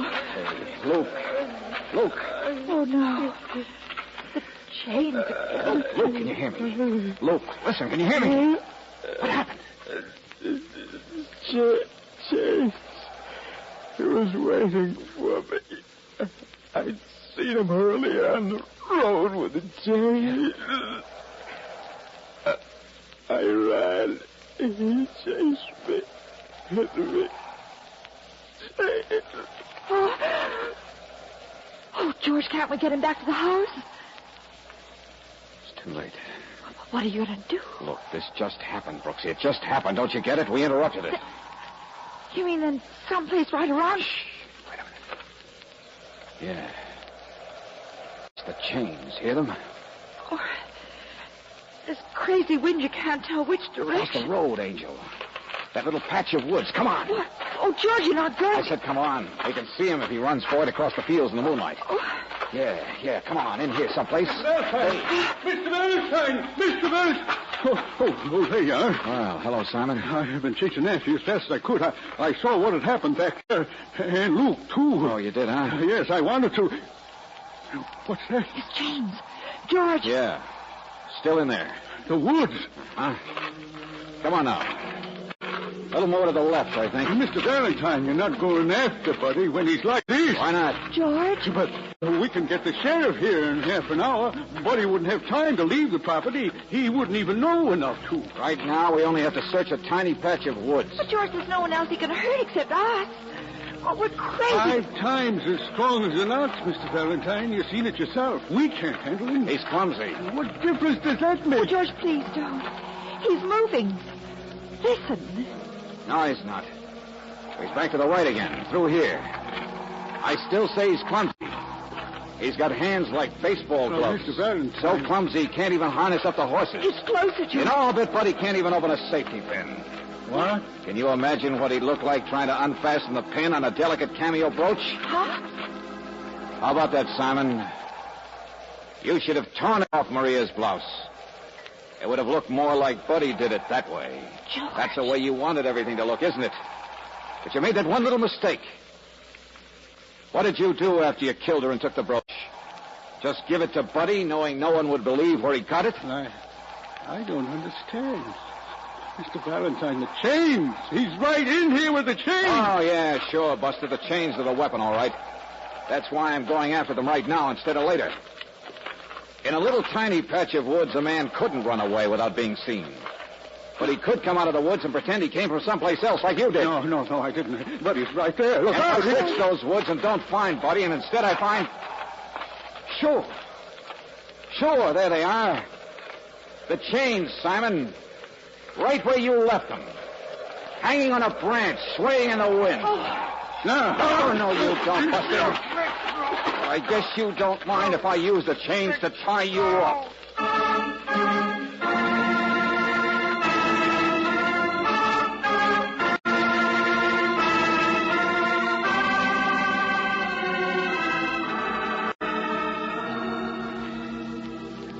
Yeah, some of it was a guess, Mrs. Purcell. George seemed to think he should have a little of the kind of faith you have in your boy. How could you, after the dog and those dolls? Well, the second doll Simon planted himself, and the first one, well, Buddy gets an idea and sticks with it.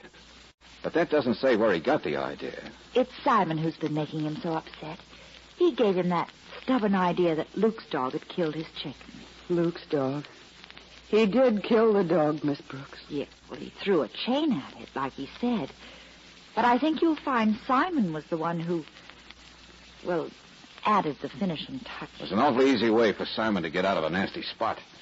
To set up a crime that would be blamed on an abnormal kid. And the spot's Maria. Yeah. The little trouble girl Simon unthinkingly gave you a brooch to.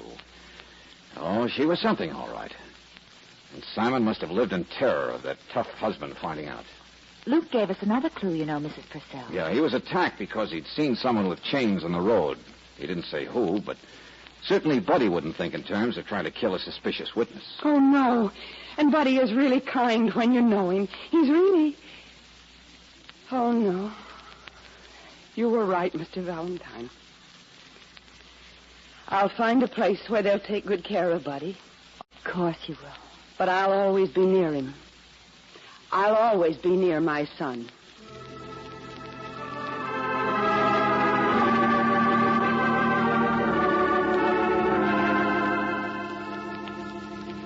Oh, but I wish there were a happier ending for her, George. Oh, I don't know, Brooksy. Remember what Simon said? Hmm? At least Buddy's not bothered by thinking he's smarter than he is, like most of us are. Well, yes, Mr. but Valentine. Wait a minute, Mr. sir. Valentine. Mr. Valentine. Goodbye. Goodbye. I hope you have a nice time. Hope you be happy. Oh. Thanks, Buddy. Same to you.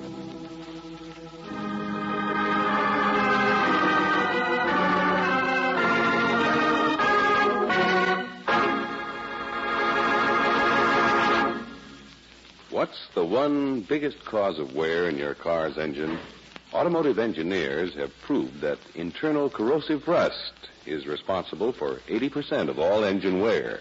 It starts the moment the ignition is turned off, the result of acid-laden moisture attacking cylinder walls and other vital parts. But when you rely on RPM motor oil, you stop this 80% of wear completely. That's because RPM is specially compounded to keep a moisture-proof film on internal metal at all times. With RPM on those vital parts, rust can't harm the engine, even though your car stands idle for days or weeks. No wonder this premium quality motor oil is first choice in the West. It's the oil that stops 80% of engine wear. Why not try it tomorrow? Ask for RPM motor oil at independent Chevron gas stations and at standard stations where they say and mean, we take better care of your car.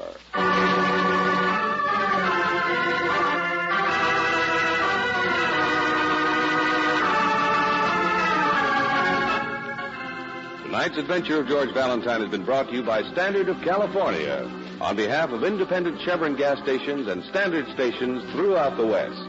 Robert Bailey is starred as George with Francis Robinson as Brooksy.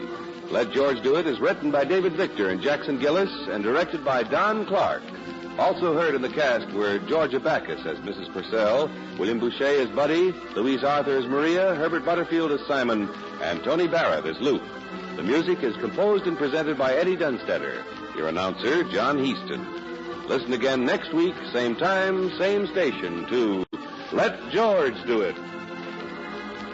This is the Mutual Don Lee Broadcasting System.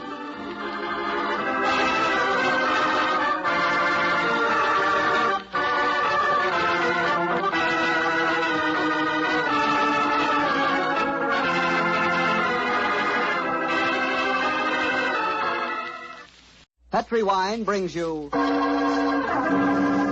Basil Rathbone and Nigel Bruce in the new adventures of Sherlock Holmes.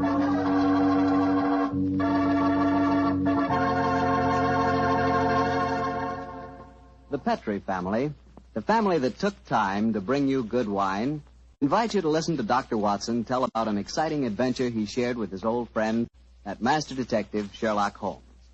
And I've got something to talk about, too. Now that the poultry shortage is over and you can get chicken again, you ought to treat yourself to the best meal in the world. Fried chicken, Southern Style. My, is that something. You know, Petri Sauterne is a wonderful mealtime wine. It's a white wine, the color of pale, pale gold. And Petri Sauterne is delicate in flavor, sort of subtle and kind of intriguing. Well, just wait till you taste it.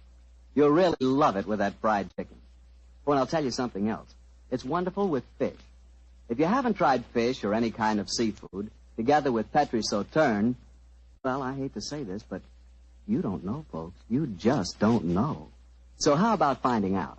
Just pick up a bottle of Petri Sauterne on your way home tomorrow. It's a Petri wine, so you know it's good.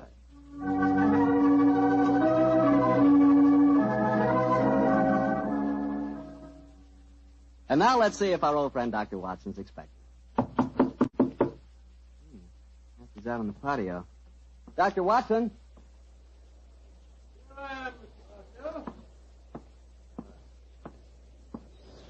Sit out here this evening, my boy. Oh, swell idea, Doctor. It certainly is a beautiful night. It certainly is. Draw up a chair and make yourself comfortable. That's it. You care for some of my tobacco? I think I'll stick to a cigarette, thanks. Well, Doctor, all ready for tonight's adventure? Yes, Mr. Bartell, I'm all ready. And a strange story it was. A very strange story. How did it begin? Stormy December night in 1900 with the rain pelting against the Baker Street windows? Or perhaps with you and the great Sherlock Holmes rattling along in a cab beside the foggy waterfront chasing some desperate criminal? You make quite a good storyteller yourself, Mr. Bartell. No. The adventure, I tell you, took place many, many thousands of miles afield from our Baker Street headquarters. To be exact, in the Indian city of Parbutipur, about 200 miles north of Calcutta. It must have been a mighty important case that made you both travel that far. It certainly was, my boy, yes. It was announced in the summer of 1894, I remember, that Holmes received an urgent summons from the Maharaja of Parbutipur. After 5 weeks at sea, we reached Calcutta, and a few days later found ourselves on the veranda of our hotel in Parbutipur. As we sat there talking to the Maharaja's brother, Rabat Singh, we could hear the faint throb of native drums and the haunting wail of an Indian lute coming from the bazaar. And so, gentlemen, I thought that before I took you over to my brother's palace, I would tell you something of the problems that beset him. An excellent idea, Mr. Singh. Yes, indeed, sir, particularly as you've just told us your brother, the Maharaja, is not in the best of health. Just so, Dr. Watson. Interviews tire him, and in any case, his command of the English language is not so extensive as mine. And now, sir, the exact problem, Mr. Holmes, I am not completely informed. My dear brother has not seen fit to confide his entire troubles, even to me. In fact, until your arrival yesterday, I did not even know that you had been sent for. But I can tell you that his worries are centered on the safety of the white elephant of Parbutipur. White elephant? Excuse me. But possibly you are not aware that white elephants actually do exist. Oh, yes, though I understand that they're extremely rare. Oh, extremely, Mr. Am I right in thinking that in the East a white elephant is considered sacred? Quite right.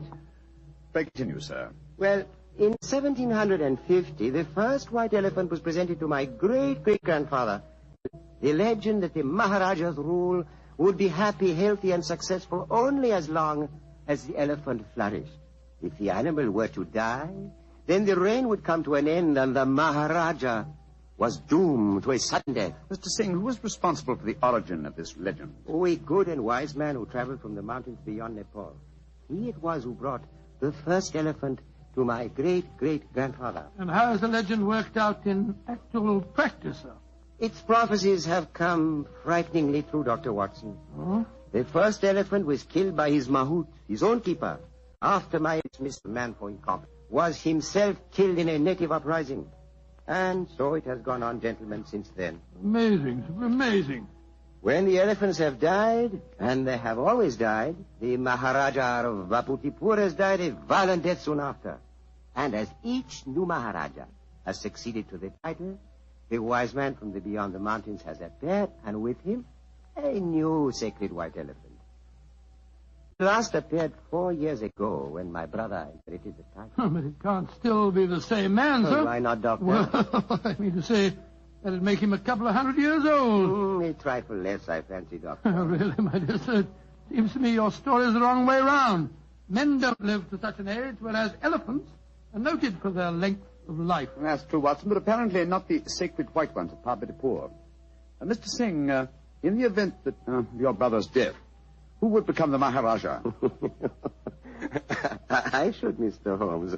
Oh, I can see what you are thinking, sir. The next in line to succeed to the title would have an excellent motive for wishing animal death. Well, the logic is inescapable. The thought had no personal implications, I assure you. Well, I'm very anxious to see this fabulous animal. The sacred white elephant is never seen except at the yearly festival that celebrates another anniversary of the Maharaja's rule. So the animal is only seen once a year, eh? Yes, Mr. Holmes. And when is the next anniversary, may I ask? In 2 weeks' time. Oh, our arrival seems to have coincided very nicely with the ceremony. Yes, Watson, a fact that I'm sure is not coincidental. Well, Mr. Singh, I'm very glad that you told us the legend of the sacred white elephant, and now I suggest that you take us to the palace. I'm most anxious to make the Maharaja's acquaintance.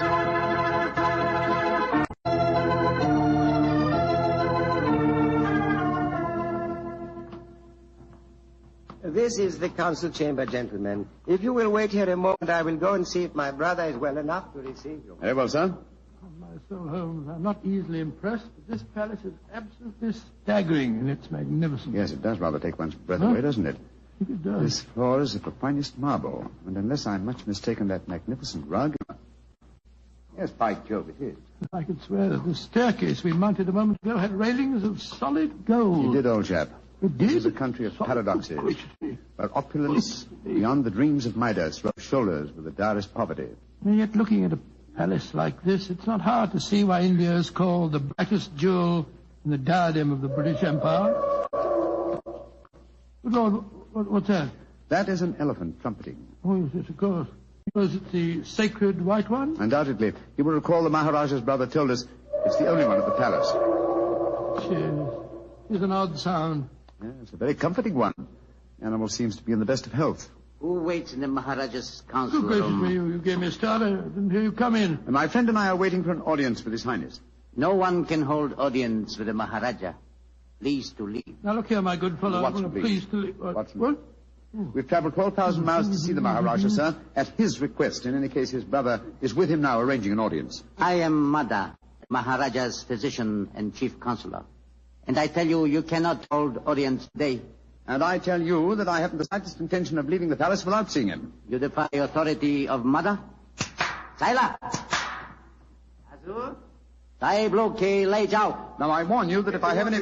Oh, I'm glad you're back, Mr. Singh. This fellow told us that we couldn't see your brother. And furthermore, he seems to labor under the misapprehension that he can have us thrown bodily out of the palace. Mother, you do not understand. These are the gentlemen my brother wishes to see. From England he has sent for them. It was against my counsel they were summoned. No good will come of this. Follow me, gentlemen. My brother, the Maharaja, will see you now. But please do not stay with him too long. He is far from well.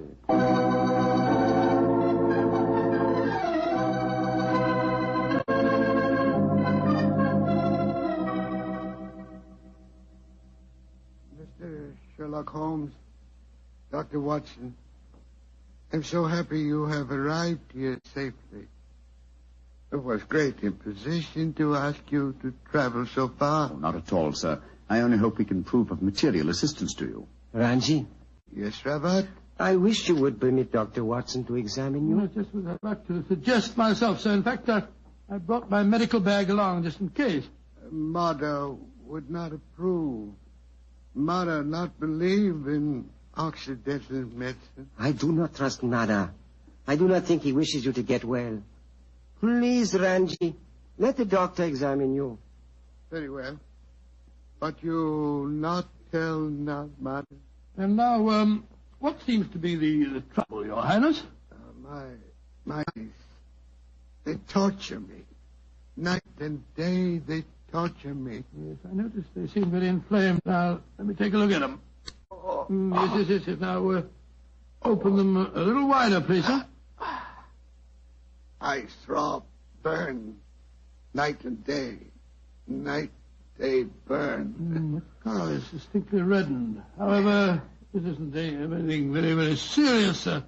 What you're suffering from is a case of what we call conjunctivitis.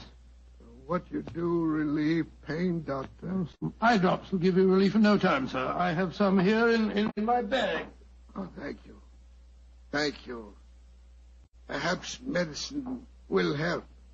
Yes, I'm sure it will, sir. Here you are. Now, this small bottle and an eyedropper. This is an eyedropper. Just put a few drops in the corner of each eye, and I'm sure that you'll get some relief. Good, Dr. Watson. You think there is nothing seriously wrong, Doctor? Mother gave it as his opinion that my brother's eyesight was in serious danger. Pardon my saying so, I think it more likely that my medical knowledge exceeds his. I can assure you there's nothing seriously the matter with your brother's eyes, sir. I'm happy you say so. Now you will please excuse me while I take medication and rest a little. Problems later. Quarters already prepared for you in palace. You do not mind, Mr. Holmes? Not at all, sir. Though in the interim I should like to employ my time to the full by inspecting your sacred white elephant. No, that I cannot allow. I must talk to you first. I think, sir, you will do well to give me permission to see the animal. I already have my suspicions as to your reason for bringing me here, and it will be best if I'm completely informed when we have our discussion. Very well. Can do no harm. Here. Take ring. Show ring to Sucro. He's keeper of animal. Sucro will let you into elephant house when he see ring. Thank you, sir. And please rest comfortably. I'm sure that your worries are nearly at an end. Come on, Watson.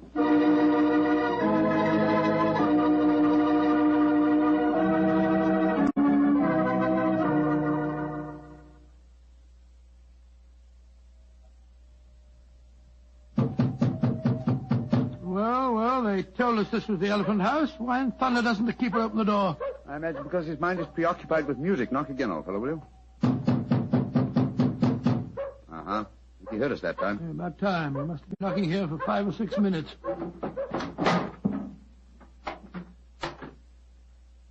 Salam, sir. Hiamad. Parahati tekniko asti. Tum dekni ne sekta. Maharaja side. Kumko asti mapikio. Potato, sir. Either out. He didn't want to let us in until you showed it to him, did he? Good and faithful servant, our friend Sucro. Here, kutai. Here. Hati, tagir. Tagir. Kasamapik. Nejutai, sir.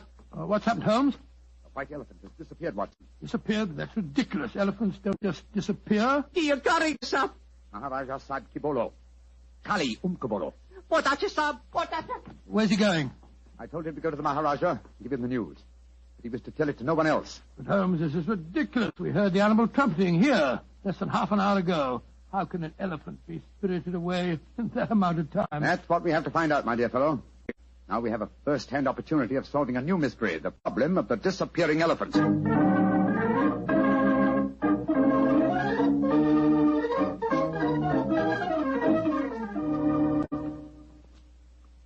Holmes, this is farcical. We spent half an hour searching this elephant house. After all, an elephant isn't exactly insignificant. I doubt if you're going to find it out of those boards in the corner over there. True, Watson, but nonetheless, there are interesting clues to be observed. Clues? What clues? Come over here, old chap. Bloodstains. Not suggesting that's elephant's blood. It's hard to say, though I would venture the opinion that it would require the blood of several human corpses to produce an equivalent amount of blood. In any case, you will notice that the stains are dried and old. Hello? That must be the elephant keeper back from the palace. Oh, Watson. It's Manor, the Maharaja's physician. Mr. Holmes, Dr. Watson, at once you must come back to the palace. What's wrong, sir? It is the Maharaja. Death has come to him. Dead? Great heavens. Exactly what happened? Sucro, keeper of the elephant, came to the Maharaja. He said he had a most important message to deliver. He had. I told him to deliver it. Then what happened? A few moments later, I heard cries. I went to the Maharaja's room and found him in delirium. Elephant having disappeared, his brother and I tried to give comfort to him, but we could do nothing. His breathing became more and more labored. Finally, it stopped altogether. So the doom of Parbodipur is fulfilled once again. The elephant is gone and the Maharaja's reign is ended. Come on. We must go to the palace. Yes, I must examine the body at once. You're certain it was a natural death, Mr. Mudder? Positive, Mr. No Holmes. symptoms of poisoning, for example? Mr. Holmes, I have read some of your sensational stories in which obscure deaths are attributed to a subtle oriental poison unknown to Western science. I can assure you that if the Maharaja has been poisoned, it has been caused by no poison known to me. When did he last eat? Over 8 hours ago. Possibly died of shock, Holmes. Shock and hysteria. When he knew that the elephant had vanished. Yes, it's possible, but it's murder just the same. Murder? Why do you say that, Mr. Holmes? Because whoever caused the elephant to disappear did it with a deliberate intention of ending the Maharaja's reign. A diabolical plot, and one that I intend to overcome before this day is out.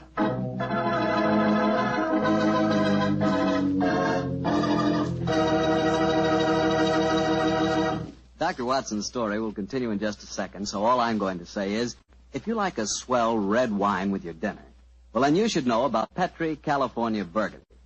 Petri Burgundy is a rich, hearty red wine that's just wonderful with hamburger and beef stew and pot roast and chops and just about any meat or meat dish you can think of. And, of course, if you can get hold of a steak or a prime rib, well, then you just got to serve that with Petri Burgundy. Petri Burgundy is a swell mealtime wine. The best friend a good meal ever had. No kidding.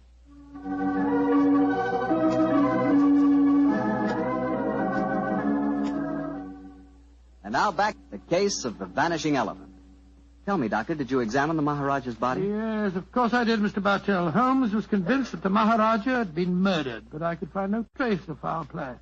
After my examination, I joined Holmes in our quarters, and I gave him my opinion. Found out anything?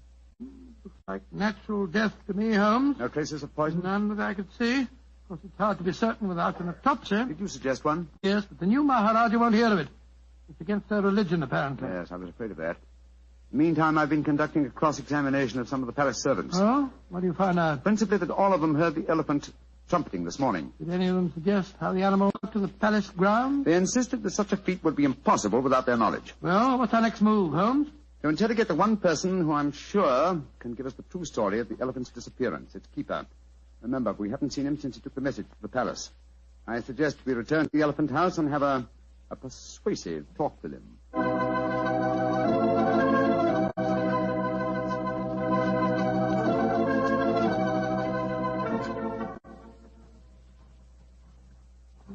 This must be the house. The only one that's near the elephant pen. Ramshackle-looking place, isn't it? Extremely. Tuco! Tuco! Don't tell me that he's vanished, too. Business is beginning to get on my nerves. Oh, no. Tuco! I think under the circumstances, we'll take the liberty of entering. Tuco! Look, Holmes. Look on the floor. We're too late. Good Lord. What a horrible sight. His throat's been cut. Obviously another murder. He knew the secret of the vanishing elephant. Let's have a look around. Tuco was quite a musician. Look at this weird assortment of instruments. Native lute. Well, we heard him playing that today as we approached the elephant house. What's this? Looks like a sort of giant megaphone. A musical instrument of some kind. Observe the mouthpiece here. Let's see what kind of noise it makes. The instrument sounds exactly like an elephant trumpeting. Of course. Numbskull, why didn't I do this before? Come on, Watson, back to the palace as fast as your legs can carry you. The mystery is solved.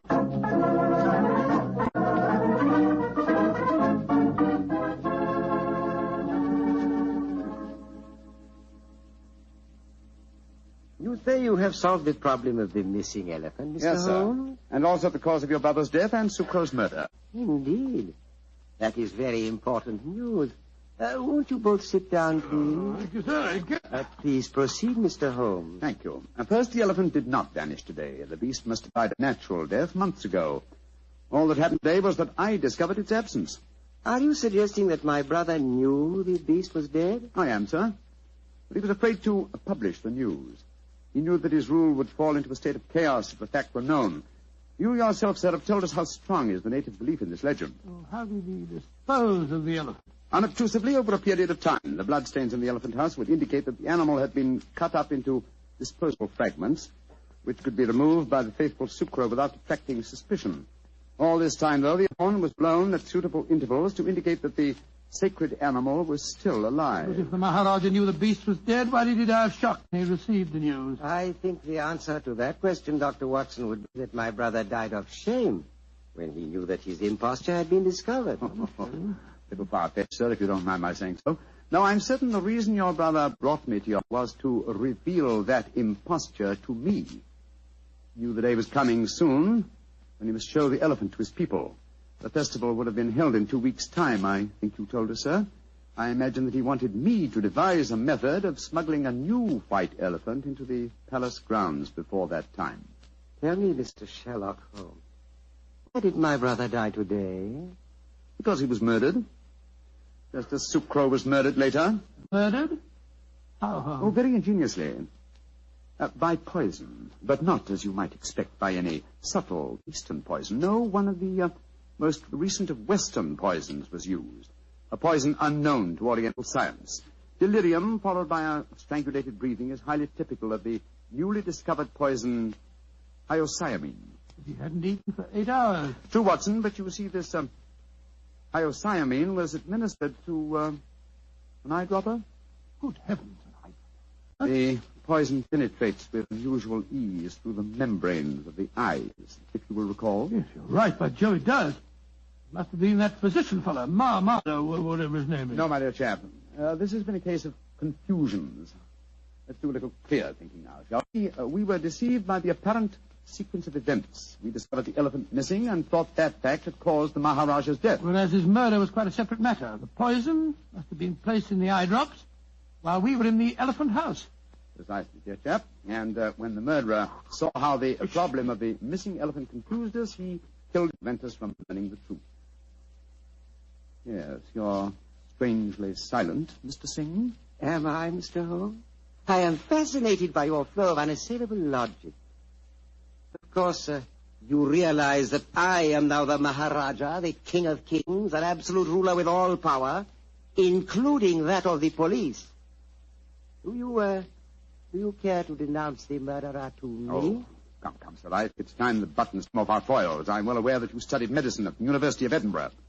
You have the motive, the opportunity, and the knowledge to kill your brother. The murder of Sucro was probably performed by an underling. Great Scott, what a shocking... You are a clever man, Mr. Holmes. A very clever man. Clever enough to realize that an absolute ruler, a ruler with all powers, including that of the police, is not apt to denounce himself. Again, your logic is unassailable. Why, gentlemen, I trust your voyage home will be a pleasant one. I warn you, sir, that I shall make a full report of my findings in this case to the British Commissioner of this state. Why should he prove more effectual than the great Sherlock Holmes? Goodbye, gentlemen, and bon voyage. Filthy murderer. Makes my blood boil to think that he can't be brought to justice. He can, and he will be. Civilized laws of the Occident cannot be enforced here, then we must fight him with his own weapons. What do you mean, Holmes? That we have a farewell talk with Mr. Manor, the dead Maharaja's physician, friend, and counselor.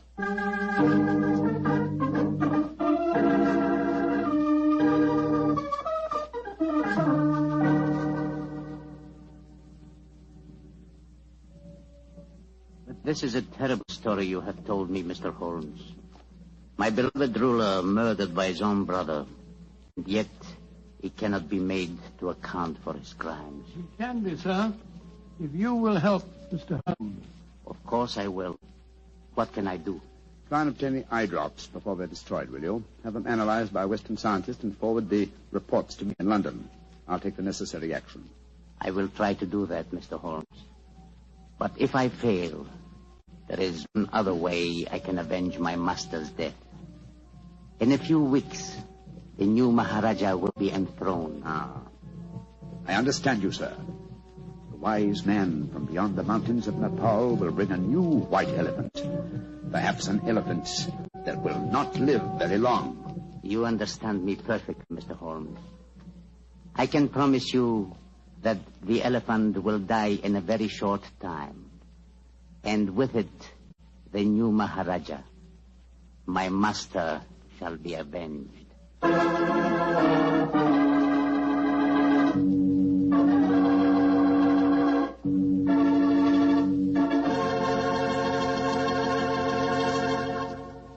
That was quite a story, Doctor. Quite a story.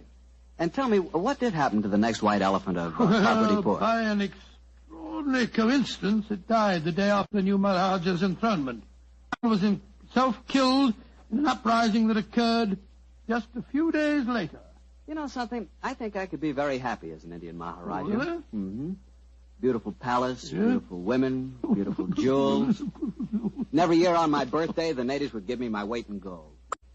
You know, I could learn to like that. That is, if I tried. Yes, and every week you'd speak to your subjects over the radio and tell them all about Petri wine. Oh, now, wait a minute, Doctor. I don't always talk about Petri wine. That's right. You don't always talk about Petri wine. You've got to sleep sometime. All right, go on. Kid me about it. But Petri wine is worth talking about. After all, what other wine has the tradition behind it that Petri wine has? Don't forget, the Petri family has been making Petri wine for generations. Since way back before there were electric lights and telephones and things like that. They've been making Petri wine since the 1800s and handing down from father to son, every bit of valuable knowledge and experience. There's no doubt about it. The Petri family really knows how to turn luscious grapes into wonderful wine. That's why you can't go wrong with a Petri wine. Petri took time to bring you good wine. Well, Doctor, how's about giving us a clue to next week's story? Next week, Mr. Bartell, I'm going to tell you an adventure in which I'm afraid I didn't exactly cover myself with glory, shall we say. But I think you'll find the story an exciting one, my boy, because it's composed of equal parts of romance, of international intrigue, and of sudden death.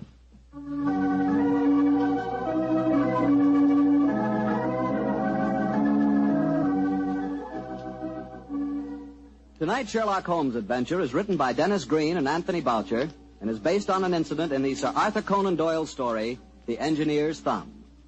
Mr. Rathbone appears and Mr. Bruce through the courtesy of Universal Pictures, where they are now starring in the Sherlock Holmes series.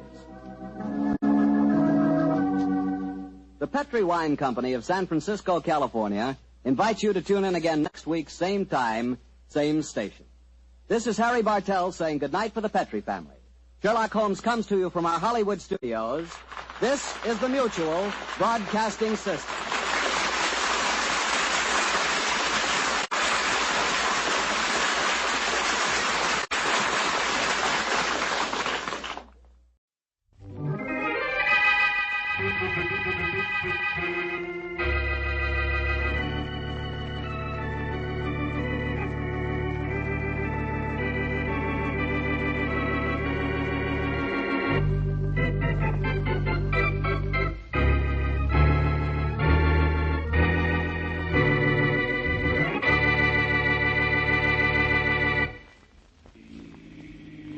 Uh-oh, a hitchhiker.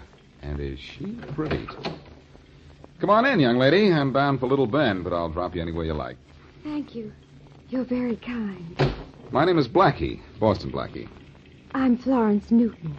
Want to give me an idea of where you'd like to be dropped off? I want to go to the farm. Anyone in particular? My own farm. The one my father owns. Uh-huh. I've been wading in the creek, and I hope he won't mind. Well, there isn't much to do out here in the country except go wading, is there? No, there isn't. What do you kids do for excitement? Saturday night dances, movies, that sort of thing? Yes, that sort of thing. You're, not particularly talkative, are you? I guess I'm not. Good guessing. This is the farm right here. Would you please stop? Why, sure. Thank you very much. No trouble at all. You may have a little trouble with that door on your side. It sticks. Oh, wait right where you are, and I'll go around and open it for you. Thank you. Be there in a jiffy. Well, here we are, young lady. Now, where did she go? Florence? Florence Newton. That's funny. Maybe she went into the house. Guess I'd better find out.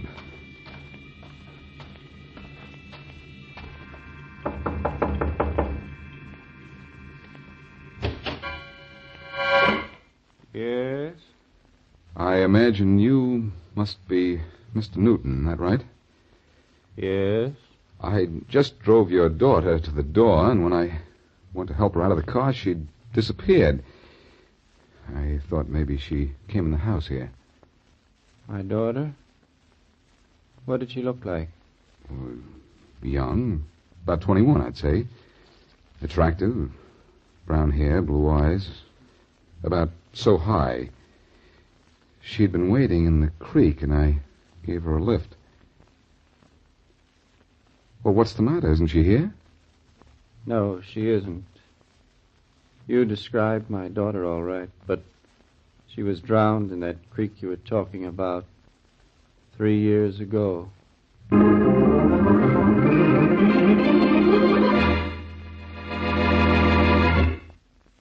And now back to Dick Calmer as Boston Blackie. Enemy to those who make him an enemy. Friend to those who have no friend.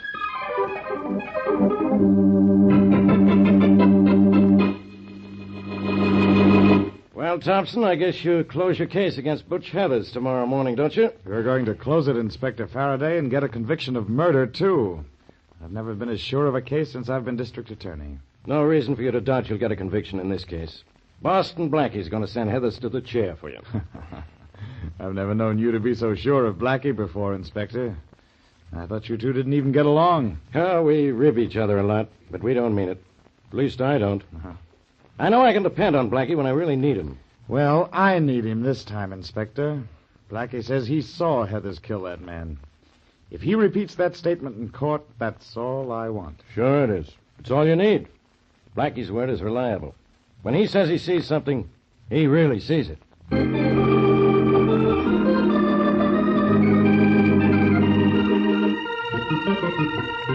Howdy, Blackie. Welcome to Little Bend. This is Harry Oldfield. Pleasure, Blackie. How are you, Oldfield? Well, Sheriff, do you have those records on Butch Heathers ready for me? Sure do. So Butch went to the big city and got himself into real trouble, did he? He sure did. I want his local record to turn over to the DA. I knew that boy was no good when I arrested him for stealing Clyde Ranson's shotgun 5 years ago. Well, here's all the dope on him as a local bad boy, Blackie. I made copies so you can have these. Thanks, Sheriff. Those records going to send Heathers to the chair, Blackie? These records plus what I saw, Oldfield. And speaking of seeing things, Sheriff, I saw Florence Newton this morning. Flo Newton? Well, she's been dead 3 years. So her father told me. Blackie, now don't you try to pull that old one on me. I've been hearing for years about people picking up ghosts in every town in this country. But I did pick up this girl, Sheriff. She said she was Florence Newton, and her father admitted the girl was his daughter when I described it to him. Blackie, I'm afraid the country air's gone to your head. Better stay in the city where you don't see things. Look, I don't believe in ghosts any more than you do. But that girl got in my car down by the creek, rode up to the Newton farm with me, and then just disappeared. Well, Blackie, she acted like a ghost anyhow. Believe me, Blackie, Flo Newton's been dead for over 3 years. All right, Sheriff, I believe you, but believe me, I picked up a girl in my car this morning, and she was Florence Newton. Well, it's possible, Blackie, but where did you get wings for your car? Okay, laugh if you want to. When I see things, I see things, and I see I'm not getting anywhere with you. Thanks for the records on Butch Heathers, and so long. Goodbye, Blackie, and say hello to Miss Newton on the way home. Goodbye. Yeah. Oh, well, now, how do you like that, Mr. Oldfield? Boston Blackie suddenly seen ghosts. Well, that's some story, Sheriff. You think I could make anybody believe it? Well, you're a writing man, Mr. Oldfield. Your paper sent you up here to get a story on Butch Heathers, but I think you got a better one on Blackie and the ghost of Florence Newton.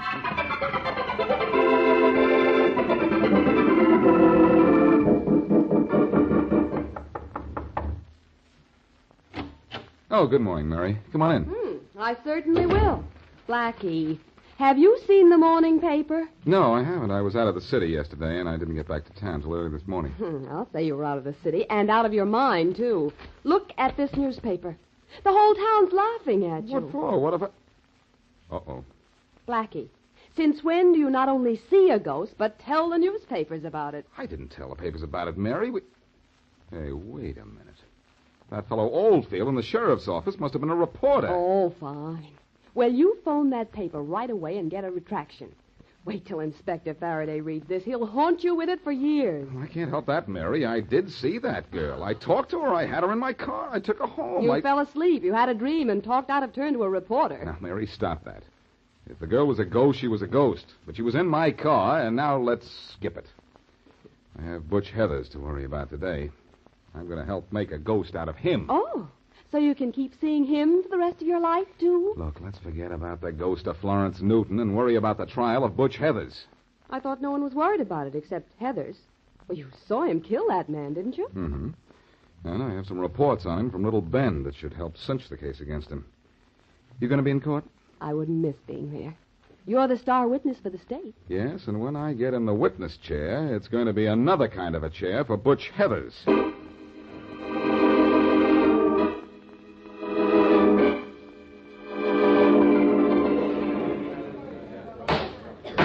Order. Order in the court. Will Boston Blackie take the stand? Raise your right hand. Do you solemnly swear to tell the truth, the whole truth, and nothing but the truth, so help you God? I do. Take the witness chair. Thank you. Proceed, Mr. District Attorney. Thank you, Your Honor. What's your name? Boston Blackie. Do you know Butch Heathers? Yes, I do. Could you point him out in this courtroom? Of course, there he is, in that end seat at the first table there, the man wearing the green shirt. Will you tell this courtroom where you saw Butch Heathers and what he was doing on the night of June 6th last?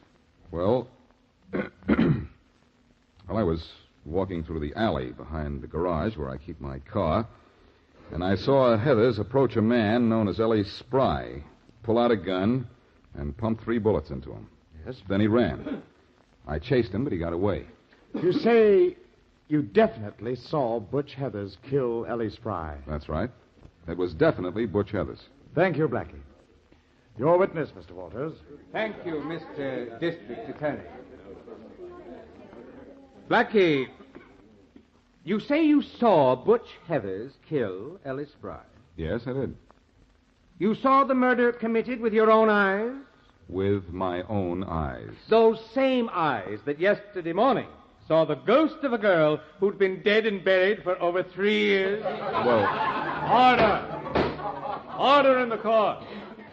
You did see a ghost on the road to Little Bend yesterday morning, didn't you? I saw a girl. You claim you saw Florence Newton, Blackie. The description was perfect. But Florence Newton is dead, isn't she? Yes, so I understand. Ladies and gentlemen of the jury, you have just heard this man frankly and openly admit that he saw a ghost. Now, we all know there are no such things as ghosts, except in fairy stories and in the minds of people with overdeveloped imaginations. Order! Order in the court! There will be no outburst. Blackie, Inspector Faraday of the Homicide Department is one of your best friends, isn't he? Yes, he is. And you'd like to see him send Butch Heathers to the chair, wouldn't you? I'd like to see the guilty punished. And you like to see your friends come up in the world, too, don't you? And the conviction of Butch Heathers might get a promotion for Faraday, mightn't it? He's a good police officer. He's deserved a promotion for a long time. And you'd like to help him get it, wouldn't you? I've always helped Faraday whenever I could. Thank you, Blackie. Ladies and gentlemen of the jury, by this witness' own testimony, the facts are clear. There's no proof here that Butch Heathers killed Ellie Spry. This man sees ghosts, so he can see things that don't exist. This man who claims he saw my client commit the murder claims so in an effort to aid and improve the status of the police department friend of his. How can you convict a man on the testimony of a witness such as this? How can you send a man to...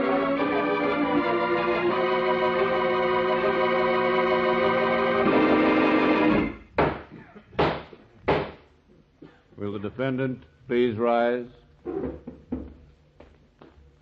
Ladies and gentlemen of the jury, have you reached a verdict? We have, Your Honor. We find the defendant, Butch Heathers, not guilty. Court is adjourned. Hey, Blackie. Blackie. Oh, hello, Faraday. Well, looks as if he got away from us. Yeah, he got away, all right. A great guy you are. I counted on you to help me send this guy where he belongs. But you have to go out and see a ghost.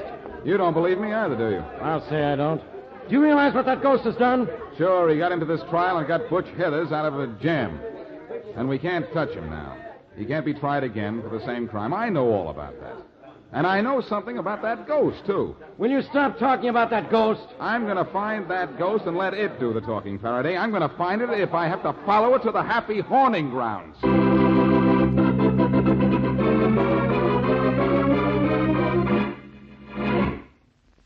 And now back to Boston Blackie.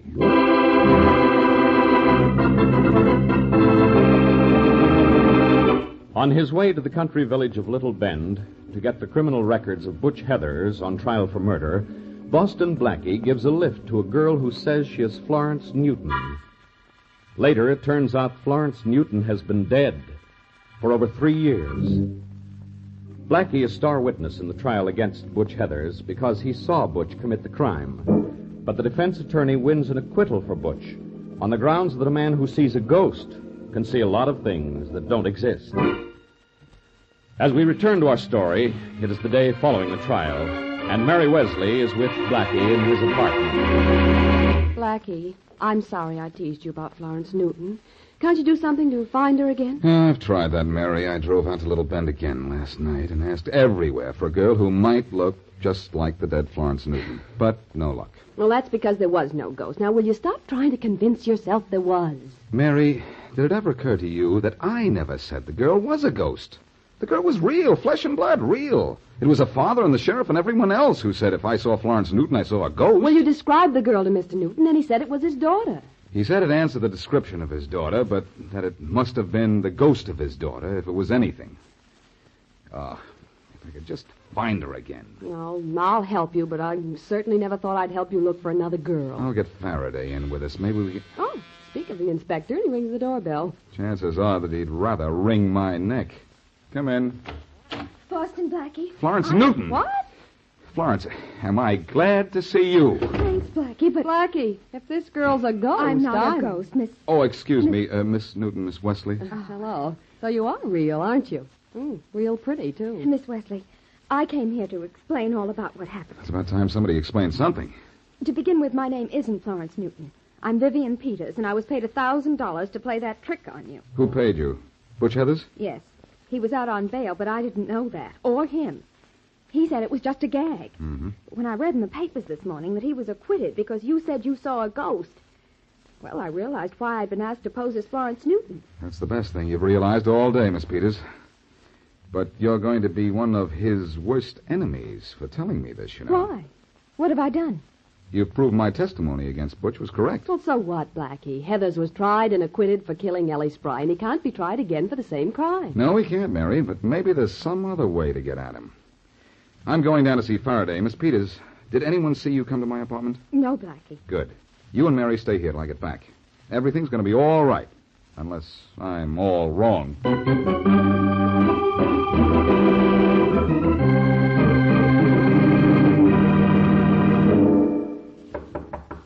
Come in. Hello, Wallace. Oh, Butch, come in. Thanks. Well, how's it feel to be a free man? Great, Wallace, great. You did a good job for me. You're the best lawyer in town. You didn't kill Ellie Spry. That's why I got you off, Butch. Yeah. But Blackie had me nailed for that killing till you pried me loose with that business about the ghost. I knew that ghost story would make Blackie sound silly. What do you mean you knew it, Butch? I didn't know it myself until I saw the papers just before the trial. I got news for you, Wallace. I give you a little assist in beating the rap the state had on me. I fixed up that ghost. What are you talking about? Cost me 1,000 clams, Wallace. Don't worry. Won't come out of your fee. Wait a minute, Butch. Did Blackie think he was Florence Newton, or didn't he? Sure he did. It was the girl I hired to say she was Flo Newton and go through the whole routine. Just as Blackie said. Butch, I hope you're lying. No, I'm not lying. I'm bragging. That was a pretty smart trick, wasn't it? You see, I knew about Flo dying in that creek a while back, 'cause I was living in Little Bend when it happened. Get out of here, Butch. Huh? You heard me. Get out. I took your case and defended you because I thought you were innocent. Now I know you're not. You did kill Ellie Spry, didn't you? Is that what the jury said? No, because you did something behind my back to ruin Boston Blackie's testimony. Sure made a mess of it, didn't I? Laugh if you want to, Butch. Laugh because you know you can't be tried again for killing Ellie Spry. Laugh because you made a fool out of me. But you're a killer, Butch. Yeah, smart one, though, huh? Yes, you're smart, all right, but so am I. Legally, you're free, but I'm a lawyer, and I'm going to find some loophole in the law to bring you to justice. Maybe that girl can help me. Maybe she can go to the police and tell them. Think so, Walters? She's a ghost, remember? And all a ghost can say is, boo! Go ahead, Butch. Have a good laugh. Go out and have a good time, too, because you won't be having a good laugh or a good time for very long. Hey. Who are you calling, Walters? The police. I won't be a party to a conspiracy. I think you better not, Walters. You don't frighten me with that gun, Butch. But you bother me with that phone. Put it down. Or I'll knock it down, you... I think I'd better take that gun. You think so? No, so.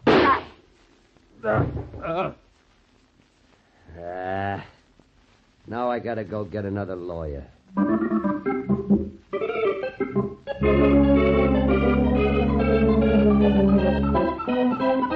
Blackie, get out of my office before you start seeing things in here. Look, Faraday, will you start seeing things? Will you start seeing how and why I was made to believe I picked up Florence Newton on the road to Little Bend? I know why you think you picked up Florence Newton on the road to Little Bend. You're a big dope. You mean I'm a big dupe? Dope. What's the difference? No. Faraday, that girl's real name is Vivian Peters, and she was hired by Butch Heathers to pose as Florence Newton. How do you know? Because she's in my apartment. She told me all about it. Butch hired her when he was out on bail. Now you're not only seeing crazy things, you're saying crazy things.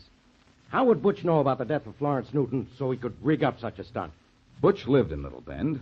He knew what she looked like, and the records show that he was there when the Newton girl drowned in that creek. So he was there. So he knew the girl was drowned. So what am I supposed to do now? I can't send Butch Heathers where I want to send him. He can't be tried again for killing Ellie Spry. I know he can't, but I've got to... Listen. There's your phone, Faraday. I know it, Blackie. I gotta know something.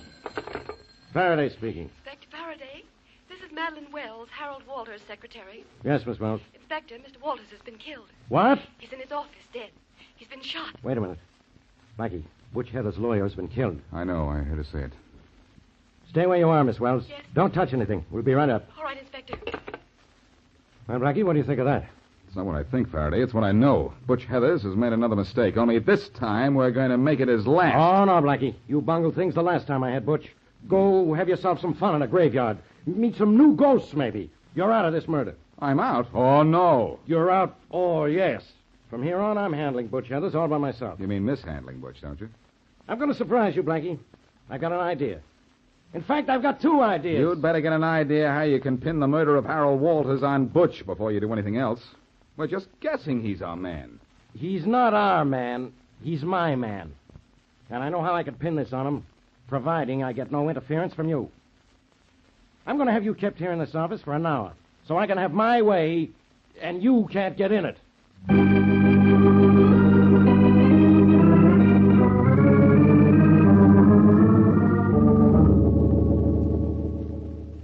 You know, Inspector Faraday, it's a funny thing how many uses you can get out of a fire escape like this. You can get out of a building on it, hang laundry on it, sunbathe, and sleep on it. Yeah, and keep quiet on it, too, Muldoon. All right. The glass in this window to Butch's room isn't soundproof. Yeah, but it's sure almost look-proof, Inspector. Why, it's so dirty I can hardly see through it. I can see enough. I can see Butch in there, and the door to the hall. Are you sure that Peter's girl will do what you told her to do? She'd better. You know, I'm sort of proud of myself about this. Yeah? This is the kind of idea Blackie would get. He's not the only one who's smart. Well, what if it doesn't work? What do you expect from Blackie's ideas? Uh-oh, there must have been a knock on the door in there. Butch just got up and walked over to it. Well, now we can lift up the window a little, huh? Yeah. Quick, while he's on the other side of the room. All right. That's enough. Butch just opened the door. Is it the Peters dame? It sure is. Well, Miss Peters, you took long enough getting here. Come in. Thanks. We can hear pretty good. You phoned and said you wanted to talk to me, sweetheart. Well, what about? You ought to know what about. I didn't know I was going to save you from the chair when I said I'd play ghost for Boston's lackey. What you didn't know didn't hurt you too much, did it? You got a breath of country air out of it, too, didn't you? But you got out of a murder rap, Mr. Heathers. And everyone knows you killed Ellie Spry. Blackie's testimony was right, every word of it. Yeah? You've made an accomplice out of me, Heathers, and I don't like it. Oh, you don't? Well. That's too bad. It's so bad that I'm going to the police. Oh, I wouldn't do that if I was you. But you are not me. Look, I killed Ellie Spry. I got away with it. I killed Harold Walters, my lawyer. I'm going to get away with that, too. I'd include you in that list in a minute. And don't forget it. The police will know you killed Walter. They won't even suspect me. Then Walters just win a case for me. Anybody in this town ought to know that Walters and I are the best of friends. Now, don't go to the cops, sweetheart. Won't do you any good, and I wouldn't like it. You understand? Come on, Muldoon, let's Yes, go. I understand. I've heard all I need to hear. I understand. All right, then I'll raise the window now. Who's out there? No time now. Let's go right through the glass. All right. Don't move, Butch. Cops. Duck, Miss Peters. There may be shooting. Yeah, she ain't ducking, but I am behind her. Go ahead, shoot, copper. Hit this dame. See if I can. No, don't. Inspector, don't shoot. You'll hit the girl. You mean you kill the girl, don't you? She makes a nice target, doesn't she, Inspector? A nice target, but a better shield. Don't Your shoot. pals ought to see you now, Butch. If you were as tough as you claim to be, you wouldn't be holding that girl in front of you. Cut the talk, pal. Go ahead and shoot, why don't you? You know I'm not going to shoot. Polite cop, huh? You don't shoot ladies, huh? Well, you don't shoot me neither. And you don't catch me. Because a couple of more steps back, and I can reach the door. You did this all wrong, Inspector. Well, I'm at the door, Faraday. Go ahead and shoot if you want. This is your last chance. So long, copper. And here's your girlfriend. Maybe you'll... Go to sleep, Butch. Get tired. Blackie. Yes, Inspector. Blackie with a black jack. Are you all right, Miss Peters? Yes, thank you. But I think my arm's going to be bruised tomorrow. I think Butch's head is bruised a bit, too. Or maybe this blackjack got the worst of the deal. Faraday, it's a good thing you told the guard to let me go in an hour. Yeah? I knew where you were heading and stayed out there in the hall to wait for you. I imagine you heard Heather's confession? Well, sure. You heard him admit he killed Ellie Spry and his lawyer. Yes, and it's a good thing I was outside the door. Faraday, what would you do without me? I don't know. But I'd sure like to try. Don't do it, pal. You're a big man on account of me. Yeah? Mm-hmm. The morning papers are going to say that Butch Heathers is another of the feathers in your cap.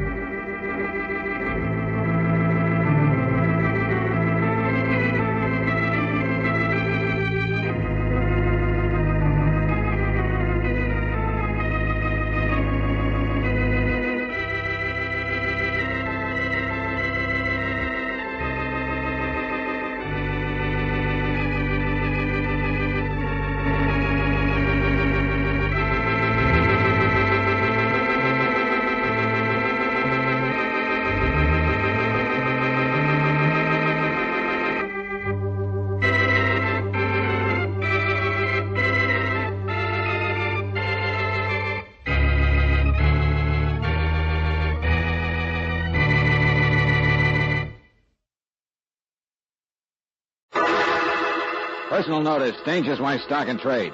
If the job's too tough for you to handle, you got a job for me, George Valentine. Write full details.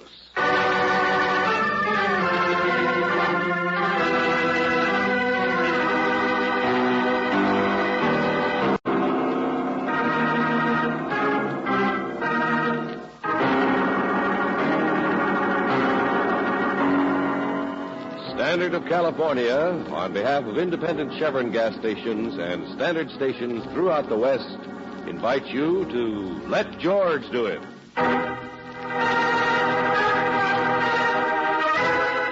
Every shot counts. Another adventure of George Valentine.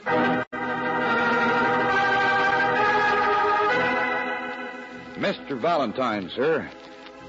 I'm a cowboy movie star. I'm sure you must have seen me sometime, even if it's only on television. Well, anyway, I know how silly it sounds, but I need help. There's a most desperate situation that requires the action of a hero. And while I'd like to qualify, this same situation requires certain proficiencies that I haven't got. Notably, there's a mystery. Mysteries aren't my longest suit. You see, I met her. But just barely. And Mr. Valentine, this lovely young lady I refer to, she's in distress. She is.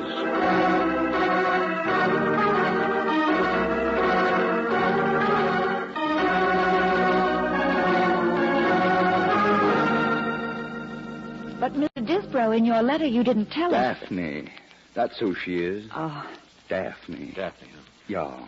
I met her just the other day, you realize. I was talking to a man I know, a song plugger. That's like a Fuller Brush man, only with music, you see. He pointed her out.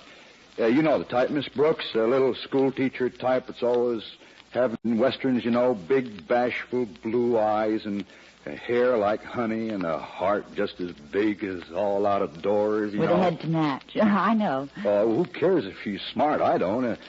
Anyway, I find this little girl lives all alone, way up in the Imperial Crest Apartments. Uh-oh, I take it back.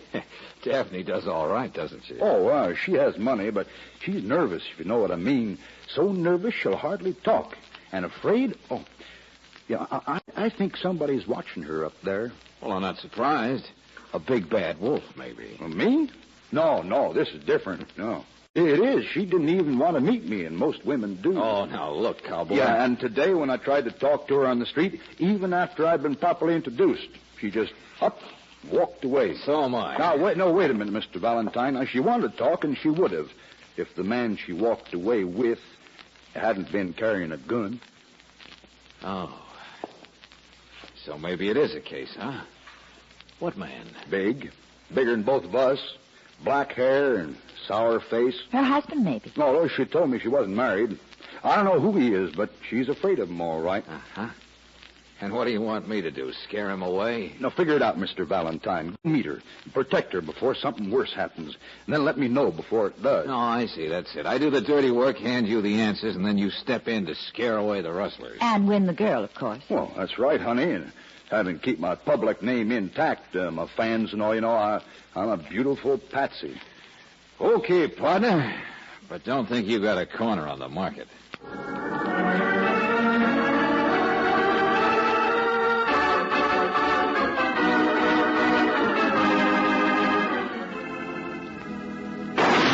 Hey, what the... I put your cigarette out, didn't I? Well... One shot at 30 feet, that's pretty good. Oh, but I missed a sandbag again. Look at them holes in my wall. Hey, lady, you got holes in your head. Oh, now What? don't be angry. I'm practicing here on my roof garden. See that clay pipe down there? I never miss. Oh, fine. You must make a big hit with lots of people. Well, my landlord and neighbors do complain once in a while. See the other pipe? You... But I talk them out of it. Well, now, look, I don't talk so easy. Don't you? No, he doesn't. Not when you're around, you mean? All right, Annie Oakley, so you're nice to look at. Daphne Crockett, girl type Davy. Crockett? Oh, of course. The Club Paris. Mm-hmm. I've been there 5 years, longest run of any acting nightclub. Everybody likes my shooting. Oh, so that's it. Little Red Riding Hood turns out to be Two-Gun Nellie, professional bullseye artist. Mr. Valentine, where are you going? To see the bull about some black eyes. No, wait a minute. I'm here now. I might as well speak my piece, even if it's only for laughs. Speak your piece. Like Miles Standish? In a way. Only John Alden's name this time is Rafe Disbrow. Oh, him. Yeah, he's funny, all right. He thinks you're in danger. The cowboy says you're being watched up here. He says what? Well, there's the building next door. I guess from that one apartment over there, you could Oh, probably... no. No, of course not. All right, lady. But the rest of my recitation says you're afraid of a big man, black hair, sour face. How about that one? Mr. Disbrow has quite an imagination, hasn't he? Maybe. And maybe not. I suppose he sent you over here to protect me. That was a general idea. And think twice before you say no. I'll show you what I think of Mr. Disbrow in spite of that lovely Texas accent. You see those 3 little dolls in a row? Lady, I said think twice. And there are 3 bullets left in this gun. Oh, now look, if you are in trouble, 3 Daphne... answers you can take back. Okay, lady, never mind. We get the idea. This is where we came in, Angel. Hey, that was 4. Miss Crockett, Daphne! No, I'm all right. Oh, God, he missed me. What missed you? Where'd that extra shot come from? No, there wasn't one. Get out of here, won't you? Please leave me alone. Please, leave me alone. Don't waste your breath, lady. We've already gone. George, shall I telephone Lieutenant Riley? No, he's on vacation. Ask for Clary and tell him to get up there fast. Yeah, I got a date next door, Angel. See you in the second reel.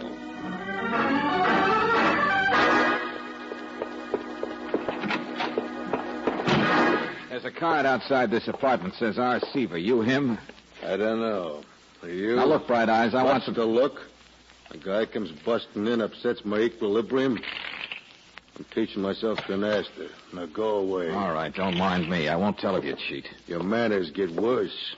The door's back that way. Remember? Yeah, just call me a building inspector. Come to take a look at your window, that's all. Don't fall out. Yeah, this is it, all right.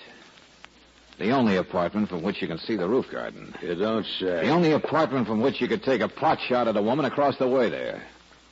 Sit down. Maybe we could both learn canasta. You always wear a hat when you play cards? Sure. What woman? What's it cover up? Black hair to match your sour face? I said what? We don't like each other much, do we? Daphne Crockett. I was there when it happened. Now we like each other less, huh? I don't know. Friendship begins slow sometimes. Sit down, will you? I'll deal out a few. What do you use for chips? The bag there? Huh? The black bag there by your foot. The one you're trying to keep me from seeing. A real observant boy, aren't you? Oh, wait a minute. I can see your hand when it starts to move, so stop moving it. I'm dealing this, Inspector. Oh, no, you're not. You're... Too bad nobody can argue with a blackjack, Inspector. We might have had a nice little game.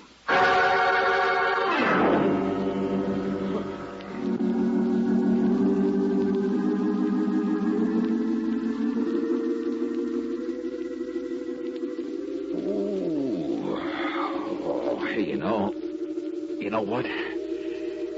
Everybody's got the atom bomb. Oh, George, your head hurt. Shall I tell you what hit you, Valentine? No.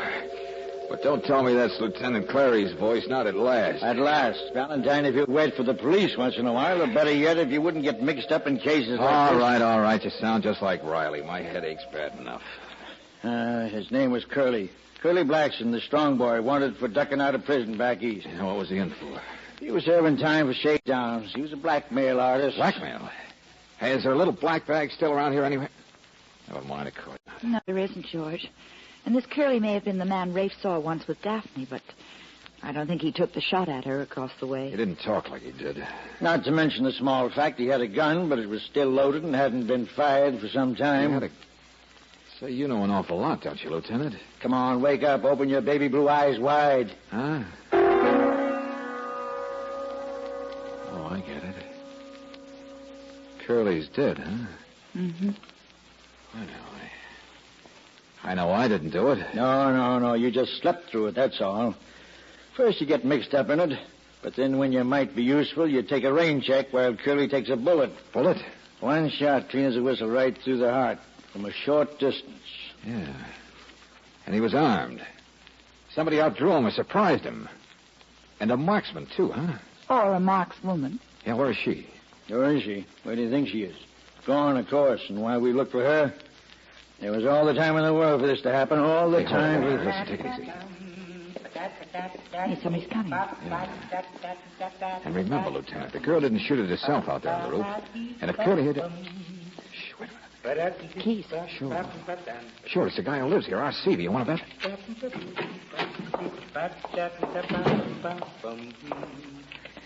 All right, friend, that's enough music. You can notice us now. Grab him there. Okay, put down that stick, Buster. That's better. A little surprised, that's all. You can let me go. I'm all right. You're all right. Sure. Da-da-da-bum, you're breaking my heart. Never leave a tune unfinished. Had to finish it, that's all. Say, didn't expect a room full of roses. Sit down. Roses are in 7th place this week, you know that? My name's Clary. Homicide. All right. Sit down. Sit. Listen, my friend. Hold it, Lieutenant, just a minute. Roses are number 7, huh? How's Jealous Heart? A little raise on records, down in sheet sales, though. Oh, but you ought to hear the blues number I've Song got. plugger, huh? Maybe even the same song plugger who once introduced a cowboy to a girl. Maybe. I don't know. Play piano down at the Club Paris, too. The Club Oh, all begins to tie together, doesn't it? My friend, we're going to pull up our chairs for a nice long talk. Be careful, don't stub your toe. What? Chairs are all nailed down. Keeps the maids from moving them around. Isn't it? Look, Looney, Daphne Crockett was being watched from here, and I doubt if Curly did it. She was shot at from here, but he didn't do it. Did it, do it, did it. My name's Seaver, Lieutenant, not Looney. Seaver. Dick Seaver. Dead-Eye Dick, they call me. Dead-Eye? And Curly was murdered by a dead... Well, brother, if you're crazy enough to Wait a admit minute, it... Lieutenant, wait a minute. Chairs nailed down, that stick you carry. You haven't even noticed the body yet. You haven't been watching Daphne, have you, Dead-Eye? Of course not. I couldn't.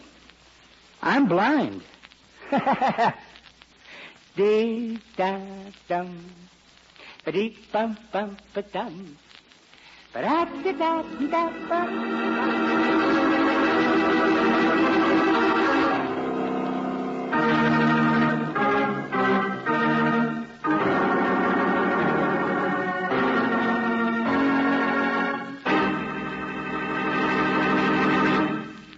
We'll return to tonight's adventure of George Valentine in just a moment.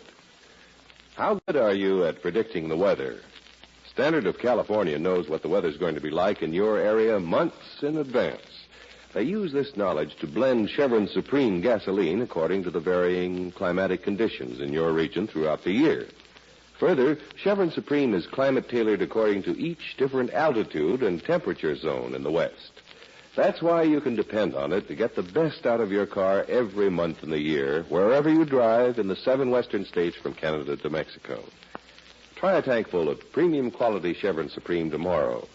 Watch how much better your car responds to its climate-tailored power. Faster starts, faster pickup in traffic, and ping-free power on hills. You'll find you can't buy a better gasoline for today's high-compression engines.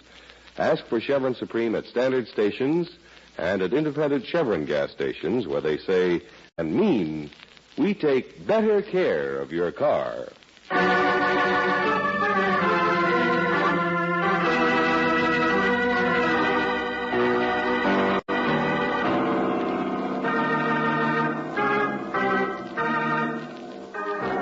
And now, back to tonight's adventure of George Valentine. Murder by a marksman. Yes, the big dark-haired, sour-faced guy, Curly Blackson, was killed by a single neat shot aimed directly at his heart. The only trouble is it happened in the apartment of a man who was blind, Dick Seaver. Across the way, however, lives a girl who was afraid of Curly, Daphne Crockett, and Daphne can really shoot. But if your name is George Valentine, you also remember that Daphne was once shot at. And while the police go looking for her, you go to see the man who talks as though he'd seen too many of his own movies, Rafe Disbrow. Gosh, Mr. Valentine, that's all I can say is, gosh. Well, you should try harder, Mr. Disbrow. Usually there's just the good men, the bad men. And the little school teacher in between, I know. Well, this isn't the plot of a Western. But why you really wanted us to meet Daphne, you didn't say. So suppose you start saying, Buster, right now. Why? I told you she was in distress. Are you being blackmailed, cowboy? Uh-huh. That was Curly's business, you know. And I saw a little black bag once. Blackmailed, I said. No, not me. Not you? Well, I'm always cautious about those things, but... Well, Daphne, she has another suitor besides me, is Mr. Michael J. Martin. Martin? Yeah, one of those millionaire fellas. But this is strictly confidential, you understand. And you figure Martin's a better sucker than you are, huh? Oh, well, really, he is a married man, you know, and I've never taken that step. Uh-huh. And you really hired us to look into Daphne because you were afraid she was going to knock you over, too. Oh, no, Mr. Valentine. You totally misrepresent me. No, I mean nothing of the kind. The little lady is always innocent. Okay, Disbrow. When you decide to tell me the truth, let me know, will you? But I am. I'm just a bystander who... Or better yet, let the police know. This is still a murder case, Rafe. And they tell me cowboys are pretty good shots. What? Oh, I'm just a singing cowboy, Miss Brooks. That's the last straw. Now, I'm not proficient except with a guitar. Now, I don't shoot guns. Well, my fans wouldn't like it. Well, listen, I'll show you. Come on, Angel. Let's get out of here. Yeah, I'm on records. They play them on the radio night and day. They drive people crazy. I'll show you. Any station. Hey, what's that? Oh, Daphne. Listen, Mr. Valentine. It's a Club Paris broadcast. Daphne's shooting at. There, you see? She didn't run away. She's there. I told you the little lady is always innocent.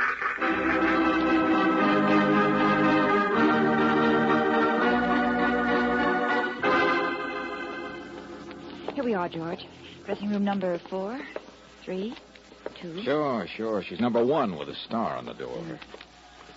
Just a moment, please. I'm very sorry, but no one's allowed inside. Well, I'm sorry, too, Shorty, but we want to see... Miss Crockett isn't receiving any callers this evening. She hopes you understand. Well, now, that's real thoughtful of her. Just step to one side. You needn't raise your voice, but if I haven't made myself clear... Oh, George, just take him up and... And I really don't feel like arguing about Shorty, it. get out of the way. Oh, hello, Mr. Valentine. Goodbye. Oh, no, you don't. Stand still, sister. Well, I've really got nothing to say. Come along, Mike. Okay, get out of my way. Shorty, wait a minute, you. Please don't be difficult, Mr. Valentine. Mac, Fred, Joe. Slow down, I say, will you? Hey, oh, let George. go. Let go, will you? Bye-bye, Mr. Valentine. Hey, will you? All right, Mac, Fred, Joe, she's gone. You can let go. Sure, don't get sore. Let me brush your coat. The boys, huh? Stagehands, that's all. Don't want to see you getting in trouble. Buster, I'm not the one who's going to be in trouble. Oh, yes, you are. Little guy's important, tough, too. The what? Little guy went with her, the Michael J. Martin. Martin? You mean that little shrimp was Martin? Lucky we saved you, huh? Lion hunter, you know. Toughest little guy in the world. Best marksman, too.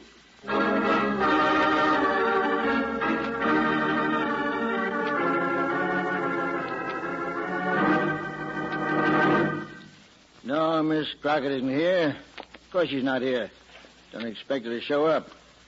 I even had one of our own men tailing her, and Martin shook him off, too. All right. So she's not here. You said that, Lieutenant. Little schoolteacher type, caught in the middle. Martin's not much to look at, only 5 feet tall. $2 million you could look at. Maybe blackmail does make sense. I told you that a long time ago. But nothing else means sense. Why did Curly come out here? Why did he get killed? Oh, stop asking questions. All right, you want an answer? Curly was Daphne's husband. What? It's in the record. They used to be married. Sure. Now she was afraid of him. Sure. Let me ask you, what kind of an answer? Does it tie together a cowboy, lion hunter, Annie Oakley? Does it tell which one of those marksmen put a bullet through a man's heart with one shot? Let's not leave out Seaver. He'd be a nice guy to get caught in the middle, too. I mean, this happened up at his place across the way from Daphne's. People know that, and they know a little black bag still missing. Yes, George, and Seaver's reputation isn't so good. People might imagine he managed to get his hands on the bag somehow. All right, so he's tied in. He's a friend of Curly's, too. But Hey, let me tell you something. When we were at the Club Paris, who was playing the piano? Huh? Well, it was... Oh, George, it wasn't Dixie. Uh-huh. See what I mean? He's missing, too. And you know, Lieutenant, a blind guy who's a heel could get into trouble easily. Now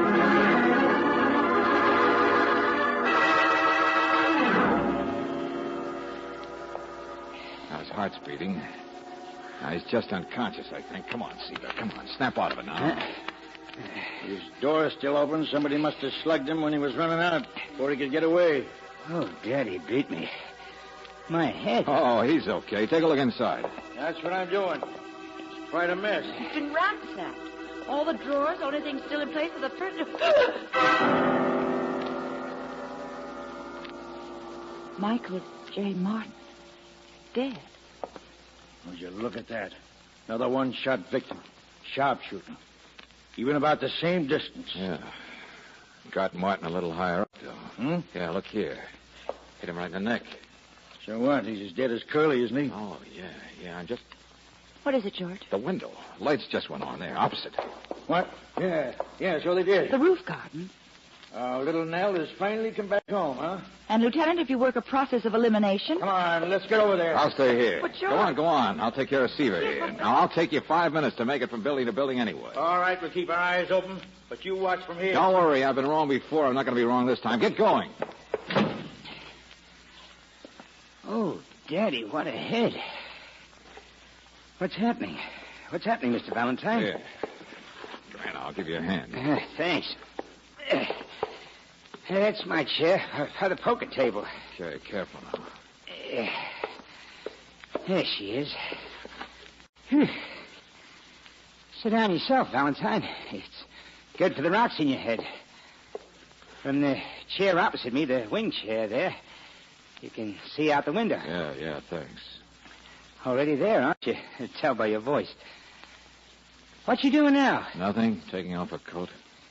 Take off your coat. Take off your hat. Cigarette? Got some right here on the table. No, thanks. Going into the kitchen now. I bet you can't cook. You've never seen her, huh? Nope, blind since I was 21. Lost him in a stick-up I got messed up in. Stick-up? Nice guy. I've been around. But I'm straight now. She's back on the roof now. Why do you say you're straight, Seaver, when you were all mixed up with Curly? I didn't know he'd taken a hop from prison. He was up here all the time watching his wife, wasn't he? Sure. It's a cinch I wasn't. You were in on the blackmail with Curly, too, weren't you? Somebody must have tipped him off that there was a good touch going, that Martin here was a pushover. All right, so what? What have I got to lose? Conspiracy to blackmail, but everybody's dead. You're right, we can't prove it. I've been around. You're not. What's that? Oh, she's just practicing, that's all. Funny, isn't it? Everybody's a marksman. You know, poor Martin there has a gun in his pocket, too, but he was outdrawn, just like Curly. That cowboy can shoot, too, Mr. Valentine. I don't believe that stuff he says, do you? No, I'm not talking about murder anyway. I was thinking about when Daphne over there was practicing early and somebody took a pot shot and missed. What about it? Well, that couldn't have been a marksman, could it?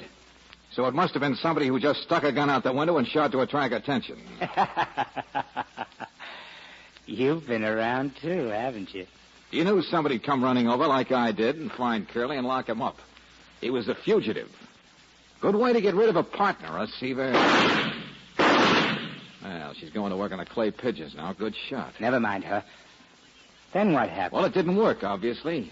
Curly knocked me out instead, so when you ducked back into the room to pick up the dough in the black bag, you found Curly alive and plenty suspicious. So you had to kill him, I guess. Oh, is that it? Now, how could a blind man do that? Then maybe later Michael J. Martin figured out who'd been in on the blackmail and came up for a little talk. So you had to kill him. Well, I guess you can't be blamed. Lots of people think I'm not really blind, but I am, see? Look at the match in front of my eye. Never mind. Skip it. It's because you are blind that I know you killed both of them.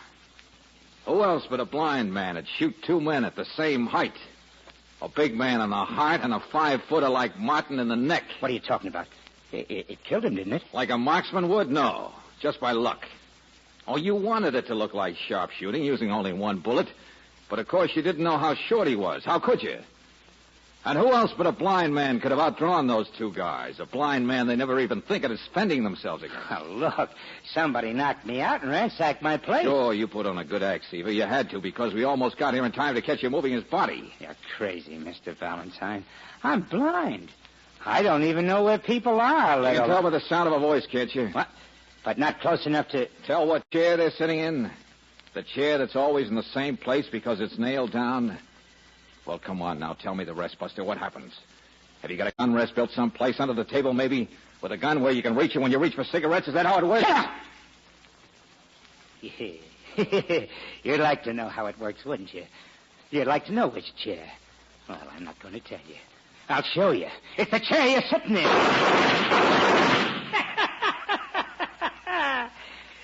Simple, isn't it? The blind man can fool them all. A little heavy on the downbeat, maybe. Won't look like a marksman this time. But the coroner won't care. I'll just move him out of the chair and... Valentine, where are you? Where are you? Just where I was, Seaver. Huh? Standing by the side of this chair.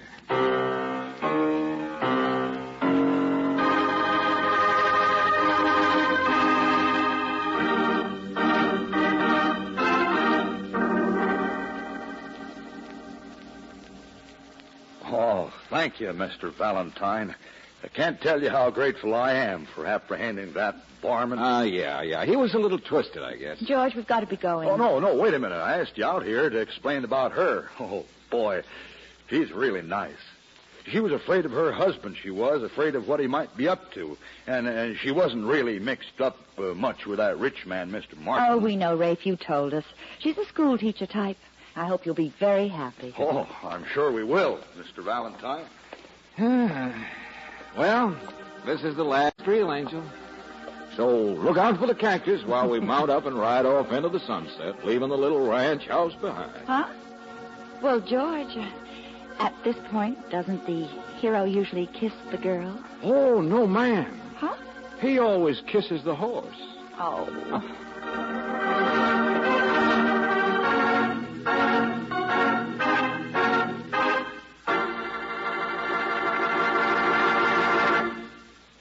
When damage shows up inside your car's engine, it's a little late to think of the wear-saving motor oil you might have used.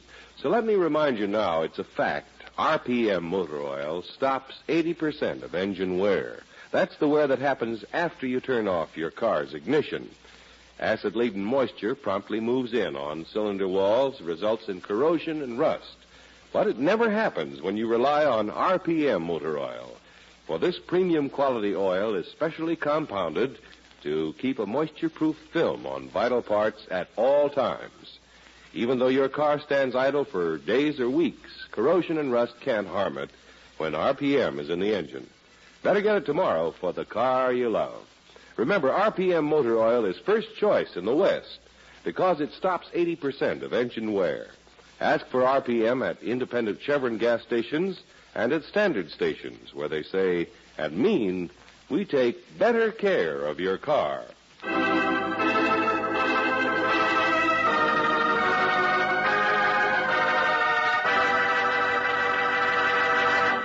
And now, here is Robert Bailey. Who cares about the crippled lady down the road, neglected and alone? Your neighbor who needs medical attention but can't afford it? You care when you give all you possibly can to your community chest. For the money you give helps pay for visiting nurses, medicine, surgery, helps thousands of people enjoy healthier, happier, more wholesome lives. So give proudly. Enough for all community chest agencies. Enough for a full year.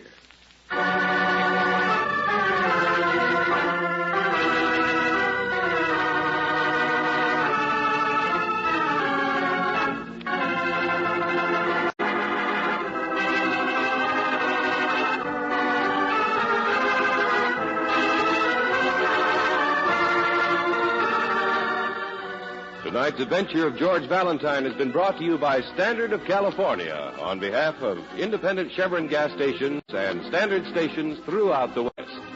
Robert Bailey is starred as George with Francis Robinson as Brooksy. Let George Do It is written by David Victor and Jackson Gillis and directed by Don Clark. Also heard in the cast were Leo Cleary as Lieutenant Cleary, John Daner as Rafe, Virginia Gregg as Daphne, Clayton Post as Curly, and Walter Burke as Seaver. The music is composed and presented by Eddie Dunstetter. Your announcer, John Heaston. Listen again next week, same time, same station, to Let George Do It. This is the Mutual Don Lee Broadcasting System.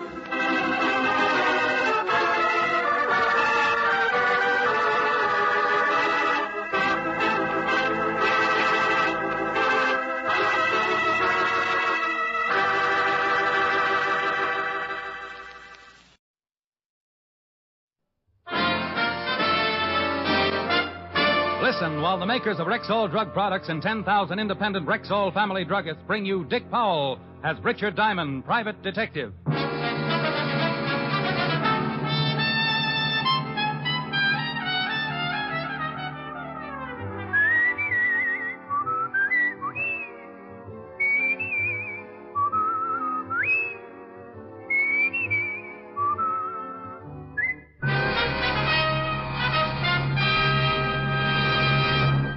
Good evening. This is Bill Foreman, speaking to you for the 10,000 independent druggists who have made the word Rexall part of their own store names. They've done that because they recommend and sell the 2,000 or more drug products made by the Rexall Drug Company. This month, Rexall family druggists are introducing 10 great new products direct from the famous Rexall laboratories. One of them is Rexall Multivitamin Formula V10.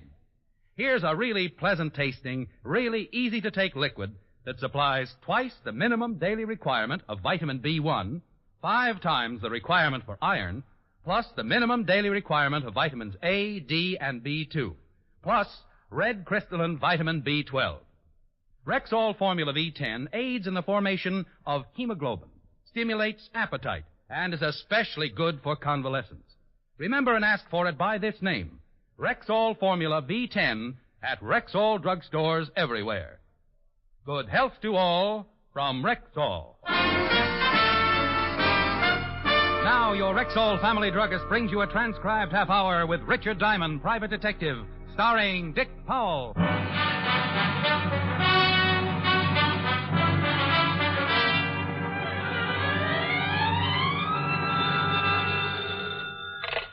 Diamond Detective Agency, not a corpse in a carload. Rick? Hi, Helen. Hi. What are you doing? Oh, trying to think up a new ad for the phone book. What's the matter with the old one? Doesn't seem to be bringing in the business. Oh. And see what you think of this one. Diamond Detective Agency, we'll split any case you've got, bonded or dead on arrival. Well, by all means, use it. Like it? No, but think of all the business you'll get from the psychiatric ward. Oh, you're a living doll. Will I see you tonight? Mr. Diamond? Helen, dear, I'll talk to you later. I think I've spotted a client. Bye. Bye. Well, come in. You're Mr. Diamond? That's right. My name is Quimby, sir. How do you do, Mr. Quimby? Pull up a chair. Thank you. Something I can do for you? Yes. You see, Mr. Diamond, I'm the manager of the Far East Importing Company. And when I went down to the store this morning, our night watchman was missing. So? Also, about $50,000 in unset gems. Why come to me instead of the police? But those jewels were on consignment to the store. I was in hopes you could recover them before I had to make an accounting to the owner. Who owned the gems? Mr. Philip Lasdown. He's a very eccentric collector. He has many things on display in the store. He's a very good client. Aren't you insured? Naturally. But if Mr. Lasdown knew that a robbery had taken place, he'd never again do business with my establishment. And you want me to recover the missing jewels? If you can. You think the night watchman is responsible for the theft? Well, I don't know what else to think. The night watchman's name is Block, Arthur Block. He lives in an apartment on the east side. But I have already checked with his landlady, and he hasn't shown up. How long have I got to recover the jewels, Mr. Quimby? But I have no idea. It's impossible to tell when Mr. Lasdown will want an accounting. Well, I charge $100 a day in expenses. Oh, yes. Well, 100 be enough for now. Well, if you have nothing to do for the next few minutes, I'd be more than happy to grovel at your feet. I beg your pardon? Now, I want the night watchman's address, also the address of your shop. Then you go back to the shop and wait to hear from me. Quimby gave me what I wanted, then minced happily out of my office. I locked up, grabbed a cab for the east side of town, and 20 minutes later I was talking to the missing night watchman's landlady. Sure, honey. Arthur Block lives here. You're the second one to come asking for him this morning. He killed somebody or something? Is he in? No, we ain't been in since yesterday evening before he left for work. Can I take a look at his room? Well, I don't know, Blue Eyes. It's against the rules. Oh, my goodness, I dropped a $5 bill. My goodness, so you did. Don't hurt your back bending over, honey. I'll get it. Right. Little rheumatism, but anything for a fin. Say, you got any more loose ones around? I'll show you every room in a joint. Just the one where Block lives. Right down here. You ain't no cop, honey. Shamus? Yep. Figured. Right in here. There you are, handsome. Thank you, Mother. Mother! When you're done, stop back at my my room and have a beer. I never touch anything stronger than opium. Never anything stronger than opium.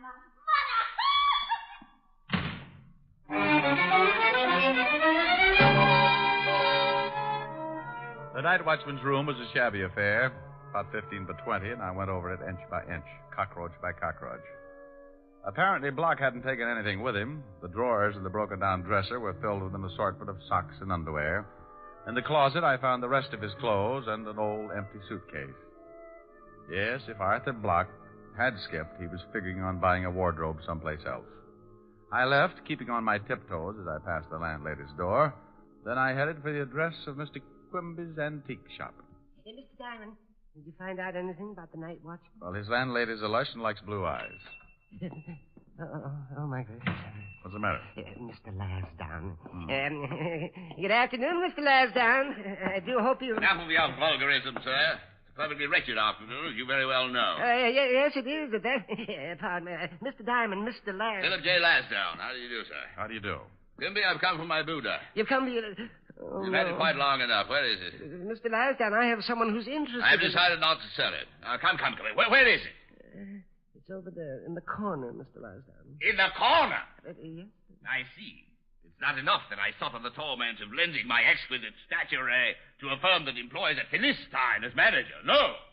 I'm now subjected to the ignominy of having it secreted in a corner behind a variety of bric-a-brac one would expect to find only in the men's lounge at Coney Island. Mr. Lansdowne... Remember, I told you that Buddha was to enjoy this room's most favorable location. You made a grave mistake, sir. A momentous mistake. But please, Mr. Enough, Lansdowne... sir. I'm repossessing my Buddha forthwith. For years, I forced myself to deal with you in a patient and forbearing manner. But never again. This is the crowning blow. Far be it for Philip Lansdowne to cast pearls before swine. Oh, that man, Mr. Diamond. Oh, that terrifying man. I must have been born under an unlucky star. Well, relax. Things could be worse. You've still got a little hair on your head. Even that's getting thin. So who wants fat hair?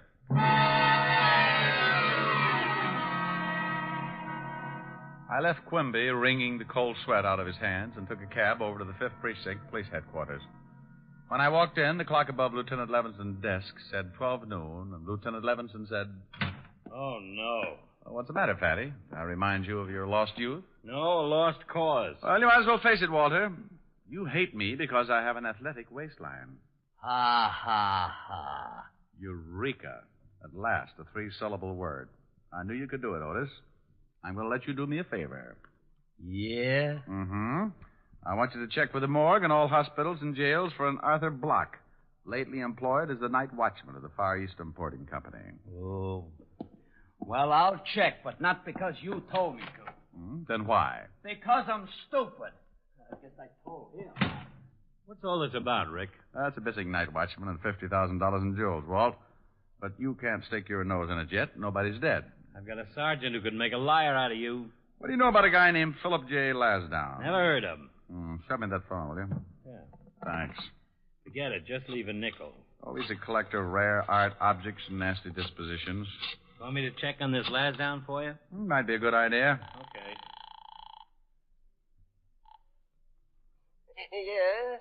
Quimby? Oh, Mr. Diamond, I was hoping you'd call. You and 10,000 foolish debutantes. Mr. Lansdowne has had the Buddha removed, and he is sending his lawyer over in the morning for an accounting. Now, should I tell him about the jewels now or wait until morning? Oh, wait, if you want this thing solved. What's Lansdowne's address? Blue Heron Road at Long Island. Thanks. I'm going out to see him. I'll check with you later.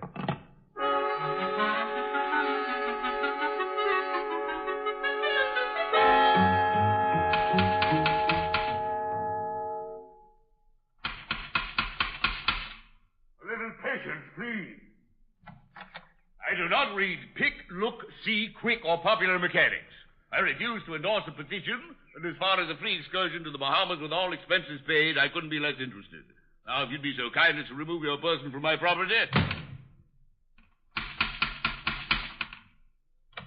I'm warning you, sir. Look, Your Highness, remember me? I met you this afternoon at the Far East Importing Company. I remember you. Good day.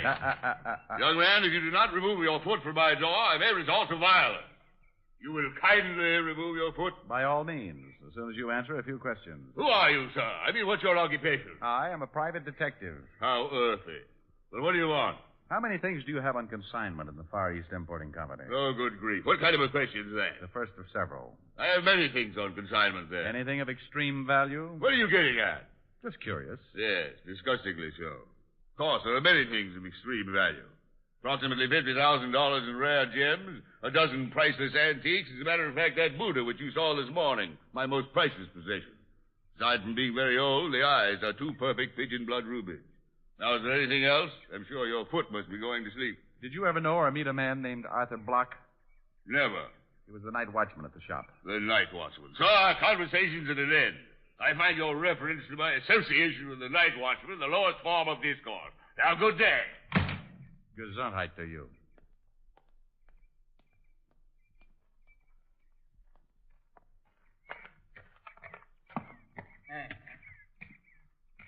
Hey, bud. Sorry, I do not read pick, click, quick, look, spook. Hey, who's taking the census?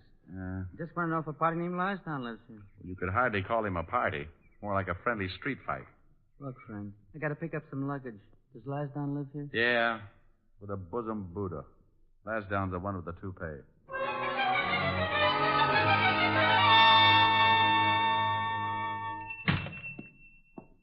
Oh, Mr. Diamond, I was just closing up shop. Have you found out anything? Well, not much. Tell me something, Quimby. Where do you keep those jewels? Why, in the safe? Did the night watchman have the combination? Yes, in case of fire. There are also some perishables in with the gems. Did he know much about the rest of the merchandise in the store? Yes, of course. He had a list and made inventory every night. Did he know Lansdowne's Buddha had ruby eyes? But I don't know. Well, how'd you find out? Lansdowne told me. If the night watchman knew about those rubies, I wonder why he didn't pry them out and take them along. I never thought of that. Have you touched that safe? Yes, when I opened it and discovered the lock. Well, don't do it again. It may have some of the night watchman's fingerprints on it somewhere. Tell me, did you know Lansdowne was planning on leaving town? Leaving town? No, I didn't. Well, I'm not sure that he is, but I've got a hunch. Are you going home after you lock up? Yes. Well, give me your phone number. I'm going down to the precinct and may want to reach you later.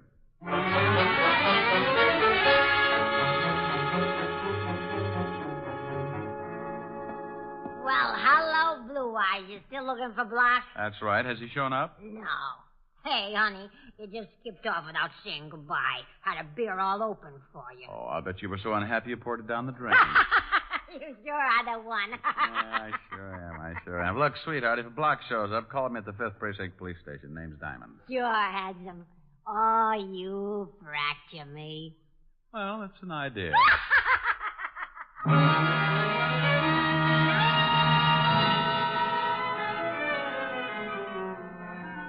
I couldn't find nothing on that missing night watchman, Shamus. Well, thanks anyway, Otis. In appreciation, I may send you a large can of Red Heart, liver flavor. Oh, go chase your tail around the block. Otis. Yeah, and I got plenty more things to say. Funny thing? Funny as your face. I'm tired of you making fun of me. I ain't no dog. You having trouble with Otis again? Oh, I don't think it's anything serious. But I would suggest a rabies shot. Well, here's something that might interest you. Philip J. Lasdown booked passage on the Star of the Orient, sailing for the Far East tonight at 11 o'clock.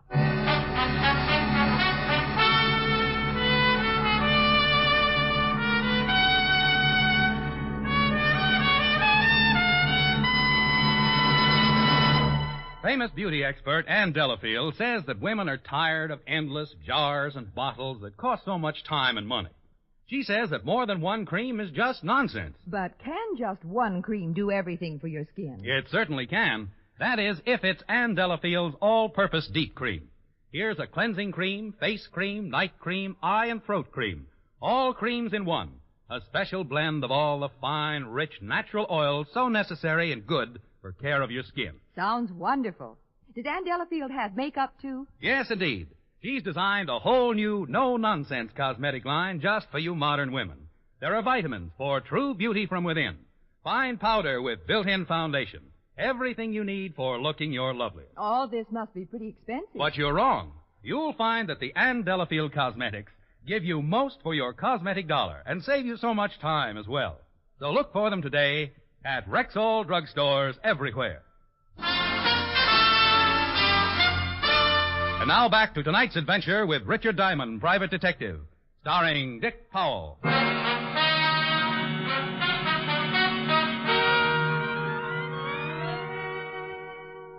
Well, Walt's enlightening bit of information certainly seemed important, so I sat down to try and figure out exactly what I had to date. My client, Quimby, had come into my office and hired me to locate a missing night watchman named Arthur Block because $50,000 in gems had been pilfered from Quimby's shop.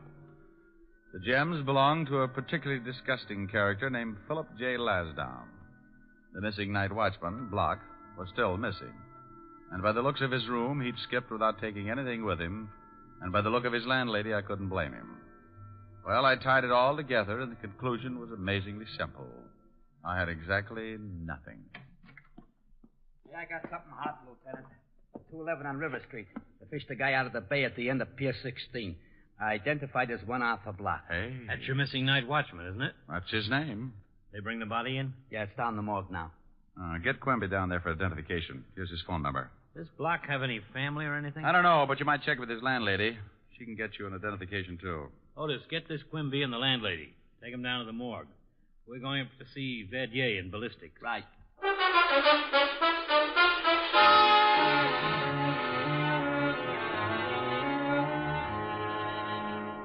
Here's the slug, Lieutenant. Huh? Almost like a ball. This is really most amazing. That slug was fired from a weapon made in 1831 by Samuel Colt. He patented it in Europe in 1835 and in the U.S. in 1836. What did the gun look like? Well, it was the forerunner of the Colt 44. A single barrel with a revolving breech carried 5 slugs. During the Fieschi Revolution in France in 1834, Fieschi had a rifle made like it. Tried to assassinate Louis Philippe.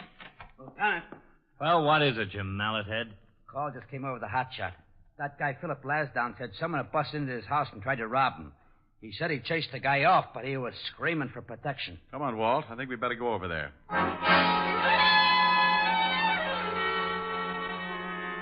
Well, things were beginning to shape up. Walt and I piled in the squad car and headed for Long Island, the house of Philip J. Lasdown. When we got there, Lasdown was hopping around like a kangaroo with a hot foot. Fine state of affairs. It's getting so a man isn't even safe in his own home. What's the city coming to? A police force is obviously second only to the Boy Scouts. Now, calm down, Mr. Calm down, my Lasdown. good fellow. I have no intention of calming down. How would you enjoy walking into your own living room and there, slinking around in the dark, a pathological fiend intent on robbing you of your most priceless possession? What was he after? My Buddha. The object of your particularly uncouth interrogation of this afternoon, Mr. Diamond. By the way, where were you 40 minutes ago? Oh, relax. Did you get a look at this guy? The lights were out. Well, did he take you, Buddha? He most certainly did not. But had I not walked in at the precise moment, he would probably be carrying it piggyback to the middle of Times Square. And your observing police force would undoubtedly stop traffic for him. That's the Buddha right over there, Walt. Keep your hands off it. Now, look, Lassie, you called the police. The police are here, so relax before someone puts their foot in that big mouth. Well, really? Yeah, really. You're getting ready to leave town, aren't you? I don't see that that's any concern of yours, Lieutenant. Well, Buster, in case you don't know it, you're the number 1 suspect in a killing. I beg your pardon. Do you own any antique guns? Guns? Sir, I do not collect weapons of any sort. I demand to know what you mean when you say I'm suspected of a killing. The night watchman at Quimby's antique shop was shot to death and dumped in the river. The night watchman again. I told Mr. Diamond once that my association with the night watchman was as ridiculous as General MacArthur sending Stalin a charm bracelet. Nothing's been touched on the Buddha? Nothing. I assume that the thief knew the value of the ruby eyes. Has there been any publicity about the Buddha? Some. Walt, come here. You excuse us a second, Mr. Lasdown? You couldn't make it a year, could you? Charming fellow. Yeah. Look, Walt.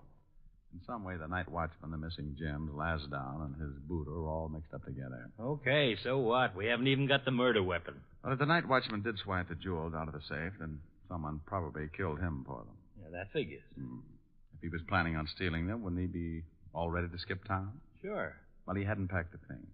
His apartment hadn't been touched. Oh, that's not much. Okay. If someone wanted to get that Buddha, why not break in the store? Because it's easier to break into a house out on Long Island. The Buddha was just moved this afternoon. Who knew Lasdown took it? Yeah. And if the potential thief is mixed up with the original jewel theft, why didn't he grab the rubies in the store? I never thought of that. No. I think he wanted that Buddha for something else. Oh, Lasdown, What do you want?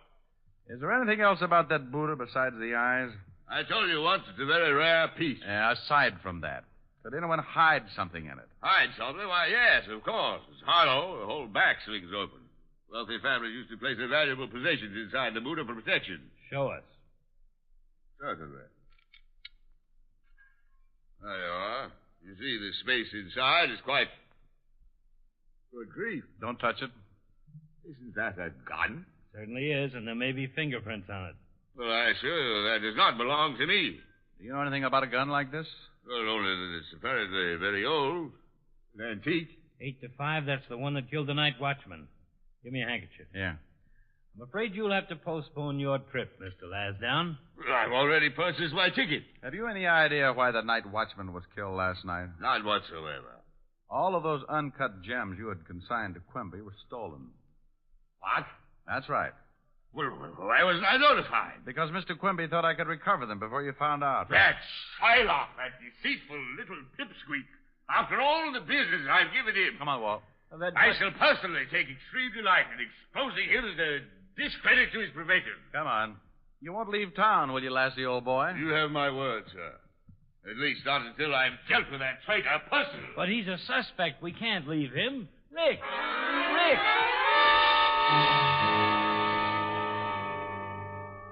With Walt protesting all the way, we climbed in the squad car and pulled it down the street to wait. In about 2 minutes flat, Lasdown came streaming out of the house, piled into his own car, and took off for the city with us right behind. A half an hour later, we watched him go into a building on the east side, and we followed. The nail box gave us Quimby's apartment, and by the time we reached the floor, we could hear Lasdown raising his blood pressure up past the boiling point. How dare you! How dare you! Please, Mr. Lasdown. After all these years, Quimby, this is He's unforgivable. really going at us. Mr. Lasdown, you couldn't blame me. I couldn't do anything else but blame you, Quimby. There's no excuse. Please, the neighbors. I assure you your neighbors will only be the first to hear of this atrocity. When they find the night watchman... They have found it. You are? Floating in that filthy river out there. And who put that gun in my Buddha? You found it? False one. You knew it was there. That does it. No, Wait. I don't know anything about it. Liar! Why did you think I found it? The police discovered it. The police? Yes. They believe it's the same gun that killed... Quimby, you didn't. What's going on? I don't know. We'd better get in it. Quimby, no. We'd sure better. No, don't shoot! Stop it, Quimby! No. You all right, Rick? Yeah, I'm all right. You imagine such effrontery? That assassin's apprentice was going to shoot me. Here's his gun, Walt. Looks like I got him in the leg. I can't believe it. I, Philip J. Lasdown, being subjected to such distasteful melodrama. I'll call an ambulance. I haven't viewed such a spectacle since I was 8 and a half. Sitting in the balcony of the Savannah Opera House, watching a third-class road company chase me lever across the ice. I can imagine, Lassie. Now, let's have a look at Quimby. Come on, Quimby. Better tell me about it. You killed the night watchman with that antique gun. Yes, I kept the gun in my desk at the office. I was taking the jewels from the safe to make it look like robbery when Block came on duty. He was early, and he surprised me. Shot him. And hid the gun in the Buddha. That's why you were so shocked when Lasdown came and got it today. Yes, when you told me he was leaving town, I feared he would take the Buddha with him and discover the gun inside. It was you who broke into my house this evening. Yes, Mr. Lasdown. Wagon's on the way. Well, Mr. Lasdown, you were pretty lucky. What a revolting display of uncontrolled emotion. Lasdown! Oh, my goodness. Mr. Lasdown's fainted.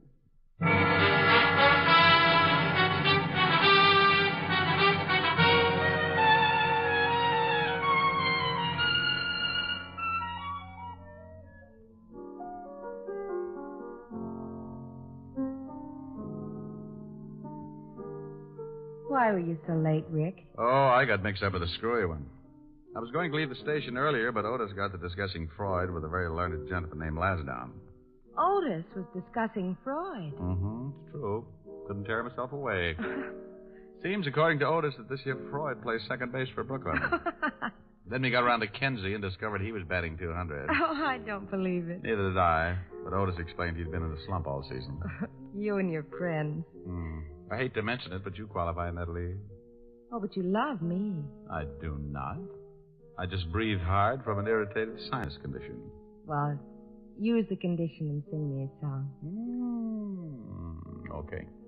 What are you going to sing? I don't think it's any of your business. Oh, that's a nice song. How does it go? Well, you pick one. All right. Let's see. No. I like New York in June. How about you? That's cute. I like a Gershwin tune. How about you? I love it. I love a fireside when a storm is due. I like potato chips, moonlight motor trips. How about you? I'm mad about good books, can't get my fill. And Doug MacArthur's looks give me a thrill. Holding hands in a movie show when all the lights are low may not be new, but I like it. How about you? I like it. You like me? Well, Come here. Oh, well, do you? I don't think it's any of your business.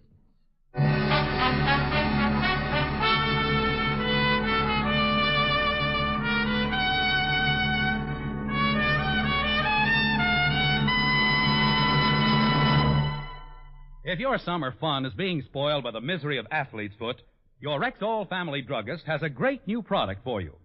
It's Aerosol Fungi Rex, a greaseless, stainless spray-on relief that's easy, quick, and clean. Fingertip-controlled spray eliminates messy application, gives positive coverage to the entire infected area, and all the burning, itching, and discomfort of athlete's foot are quickly relieved. Ask for Aerosol Fungi Rex. That's Fungi-Rex. Aerosol Fungi Rex at Rexall drugstores everywhere. Good health to all from Rexall.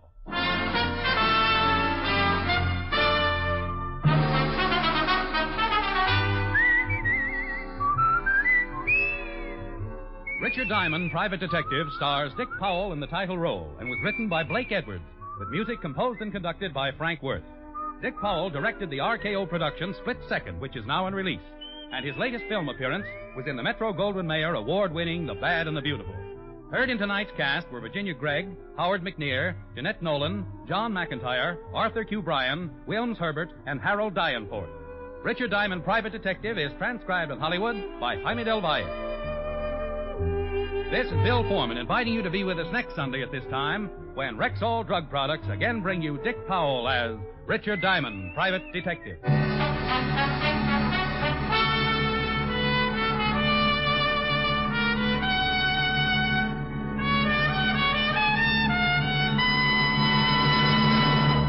Now get new and better relief from acid upset stomach. Try Bismarex Gel, the new liquid antacid that gives four-way relief. Bismarex Gel contains aluminum hydroxide for the plus benefits of absorbing and neutralizing excess stomach acid and leaving a protective covering. Ask for Bismarex Gel. Bisma-Rexgel. Bismarex Gel at Rexall drugstores everywhere.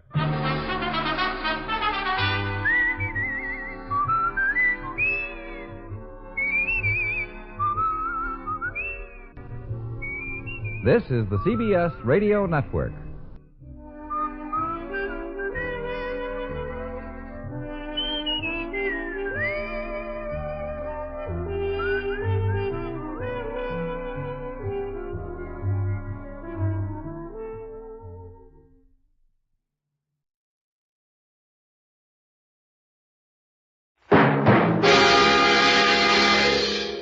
Pat Novak, for hire.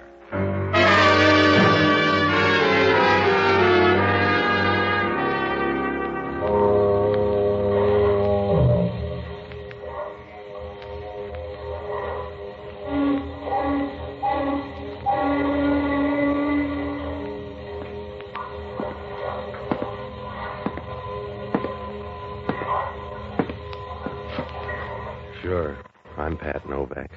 For hire.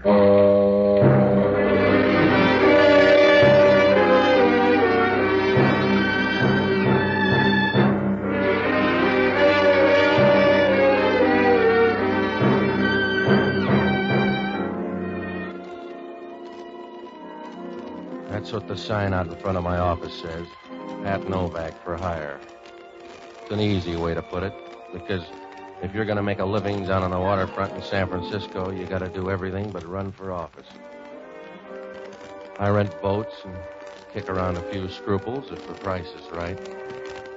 It's a living, and if anything goes wrong, you can always get your mother a visitor's pass. If you do get in trouble, you go first class all the way. I found that out when I first met Doreen Wilde. It was almost dark, and I was sitting in the office with the door open when she first showed up. Showed up's the right word. The wind was blowing outside and pushed her dress tightly against her legs as she walked in. She was young. From what I could see, she made Cleopatra look like Apple Mary. She had a voice like a bowl of warm stew. Hello. Are you Mr. Novak? That's my story. I'm Doreen Wilde. Mind if I sit down? On your desk here? You'll block the view. You'll get used to the new one. There. Now lean back and let me look at you. I want to hire you, Mr. Novak. After the look or before? You've got a power complex, darling. You know a man named Joe Condano? Oh, he's a gambler out on Geary Street. Friend of yours? I don't dislike him that much. We have business connections. That's why I want to hire you. To give him some money tonight. A needy case or a bad debt? A bad debt. Condano has an IOU from my brother for $10,000. You can go from there. Not if I'm supposed to say it was a fixed game. Condano's been around a long time. Yes? That's right. There are only two kinds of gamblers in this town, honest ones and dead ones. So if your brother owes $10,000, he better pay. That's why I'm hiring you. Just pay off Condano and make sure you get the pictures. Pictures of the Grand Canyon, huh? We'll talk about my past some other time. Well, for the moment, we'll just say you're photogenic. That's right. Your brother can't get the $10,000, so Condano's shaking you down. Yes. Yeah. I'll bet you make a nice rattle. How did Condano get the pictures? My brother gave them to him. You got a charming brother. You see only his better side. Will you do the job for $100? How long's it going to take? 2 hours, maybe. You'll have to meet with my brother. To meet with your brother, $100 is coolie wages. He'll give you the information, then you can see Condano. Where do I meet your brother? Room 729, the Dixie Hotel. He'll be there about 8:30. That packing crate down on Powell Street? Your brother's a cutie. I know winos that wouldn't go in there. We'll meet you there at 8:30. Oh? You going to be there? Yeah. Do you mind? I can stand it. Do you carry a spare battery for that gleam in your eye? Your $100 covers that, too. See you at 8:30.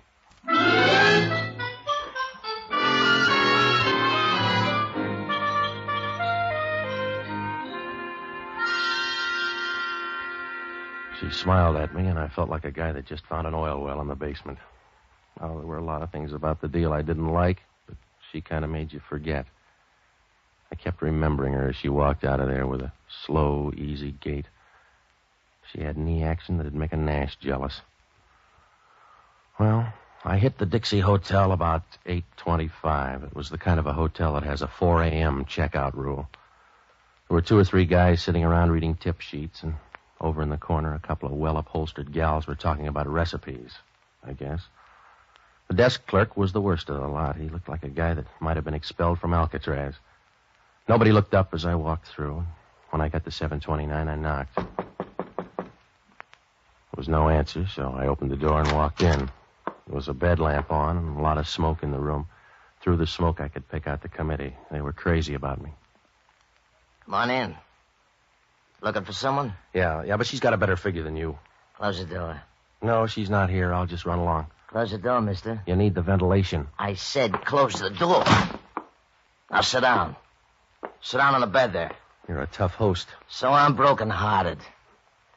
Just be a good boy now and give it to me, huh? You got the wrong guy. Give it to me fast, mister. I don't know what you're talking about. I came up here to meet somebody. Already met him. I've run across better people in sewers. Now, look, meathead, I'm only going to say this once more, so make a copy. You got the wrong guy. You think I got something, I haven't got it. No? No, so you and your playmates swing out of here in your tails. I never saw you until 3 minutes ago, and I'm tired of the friendship already. All right. Eddie. Yeah? Go through this guy's coat. Yeah, sure. Now, wash your hands, Junior, and then put them in your own pockets. Oh. You got a favorite profile, fella? Hmm? Because I'm going to put this gun on one side. Take your choice.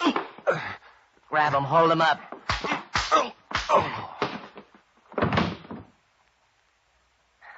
All right, Eddie. Now you don't have to wash your hands.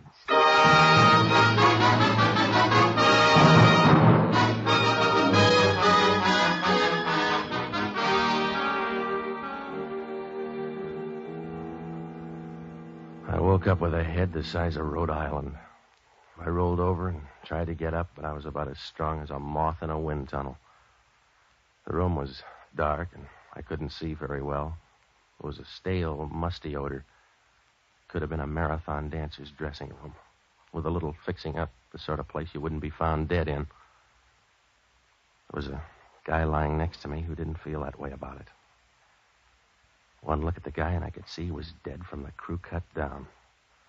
Somebody wrapped a towel around his throat and forgot to say when. I should have got out of there right then, but I used my brain like a bottle of medicine, a small dose every 3 hours. I stood there, looking down at him, and felt like a guy that's just rolled a 7 the second time out. A small chunk of light squeezed through the door, and I could see particles of dust settling on his face. He was lying there, straight and white-faced, with a little bit of scowl, as if he didn't like the idea. I went through his wallet and found a few bucks and some identification. Enough to prove he was Frank Wilde, Doreen's brother. Oh, it looked nice and clear. They'd done everything but pin the IOU on his shirt.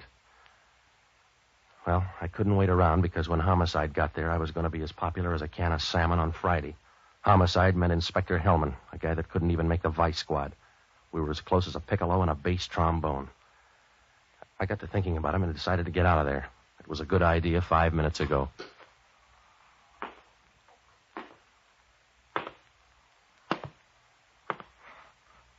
Hello, Novak. Oh, Hellman. Small wake, huh? Just a few close friends. You always drop by room 729 this time of night? I got a bad memory for faces. Who's your friend? His name's Frank Wilde. That's one answer. I was supposed to meet him here at 8:30. That's another. You got a third? Hmm? Who killed him? I don't know, Hellman. Maybe 3 or 4 people. Maybe a pack of lugs from Joe Condano's. Yeah? I think you're modest, Novak. I think maybe you killed him. Oh, yeah, sure. I wrapped the towel around his neck, beat myself to death with a pistol, and jumped into the same grave. Maybe. Oh, stop it, Hellman. That isn't smart. That still leaves you in the running. I came up here to make $100. That's all I know about it. Check down at the desk. They'll tell you. I checked on the way up. The desk clerk says room 729 is in your name. Get your dough back, Hellman. You've been hijacked. Yeah? Look up a gal named Doreen Wilde. Who's she? The stiff sister. He got in a jam with Joe Condano and bailed himself out with some pictures. Oh. What kind of pictures? You just look her up and find out where she was at 9 o'clock tonight. I got a bird in the hand. And call on Joe Condano. His Gunsel's held a convention here tonight. That's too much legwork. You're handy, Novak. I can't afford a bum rap, Hellman. Get yourself another boy. You get me one. It's your hotel room. There's a dead guy in it, and you got a bad record. I can make that add up for the DA. You can't add a pair of zeros without crib notes, Hellman. I can try hard, and I'll be all through in 24 hours. That's how long you got, Novak. You got one day, and you're not going to be lonesome. Because I'm going to put a tail on you the whole time. Well, that'll be fun. I'm going to know where you are every minute. Stop posing, will you? You couldn't follow an elephant across a basketball court. Just stay handy, Novak. I'll be ready. I'm going to fingerprint this room and run that towel through a test. And then I'll be ready. Yeah, you better watch out for that towel. Huh? Remember, when it comes to towels, Hellman, you have to start from scratch.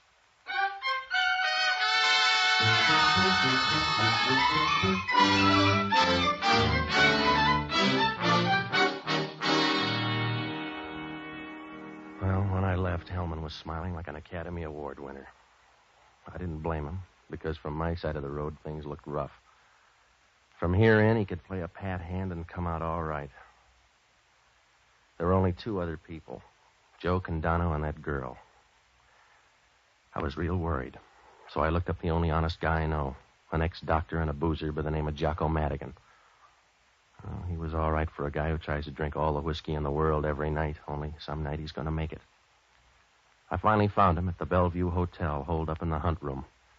He was getting the most he could out of a bottle, old whiskey and young ideas. It was 10 o'clock, and he was carrying a bigger load than the Berlin airlift. Oh-ho! A drink for Mr. Novak, and one for me. I'll have to catch up. Skip me. You busy, Jocko? I'm deep in the labor of love. What happened to your face? I got a better offer. I'm in a jam, Jocko. You got to help me. You're always in a jam. You're the eternal patsy. Also, you're my solitary reason for going on. Forget it, Jocko. Well, you're the last project Providence has allowed me. An hors d'oeuvre that fate has thrown me to nibble on. I'm your conscience, you know. Yeah, all right, all right. You have no conscience of your own. Oh, you have fleeting moments of fright which you confuse as moral sense, but no conscience. All right, let's get off the platform, shall we? I need help, quick. What kind of jam? A big one? Yeah. I woke up about an hour ago holding hands with a dead man. Where? Room 729 at the Dixie Hotel. I hope you changed rooms. Hellman walked in and found me praying for the dead. He's got an idea I did it. A shrewd policeman. That was the second feature. We opened with a pistol whipping by Joe Condano's Gunsels. Oh, you gotta help me. Would a drink help? Hellman's got a guy tailing me. I gotta go slow, Jocko. I want you to hit Condano's place and pick up every scrap of dope, will you? I'd look out of place in a gambling joint. There's a bar. Tour the joint and find out when the boys got back, huh? Where do you plan to be? Hiding under a rose bush? I'm going up to see a girl. She's the dead guy's sister. Are you going up to extend sympathy? She's mixed up, too. Condano's holding some blackmail pictures. Let's reverse the assignment. Now, look, you see Condano. I'll tag by Doreen Wiles' place. Huh? She must be Harry Wilde's daughter. Who's he? The money crowd, to use a low term. What's he like? A retired octopus. After he got sick of chasing cigarette girls, he settled down to be a social worker. Yeah? Now he's like all social workers. A guy who's embarrassed because he wasn't born poor. And for years, he's been annoying the poor by trying to help them. Hit Condano's place. Now, if you hit anything good, phone me at her apartment. And keep out of trouble. Well, I'd say the same to you if it weren't futile. Good night, lover.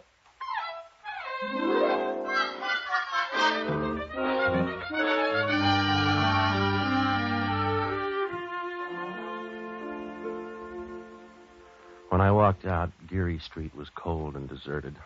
The fog had moved in and staked out a claim all the way down to Market Street.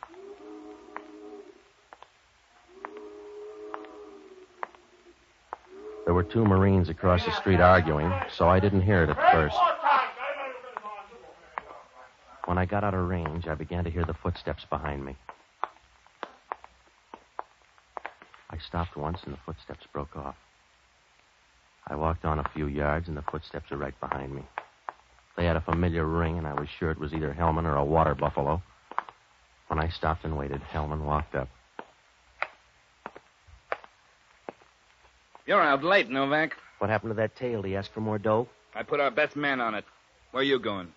Well, now, I'll bet you get some real good answers on that question. Where you going, smart boy? Doreen Wiles' apartment. Yeah, why? To find out where she was at 9 o'clock tonight? It won't do you any good. Why? Coroner's report. The guy got knocked off about 7 o'clock tonight. Well, he took a long time dying. That towel was a joke. If he wasn't strangled, he would have been red-faced. He wasn't. Oh, well, now, let me guess, Hellman. He died of lingering malaria. Yeah, he was poisoned. That means he was dead when you brought him in.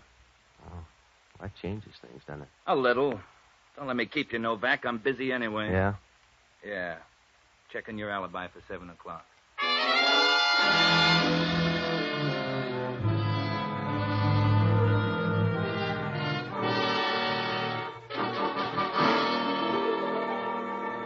I had no alibi for 7 o'clock.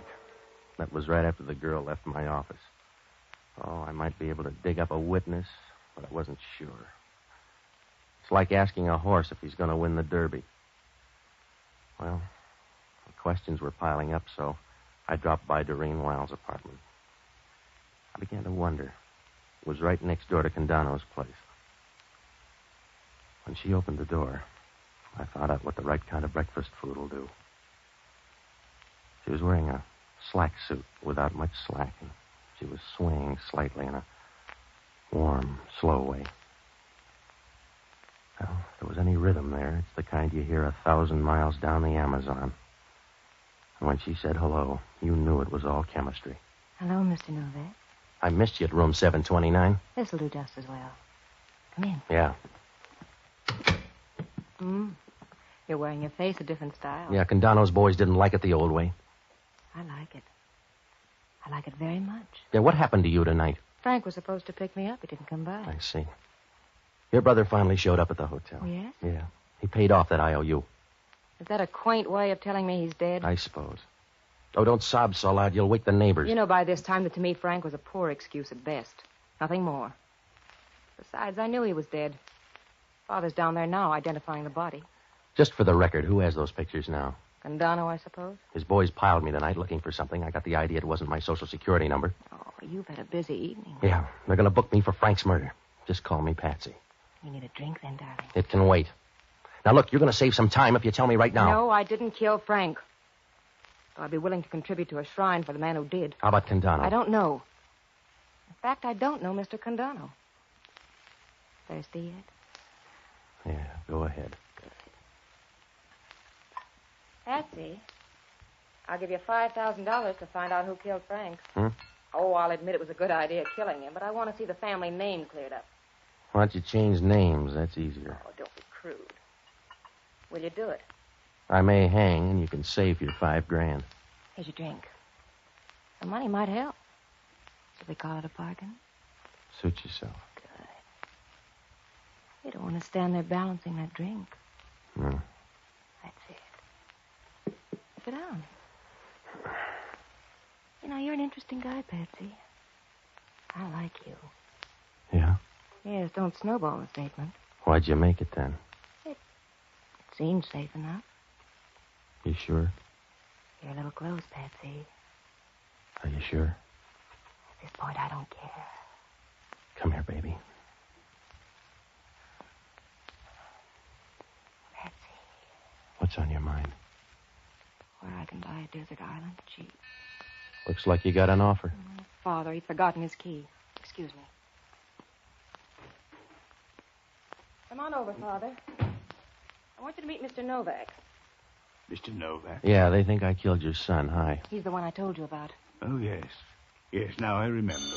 It's probably for me. Hello? Oh, yes. I think so. I'll be right there. I've got to run, darlings. Only be gone a while. Father, keep Mr. Novak sober, I'll pick up from there. Good night, Father. See you soon, Patsy. A remarkable girl. She's active, too. Does she always sail out for a nightcap? A remarkable girl. More so than Frank? Yes, I'm afraid so. You seem to like him better dead. Well, at least he's more harmless that way. But perhaps that sounds unbecoming of a father. Well, if he looks better that way, suit yourself. I've never made any attempt to camouflage my feelings. I'm fond of my daughter. And my son, I've loathed. In a casual way. He's a mishap of nature which for years I've been content to blame on his mother. This matter of the gambling debts, case in point. You know about that? Oh, yes. Plus Doreen's liberal contribution to the problem. By the way, Mr. Novak, who did kill him? I thought maybe you did. No. I'm not a doer. I just cheer from the grandstand. Excuse me.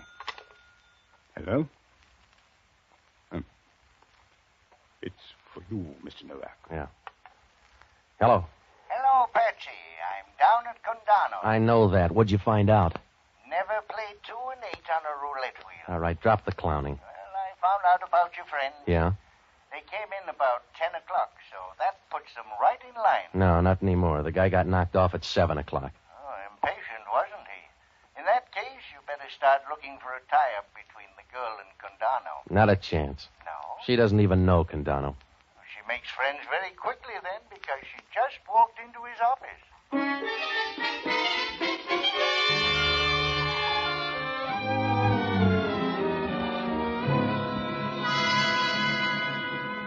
Well, things were beginning to fall into place. If the girl and Condano were that chummy, they were using those pictures. To squeeze the old man, probably. There was only one thing about it that didn't make sense. Why did Condano's boys beat my brains out if he had the pictures all along? Well, I talked to the old man a while, and then I headed for Condano's joint. They were closed when I got there, so I went home to bed. Oh, I'd have given a good price if tomorrow never rolled around. But the sun was eating through the haze the next morning when I walked into Condano's place. A sad old biddy with a mop told me Condano was in his office, so I knocked on the door. Yeah? Hello, Condano. I'm the guy your boys pistol whipped. Novak? Come on in. I wouldn't worry. Maybe you'll heal handsome. Thanks. I'm sorry about that, Novak. I'll bet you are. Well, that's the way you'll get it. It won't come engraved. If I say I'm sorry, I'm sorry. Oh, you're full of tears. You gonna shed one when they send me up on a bum murder rap? No, I'll buy you a handkerchief, though. If you got the time, you might tell me what Doreen Wilde was doing in here last night. What do you care? Maybe we're in love. And maybe you're putting the screws on old man Wilde. Hello? Yeah. Did you tell anybody you were coming here? No, just a birdie. It's for you. Yeah. Hello, Jocko. When? Well, from where I'm sitting, it doesn't make sense. Oh, of course not. Yeah, I'll let you know. Well, how you feeling, Condano? Get to the point, Novak. They found a dead guy out in the marina this morning. He was shot and banged up badly, but they identified him. What's that to me? Nothing, except they identified him as Joe Condano. Confused? No. It was a guy named Eddie Darrow. Friend of yours? Yeah. Yeah, I guess he was. What does that prove? It proves lots, Novak. It proves unless you find her in a cemetery, never trust a woman.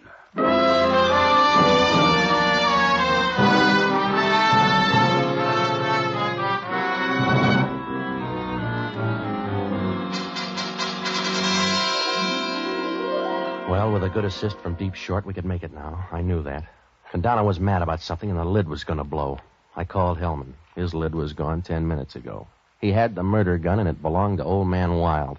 A messenger walked in and put it on the sergeant's desk a few hours ago with no explanation. Oh, that was the clincher. From here on in, it was cakes and ale. I told Hellman what I knew. He picked me up at Geary and Taylor, and we headed for the Wilde apartment. The girl and the old man were in the living room when we walked in. Everybody had breakfast? Patsy, I didn't know you came out till after dark. Well, we just wanted to call on your old man. Wilde, this is Inspector Hellman. Is there anything I can do? You're ambitious, Wilde. Hellman's here to arrest you for murder. I'm amused, but not frightened. They might have gone easy on you for killing your son, but not Eddie Darrow. And who is Eddie Darrow? The guy you thought was Condano when you killed him last night. Your daughter was helping him put on that squeeze. She even sent in your gun this morning. Please, Doreen, tell these men. Well, the starting backfield. Hello, Condano. Step aside, Novak. You don't need that gun, Joe. Not for long. All right. Push the girl out there. Push the girl out there. For a gambler, these are bad odds, Joe. Just keep talking loud, and when you stop, all of a sudden, you'll know I'm through with You it. made the first switch, Joe. I didn't trust you, so I sent Eddie Darrow up. He was a good guy, and I liked him. I didn't kill him, Joe. You made it easy, though. Say him fast, baby. Here it comes. Look out, Doreen! Watch the old man. Give me that gun. Yeah. We keep shooting the wrong people around here. I'm sorry, Hellman. I bungled, huh? Yeah, you bungled, Joe. How's the old guy, Novak? You should live so long, Hellman. He's dead. You're gonna need me soon, huh, Hellman? Yeah, right now. Come on, Joe. Tag by headquarters, Novak. Sure. Well, it was fun while it lasted. Yeah. I'm sorry he jumped in front of me. He didn't have to do it. No, but you expected it. I suppose. I'm made to expect things, Patsy. Uh-huh. And you're not going to mind this. I expected that, too. You can slap me, but don't leave me, Patsy. I don't want to be alone. You got a cigarette? They're on the table. I see. A match, Patsy? You go build your own fire. I'm leaving. Please, Patsy, I don't want to be alone. You won't. I'll send you a whistle. Goodbye.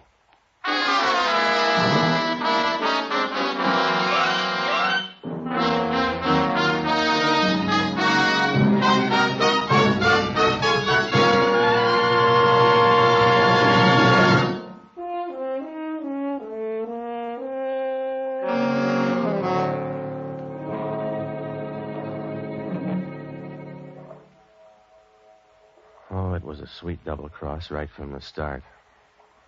Frank pitched the first curve.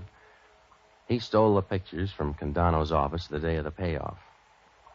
He was going to wait for the dough from his sister and skip. In the meantime, the old man found out about it, killed the son, and left him in the hotel after Condano's boys had cleared out. Oh, it would have worked out all right, but Doreen found the pictures in the old man's room and guessed what happened. She gave him back to Condano and then made a deal with him to put a squeeze on the old man. And then she double-crossed Condano by tipping off the old man that Condano was on his way up. I guess he figured the girl for a fast play and sent a pal instead. The old man didn't know the difference. He really thought he killed Condano. And then the girl wrapped it up by sending his gun to headquarters. Well, if things had gone right, she'd have been right in the middle of that gravy boat. Her brother and Condano would be dead.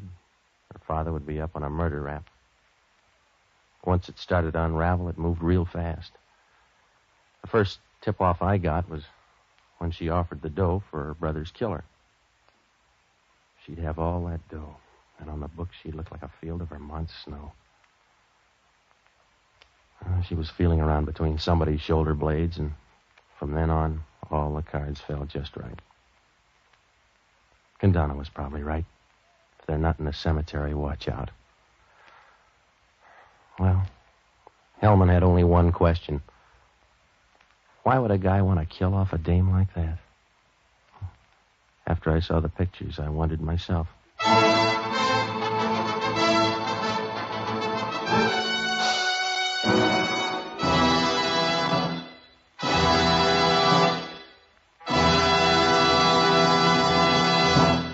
The Armed Forces Radio Service has just brought you Pat Novak for Hire, starring Jack Webb. Pat Novak is produced by William P. Russo. Jocko Madigan is played by Tudor Owen. Inspector Hellman is played by Raymond Burr. Music was composed and conducted by Basil Adlam. Be with us again next week when over most of these same stations we'll bring you Pat Novak for Hire.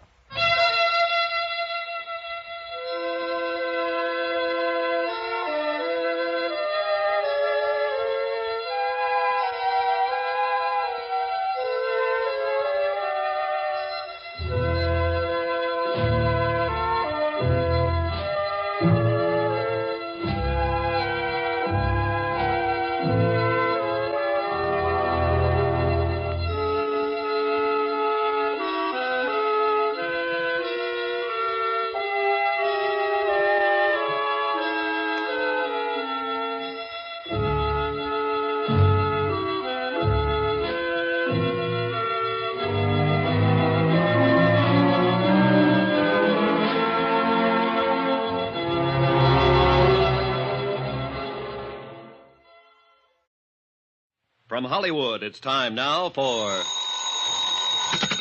Johnny Dollar. Ben Tyler, Johnny. Transworld Fidelity. Oh, hi, Ben. Are you free at present? If the price is right. I mean, are you on a job? It's beginning to sound like it. Can you be on a plane for Algiers in 2 hours? Sure. Who's the client? Lorco Limited, Amsterdam. You know, they're the... Diamond Cutters, an old firm. Big-time deals all over the world. Check. What happened? Oh, one of their couriers just dropped dead in the Algiers airport. Oh, too bad. He was carrying a briefcase with $100,000 worth of set stones. Top-grade diamonds. Don't tell me, Ben. Let me guess. That's right, Johnny. The briefcase is missing.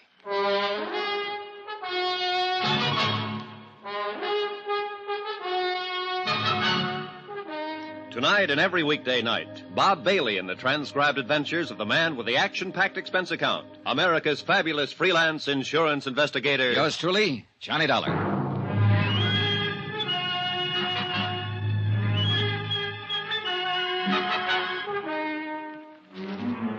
Expense account submitted by Special Investigator Johnny Dollar to the Home Office, Transworld Fidelity Company, Hartford, Connecticut. The following is an accounting of my expenditures during investigation of the Lorco Diamonds matter. Item 1, $324.60, transportation. A routine plane flight to North Africa and the city of Algiers.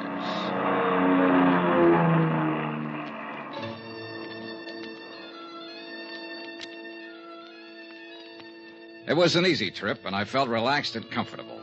A feeling that was rudely terminated about 10 seconds after I got off the plane. You are Monsieur Dollar, are you not? Yeah, that's right. I am Inspector Marcus of the Algerian Customs Police. Oh, how are you, Inspector? Oh, quite well, monsieur, and vastly reassured now that you have arrived on the scene of the crime. Oh? You see, I have implicit faith in special investigators. I have encountered them in the past, so I have no doubt, but this little affair will prove most simple to you, monsieur. I see. I feel that in a mere matter of hours, voila, you will produce the guilty culprit like un lapin out of a chapeau. Inspector, I'm beginning to feel a cold wind from the north. That's odd for this time of year, isn't it? A mere passing breeze, monsieur. I shall now assume my official attitude. And that is? Extreme courtesy, complete cooperation, and the devoted service of my meager talents. On orders, you understand, from my superiors in Paris. And now, monsieur, if you will accompany me to my office. Delighted to. After you, Alphonse. My name is Pierre. Oh, sorry. Just a whimsy. Oh, yes, I know. I have heard the joke. Both jokes. Uh-huh. This way, monsieur. A man from the local diamond firm is waiting for us, a special representative, so he informs me. And so, since you yourself are a special investigator, I could perceive a certain advantage in letting him give you the facts, as I believe you say it in the States. Tie our tails together, sit back, and watch the fur fly, is that it? Well, he is a trifle excitable, but your metaphor, however, escapes me. Oh, I doubt that, Inspector Marcus. In fact, I doubt if much of anything escapes you. You are too kind. Except, of course, $100,000 worth I of diamonds. spoke too hastily. Vanished, disappeared, right under your nose. Well, but there were extenuating circumstances. Oh, I'll bet there were. Tell me something confidentially. Did your superiors in Paris really blow their tops? Monsieur Dollar, if I may borrow one of your more colorful expressions, they said I had probably goofed.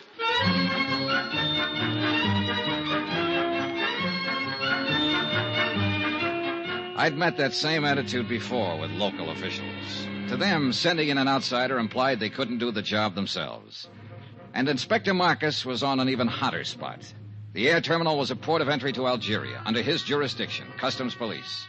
As he said, he'd goofed. Maybe.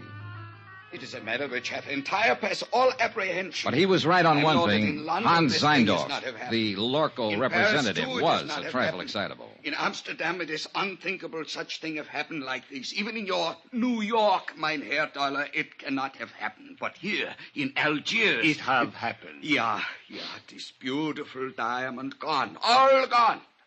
It's like barbarians. This Africa is no place for diamonds. Maybe you ought to tell him that in Kimberley. It's differently there. It's entire different. All right, Mr. Zeindorf. Suppose you tell me just what happened. Who can know, mein Herr? 15 years, this courier has worked for Lorco Company. We are think he is trustworthy. Entire trustworthy. Well, even a trustworthy man can die of heart failure. But he has never had this heart failing before. All right, but... Perhaps it would be better if I were to, with your permission, of course, Monsieur Zeindorf. Yeah, you tell. I am not talk this English much good. Precisely. These are the facts, Monsieur Dollar. The Lorco Courier, a man named Paul Gruber, arrived on the plane from Amsterdam yesterday morning. Yeah. Did you know he was arriving? I did not know, but the point is a very clever one. So, a short while before landing, Monsieur Gruber was taken suddenly ill. A doctor met the plane, and the stricken man was removed by stretcher and taken to the emergency clinic. In 20 minutes, monsieur, he was dead. Diagnosis, heart failure. Mais c'est la vie. Was there an autopsy, Inspector? Another excellent point, Monsieur Dollar. Thank you. Do not mention it.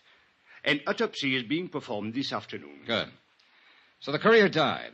And then the briefcase? It was delivered along with his other personal effects, unopened, to the customs property agent here at the airport. And his name, the property agent? André Jourdain. He was very busy at the moment, left the briefcase lying on his desk, intending at the first opportunity to register and place it in the vault. But the opportunity didn't come, is that it? Precisely. Only a few minutes later, I heard a gunshot. Monsieur, he was lying on the floor in a pool of blood. He had been struck on the head. The briefcase was gone. All gone. This beautiful diamond gone entire. Yeah. When did you find out what was in the briefcase, Inspector? Almost 2 hours later. I radioed the local firm in Amsterdam, informing them of the death of their employee. They replied immediately and stated that the briefcase contained $100,000 worth of diamond set pieces. Works of art. Beautiful. One brooch, one necklace, two bracelets. Precisely. Yes. The jewelry was being flown here on approval for examination by a prospective buyer. Name of the buyer? The Countess Maria de Tolia. What do you know about her? Ah, Monsieur Dollar, if you had seen her, you would not ask. She is exquisite, lovely, chic, charming, spirited, full of the joie de vivre. And no doubt loaded with potatoes. With a woman like that, who would ever inquire? I would. Since it looks as though she might be the only person in Algiers who knew that $100,000 worth of jewelry was coming in on that plane. May we. But she could not have known that the courier was going to drop dead in the airport. A good point, Inspector. Merci, monsieur. What about that property agent, Andre Jourdain? Any chance of talking to him? But of course, if he is yet able to talk. Then I guess I'll... Talking is not enough, mein Herr. Relax, Mr. Zeindorf. You're covered by insurance. Insurances is money. It's not my diamonds. Oh, well, if you don't want the money, you can always waive your claim. Waive my... Mein Herr Dollar, are you think that I am crazily? That I am entire crazily? I talked to the plane crew who'd come in on the flight with the dying courier. I talked to Inspector Marcus's men, who'd been with him when he found the property agent lying on the floor of his office. I didn't expect much, and I got just that. But it didn't matter. I figured I may have had my man spotted already. The same old story. An ambitious and underpaid government agent opening a briefcase to register its contents and seeing the diamonds there for the taking. Hiding them quickly, then a fake slugging and firing a gun at a non-existent thief. Yeah, an old story. Expense account item 2, $3.40. Transportation into town and taxi fare to the Hospital of Our Lady of Sorrows. Inspector Marcus had phoned ahead to authorize my visit. One of the sisters led me down the corridor to the door of Andre Jourdain's room. She motioned silently and then turned away. I stepped inside and closed the door. Monsieur? You're Andre Jourdain? Mais oui, but yes. What do you want? My name is Johnny Dollar. I'm an insurance investigator. My company is the underwriter on the Lorco diamonds. Why have you come here? Well, to ask a couple of questions. Of course, if you'd like to consult an attorney before... I have nothing to conceal, monsieur. What do you wish to know? Just exactly what happened when that briefcase disappeared. I have told it already to Inspector Marcus. Yes, I know. So now would you mind telling it to me? But there is no... Bien. I was working at the files when someone entered my office. I turned around and saw a man standing there, pointing a gun at me. Ever seen him before? No, monsieur. What did he look like? Well, he was quite tall. Heavyset? No, very thin, tall and thin. European, I believe. All right. What did he do? He ordered me to turn around, stepped up behind me, struck me with the gun. I fell against my desk. He grabbed the briefcase and ran to the door. You were still conscious? Oui, monsieur, but in terrible pain. I fumbled for my gun in the drawer of the desk and fired one shot. It is all I can remember. Uh-huh. You hadn't by any chance opened that briefcase? I had been too busy. And you didn't know what was in it? Not until they told me today. Andre, I wonder if you'd mind if I lifted a corner of that bandage and took a look at that wound on your head. If you are careful, it is very painful. Oh, sure, I'll be careful. Lie still now, please. It'll just take a second. I'll lift this edge and... I think I am lucky to be alive. Yeah, very lucky. Okay, thanks. It is nothing. Andre, do you happen to know the Countess d'Atolia? The Countess? Oh, monsieur, she is unquestionably... Yeah, I know. She's lovely, exquisite, charming, chic. Well, thanks for your cooperation, Andre. A pleasure, Monsieur Dollar. Take care of that head. It's the only one you've got.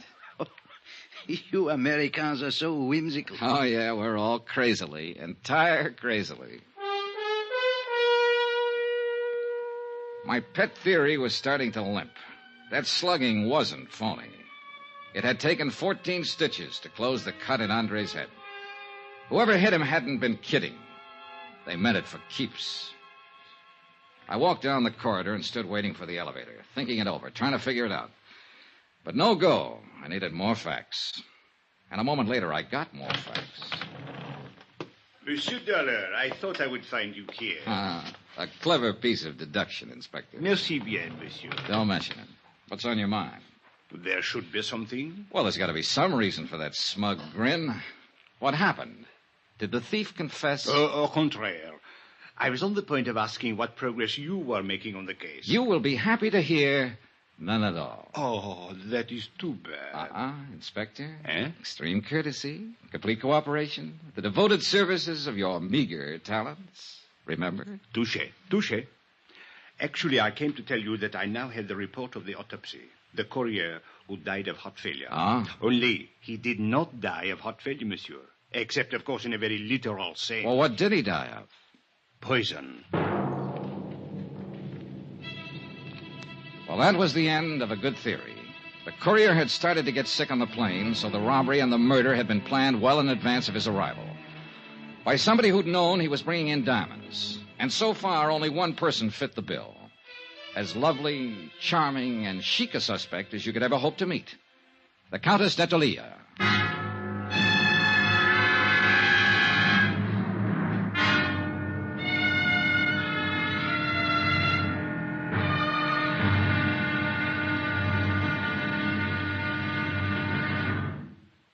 There'll be another intriguing episode in our story of the Lorco Diamonds matter tomorrow. Tomorrow, a lovely woman lies beautifully, and a sinister whisper drifts out of the Casbah. Join us, won't you? Yours truly, Johnny Dollar.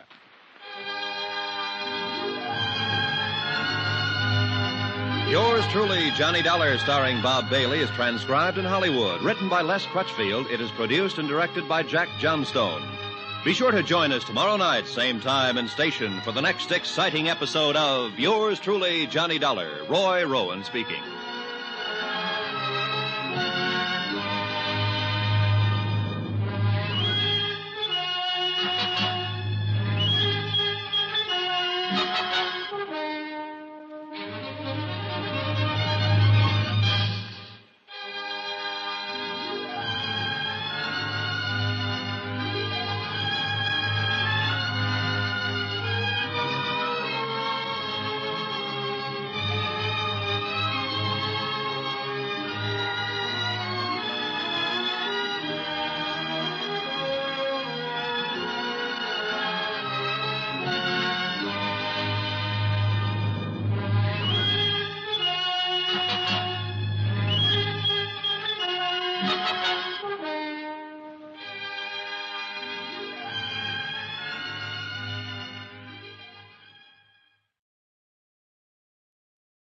From Hollywood, it's time now for Johnny Dollar. This is the Countess d'Etolia. Oh, yes. My maid tells me that you were trying to reach me by telephone. That's right, Countess. I want to talk to you. Where are you now? At my residence, of course. Did you think I might come running immediately to your hotel, Mr. Dollar? Not after hearing your description. I'm seldom that lucky. What is it exactly that you wish to talk about?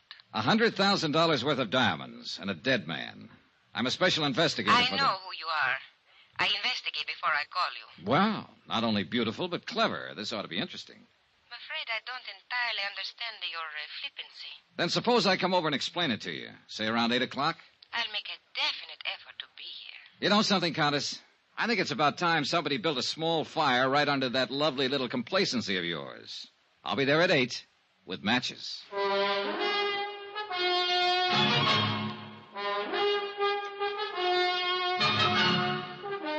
Tonight and every weekday night, Bob Bailey in the transcribed adventures of the man with the action-packed expense account, America's fabulous freelance insurance investigator. Yours truly, Johnny Dollar.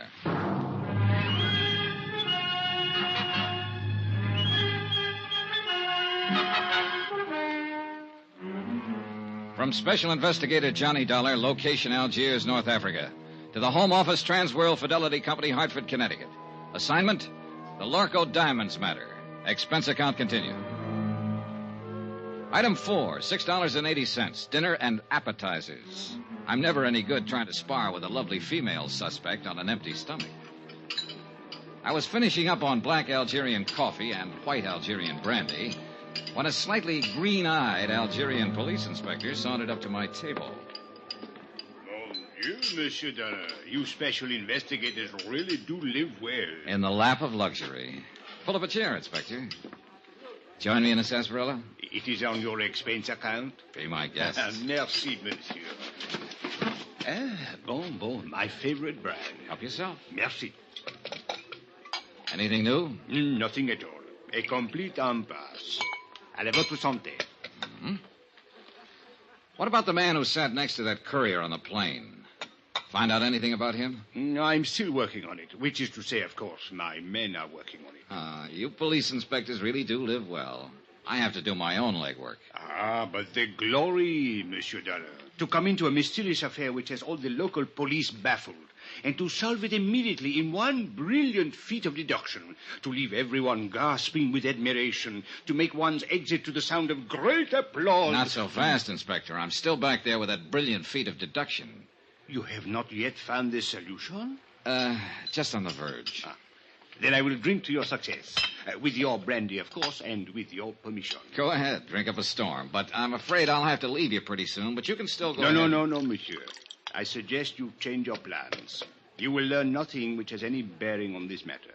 Which plan do you mean? That of questioning the Countess d'Artelier. Now, who found that out? As a matter of fact, she phoned me and inquired about you. So that's how she investigated me. Went straight to headquarters. Mais oui. Remarkable woman. Talented, beautiful. Et cetera, and so on. And along with it, it's 9 to 1. She's in it right up to her pretty neck. No. She's really not the type. This is an excellent brandy, monsieur. An Algerian brand, I notice. All right, Inspector. Let's bypass the byplay and lay him out face up. I think I prefer it to cognac. I don't know how she does it, but she's got you hypnotized. Just mention of her name and you go into a tailspin. Every cockeyed one of you. Exquisite. Lovely. Maybe so, but in my book, she's a real suspect. Elucidate, monsieur. Well, it's simple enough. She's the only person in Algiers, that we're sure of at least, who knew that a shipment of diamonds was coming in on that plane. Why? Because she's the one who ordered them. Monsieur, it is even simpler. She could not have poisoned the courier because she was not on that plane. She could not have stolen the briefcase from the customs property agent because it was done by a man. So, where is your case? An accomplice, a man, with the Countess calling the shots for him. What man, monsieur? Well, you got a good point there. Merci bien. Don't mention it. But from the influence she seems to have, it might be any man in Algiers. Inspector, it wasn't you by any chance. You raise a very interesting point. Now, suppose the Countess should ask me to kill someone for her. I wonder what I would do.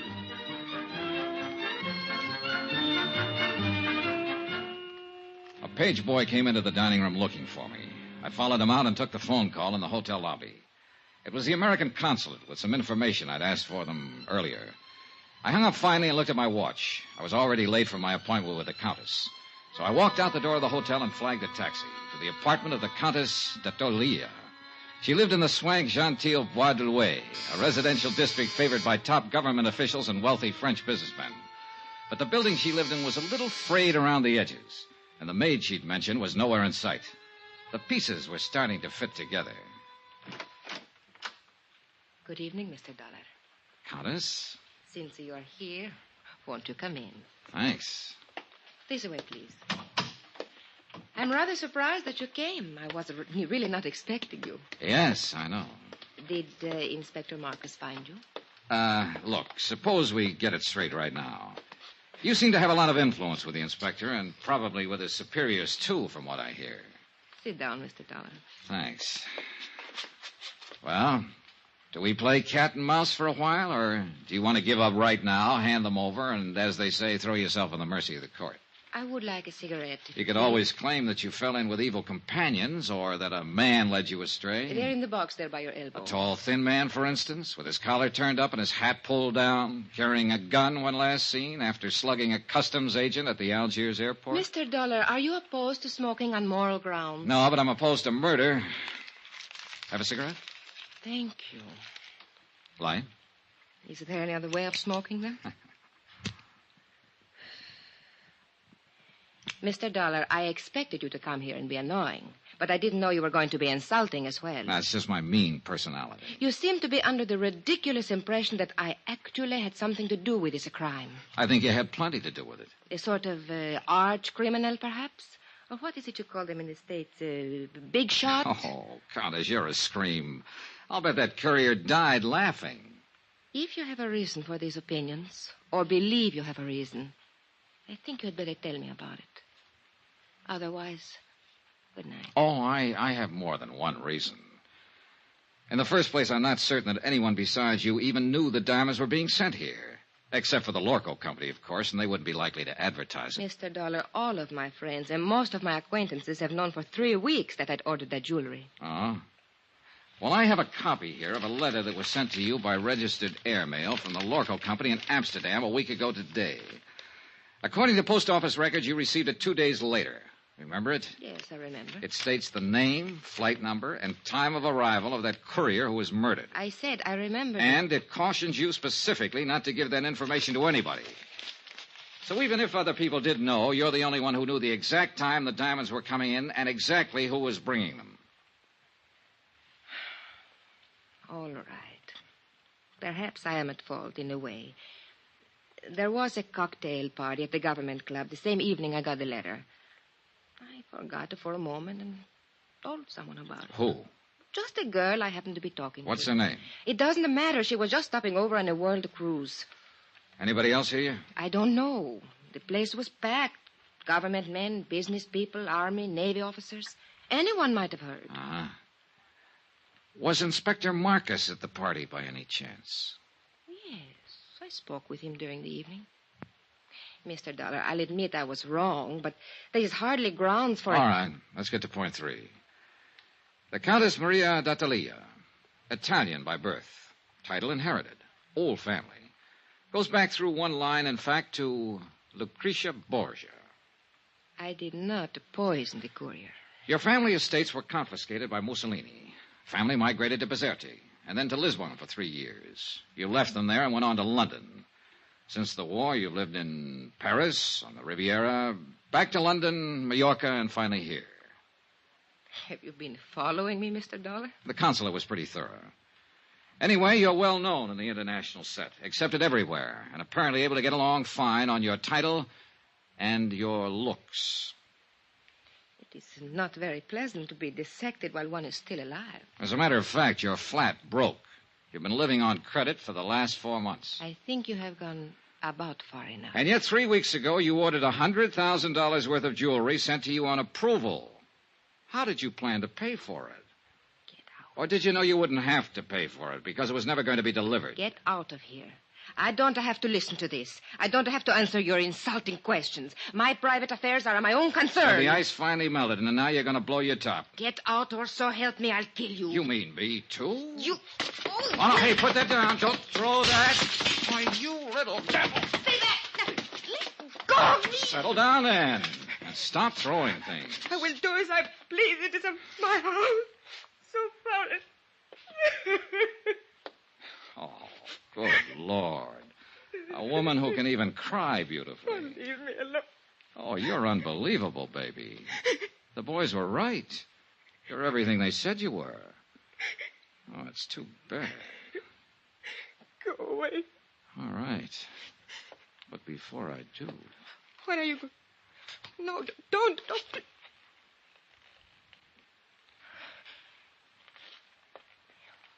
Why did you kiss me? Oh, it beats me. Just call it a sudden impulse. Then you have changed your mind? You don't really think I'm guilty? Oh, honey, I still think you're in this up to your ears. And I'll still bring you to trial if I can. And I still want to kiss you. You figure it out. Why figure, Johnny? I liked it, too. Oh, you ought to be locked up. If for no other reason, just to protect the guys who...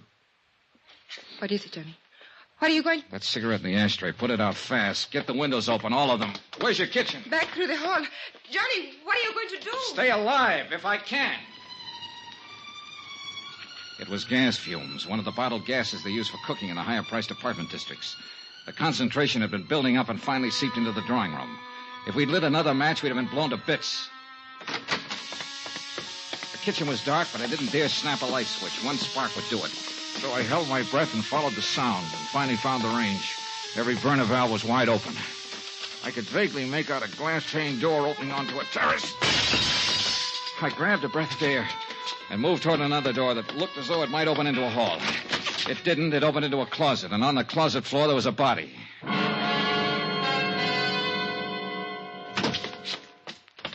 What happened, Johnny? Why did you go... Johnny, who's that? He's a man from the Lorco Company. Name is Zeindorf. Zeindorf? But where did you find him? Out there on the floor of a closet. Why? What was he doing here? You tell me. I don't understand it. He has no business here. What is wrong with him, Johnny? Well, right at the moment, he seems to be a little bit dead.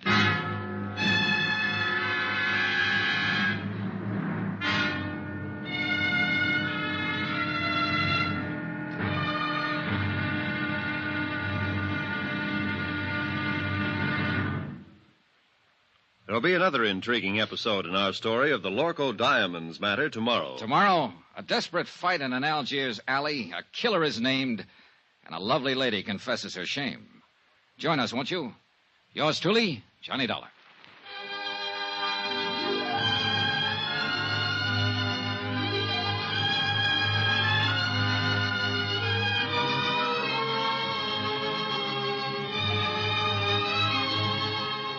Yours truly, Johnny Dollar, starring Bob Bailey, is transcribed in Hollywood. Written by Les Crutchfield, it is produced and directed by Jack Johnstone. Be sure to join us tomorrow night, same time and station, for the next exciting episode of Yours truly, Johnny Dollar. Roy Rowan speaking.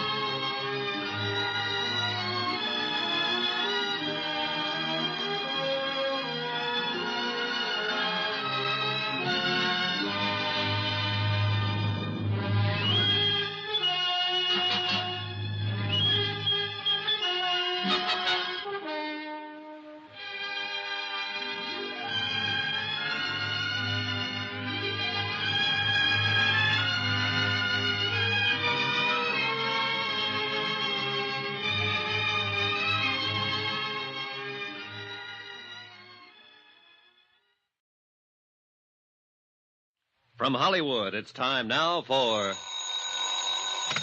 Johnny Dollar. Hello? Who is it? Hello? Hello? Johnny, who is it? I don't know, Countess. Maybe they weren't expecting a man to answer, or at least not me. I would not know about that. What about this guy who was lying unconscious in your closet? Would you know anything about that? No, Johnny. I didn't think you would. I'll give him another shot of those smelling salts. I think he's coming too. Good. Maybe he'll know about some of these things. Yes, he will. Some of them. And of course he will tell you. I was hoping it would not be brought out. I did not want you to know. Murder is usually brought out sooner or later. Not murder, Johnny. It is not that simple.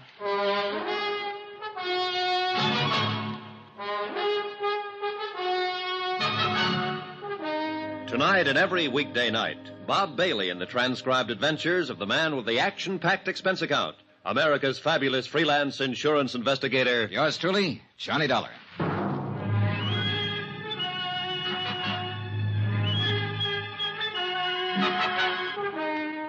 From Special Investigator Johnny Dollar, location Algiers, North Africa, to the Home Office Transworld Fidelity Company, Hartford, Connecticut. Assignment, the Lorco Diamonds matter. Expense account continued. Item 6, $9.30. Smelling salts and a bottle of scotch. The smelling salts were needed for a double-talking fellow named Zeindorf, who'd managed to get himself gassed half to death in a closet. A representative of your client who suffered the $100,000 loss, Lorco Diamonds of Amsterdam. The scotch was for me. Johnny, he does not like it. Should I go on holding them under his nose? Yeah, sure. Keep shoving them at him until he's strong enough to fight you off. That's how smelling salts work. A person has to come to in sheer self-defense. Nine, stop. It's more too plenty already. My nose is killed, dead. No more. Maybe you've been poking it into the wrong places. What were you doing in that closet, Mr. Zeindorf? It's nothing. I can tell you the entire thing in 2 words. Use more if you need them, but make it good. Nobody has found this beautiful diamond. Nobody has do anything. So I'm come looking for my own self. In that closet? Nein, is only for hiding.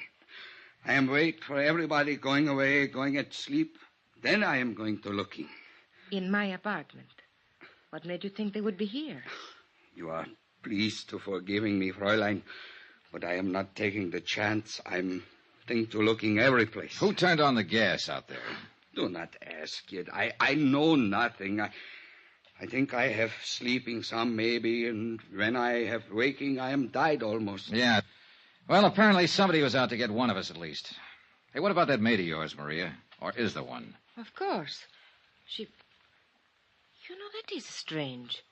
She disappeared about the time you arrived, slipped out without a word. Does she live here? I think she lives up in the Kasbah.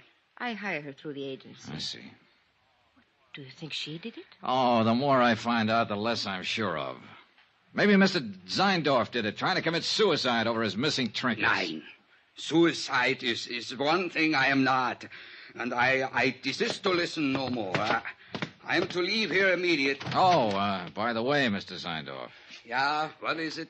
As I understand it, you boys in the international jewelry business are ordinarily pretty cautious in your dealings. Yeah, the prudence, Mynheer. Always the entire prudence. That's what I mean. You always investigate a new client thoroughly before you take any chances, is that right? Is entire correct? Johnny, no. Then why did you send $100,000 worth of diamonds here to Algiers at the request of a woman who doesn't have a cent to her name? Why, it is to me these things are always happen. Mynheer Dollar, I am the highest ethic of business. I cannot give you answering. Well, one of you better give me an answering. Oh, it is all right, Mr. Zeindorf. Please, you tell Contessa. All right.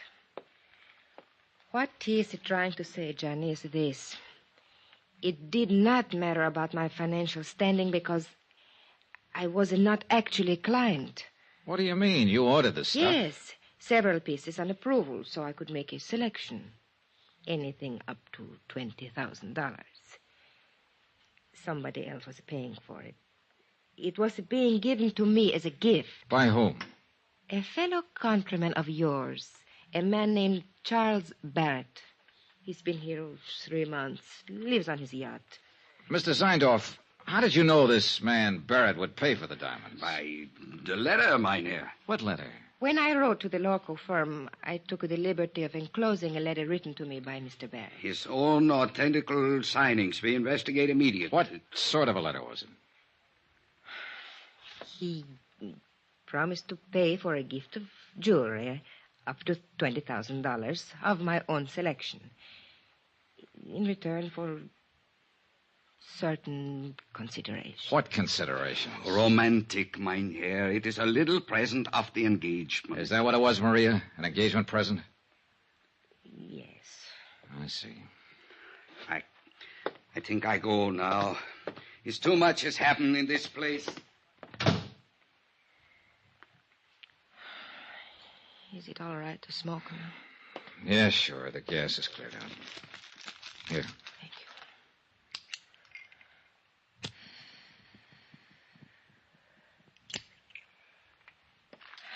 you. I wish you hadn't kissed me, Johnny. I thought you said you liked it. I did. That is why I wish you hadn't. Are you trying to say that... Oh, relax, Johnny. I am not a child. No, I have not fallen in love with you any more than you have with me. But I could, very easily. What about this man Barrett? What's he like? Oh, an overbearing, spoiled, middle-aged little boy. The price sounds kind of high. What else is there? Ever think of working? Where? At what? In Italy, yes. But you know what's open there for an impoverished countess. Yeah, I know. And I suppose you can't get a work permit anywhere else, is that it? Oh, forget it, Johnny. All I know how to do is be highly ornamental, say the right things to the right people, do the right things at the right time, and eat by stealing caviar at cocktail parties. You go hungry a lot that way. Yeah, I guess it's rough. Well, don't let it throw you, honey. You're not the first girl who married for money. What? I guess you don't understand. Nobody has said anything about the marriage. Oh, I see. Well, Johnny, I imagine you will be leaving now. So, good night, Johnny. Goodbye. For all the progress I'd made in the case, I might as well have stayed at home. Another fish off the hook. Logical suspect number one had been the customs property agent Andre Jardine. But the blow on the head that sent him to the hospital hadn't been faked.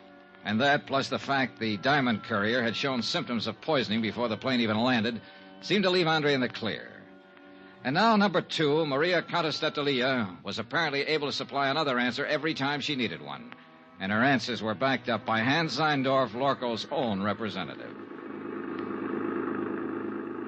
We were shortcutting through the harbor district when I began to realize that the same car had been behind us ever since we'd left Maria's. It was a low-slung English job, expensive and easy to recognize. Driver. Oui, monsieur? Hit the gas a little harder. See if you can shake that car behind us. Mais oui. The other car picked up speed to match ours and still held the same distance. Hey, try a couple of fast corners. I want to make sure. Yeah?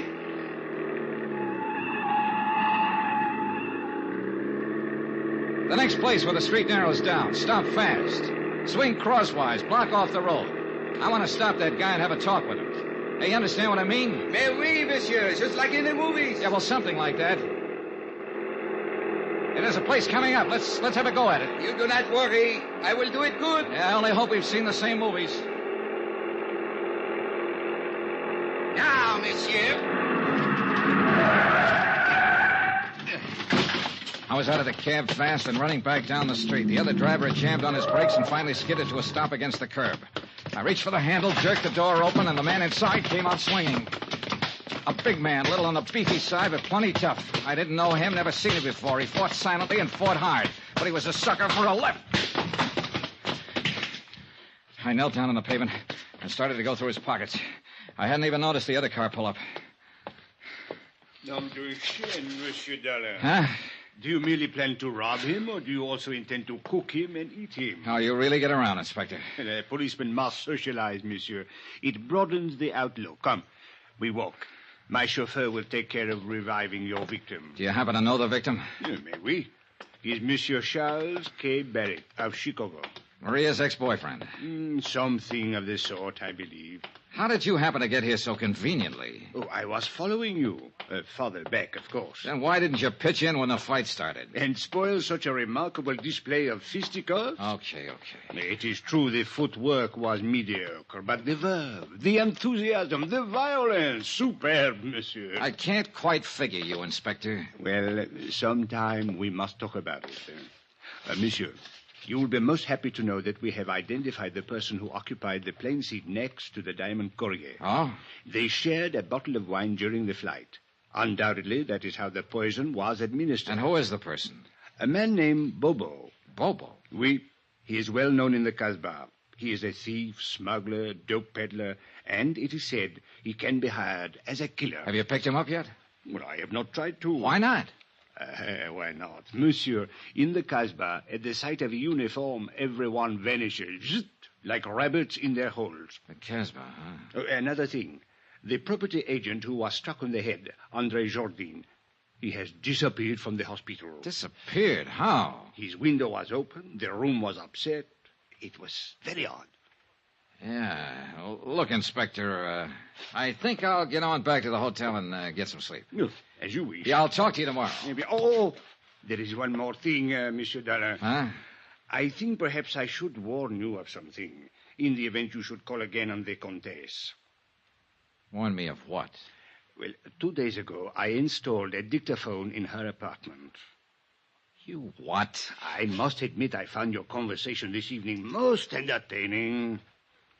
Inspector, you are a rat. Oh, please do not concern yourself in the least. I am the soul of discretion. Maybe. Monsieur, I am a Frenchman.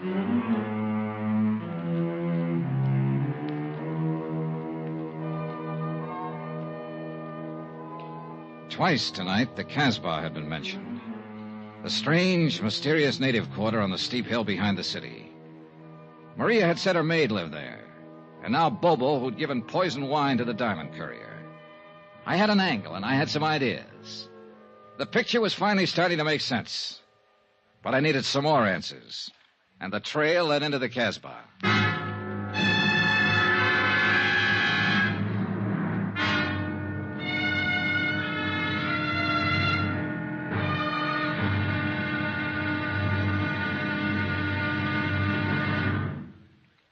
There'll be another intriguing episode in our story of the Lorco Diamonds matter tomorrow. Tomorrow, a bungling fool, a tightening net, and a violent death in a crooked alley of the Casbah.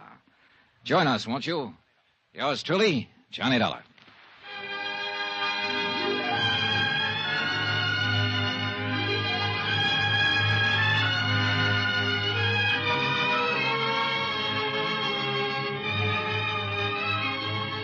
Yours truly, Johnny Dollar, starring Bob Bailey, is transcribed in Hollywood.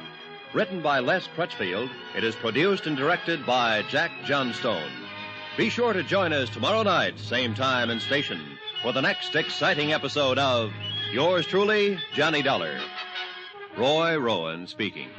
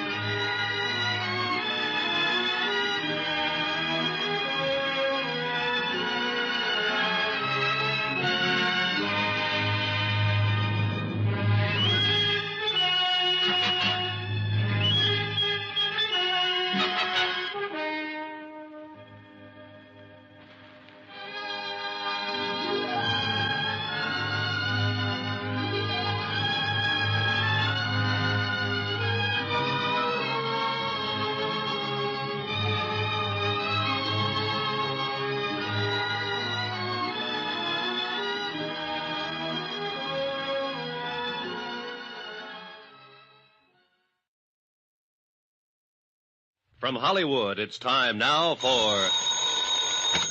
Johnny Dollar. This is Abdul. Abdul? You don't know me. So? I have the little business. Well, I'm so happy for you. Hope it's doing well. Not bad. Okay, you what... You don't know me, but you're looking for me. Now, look, Joe, Abdul... It is a business to get jobs for people, for servants. Oh, the employment agent. Ah. Have you got the address of that girl who worked for the Countess d'Attolia? Oh, sure. You're very lucky. She's very pretty. You've got the wrong idea, Abdul. I just want to talk to her. Sure. Where does she live? For $20, I will remember.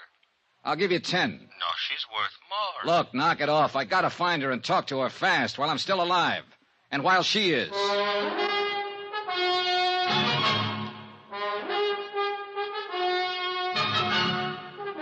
Tonight and every weekday night, Bob Bailey in the transcribed adventures of the man with the action-packed expense account, America's fabulous freelance insurance investigator. Yours truly, Johnny Dollar.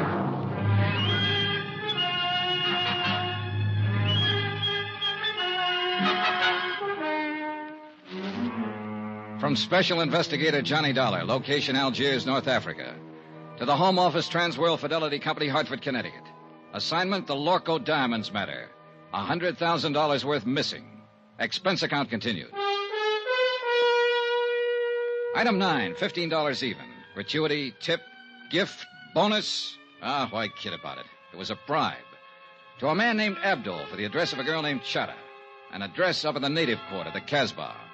But the idea wasn't romance, no matter what Abdul thought.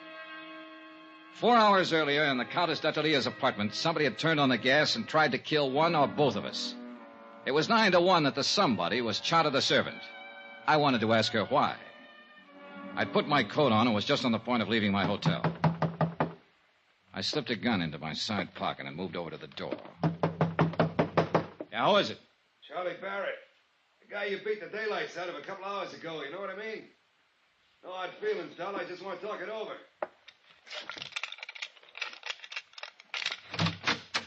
All right, Barrett. What's on your mind?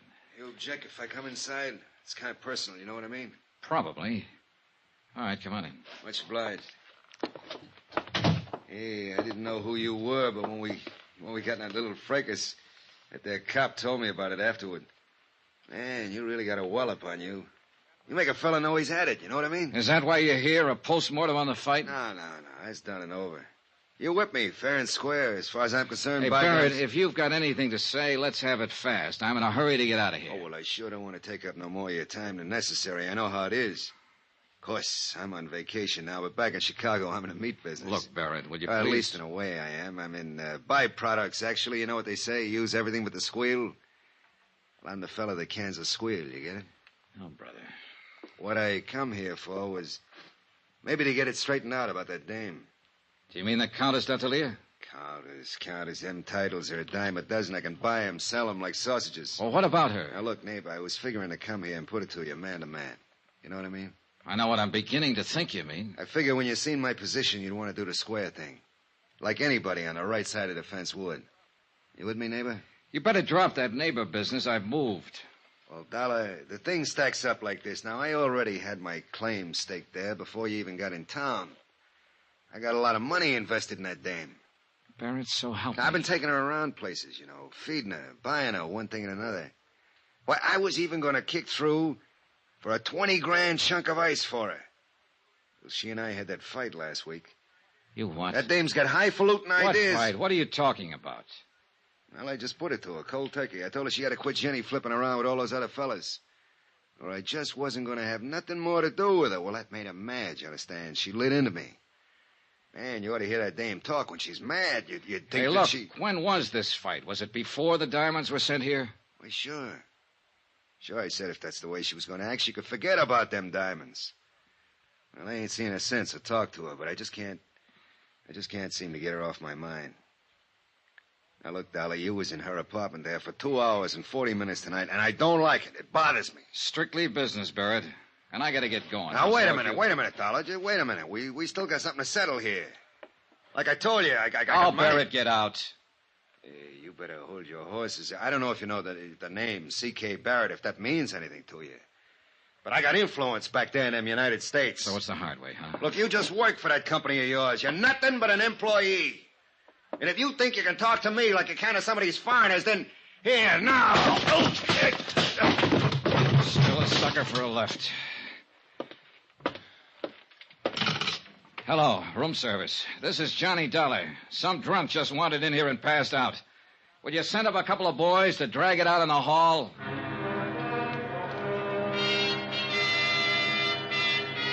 Expense account item 10, $5.30. A tip to the bellboys and taxi fare to the Casbah.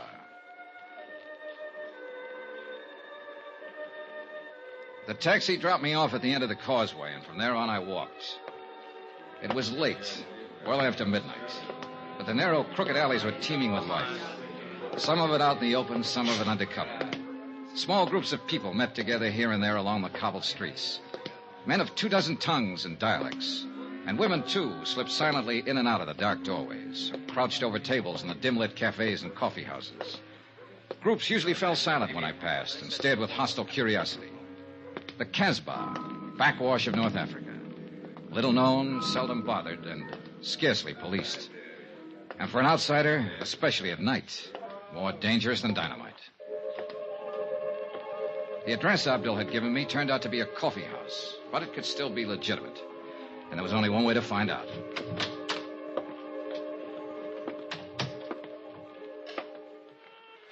What do you want? I want to see Chata. What for? Private reasons. Chata's not here. Where can I find her? Take a seat. Table in the corner. Maybe she come. I took the seat, ordered coffee, and waited.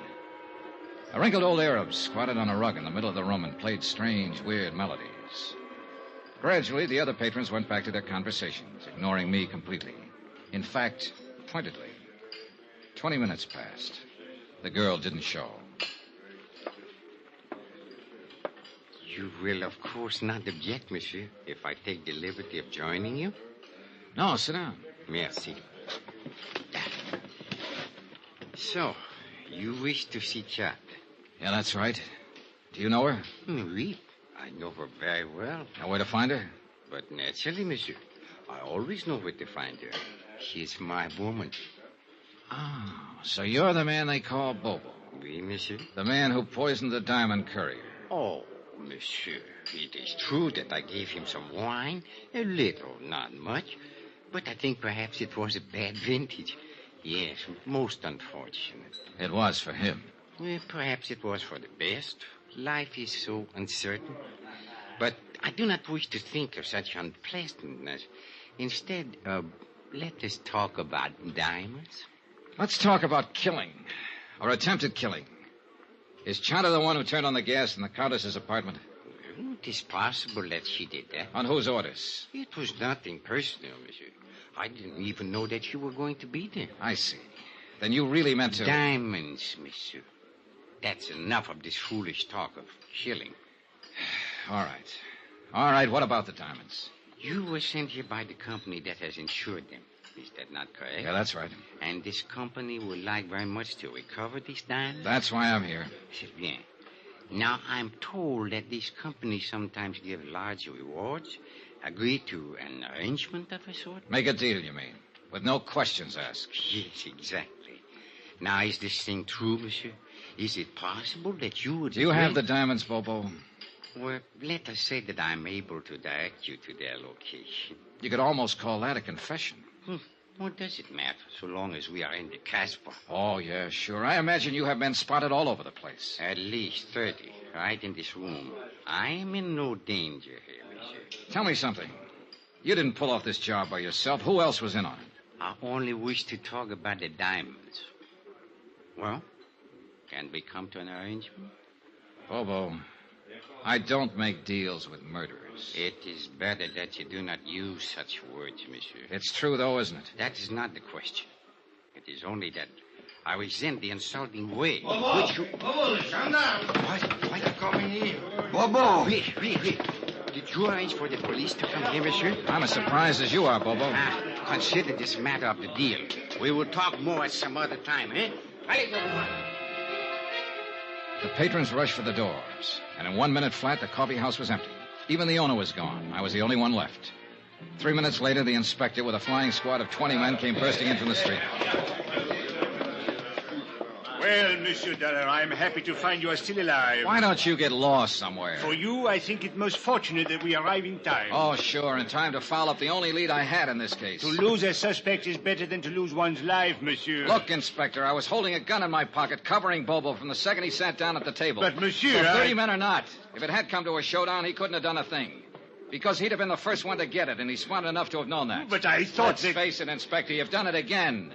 You goofed. But I was only thinking perhaps... Mon Dieu, what is to happen next? The shooting was somewhere outside, but it hadn't been the police. All of the inspector's men were inside the coffee house. He gave them orders quickly, and they fanned out to search the area. The streets were empty now, dark and silent, not a soul in sight. We split up into pairs. I worked with Inspector Marcus for a while, then left him and searched alone along a narrow side passage. And that's where I found him. He'd been shot 3 times in the back, and he was dying. Monsieur Dollar. Yeah, Bobo. You can't forget that deal, I think. Yeah. It's a little too late for deals now. Who was in on it with you, Bobo? Look, you've got nothing to lose by talking. You know that, don't you? Accept my honor, monsieur. As a citizen of the Casbah. Who shot you? A dragon, monsieur. 12 feet tall, with fiery eyes. All right, Bobo, all right. But just tell me this. Just one thing. Are you the man who attacked the property agent at the airport? The man who slugged Andre Jourdain? Oui, monsieur. I do it very good. No. Almost I kill him. It's too bad.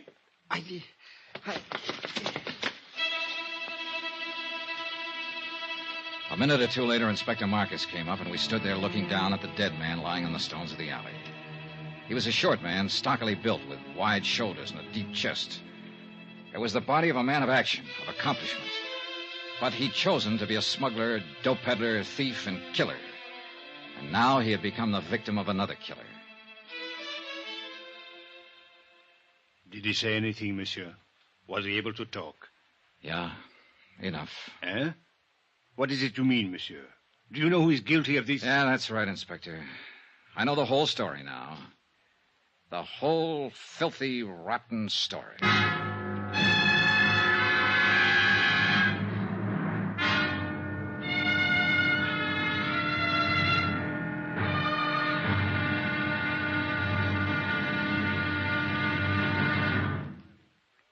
There'll be the final intriguing episode in our story of the Lorco Diamonds matter tomorrow. Tomorrow night, the odds are set. The last chip is down. It's the last spin of the wheel. And death is the croupier. Join us, won't you? Yours truly, Johnny Dollar.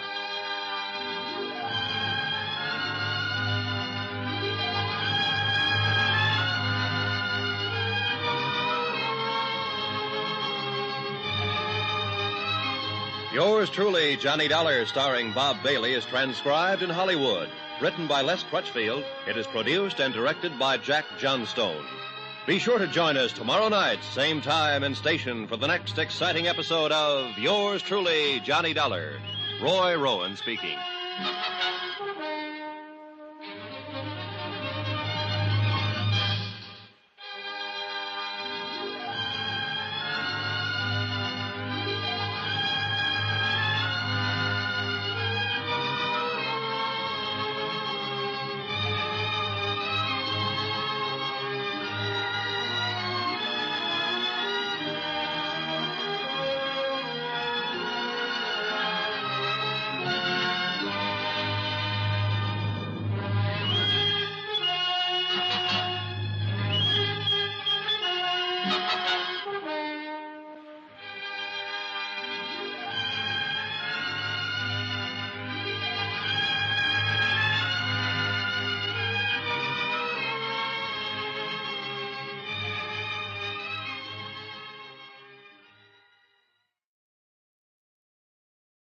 From Hollywood, it's time now for... Johnny Dollar. Johnny, this is Maria. Maria? Well, isn't it kind of late at night to call? You've got to help me, Johnny. I'm being followed. Aren't you at home? No, it's a little cafe on the waterfront. I came in here to phone. Why the devil did you have to go out? Everything was set up. If you'd stayed home, you'd have been safe. What are you trying to do, get yourself killed? Johnny, this is no time. Where are you? What's the name of the place? The Marrakesh, number 41 Rue de la Mer. I'm afraid to go outside. No, whatever you do, don't go outside. Stay right where you are until I get there. But, Johnny... Take your choice, Maria. It's either that or wind up on a marble slab. What do you mean? You know what I mean. You know better than anybody. Now stay there.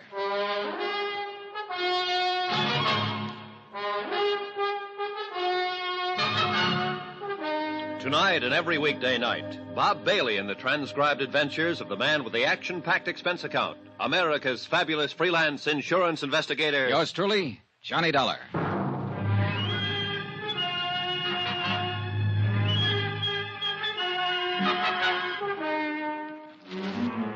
From Special Investigator Johnny Dollar, location Algiers, North Africa, to the Home Office Transworld Fidelity Company, Hartford, Connecticut. Assignment, the Lorco Diamonds matter. $100,000 in jewels stolen and a murder. Expense account continued. Item 12, $2.20. Taxi fare to the waterfront of the Marrakesh Cafe. There was no time to lose and no time to get help from Inspector Marcus. A half hour earlier, he'd set a trap, and he and his men were staked out around Maria's apartment house waiting. But apparently, she'd gone to the cafe before he got there. So now the whole thing had blown wide open.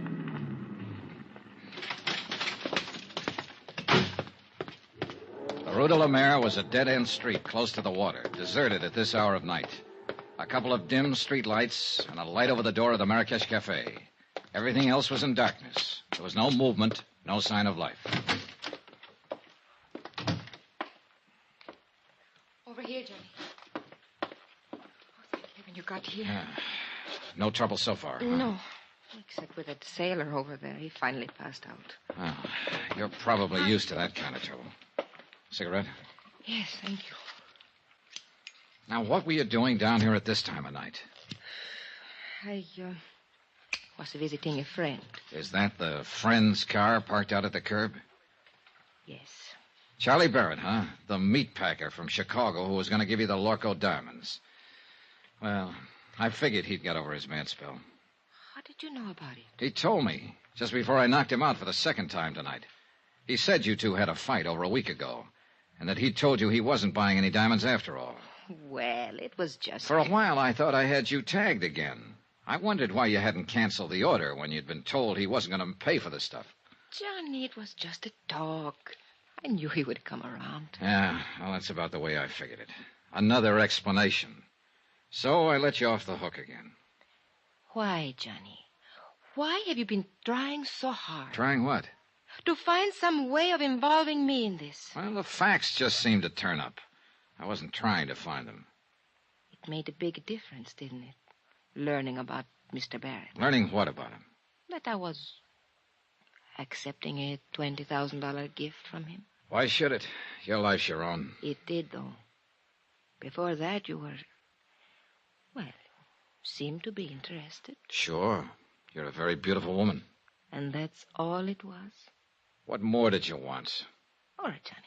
Forget it. I don't blame you. Hey, tell me something. What about Barrett? Now that you've kissed and made up, is the engagement back on again? I haven't decided yet, Johnny. Well, come on. Let's get out of here. I'll take you home. Do you think it's safe? There was no sign of anybody around when I came in. Whoever it was probably got scared off. Oh, I was scared to death. When I saw the lights of the cafe, I jammed on the brakes and ran for the door. The other car was right behind me. Get a look at the driver? No. How'd you get hold of Barrett's car? Borrow it? He gave it to me. Not a bad night's work. It's a good car. Get in. You really play rough, don't you, Johnny? Sometimes. It depends on... Get down, quick, back of the car.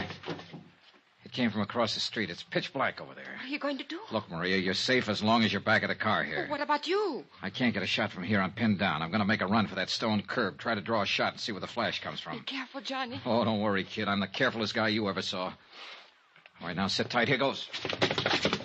Are you all right, Johnny? Yeah, I think I got him spotted. Let's see just how close I can... There's somebody running away. Yeah, so do I. Oh, where the devil? Why don't they get some streetlights down there? That car that's starting up. Yeah, I see it. They're getting away. One lucky shot, Mike. Give me your keys. Wait here. I'm going after No, him. no, I'm going with you. Then pile in. Hurry up. Let's go. A few blocks away, I picked up the taillights of the other car and poured on the gas to keep hanging on. We roared through the empty streets along the waterfront, then swung into the coast road and headed out of the city. The model I was driving had been built for road racing, and barring accidents, I didn't figure the car ahead had much chance of shaking me. It was a narrow, winding road following the rocky edge of the headlands, and the curves were sharp and dangerous, especially at the speed we were traveling. Finally, it happened. The car ahead roared up a steep grade and missed the curve at the top. It rolled over and over, the headlights cutting crazy patterns in the blackness as it plunged down towards the beach. I finally braked to a stop about 30 yards from the wreck, jumped out and started toward it, and just then... the gas tank caught and burst, and the car exploded into a tower of flames. I caught a glimpse of the driver, pinned in the wreck. Then the fire took over and covered him. And I knew one thing was certain. He'd had it.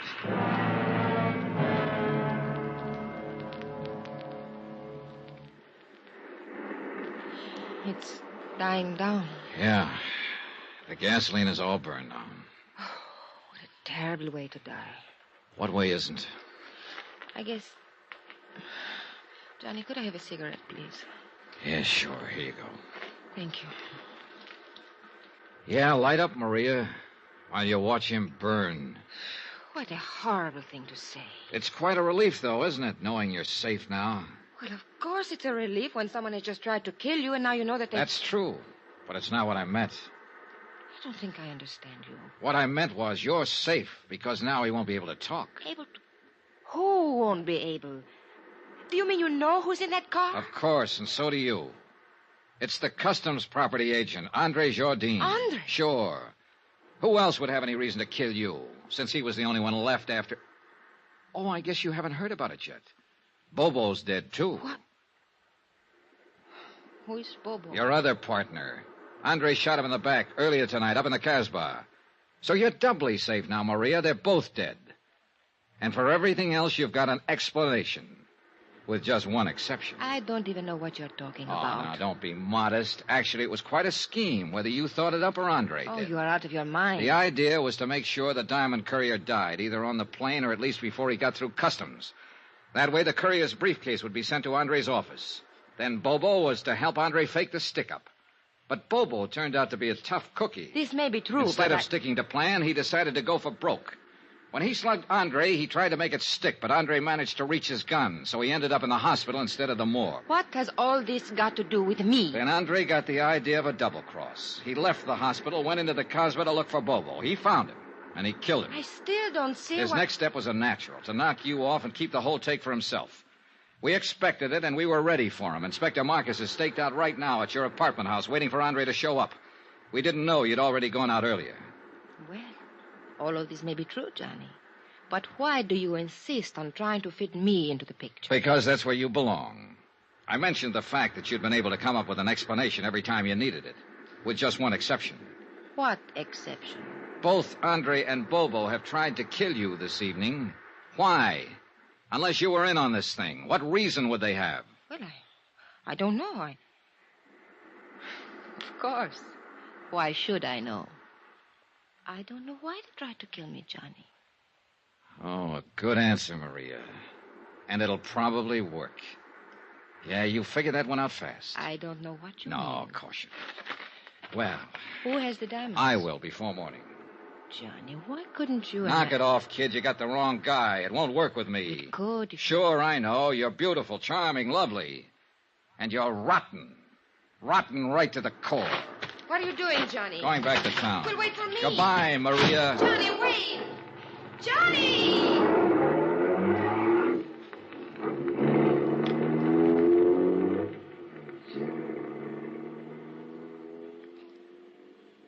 An hour later, I was out at the air terminal in the Customs Property Office watching Inspector Marcus open a vault.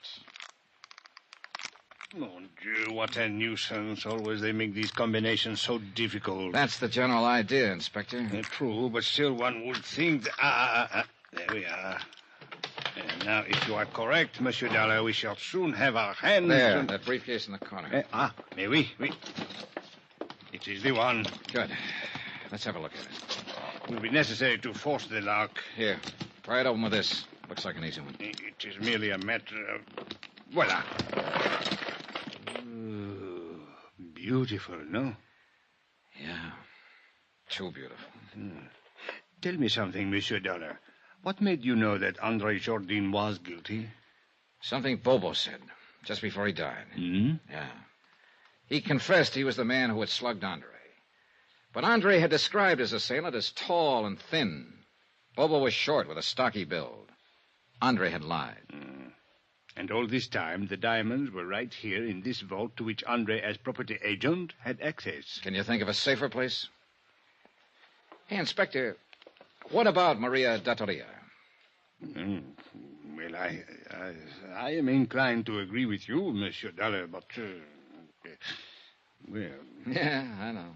Nothing but suspicion. Yeah, precisely. If I were to file charges and bring her to trial on such evidence as this, well, she would cry a little, perhaps, and look very beautiful. And, monsieur, the court would hang me, not her. Yeah, you're right. You could never make it stick. C'est la vie.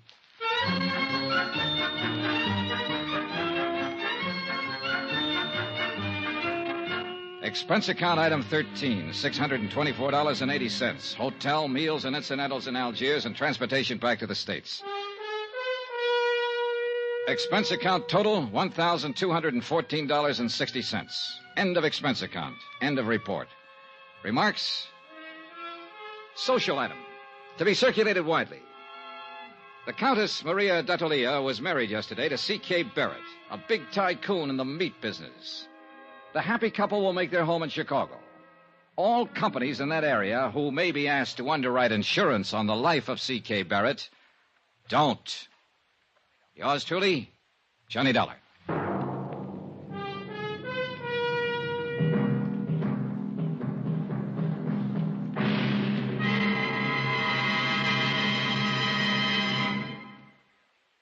Remember, there'll be a new exciting story on Johnny Dollar beginning next Monday. Next week, the Broderick matter, an exciting chase after a charming, beautiful girl.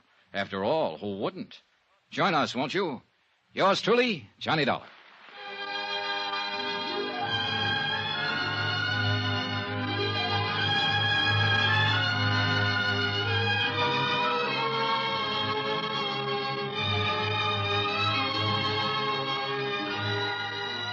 Yours truly, Johnny Dollar, starring Bob Bailey, is transcribed in Hollywood. Written by Les Crutchfield, it is produced and directed by Jack Johnstone. Heard in this week's cast were Lillian Bayef, Jack Moyles, Victor Perrin, C.K. Barrett, Lawrence Dobkin, Forrest Lewis, and Jay Novello.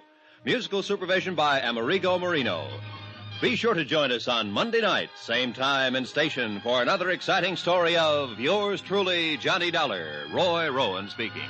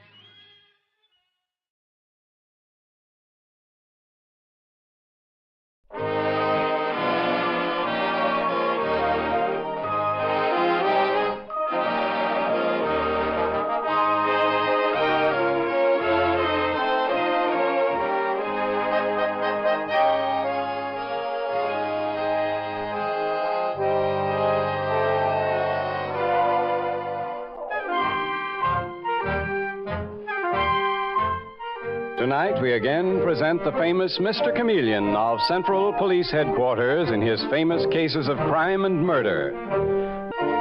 Mr. Chameleon, as you know, is the famous and dreaded detective who frequently uses a disguise to track down a killer. A disguise which at all times is recognized by the audience. Tonight, we give you Mr. Chameleon in The Fashion World Murder Case.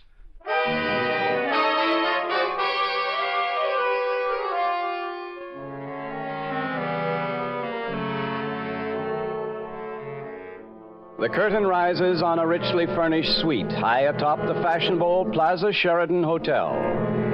A tall, languid-looking girl wearing a fabulously expensive mink coat walks up and down before a full-length mirror as a well-dressed young man watches her anxiously. He is Richard Cheval, whose father, John Cheval, owns one of New York's most exclusive fashion shops. And as Richard speaks to the girl in the mink coat, he little dreams that his words are opening the door to murder and horror. Well, Zizi, how do you like it? It's a beautiful mink, isn't it? Yes, it's not bad, Richard. Not bad. It's worth $15,000. That's what it would sell for in Father's shop. Yes, I suppose it would. Zizi, what's the matter? Aren't you pleased about it? Here, Richard. You can take the mink coat back. Take it back? Zizi, for heaven's sake, what's wrong, darling? Tell me. Sure, I'll tell you. I'm fed up with this kind of life. I'm sick of it. Oh, Zizi, darling, haven't I given you everything? Beautiful clothes, this expensive apartment. What more do you want? I want to be known as your wife, as Mrs. Richard Cheval. When we go to the Store Club in El Morocco and the Colony, I want people to know I'm your wife, not just one of the models who works in your father's shop. Oh, Zizi, listen to me. I'm sick of this secret marriage. I'm your wife. I've a marriage license to prove it. But, darling, you know why we can't tell anyone. You know what a tyrant my father is. Why, he'd cut me off without a penny if he knew about our marriage. You have your job at your father's shop? You're making plenty. And how long would I keep it if Father found out about us being married? Richard, either you tell your father the truth, that you and I are married, or we're through. Zizi. Oh, darling, you don't mean that. There are other men who wouldn't be ashamed to recognize me as their wife. You mean Ned Marshall, I suppose. If he's been making a play for you again, We'll leave Ned Marshall out of this. Oh, Zizi, if I tell Father about our marriage, he'll change his will. He's threatened to cut me off before. I lose everything. If you don't tell him, you'll lose me. Well, Richard, it's up to you.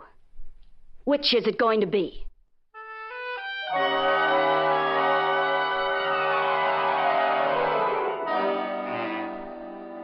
And now, several hours later, we see Richard Cheval, very nervous and ill at ease, entering his father's study in the Cheval home in the East 60s. Oh, there you are, Father. I hoped I'd find you in the study. So you're home this evening, are you, Richard? Well, that's a change. Well, I thought I'd like to spend an evening with you, Father. Indeed. Well, what troubles are you in this time? Trouble? Why, Stop stammering and tell me what it is. What cheap girl are you mixed up with now? Well, Father, I warned you, Richard. One more scrape and I'll disinherit you. You'd have done it long ago. You're a weakling and a fool. Father, I don't see why you're so suspicious just because I choose to spend a quiet evening at home with you. Here, let me pour your glass of port wine, Father. Well, at least you can do something useful. The decanter's on the table. I'll have one with you. What? You drinking port wine, Richard? Whiskey is your usual drink. Here you are, Father. Here's your glass, and here's mine. There's nothing like good port wine to make a man feel satisfied with things. I've always said that... Father, what's wrong? Richard, Father! Good Lord! Help! Help, someone! Come quick! Something awful's happened to Father. He's been poisoned!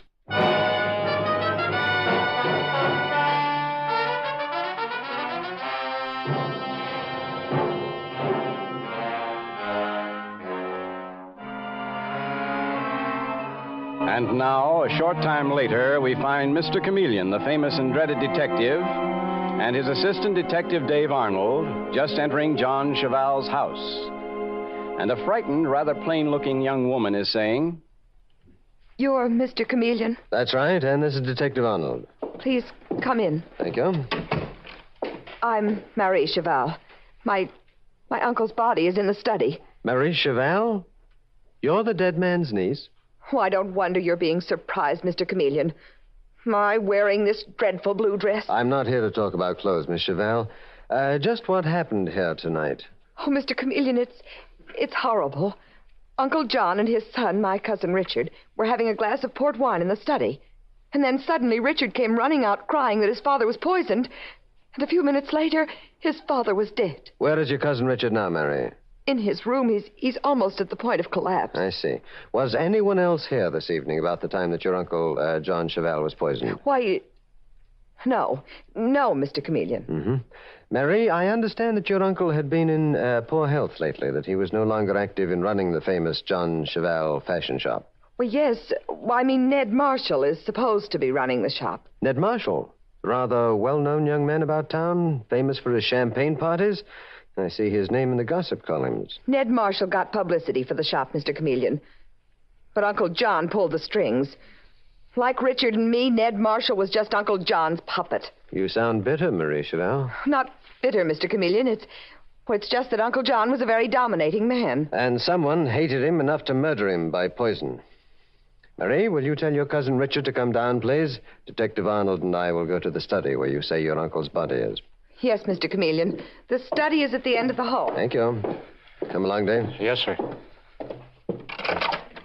Here we are. And here's John Cheval's body slumped across the desk. What poison do you think it was, Mr. Chameleon? I don't know, Dave. Several possibilities. There are 2 decanters on the table. One contains whiskey, other port wine. Here are 2 glasses. Only one of them is empty. Well, that must be the one John Cheval drank from. Dave, you take this decanter of port wine and the 2 glasses and have one of the boys rush them to the laboratory to be analyzed. Gotcha, sir. Mr. Chameleon, this is my cousin, Richard Cheval. Murdered man's son, huh? Come in, Richard. Mary, you wait outside, please. Very well. Mr. Chameleon, I just can't believe my father is dead. I'm sure it must be a great shock to you, Richard. You were fond of him? Fond of him? Why, of course I was. And you got along well together? You never quarreled? Why should Father and I quarrel? We were devoted. Mr. Chameleon, can't we go into another room? I mean, seeing my father lying there like that? Yes, of course. Come along. Father's den is the next room. It's right in here. Thank you. Richard, tell me everything that you know about tonight, please. There isn't much to tell, Mr. Chameleon. We had dinner about 7. You and your father? And my cousin, Marie. Your cousin lives here with you? Yes, Mr. Chameleon. Father took Marie in when her parents died some years ago. And you 3 had dinner together? The 3 of us and Ned Marshall. Ned Marshall, who runs your father's fashion shop. Now, that's strange. Your cousin Marie didn't mention his being here this evening. Marie wouldn't mention his being here. She tried to keep Ned's name out of a mess like this. Why? Because Marie is crazy about Ned Marshall, Mr. Chameleon. She'd do anything to protect him. Why should Ned Marshall need to be protected? Because he's the one who murdered my father. What? Richard, have you any proof of that? No, I haven't any proof, Mr. Chameleon. But I can tell you this. Ned Marshall was sick of being ordered around by Father. In spite of his high position at the shop, his name in the society columns, Father treated him like a lackey. Well, Ned Marshall could have left your father's shop. Father wouldn't let him. Nobody crossed Father, Mr. Chameleon. When he said to do something, people did it. Well, your cousin, Marie Cheval, did your father order her around? You saw her, Mr. Chameleon. Marie could be attractive if she had some decent clothes, but Father never allowed her to spend money on clothes. He wanted her plain and colorless, so she wouldn't be, to use his words, a bait for men. Marie must have hated your father for that. I should imagine any normal He girl... said every woman who came into his fabulous shop to buy clothes did it to attract men. He laughed at their weakness and scorned them for it. But he wasn't above taking their money. Mr. Chameleon. I'm in here, Dave. Mr. Chameleon, I found this character sneaking around the side of the house. He says his name is Ned Marshall. I assure you I wasn't sneaking, Detective Arnold. I was about to ring the bell. You must be Mr. Chameleon, the detective. I've heard about you. And you must be John Cheval's manager. I've heard about you, Mr. Marshall, especially your famous champagne parties. Tell me, you were here to dinner tonight, Mr. Marshall. Why did you come back? Because Marie Cheval telephoned me that Mr. Cheval had been poisoned. Marie phoned you? Richard, how could you do a thing like this? How could you think you'd get away with it? I? Get away with... Marshall, you must be crazy. Ned Marshall, are you accusing Richard of murdering his father? I was afraid it would happen, Mr. Chameleon. Afraid Richard would lose his head. A man can be driven just so far. Richard, if you didn't care about yourself, at least you might have thought of Zizi. Zizi? Well, I don't know what you're talking about. Judging by your expression, Richard, it's obvious that you're lying.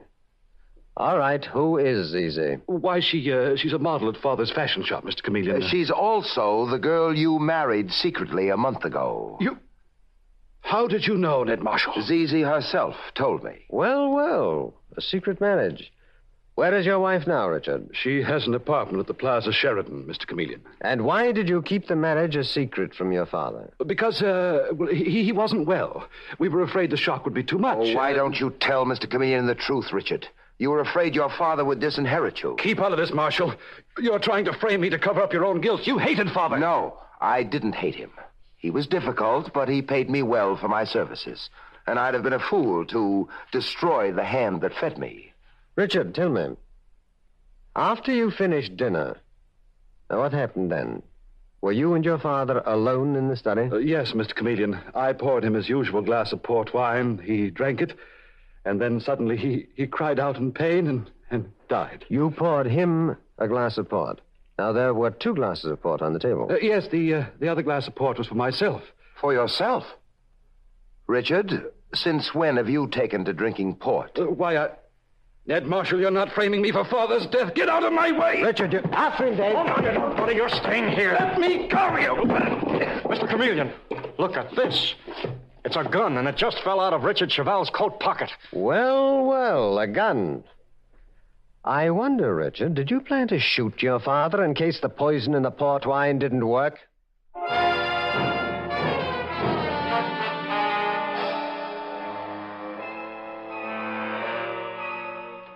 Mr. Chameleon and the Fashion World murder case continues in just a moment.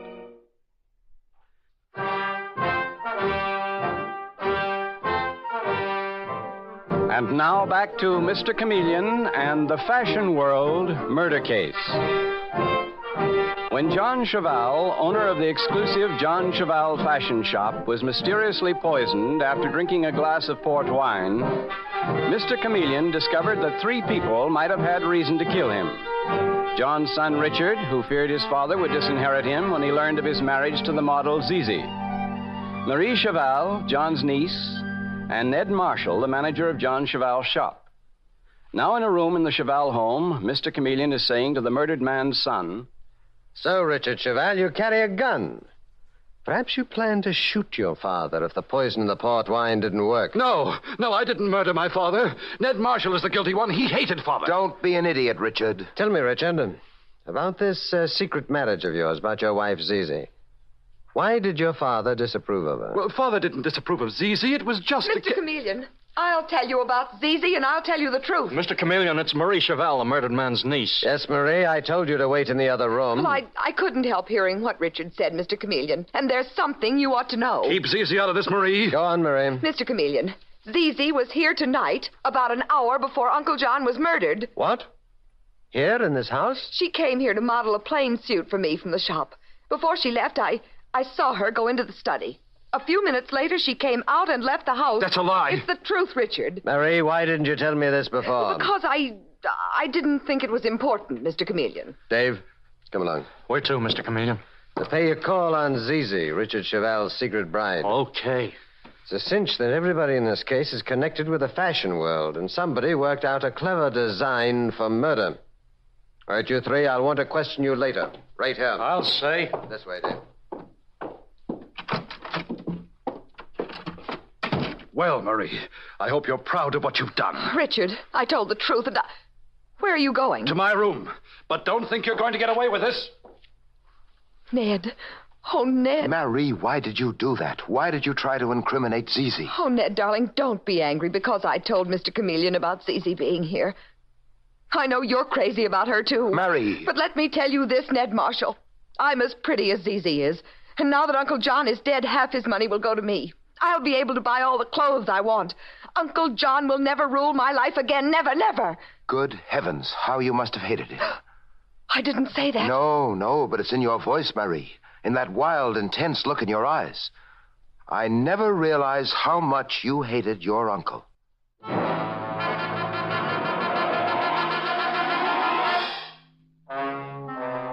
And now, a short time later, Mr. Chameleon and Detective Dave Arnold have just rung the bell of Zizi's luxurious hotel suite.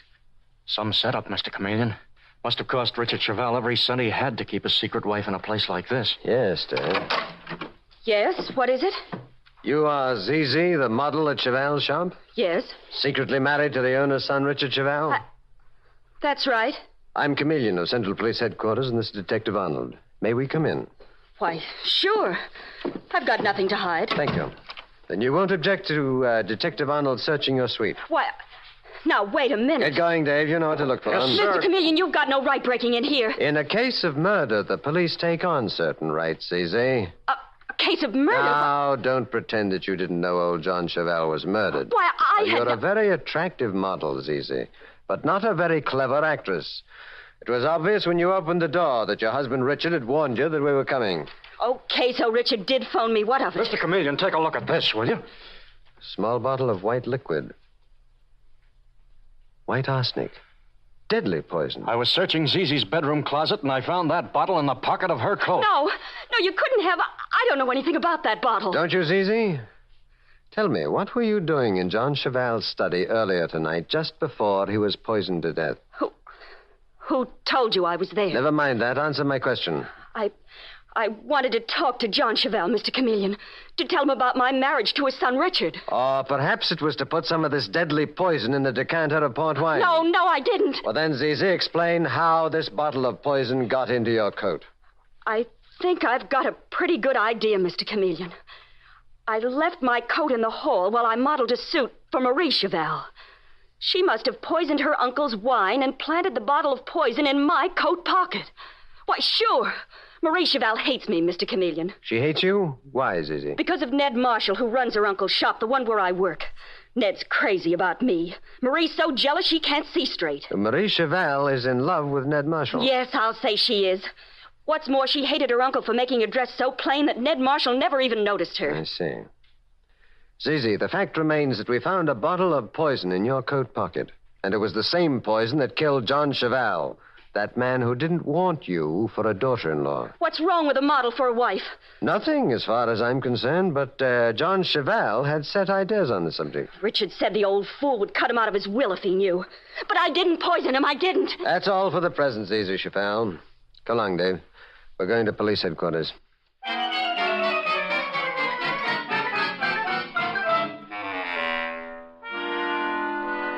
And now, sometime later, at Central Police Headquarters, Mr. Chameleon is saying to the Commissioner of Police, Well, Commissioner, the laboratory confirmed my suspicions. The port wine that killed John Cheval contained white arsenic. And you found a bottle of that same poison in Zizi Cheval's coat pocket. The girl Cheval's son was secretly married to. Yes. Zizi says it must have been put there by Marie Cheval, the murdered man's niece, who was jealous of her.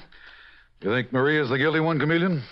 Well, Marie had a strong hatred for her uncle. Richard Cheval hated his father, but he'd hardly frame his own wife for the murder. Nor would Ned Marshall, who it appears was also in love with the beautiful Zizi. Well, it could be any one of those four people. Yes, but which one is it? It's a question. Well, maybe I found a way to get the answer. You mean through one of your disguises, Chameleon? Well, Commissioner, John Cheval owned a fashion shop specializing in everything rich women buy, but particularly in furs. Mm-hmm. And white arsenic is used in the preparation of furs. Yes, go on, Chameleon. Well, I'm going to disguise myself as, Pierre Dupré, an unassuming little Frenchman, one of the many employed in John Cheval's workroom. Tomorrow morning, Commissioner, Pierre Dupré is going to pay a visit to the murder house.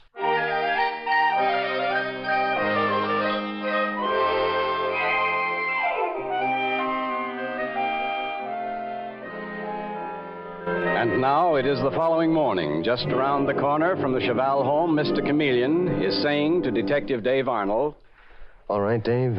You know what to do. You bet, Mr. Chameleon. And that's one of the cleverest disguises you've ever had. I'd never recognize you. Dave, did you tell Sergeant Matthews to attend to that matter that I spoke about? Yes, sir. It's been taken care of. Good. I'm going into the Cheval house now. In a few moments, you're to follow me, but through the side entrance. Good luck, Mr. Chameleon. Or should I say, Pierre Dupré.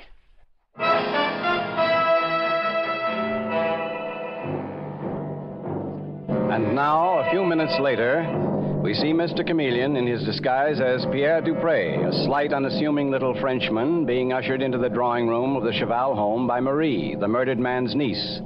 And Mr. Chameleon is saying in the voice of his disguise, You are Mademoiselle Marie, Cheval's niece. Yes, I'm Marie Cheval. Marie, who is this man? What does he want? He says his name is Pierre Dupré, Richard. And he came here at Mr. Chameleon's orders, just as he ordered the rest of us to be here. Pierre Dupré? Who the devil are you, anyway? You do not know me, Monsieur Ned Marshall. Well, I am not surprised. You are the manager of the great Jean Cheval fashion shop. You would not have noticed me. I am only employed in the workroom. In the back. In the workroom? Richard, I never saw this man in your father's workroom. Neither did I, Zizi, but... This morning, I read in the paper that Monsieur Jean Cheval was poisoned. And suddenly I recall something I see in the workroom. Something which may help to find Monsieur's murderer. What do you mean, help find the murderer? I call police headquarters, Mademoiselle Zizi, and I'm told by Monsieur Chameleon to come here and wait for him. Dupré, what is it you have to tell Mr. Chameleon? I'm not at liberty to say, Monsieur Richard. When Chameleon arrives, then I will talk. You're bluffing. You don't know anything. Be still, Marie. I don't see what you're all so worked up about. Sit down, Dupré. Merci, Monsieur Marshall. Mr. Chameleon will be along soon. Here, let me pour you a drink. Ned. A drink. But yes, thank you. I will have a drink. Well, here you are, Dupré. You look as if you could use a good drink of whiskey. You are very kind, Monsieur Marshall. I feel better already. Monsieur Dupré, what is it? What's wrong? The pain. Such terrible pain. Great Scott, he's going to keel over. Here, let me help you, Dupre. There's a couch in the other room. You can lie down. Wait here, Richard, Marie. I'll take care of him. I don't know. Right in here, Dupre. Easy now. Lean on me. The whiskey. There was something in the whiskey. Yes, you old fool. There was poison in it. And you will never be able to tell the cop Chameleon what you saw in John Cheval's workroom. You'll be dead before Chameleon gets here. Will I, Ned Marshall? What? Will I die just as John Cheval died from the poison that you put in his port wine? Mr. Chameleon, you're not Pierre Dupre. That's right, Ned Marshall. I hoped my disguise would reveal the killer of John Cheval, and it did. You'll never get me. Stay where you are, Marshal. I've got you covered. Detective Arnold, I've been framed. It was a dirty trick. I suspected you of the murderer, Ned Marshall. All I needed was proof. All right, I admit I poisoned the old tyrant. I was fed up with his treating me like dirt, with taking his orders and licking his boots. I wanted to kill old John, and I meant to kill his son, Richard, too. Yes, that's why you poisoned the whiskey, too, wasn't it? Because Richard usually drank whiskey, not port. I had one of my men refill the decanter. But you thought it still contained the poisoned whiskey when you gave Pierre Dupre a drink. Yes, and I'd have gotten away with my plans if it hadn't been for you, Chameleon. You wanted both John Cheval and his son out of the way, Ned Marshall. And then Zizi would have inherited the Cheval fortune. And you hoped to marry her and have the money, too. There's just one thing. Why did you plant the bottle of poison in Zizi's coat pocket? I thought the coat belonged to Marie Cheval. I was going to frame Marie for the murders. And I almost succeeded. That's what often happens in murders, Marshal. There's one small error, one little slip that'll send a killer to the electric chair. Take him away, Dave.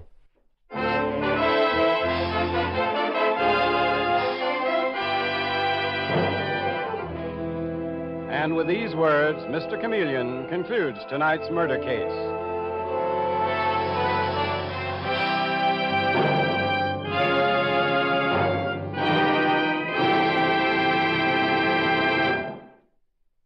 Listen next Wednesday night at this same time for Mr. Chameleon, the Man of Many Faces.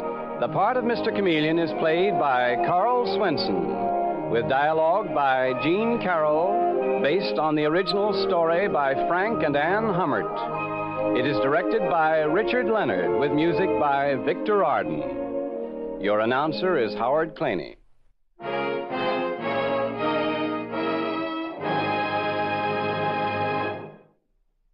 This is CBS, the Columbia Broadcasting System.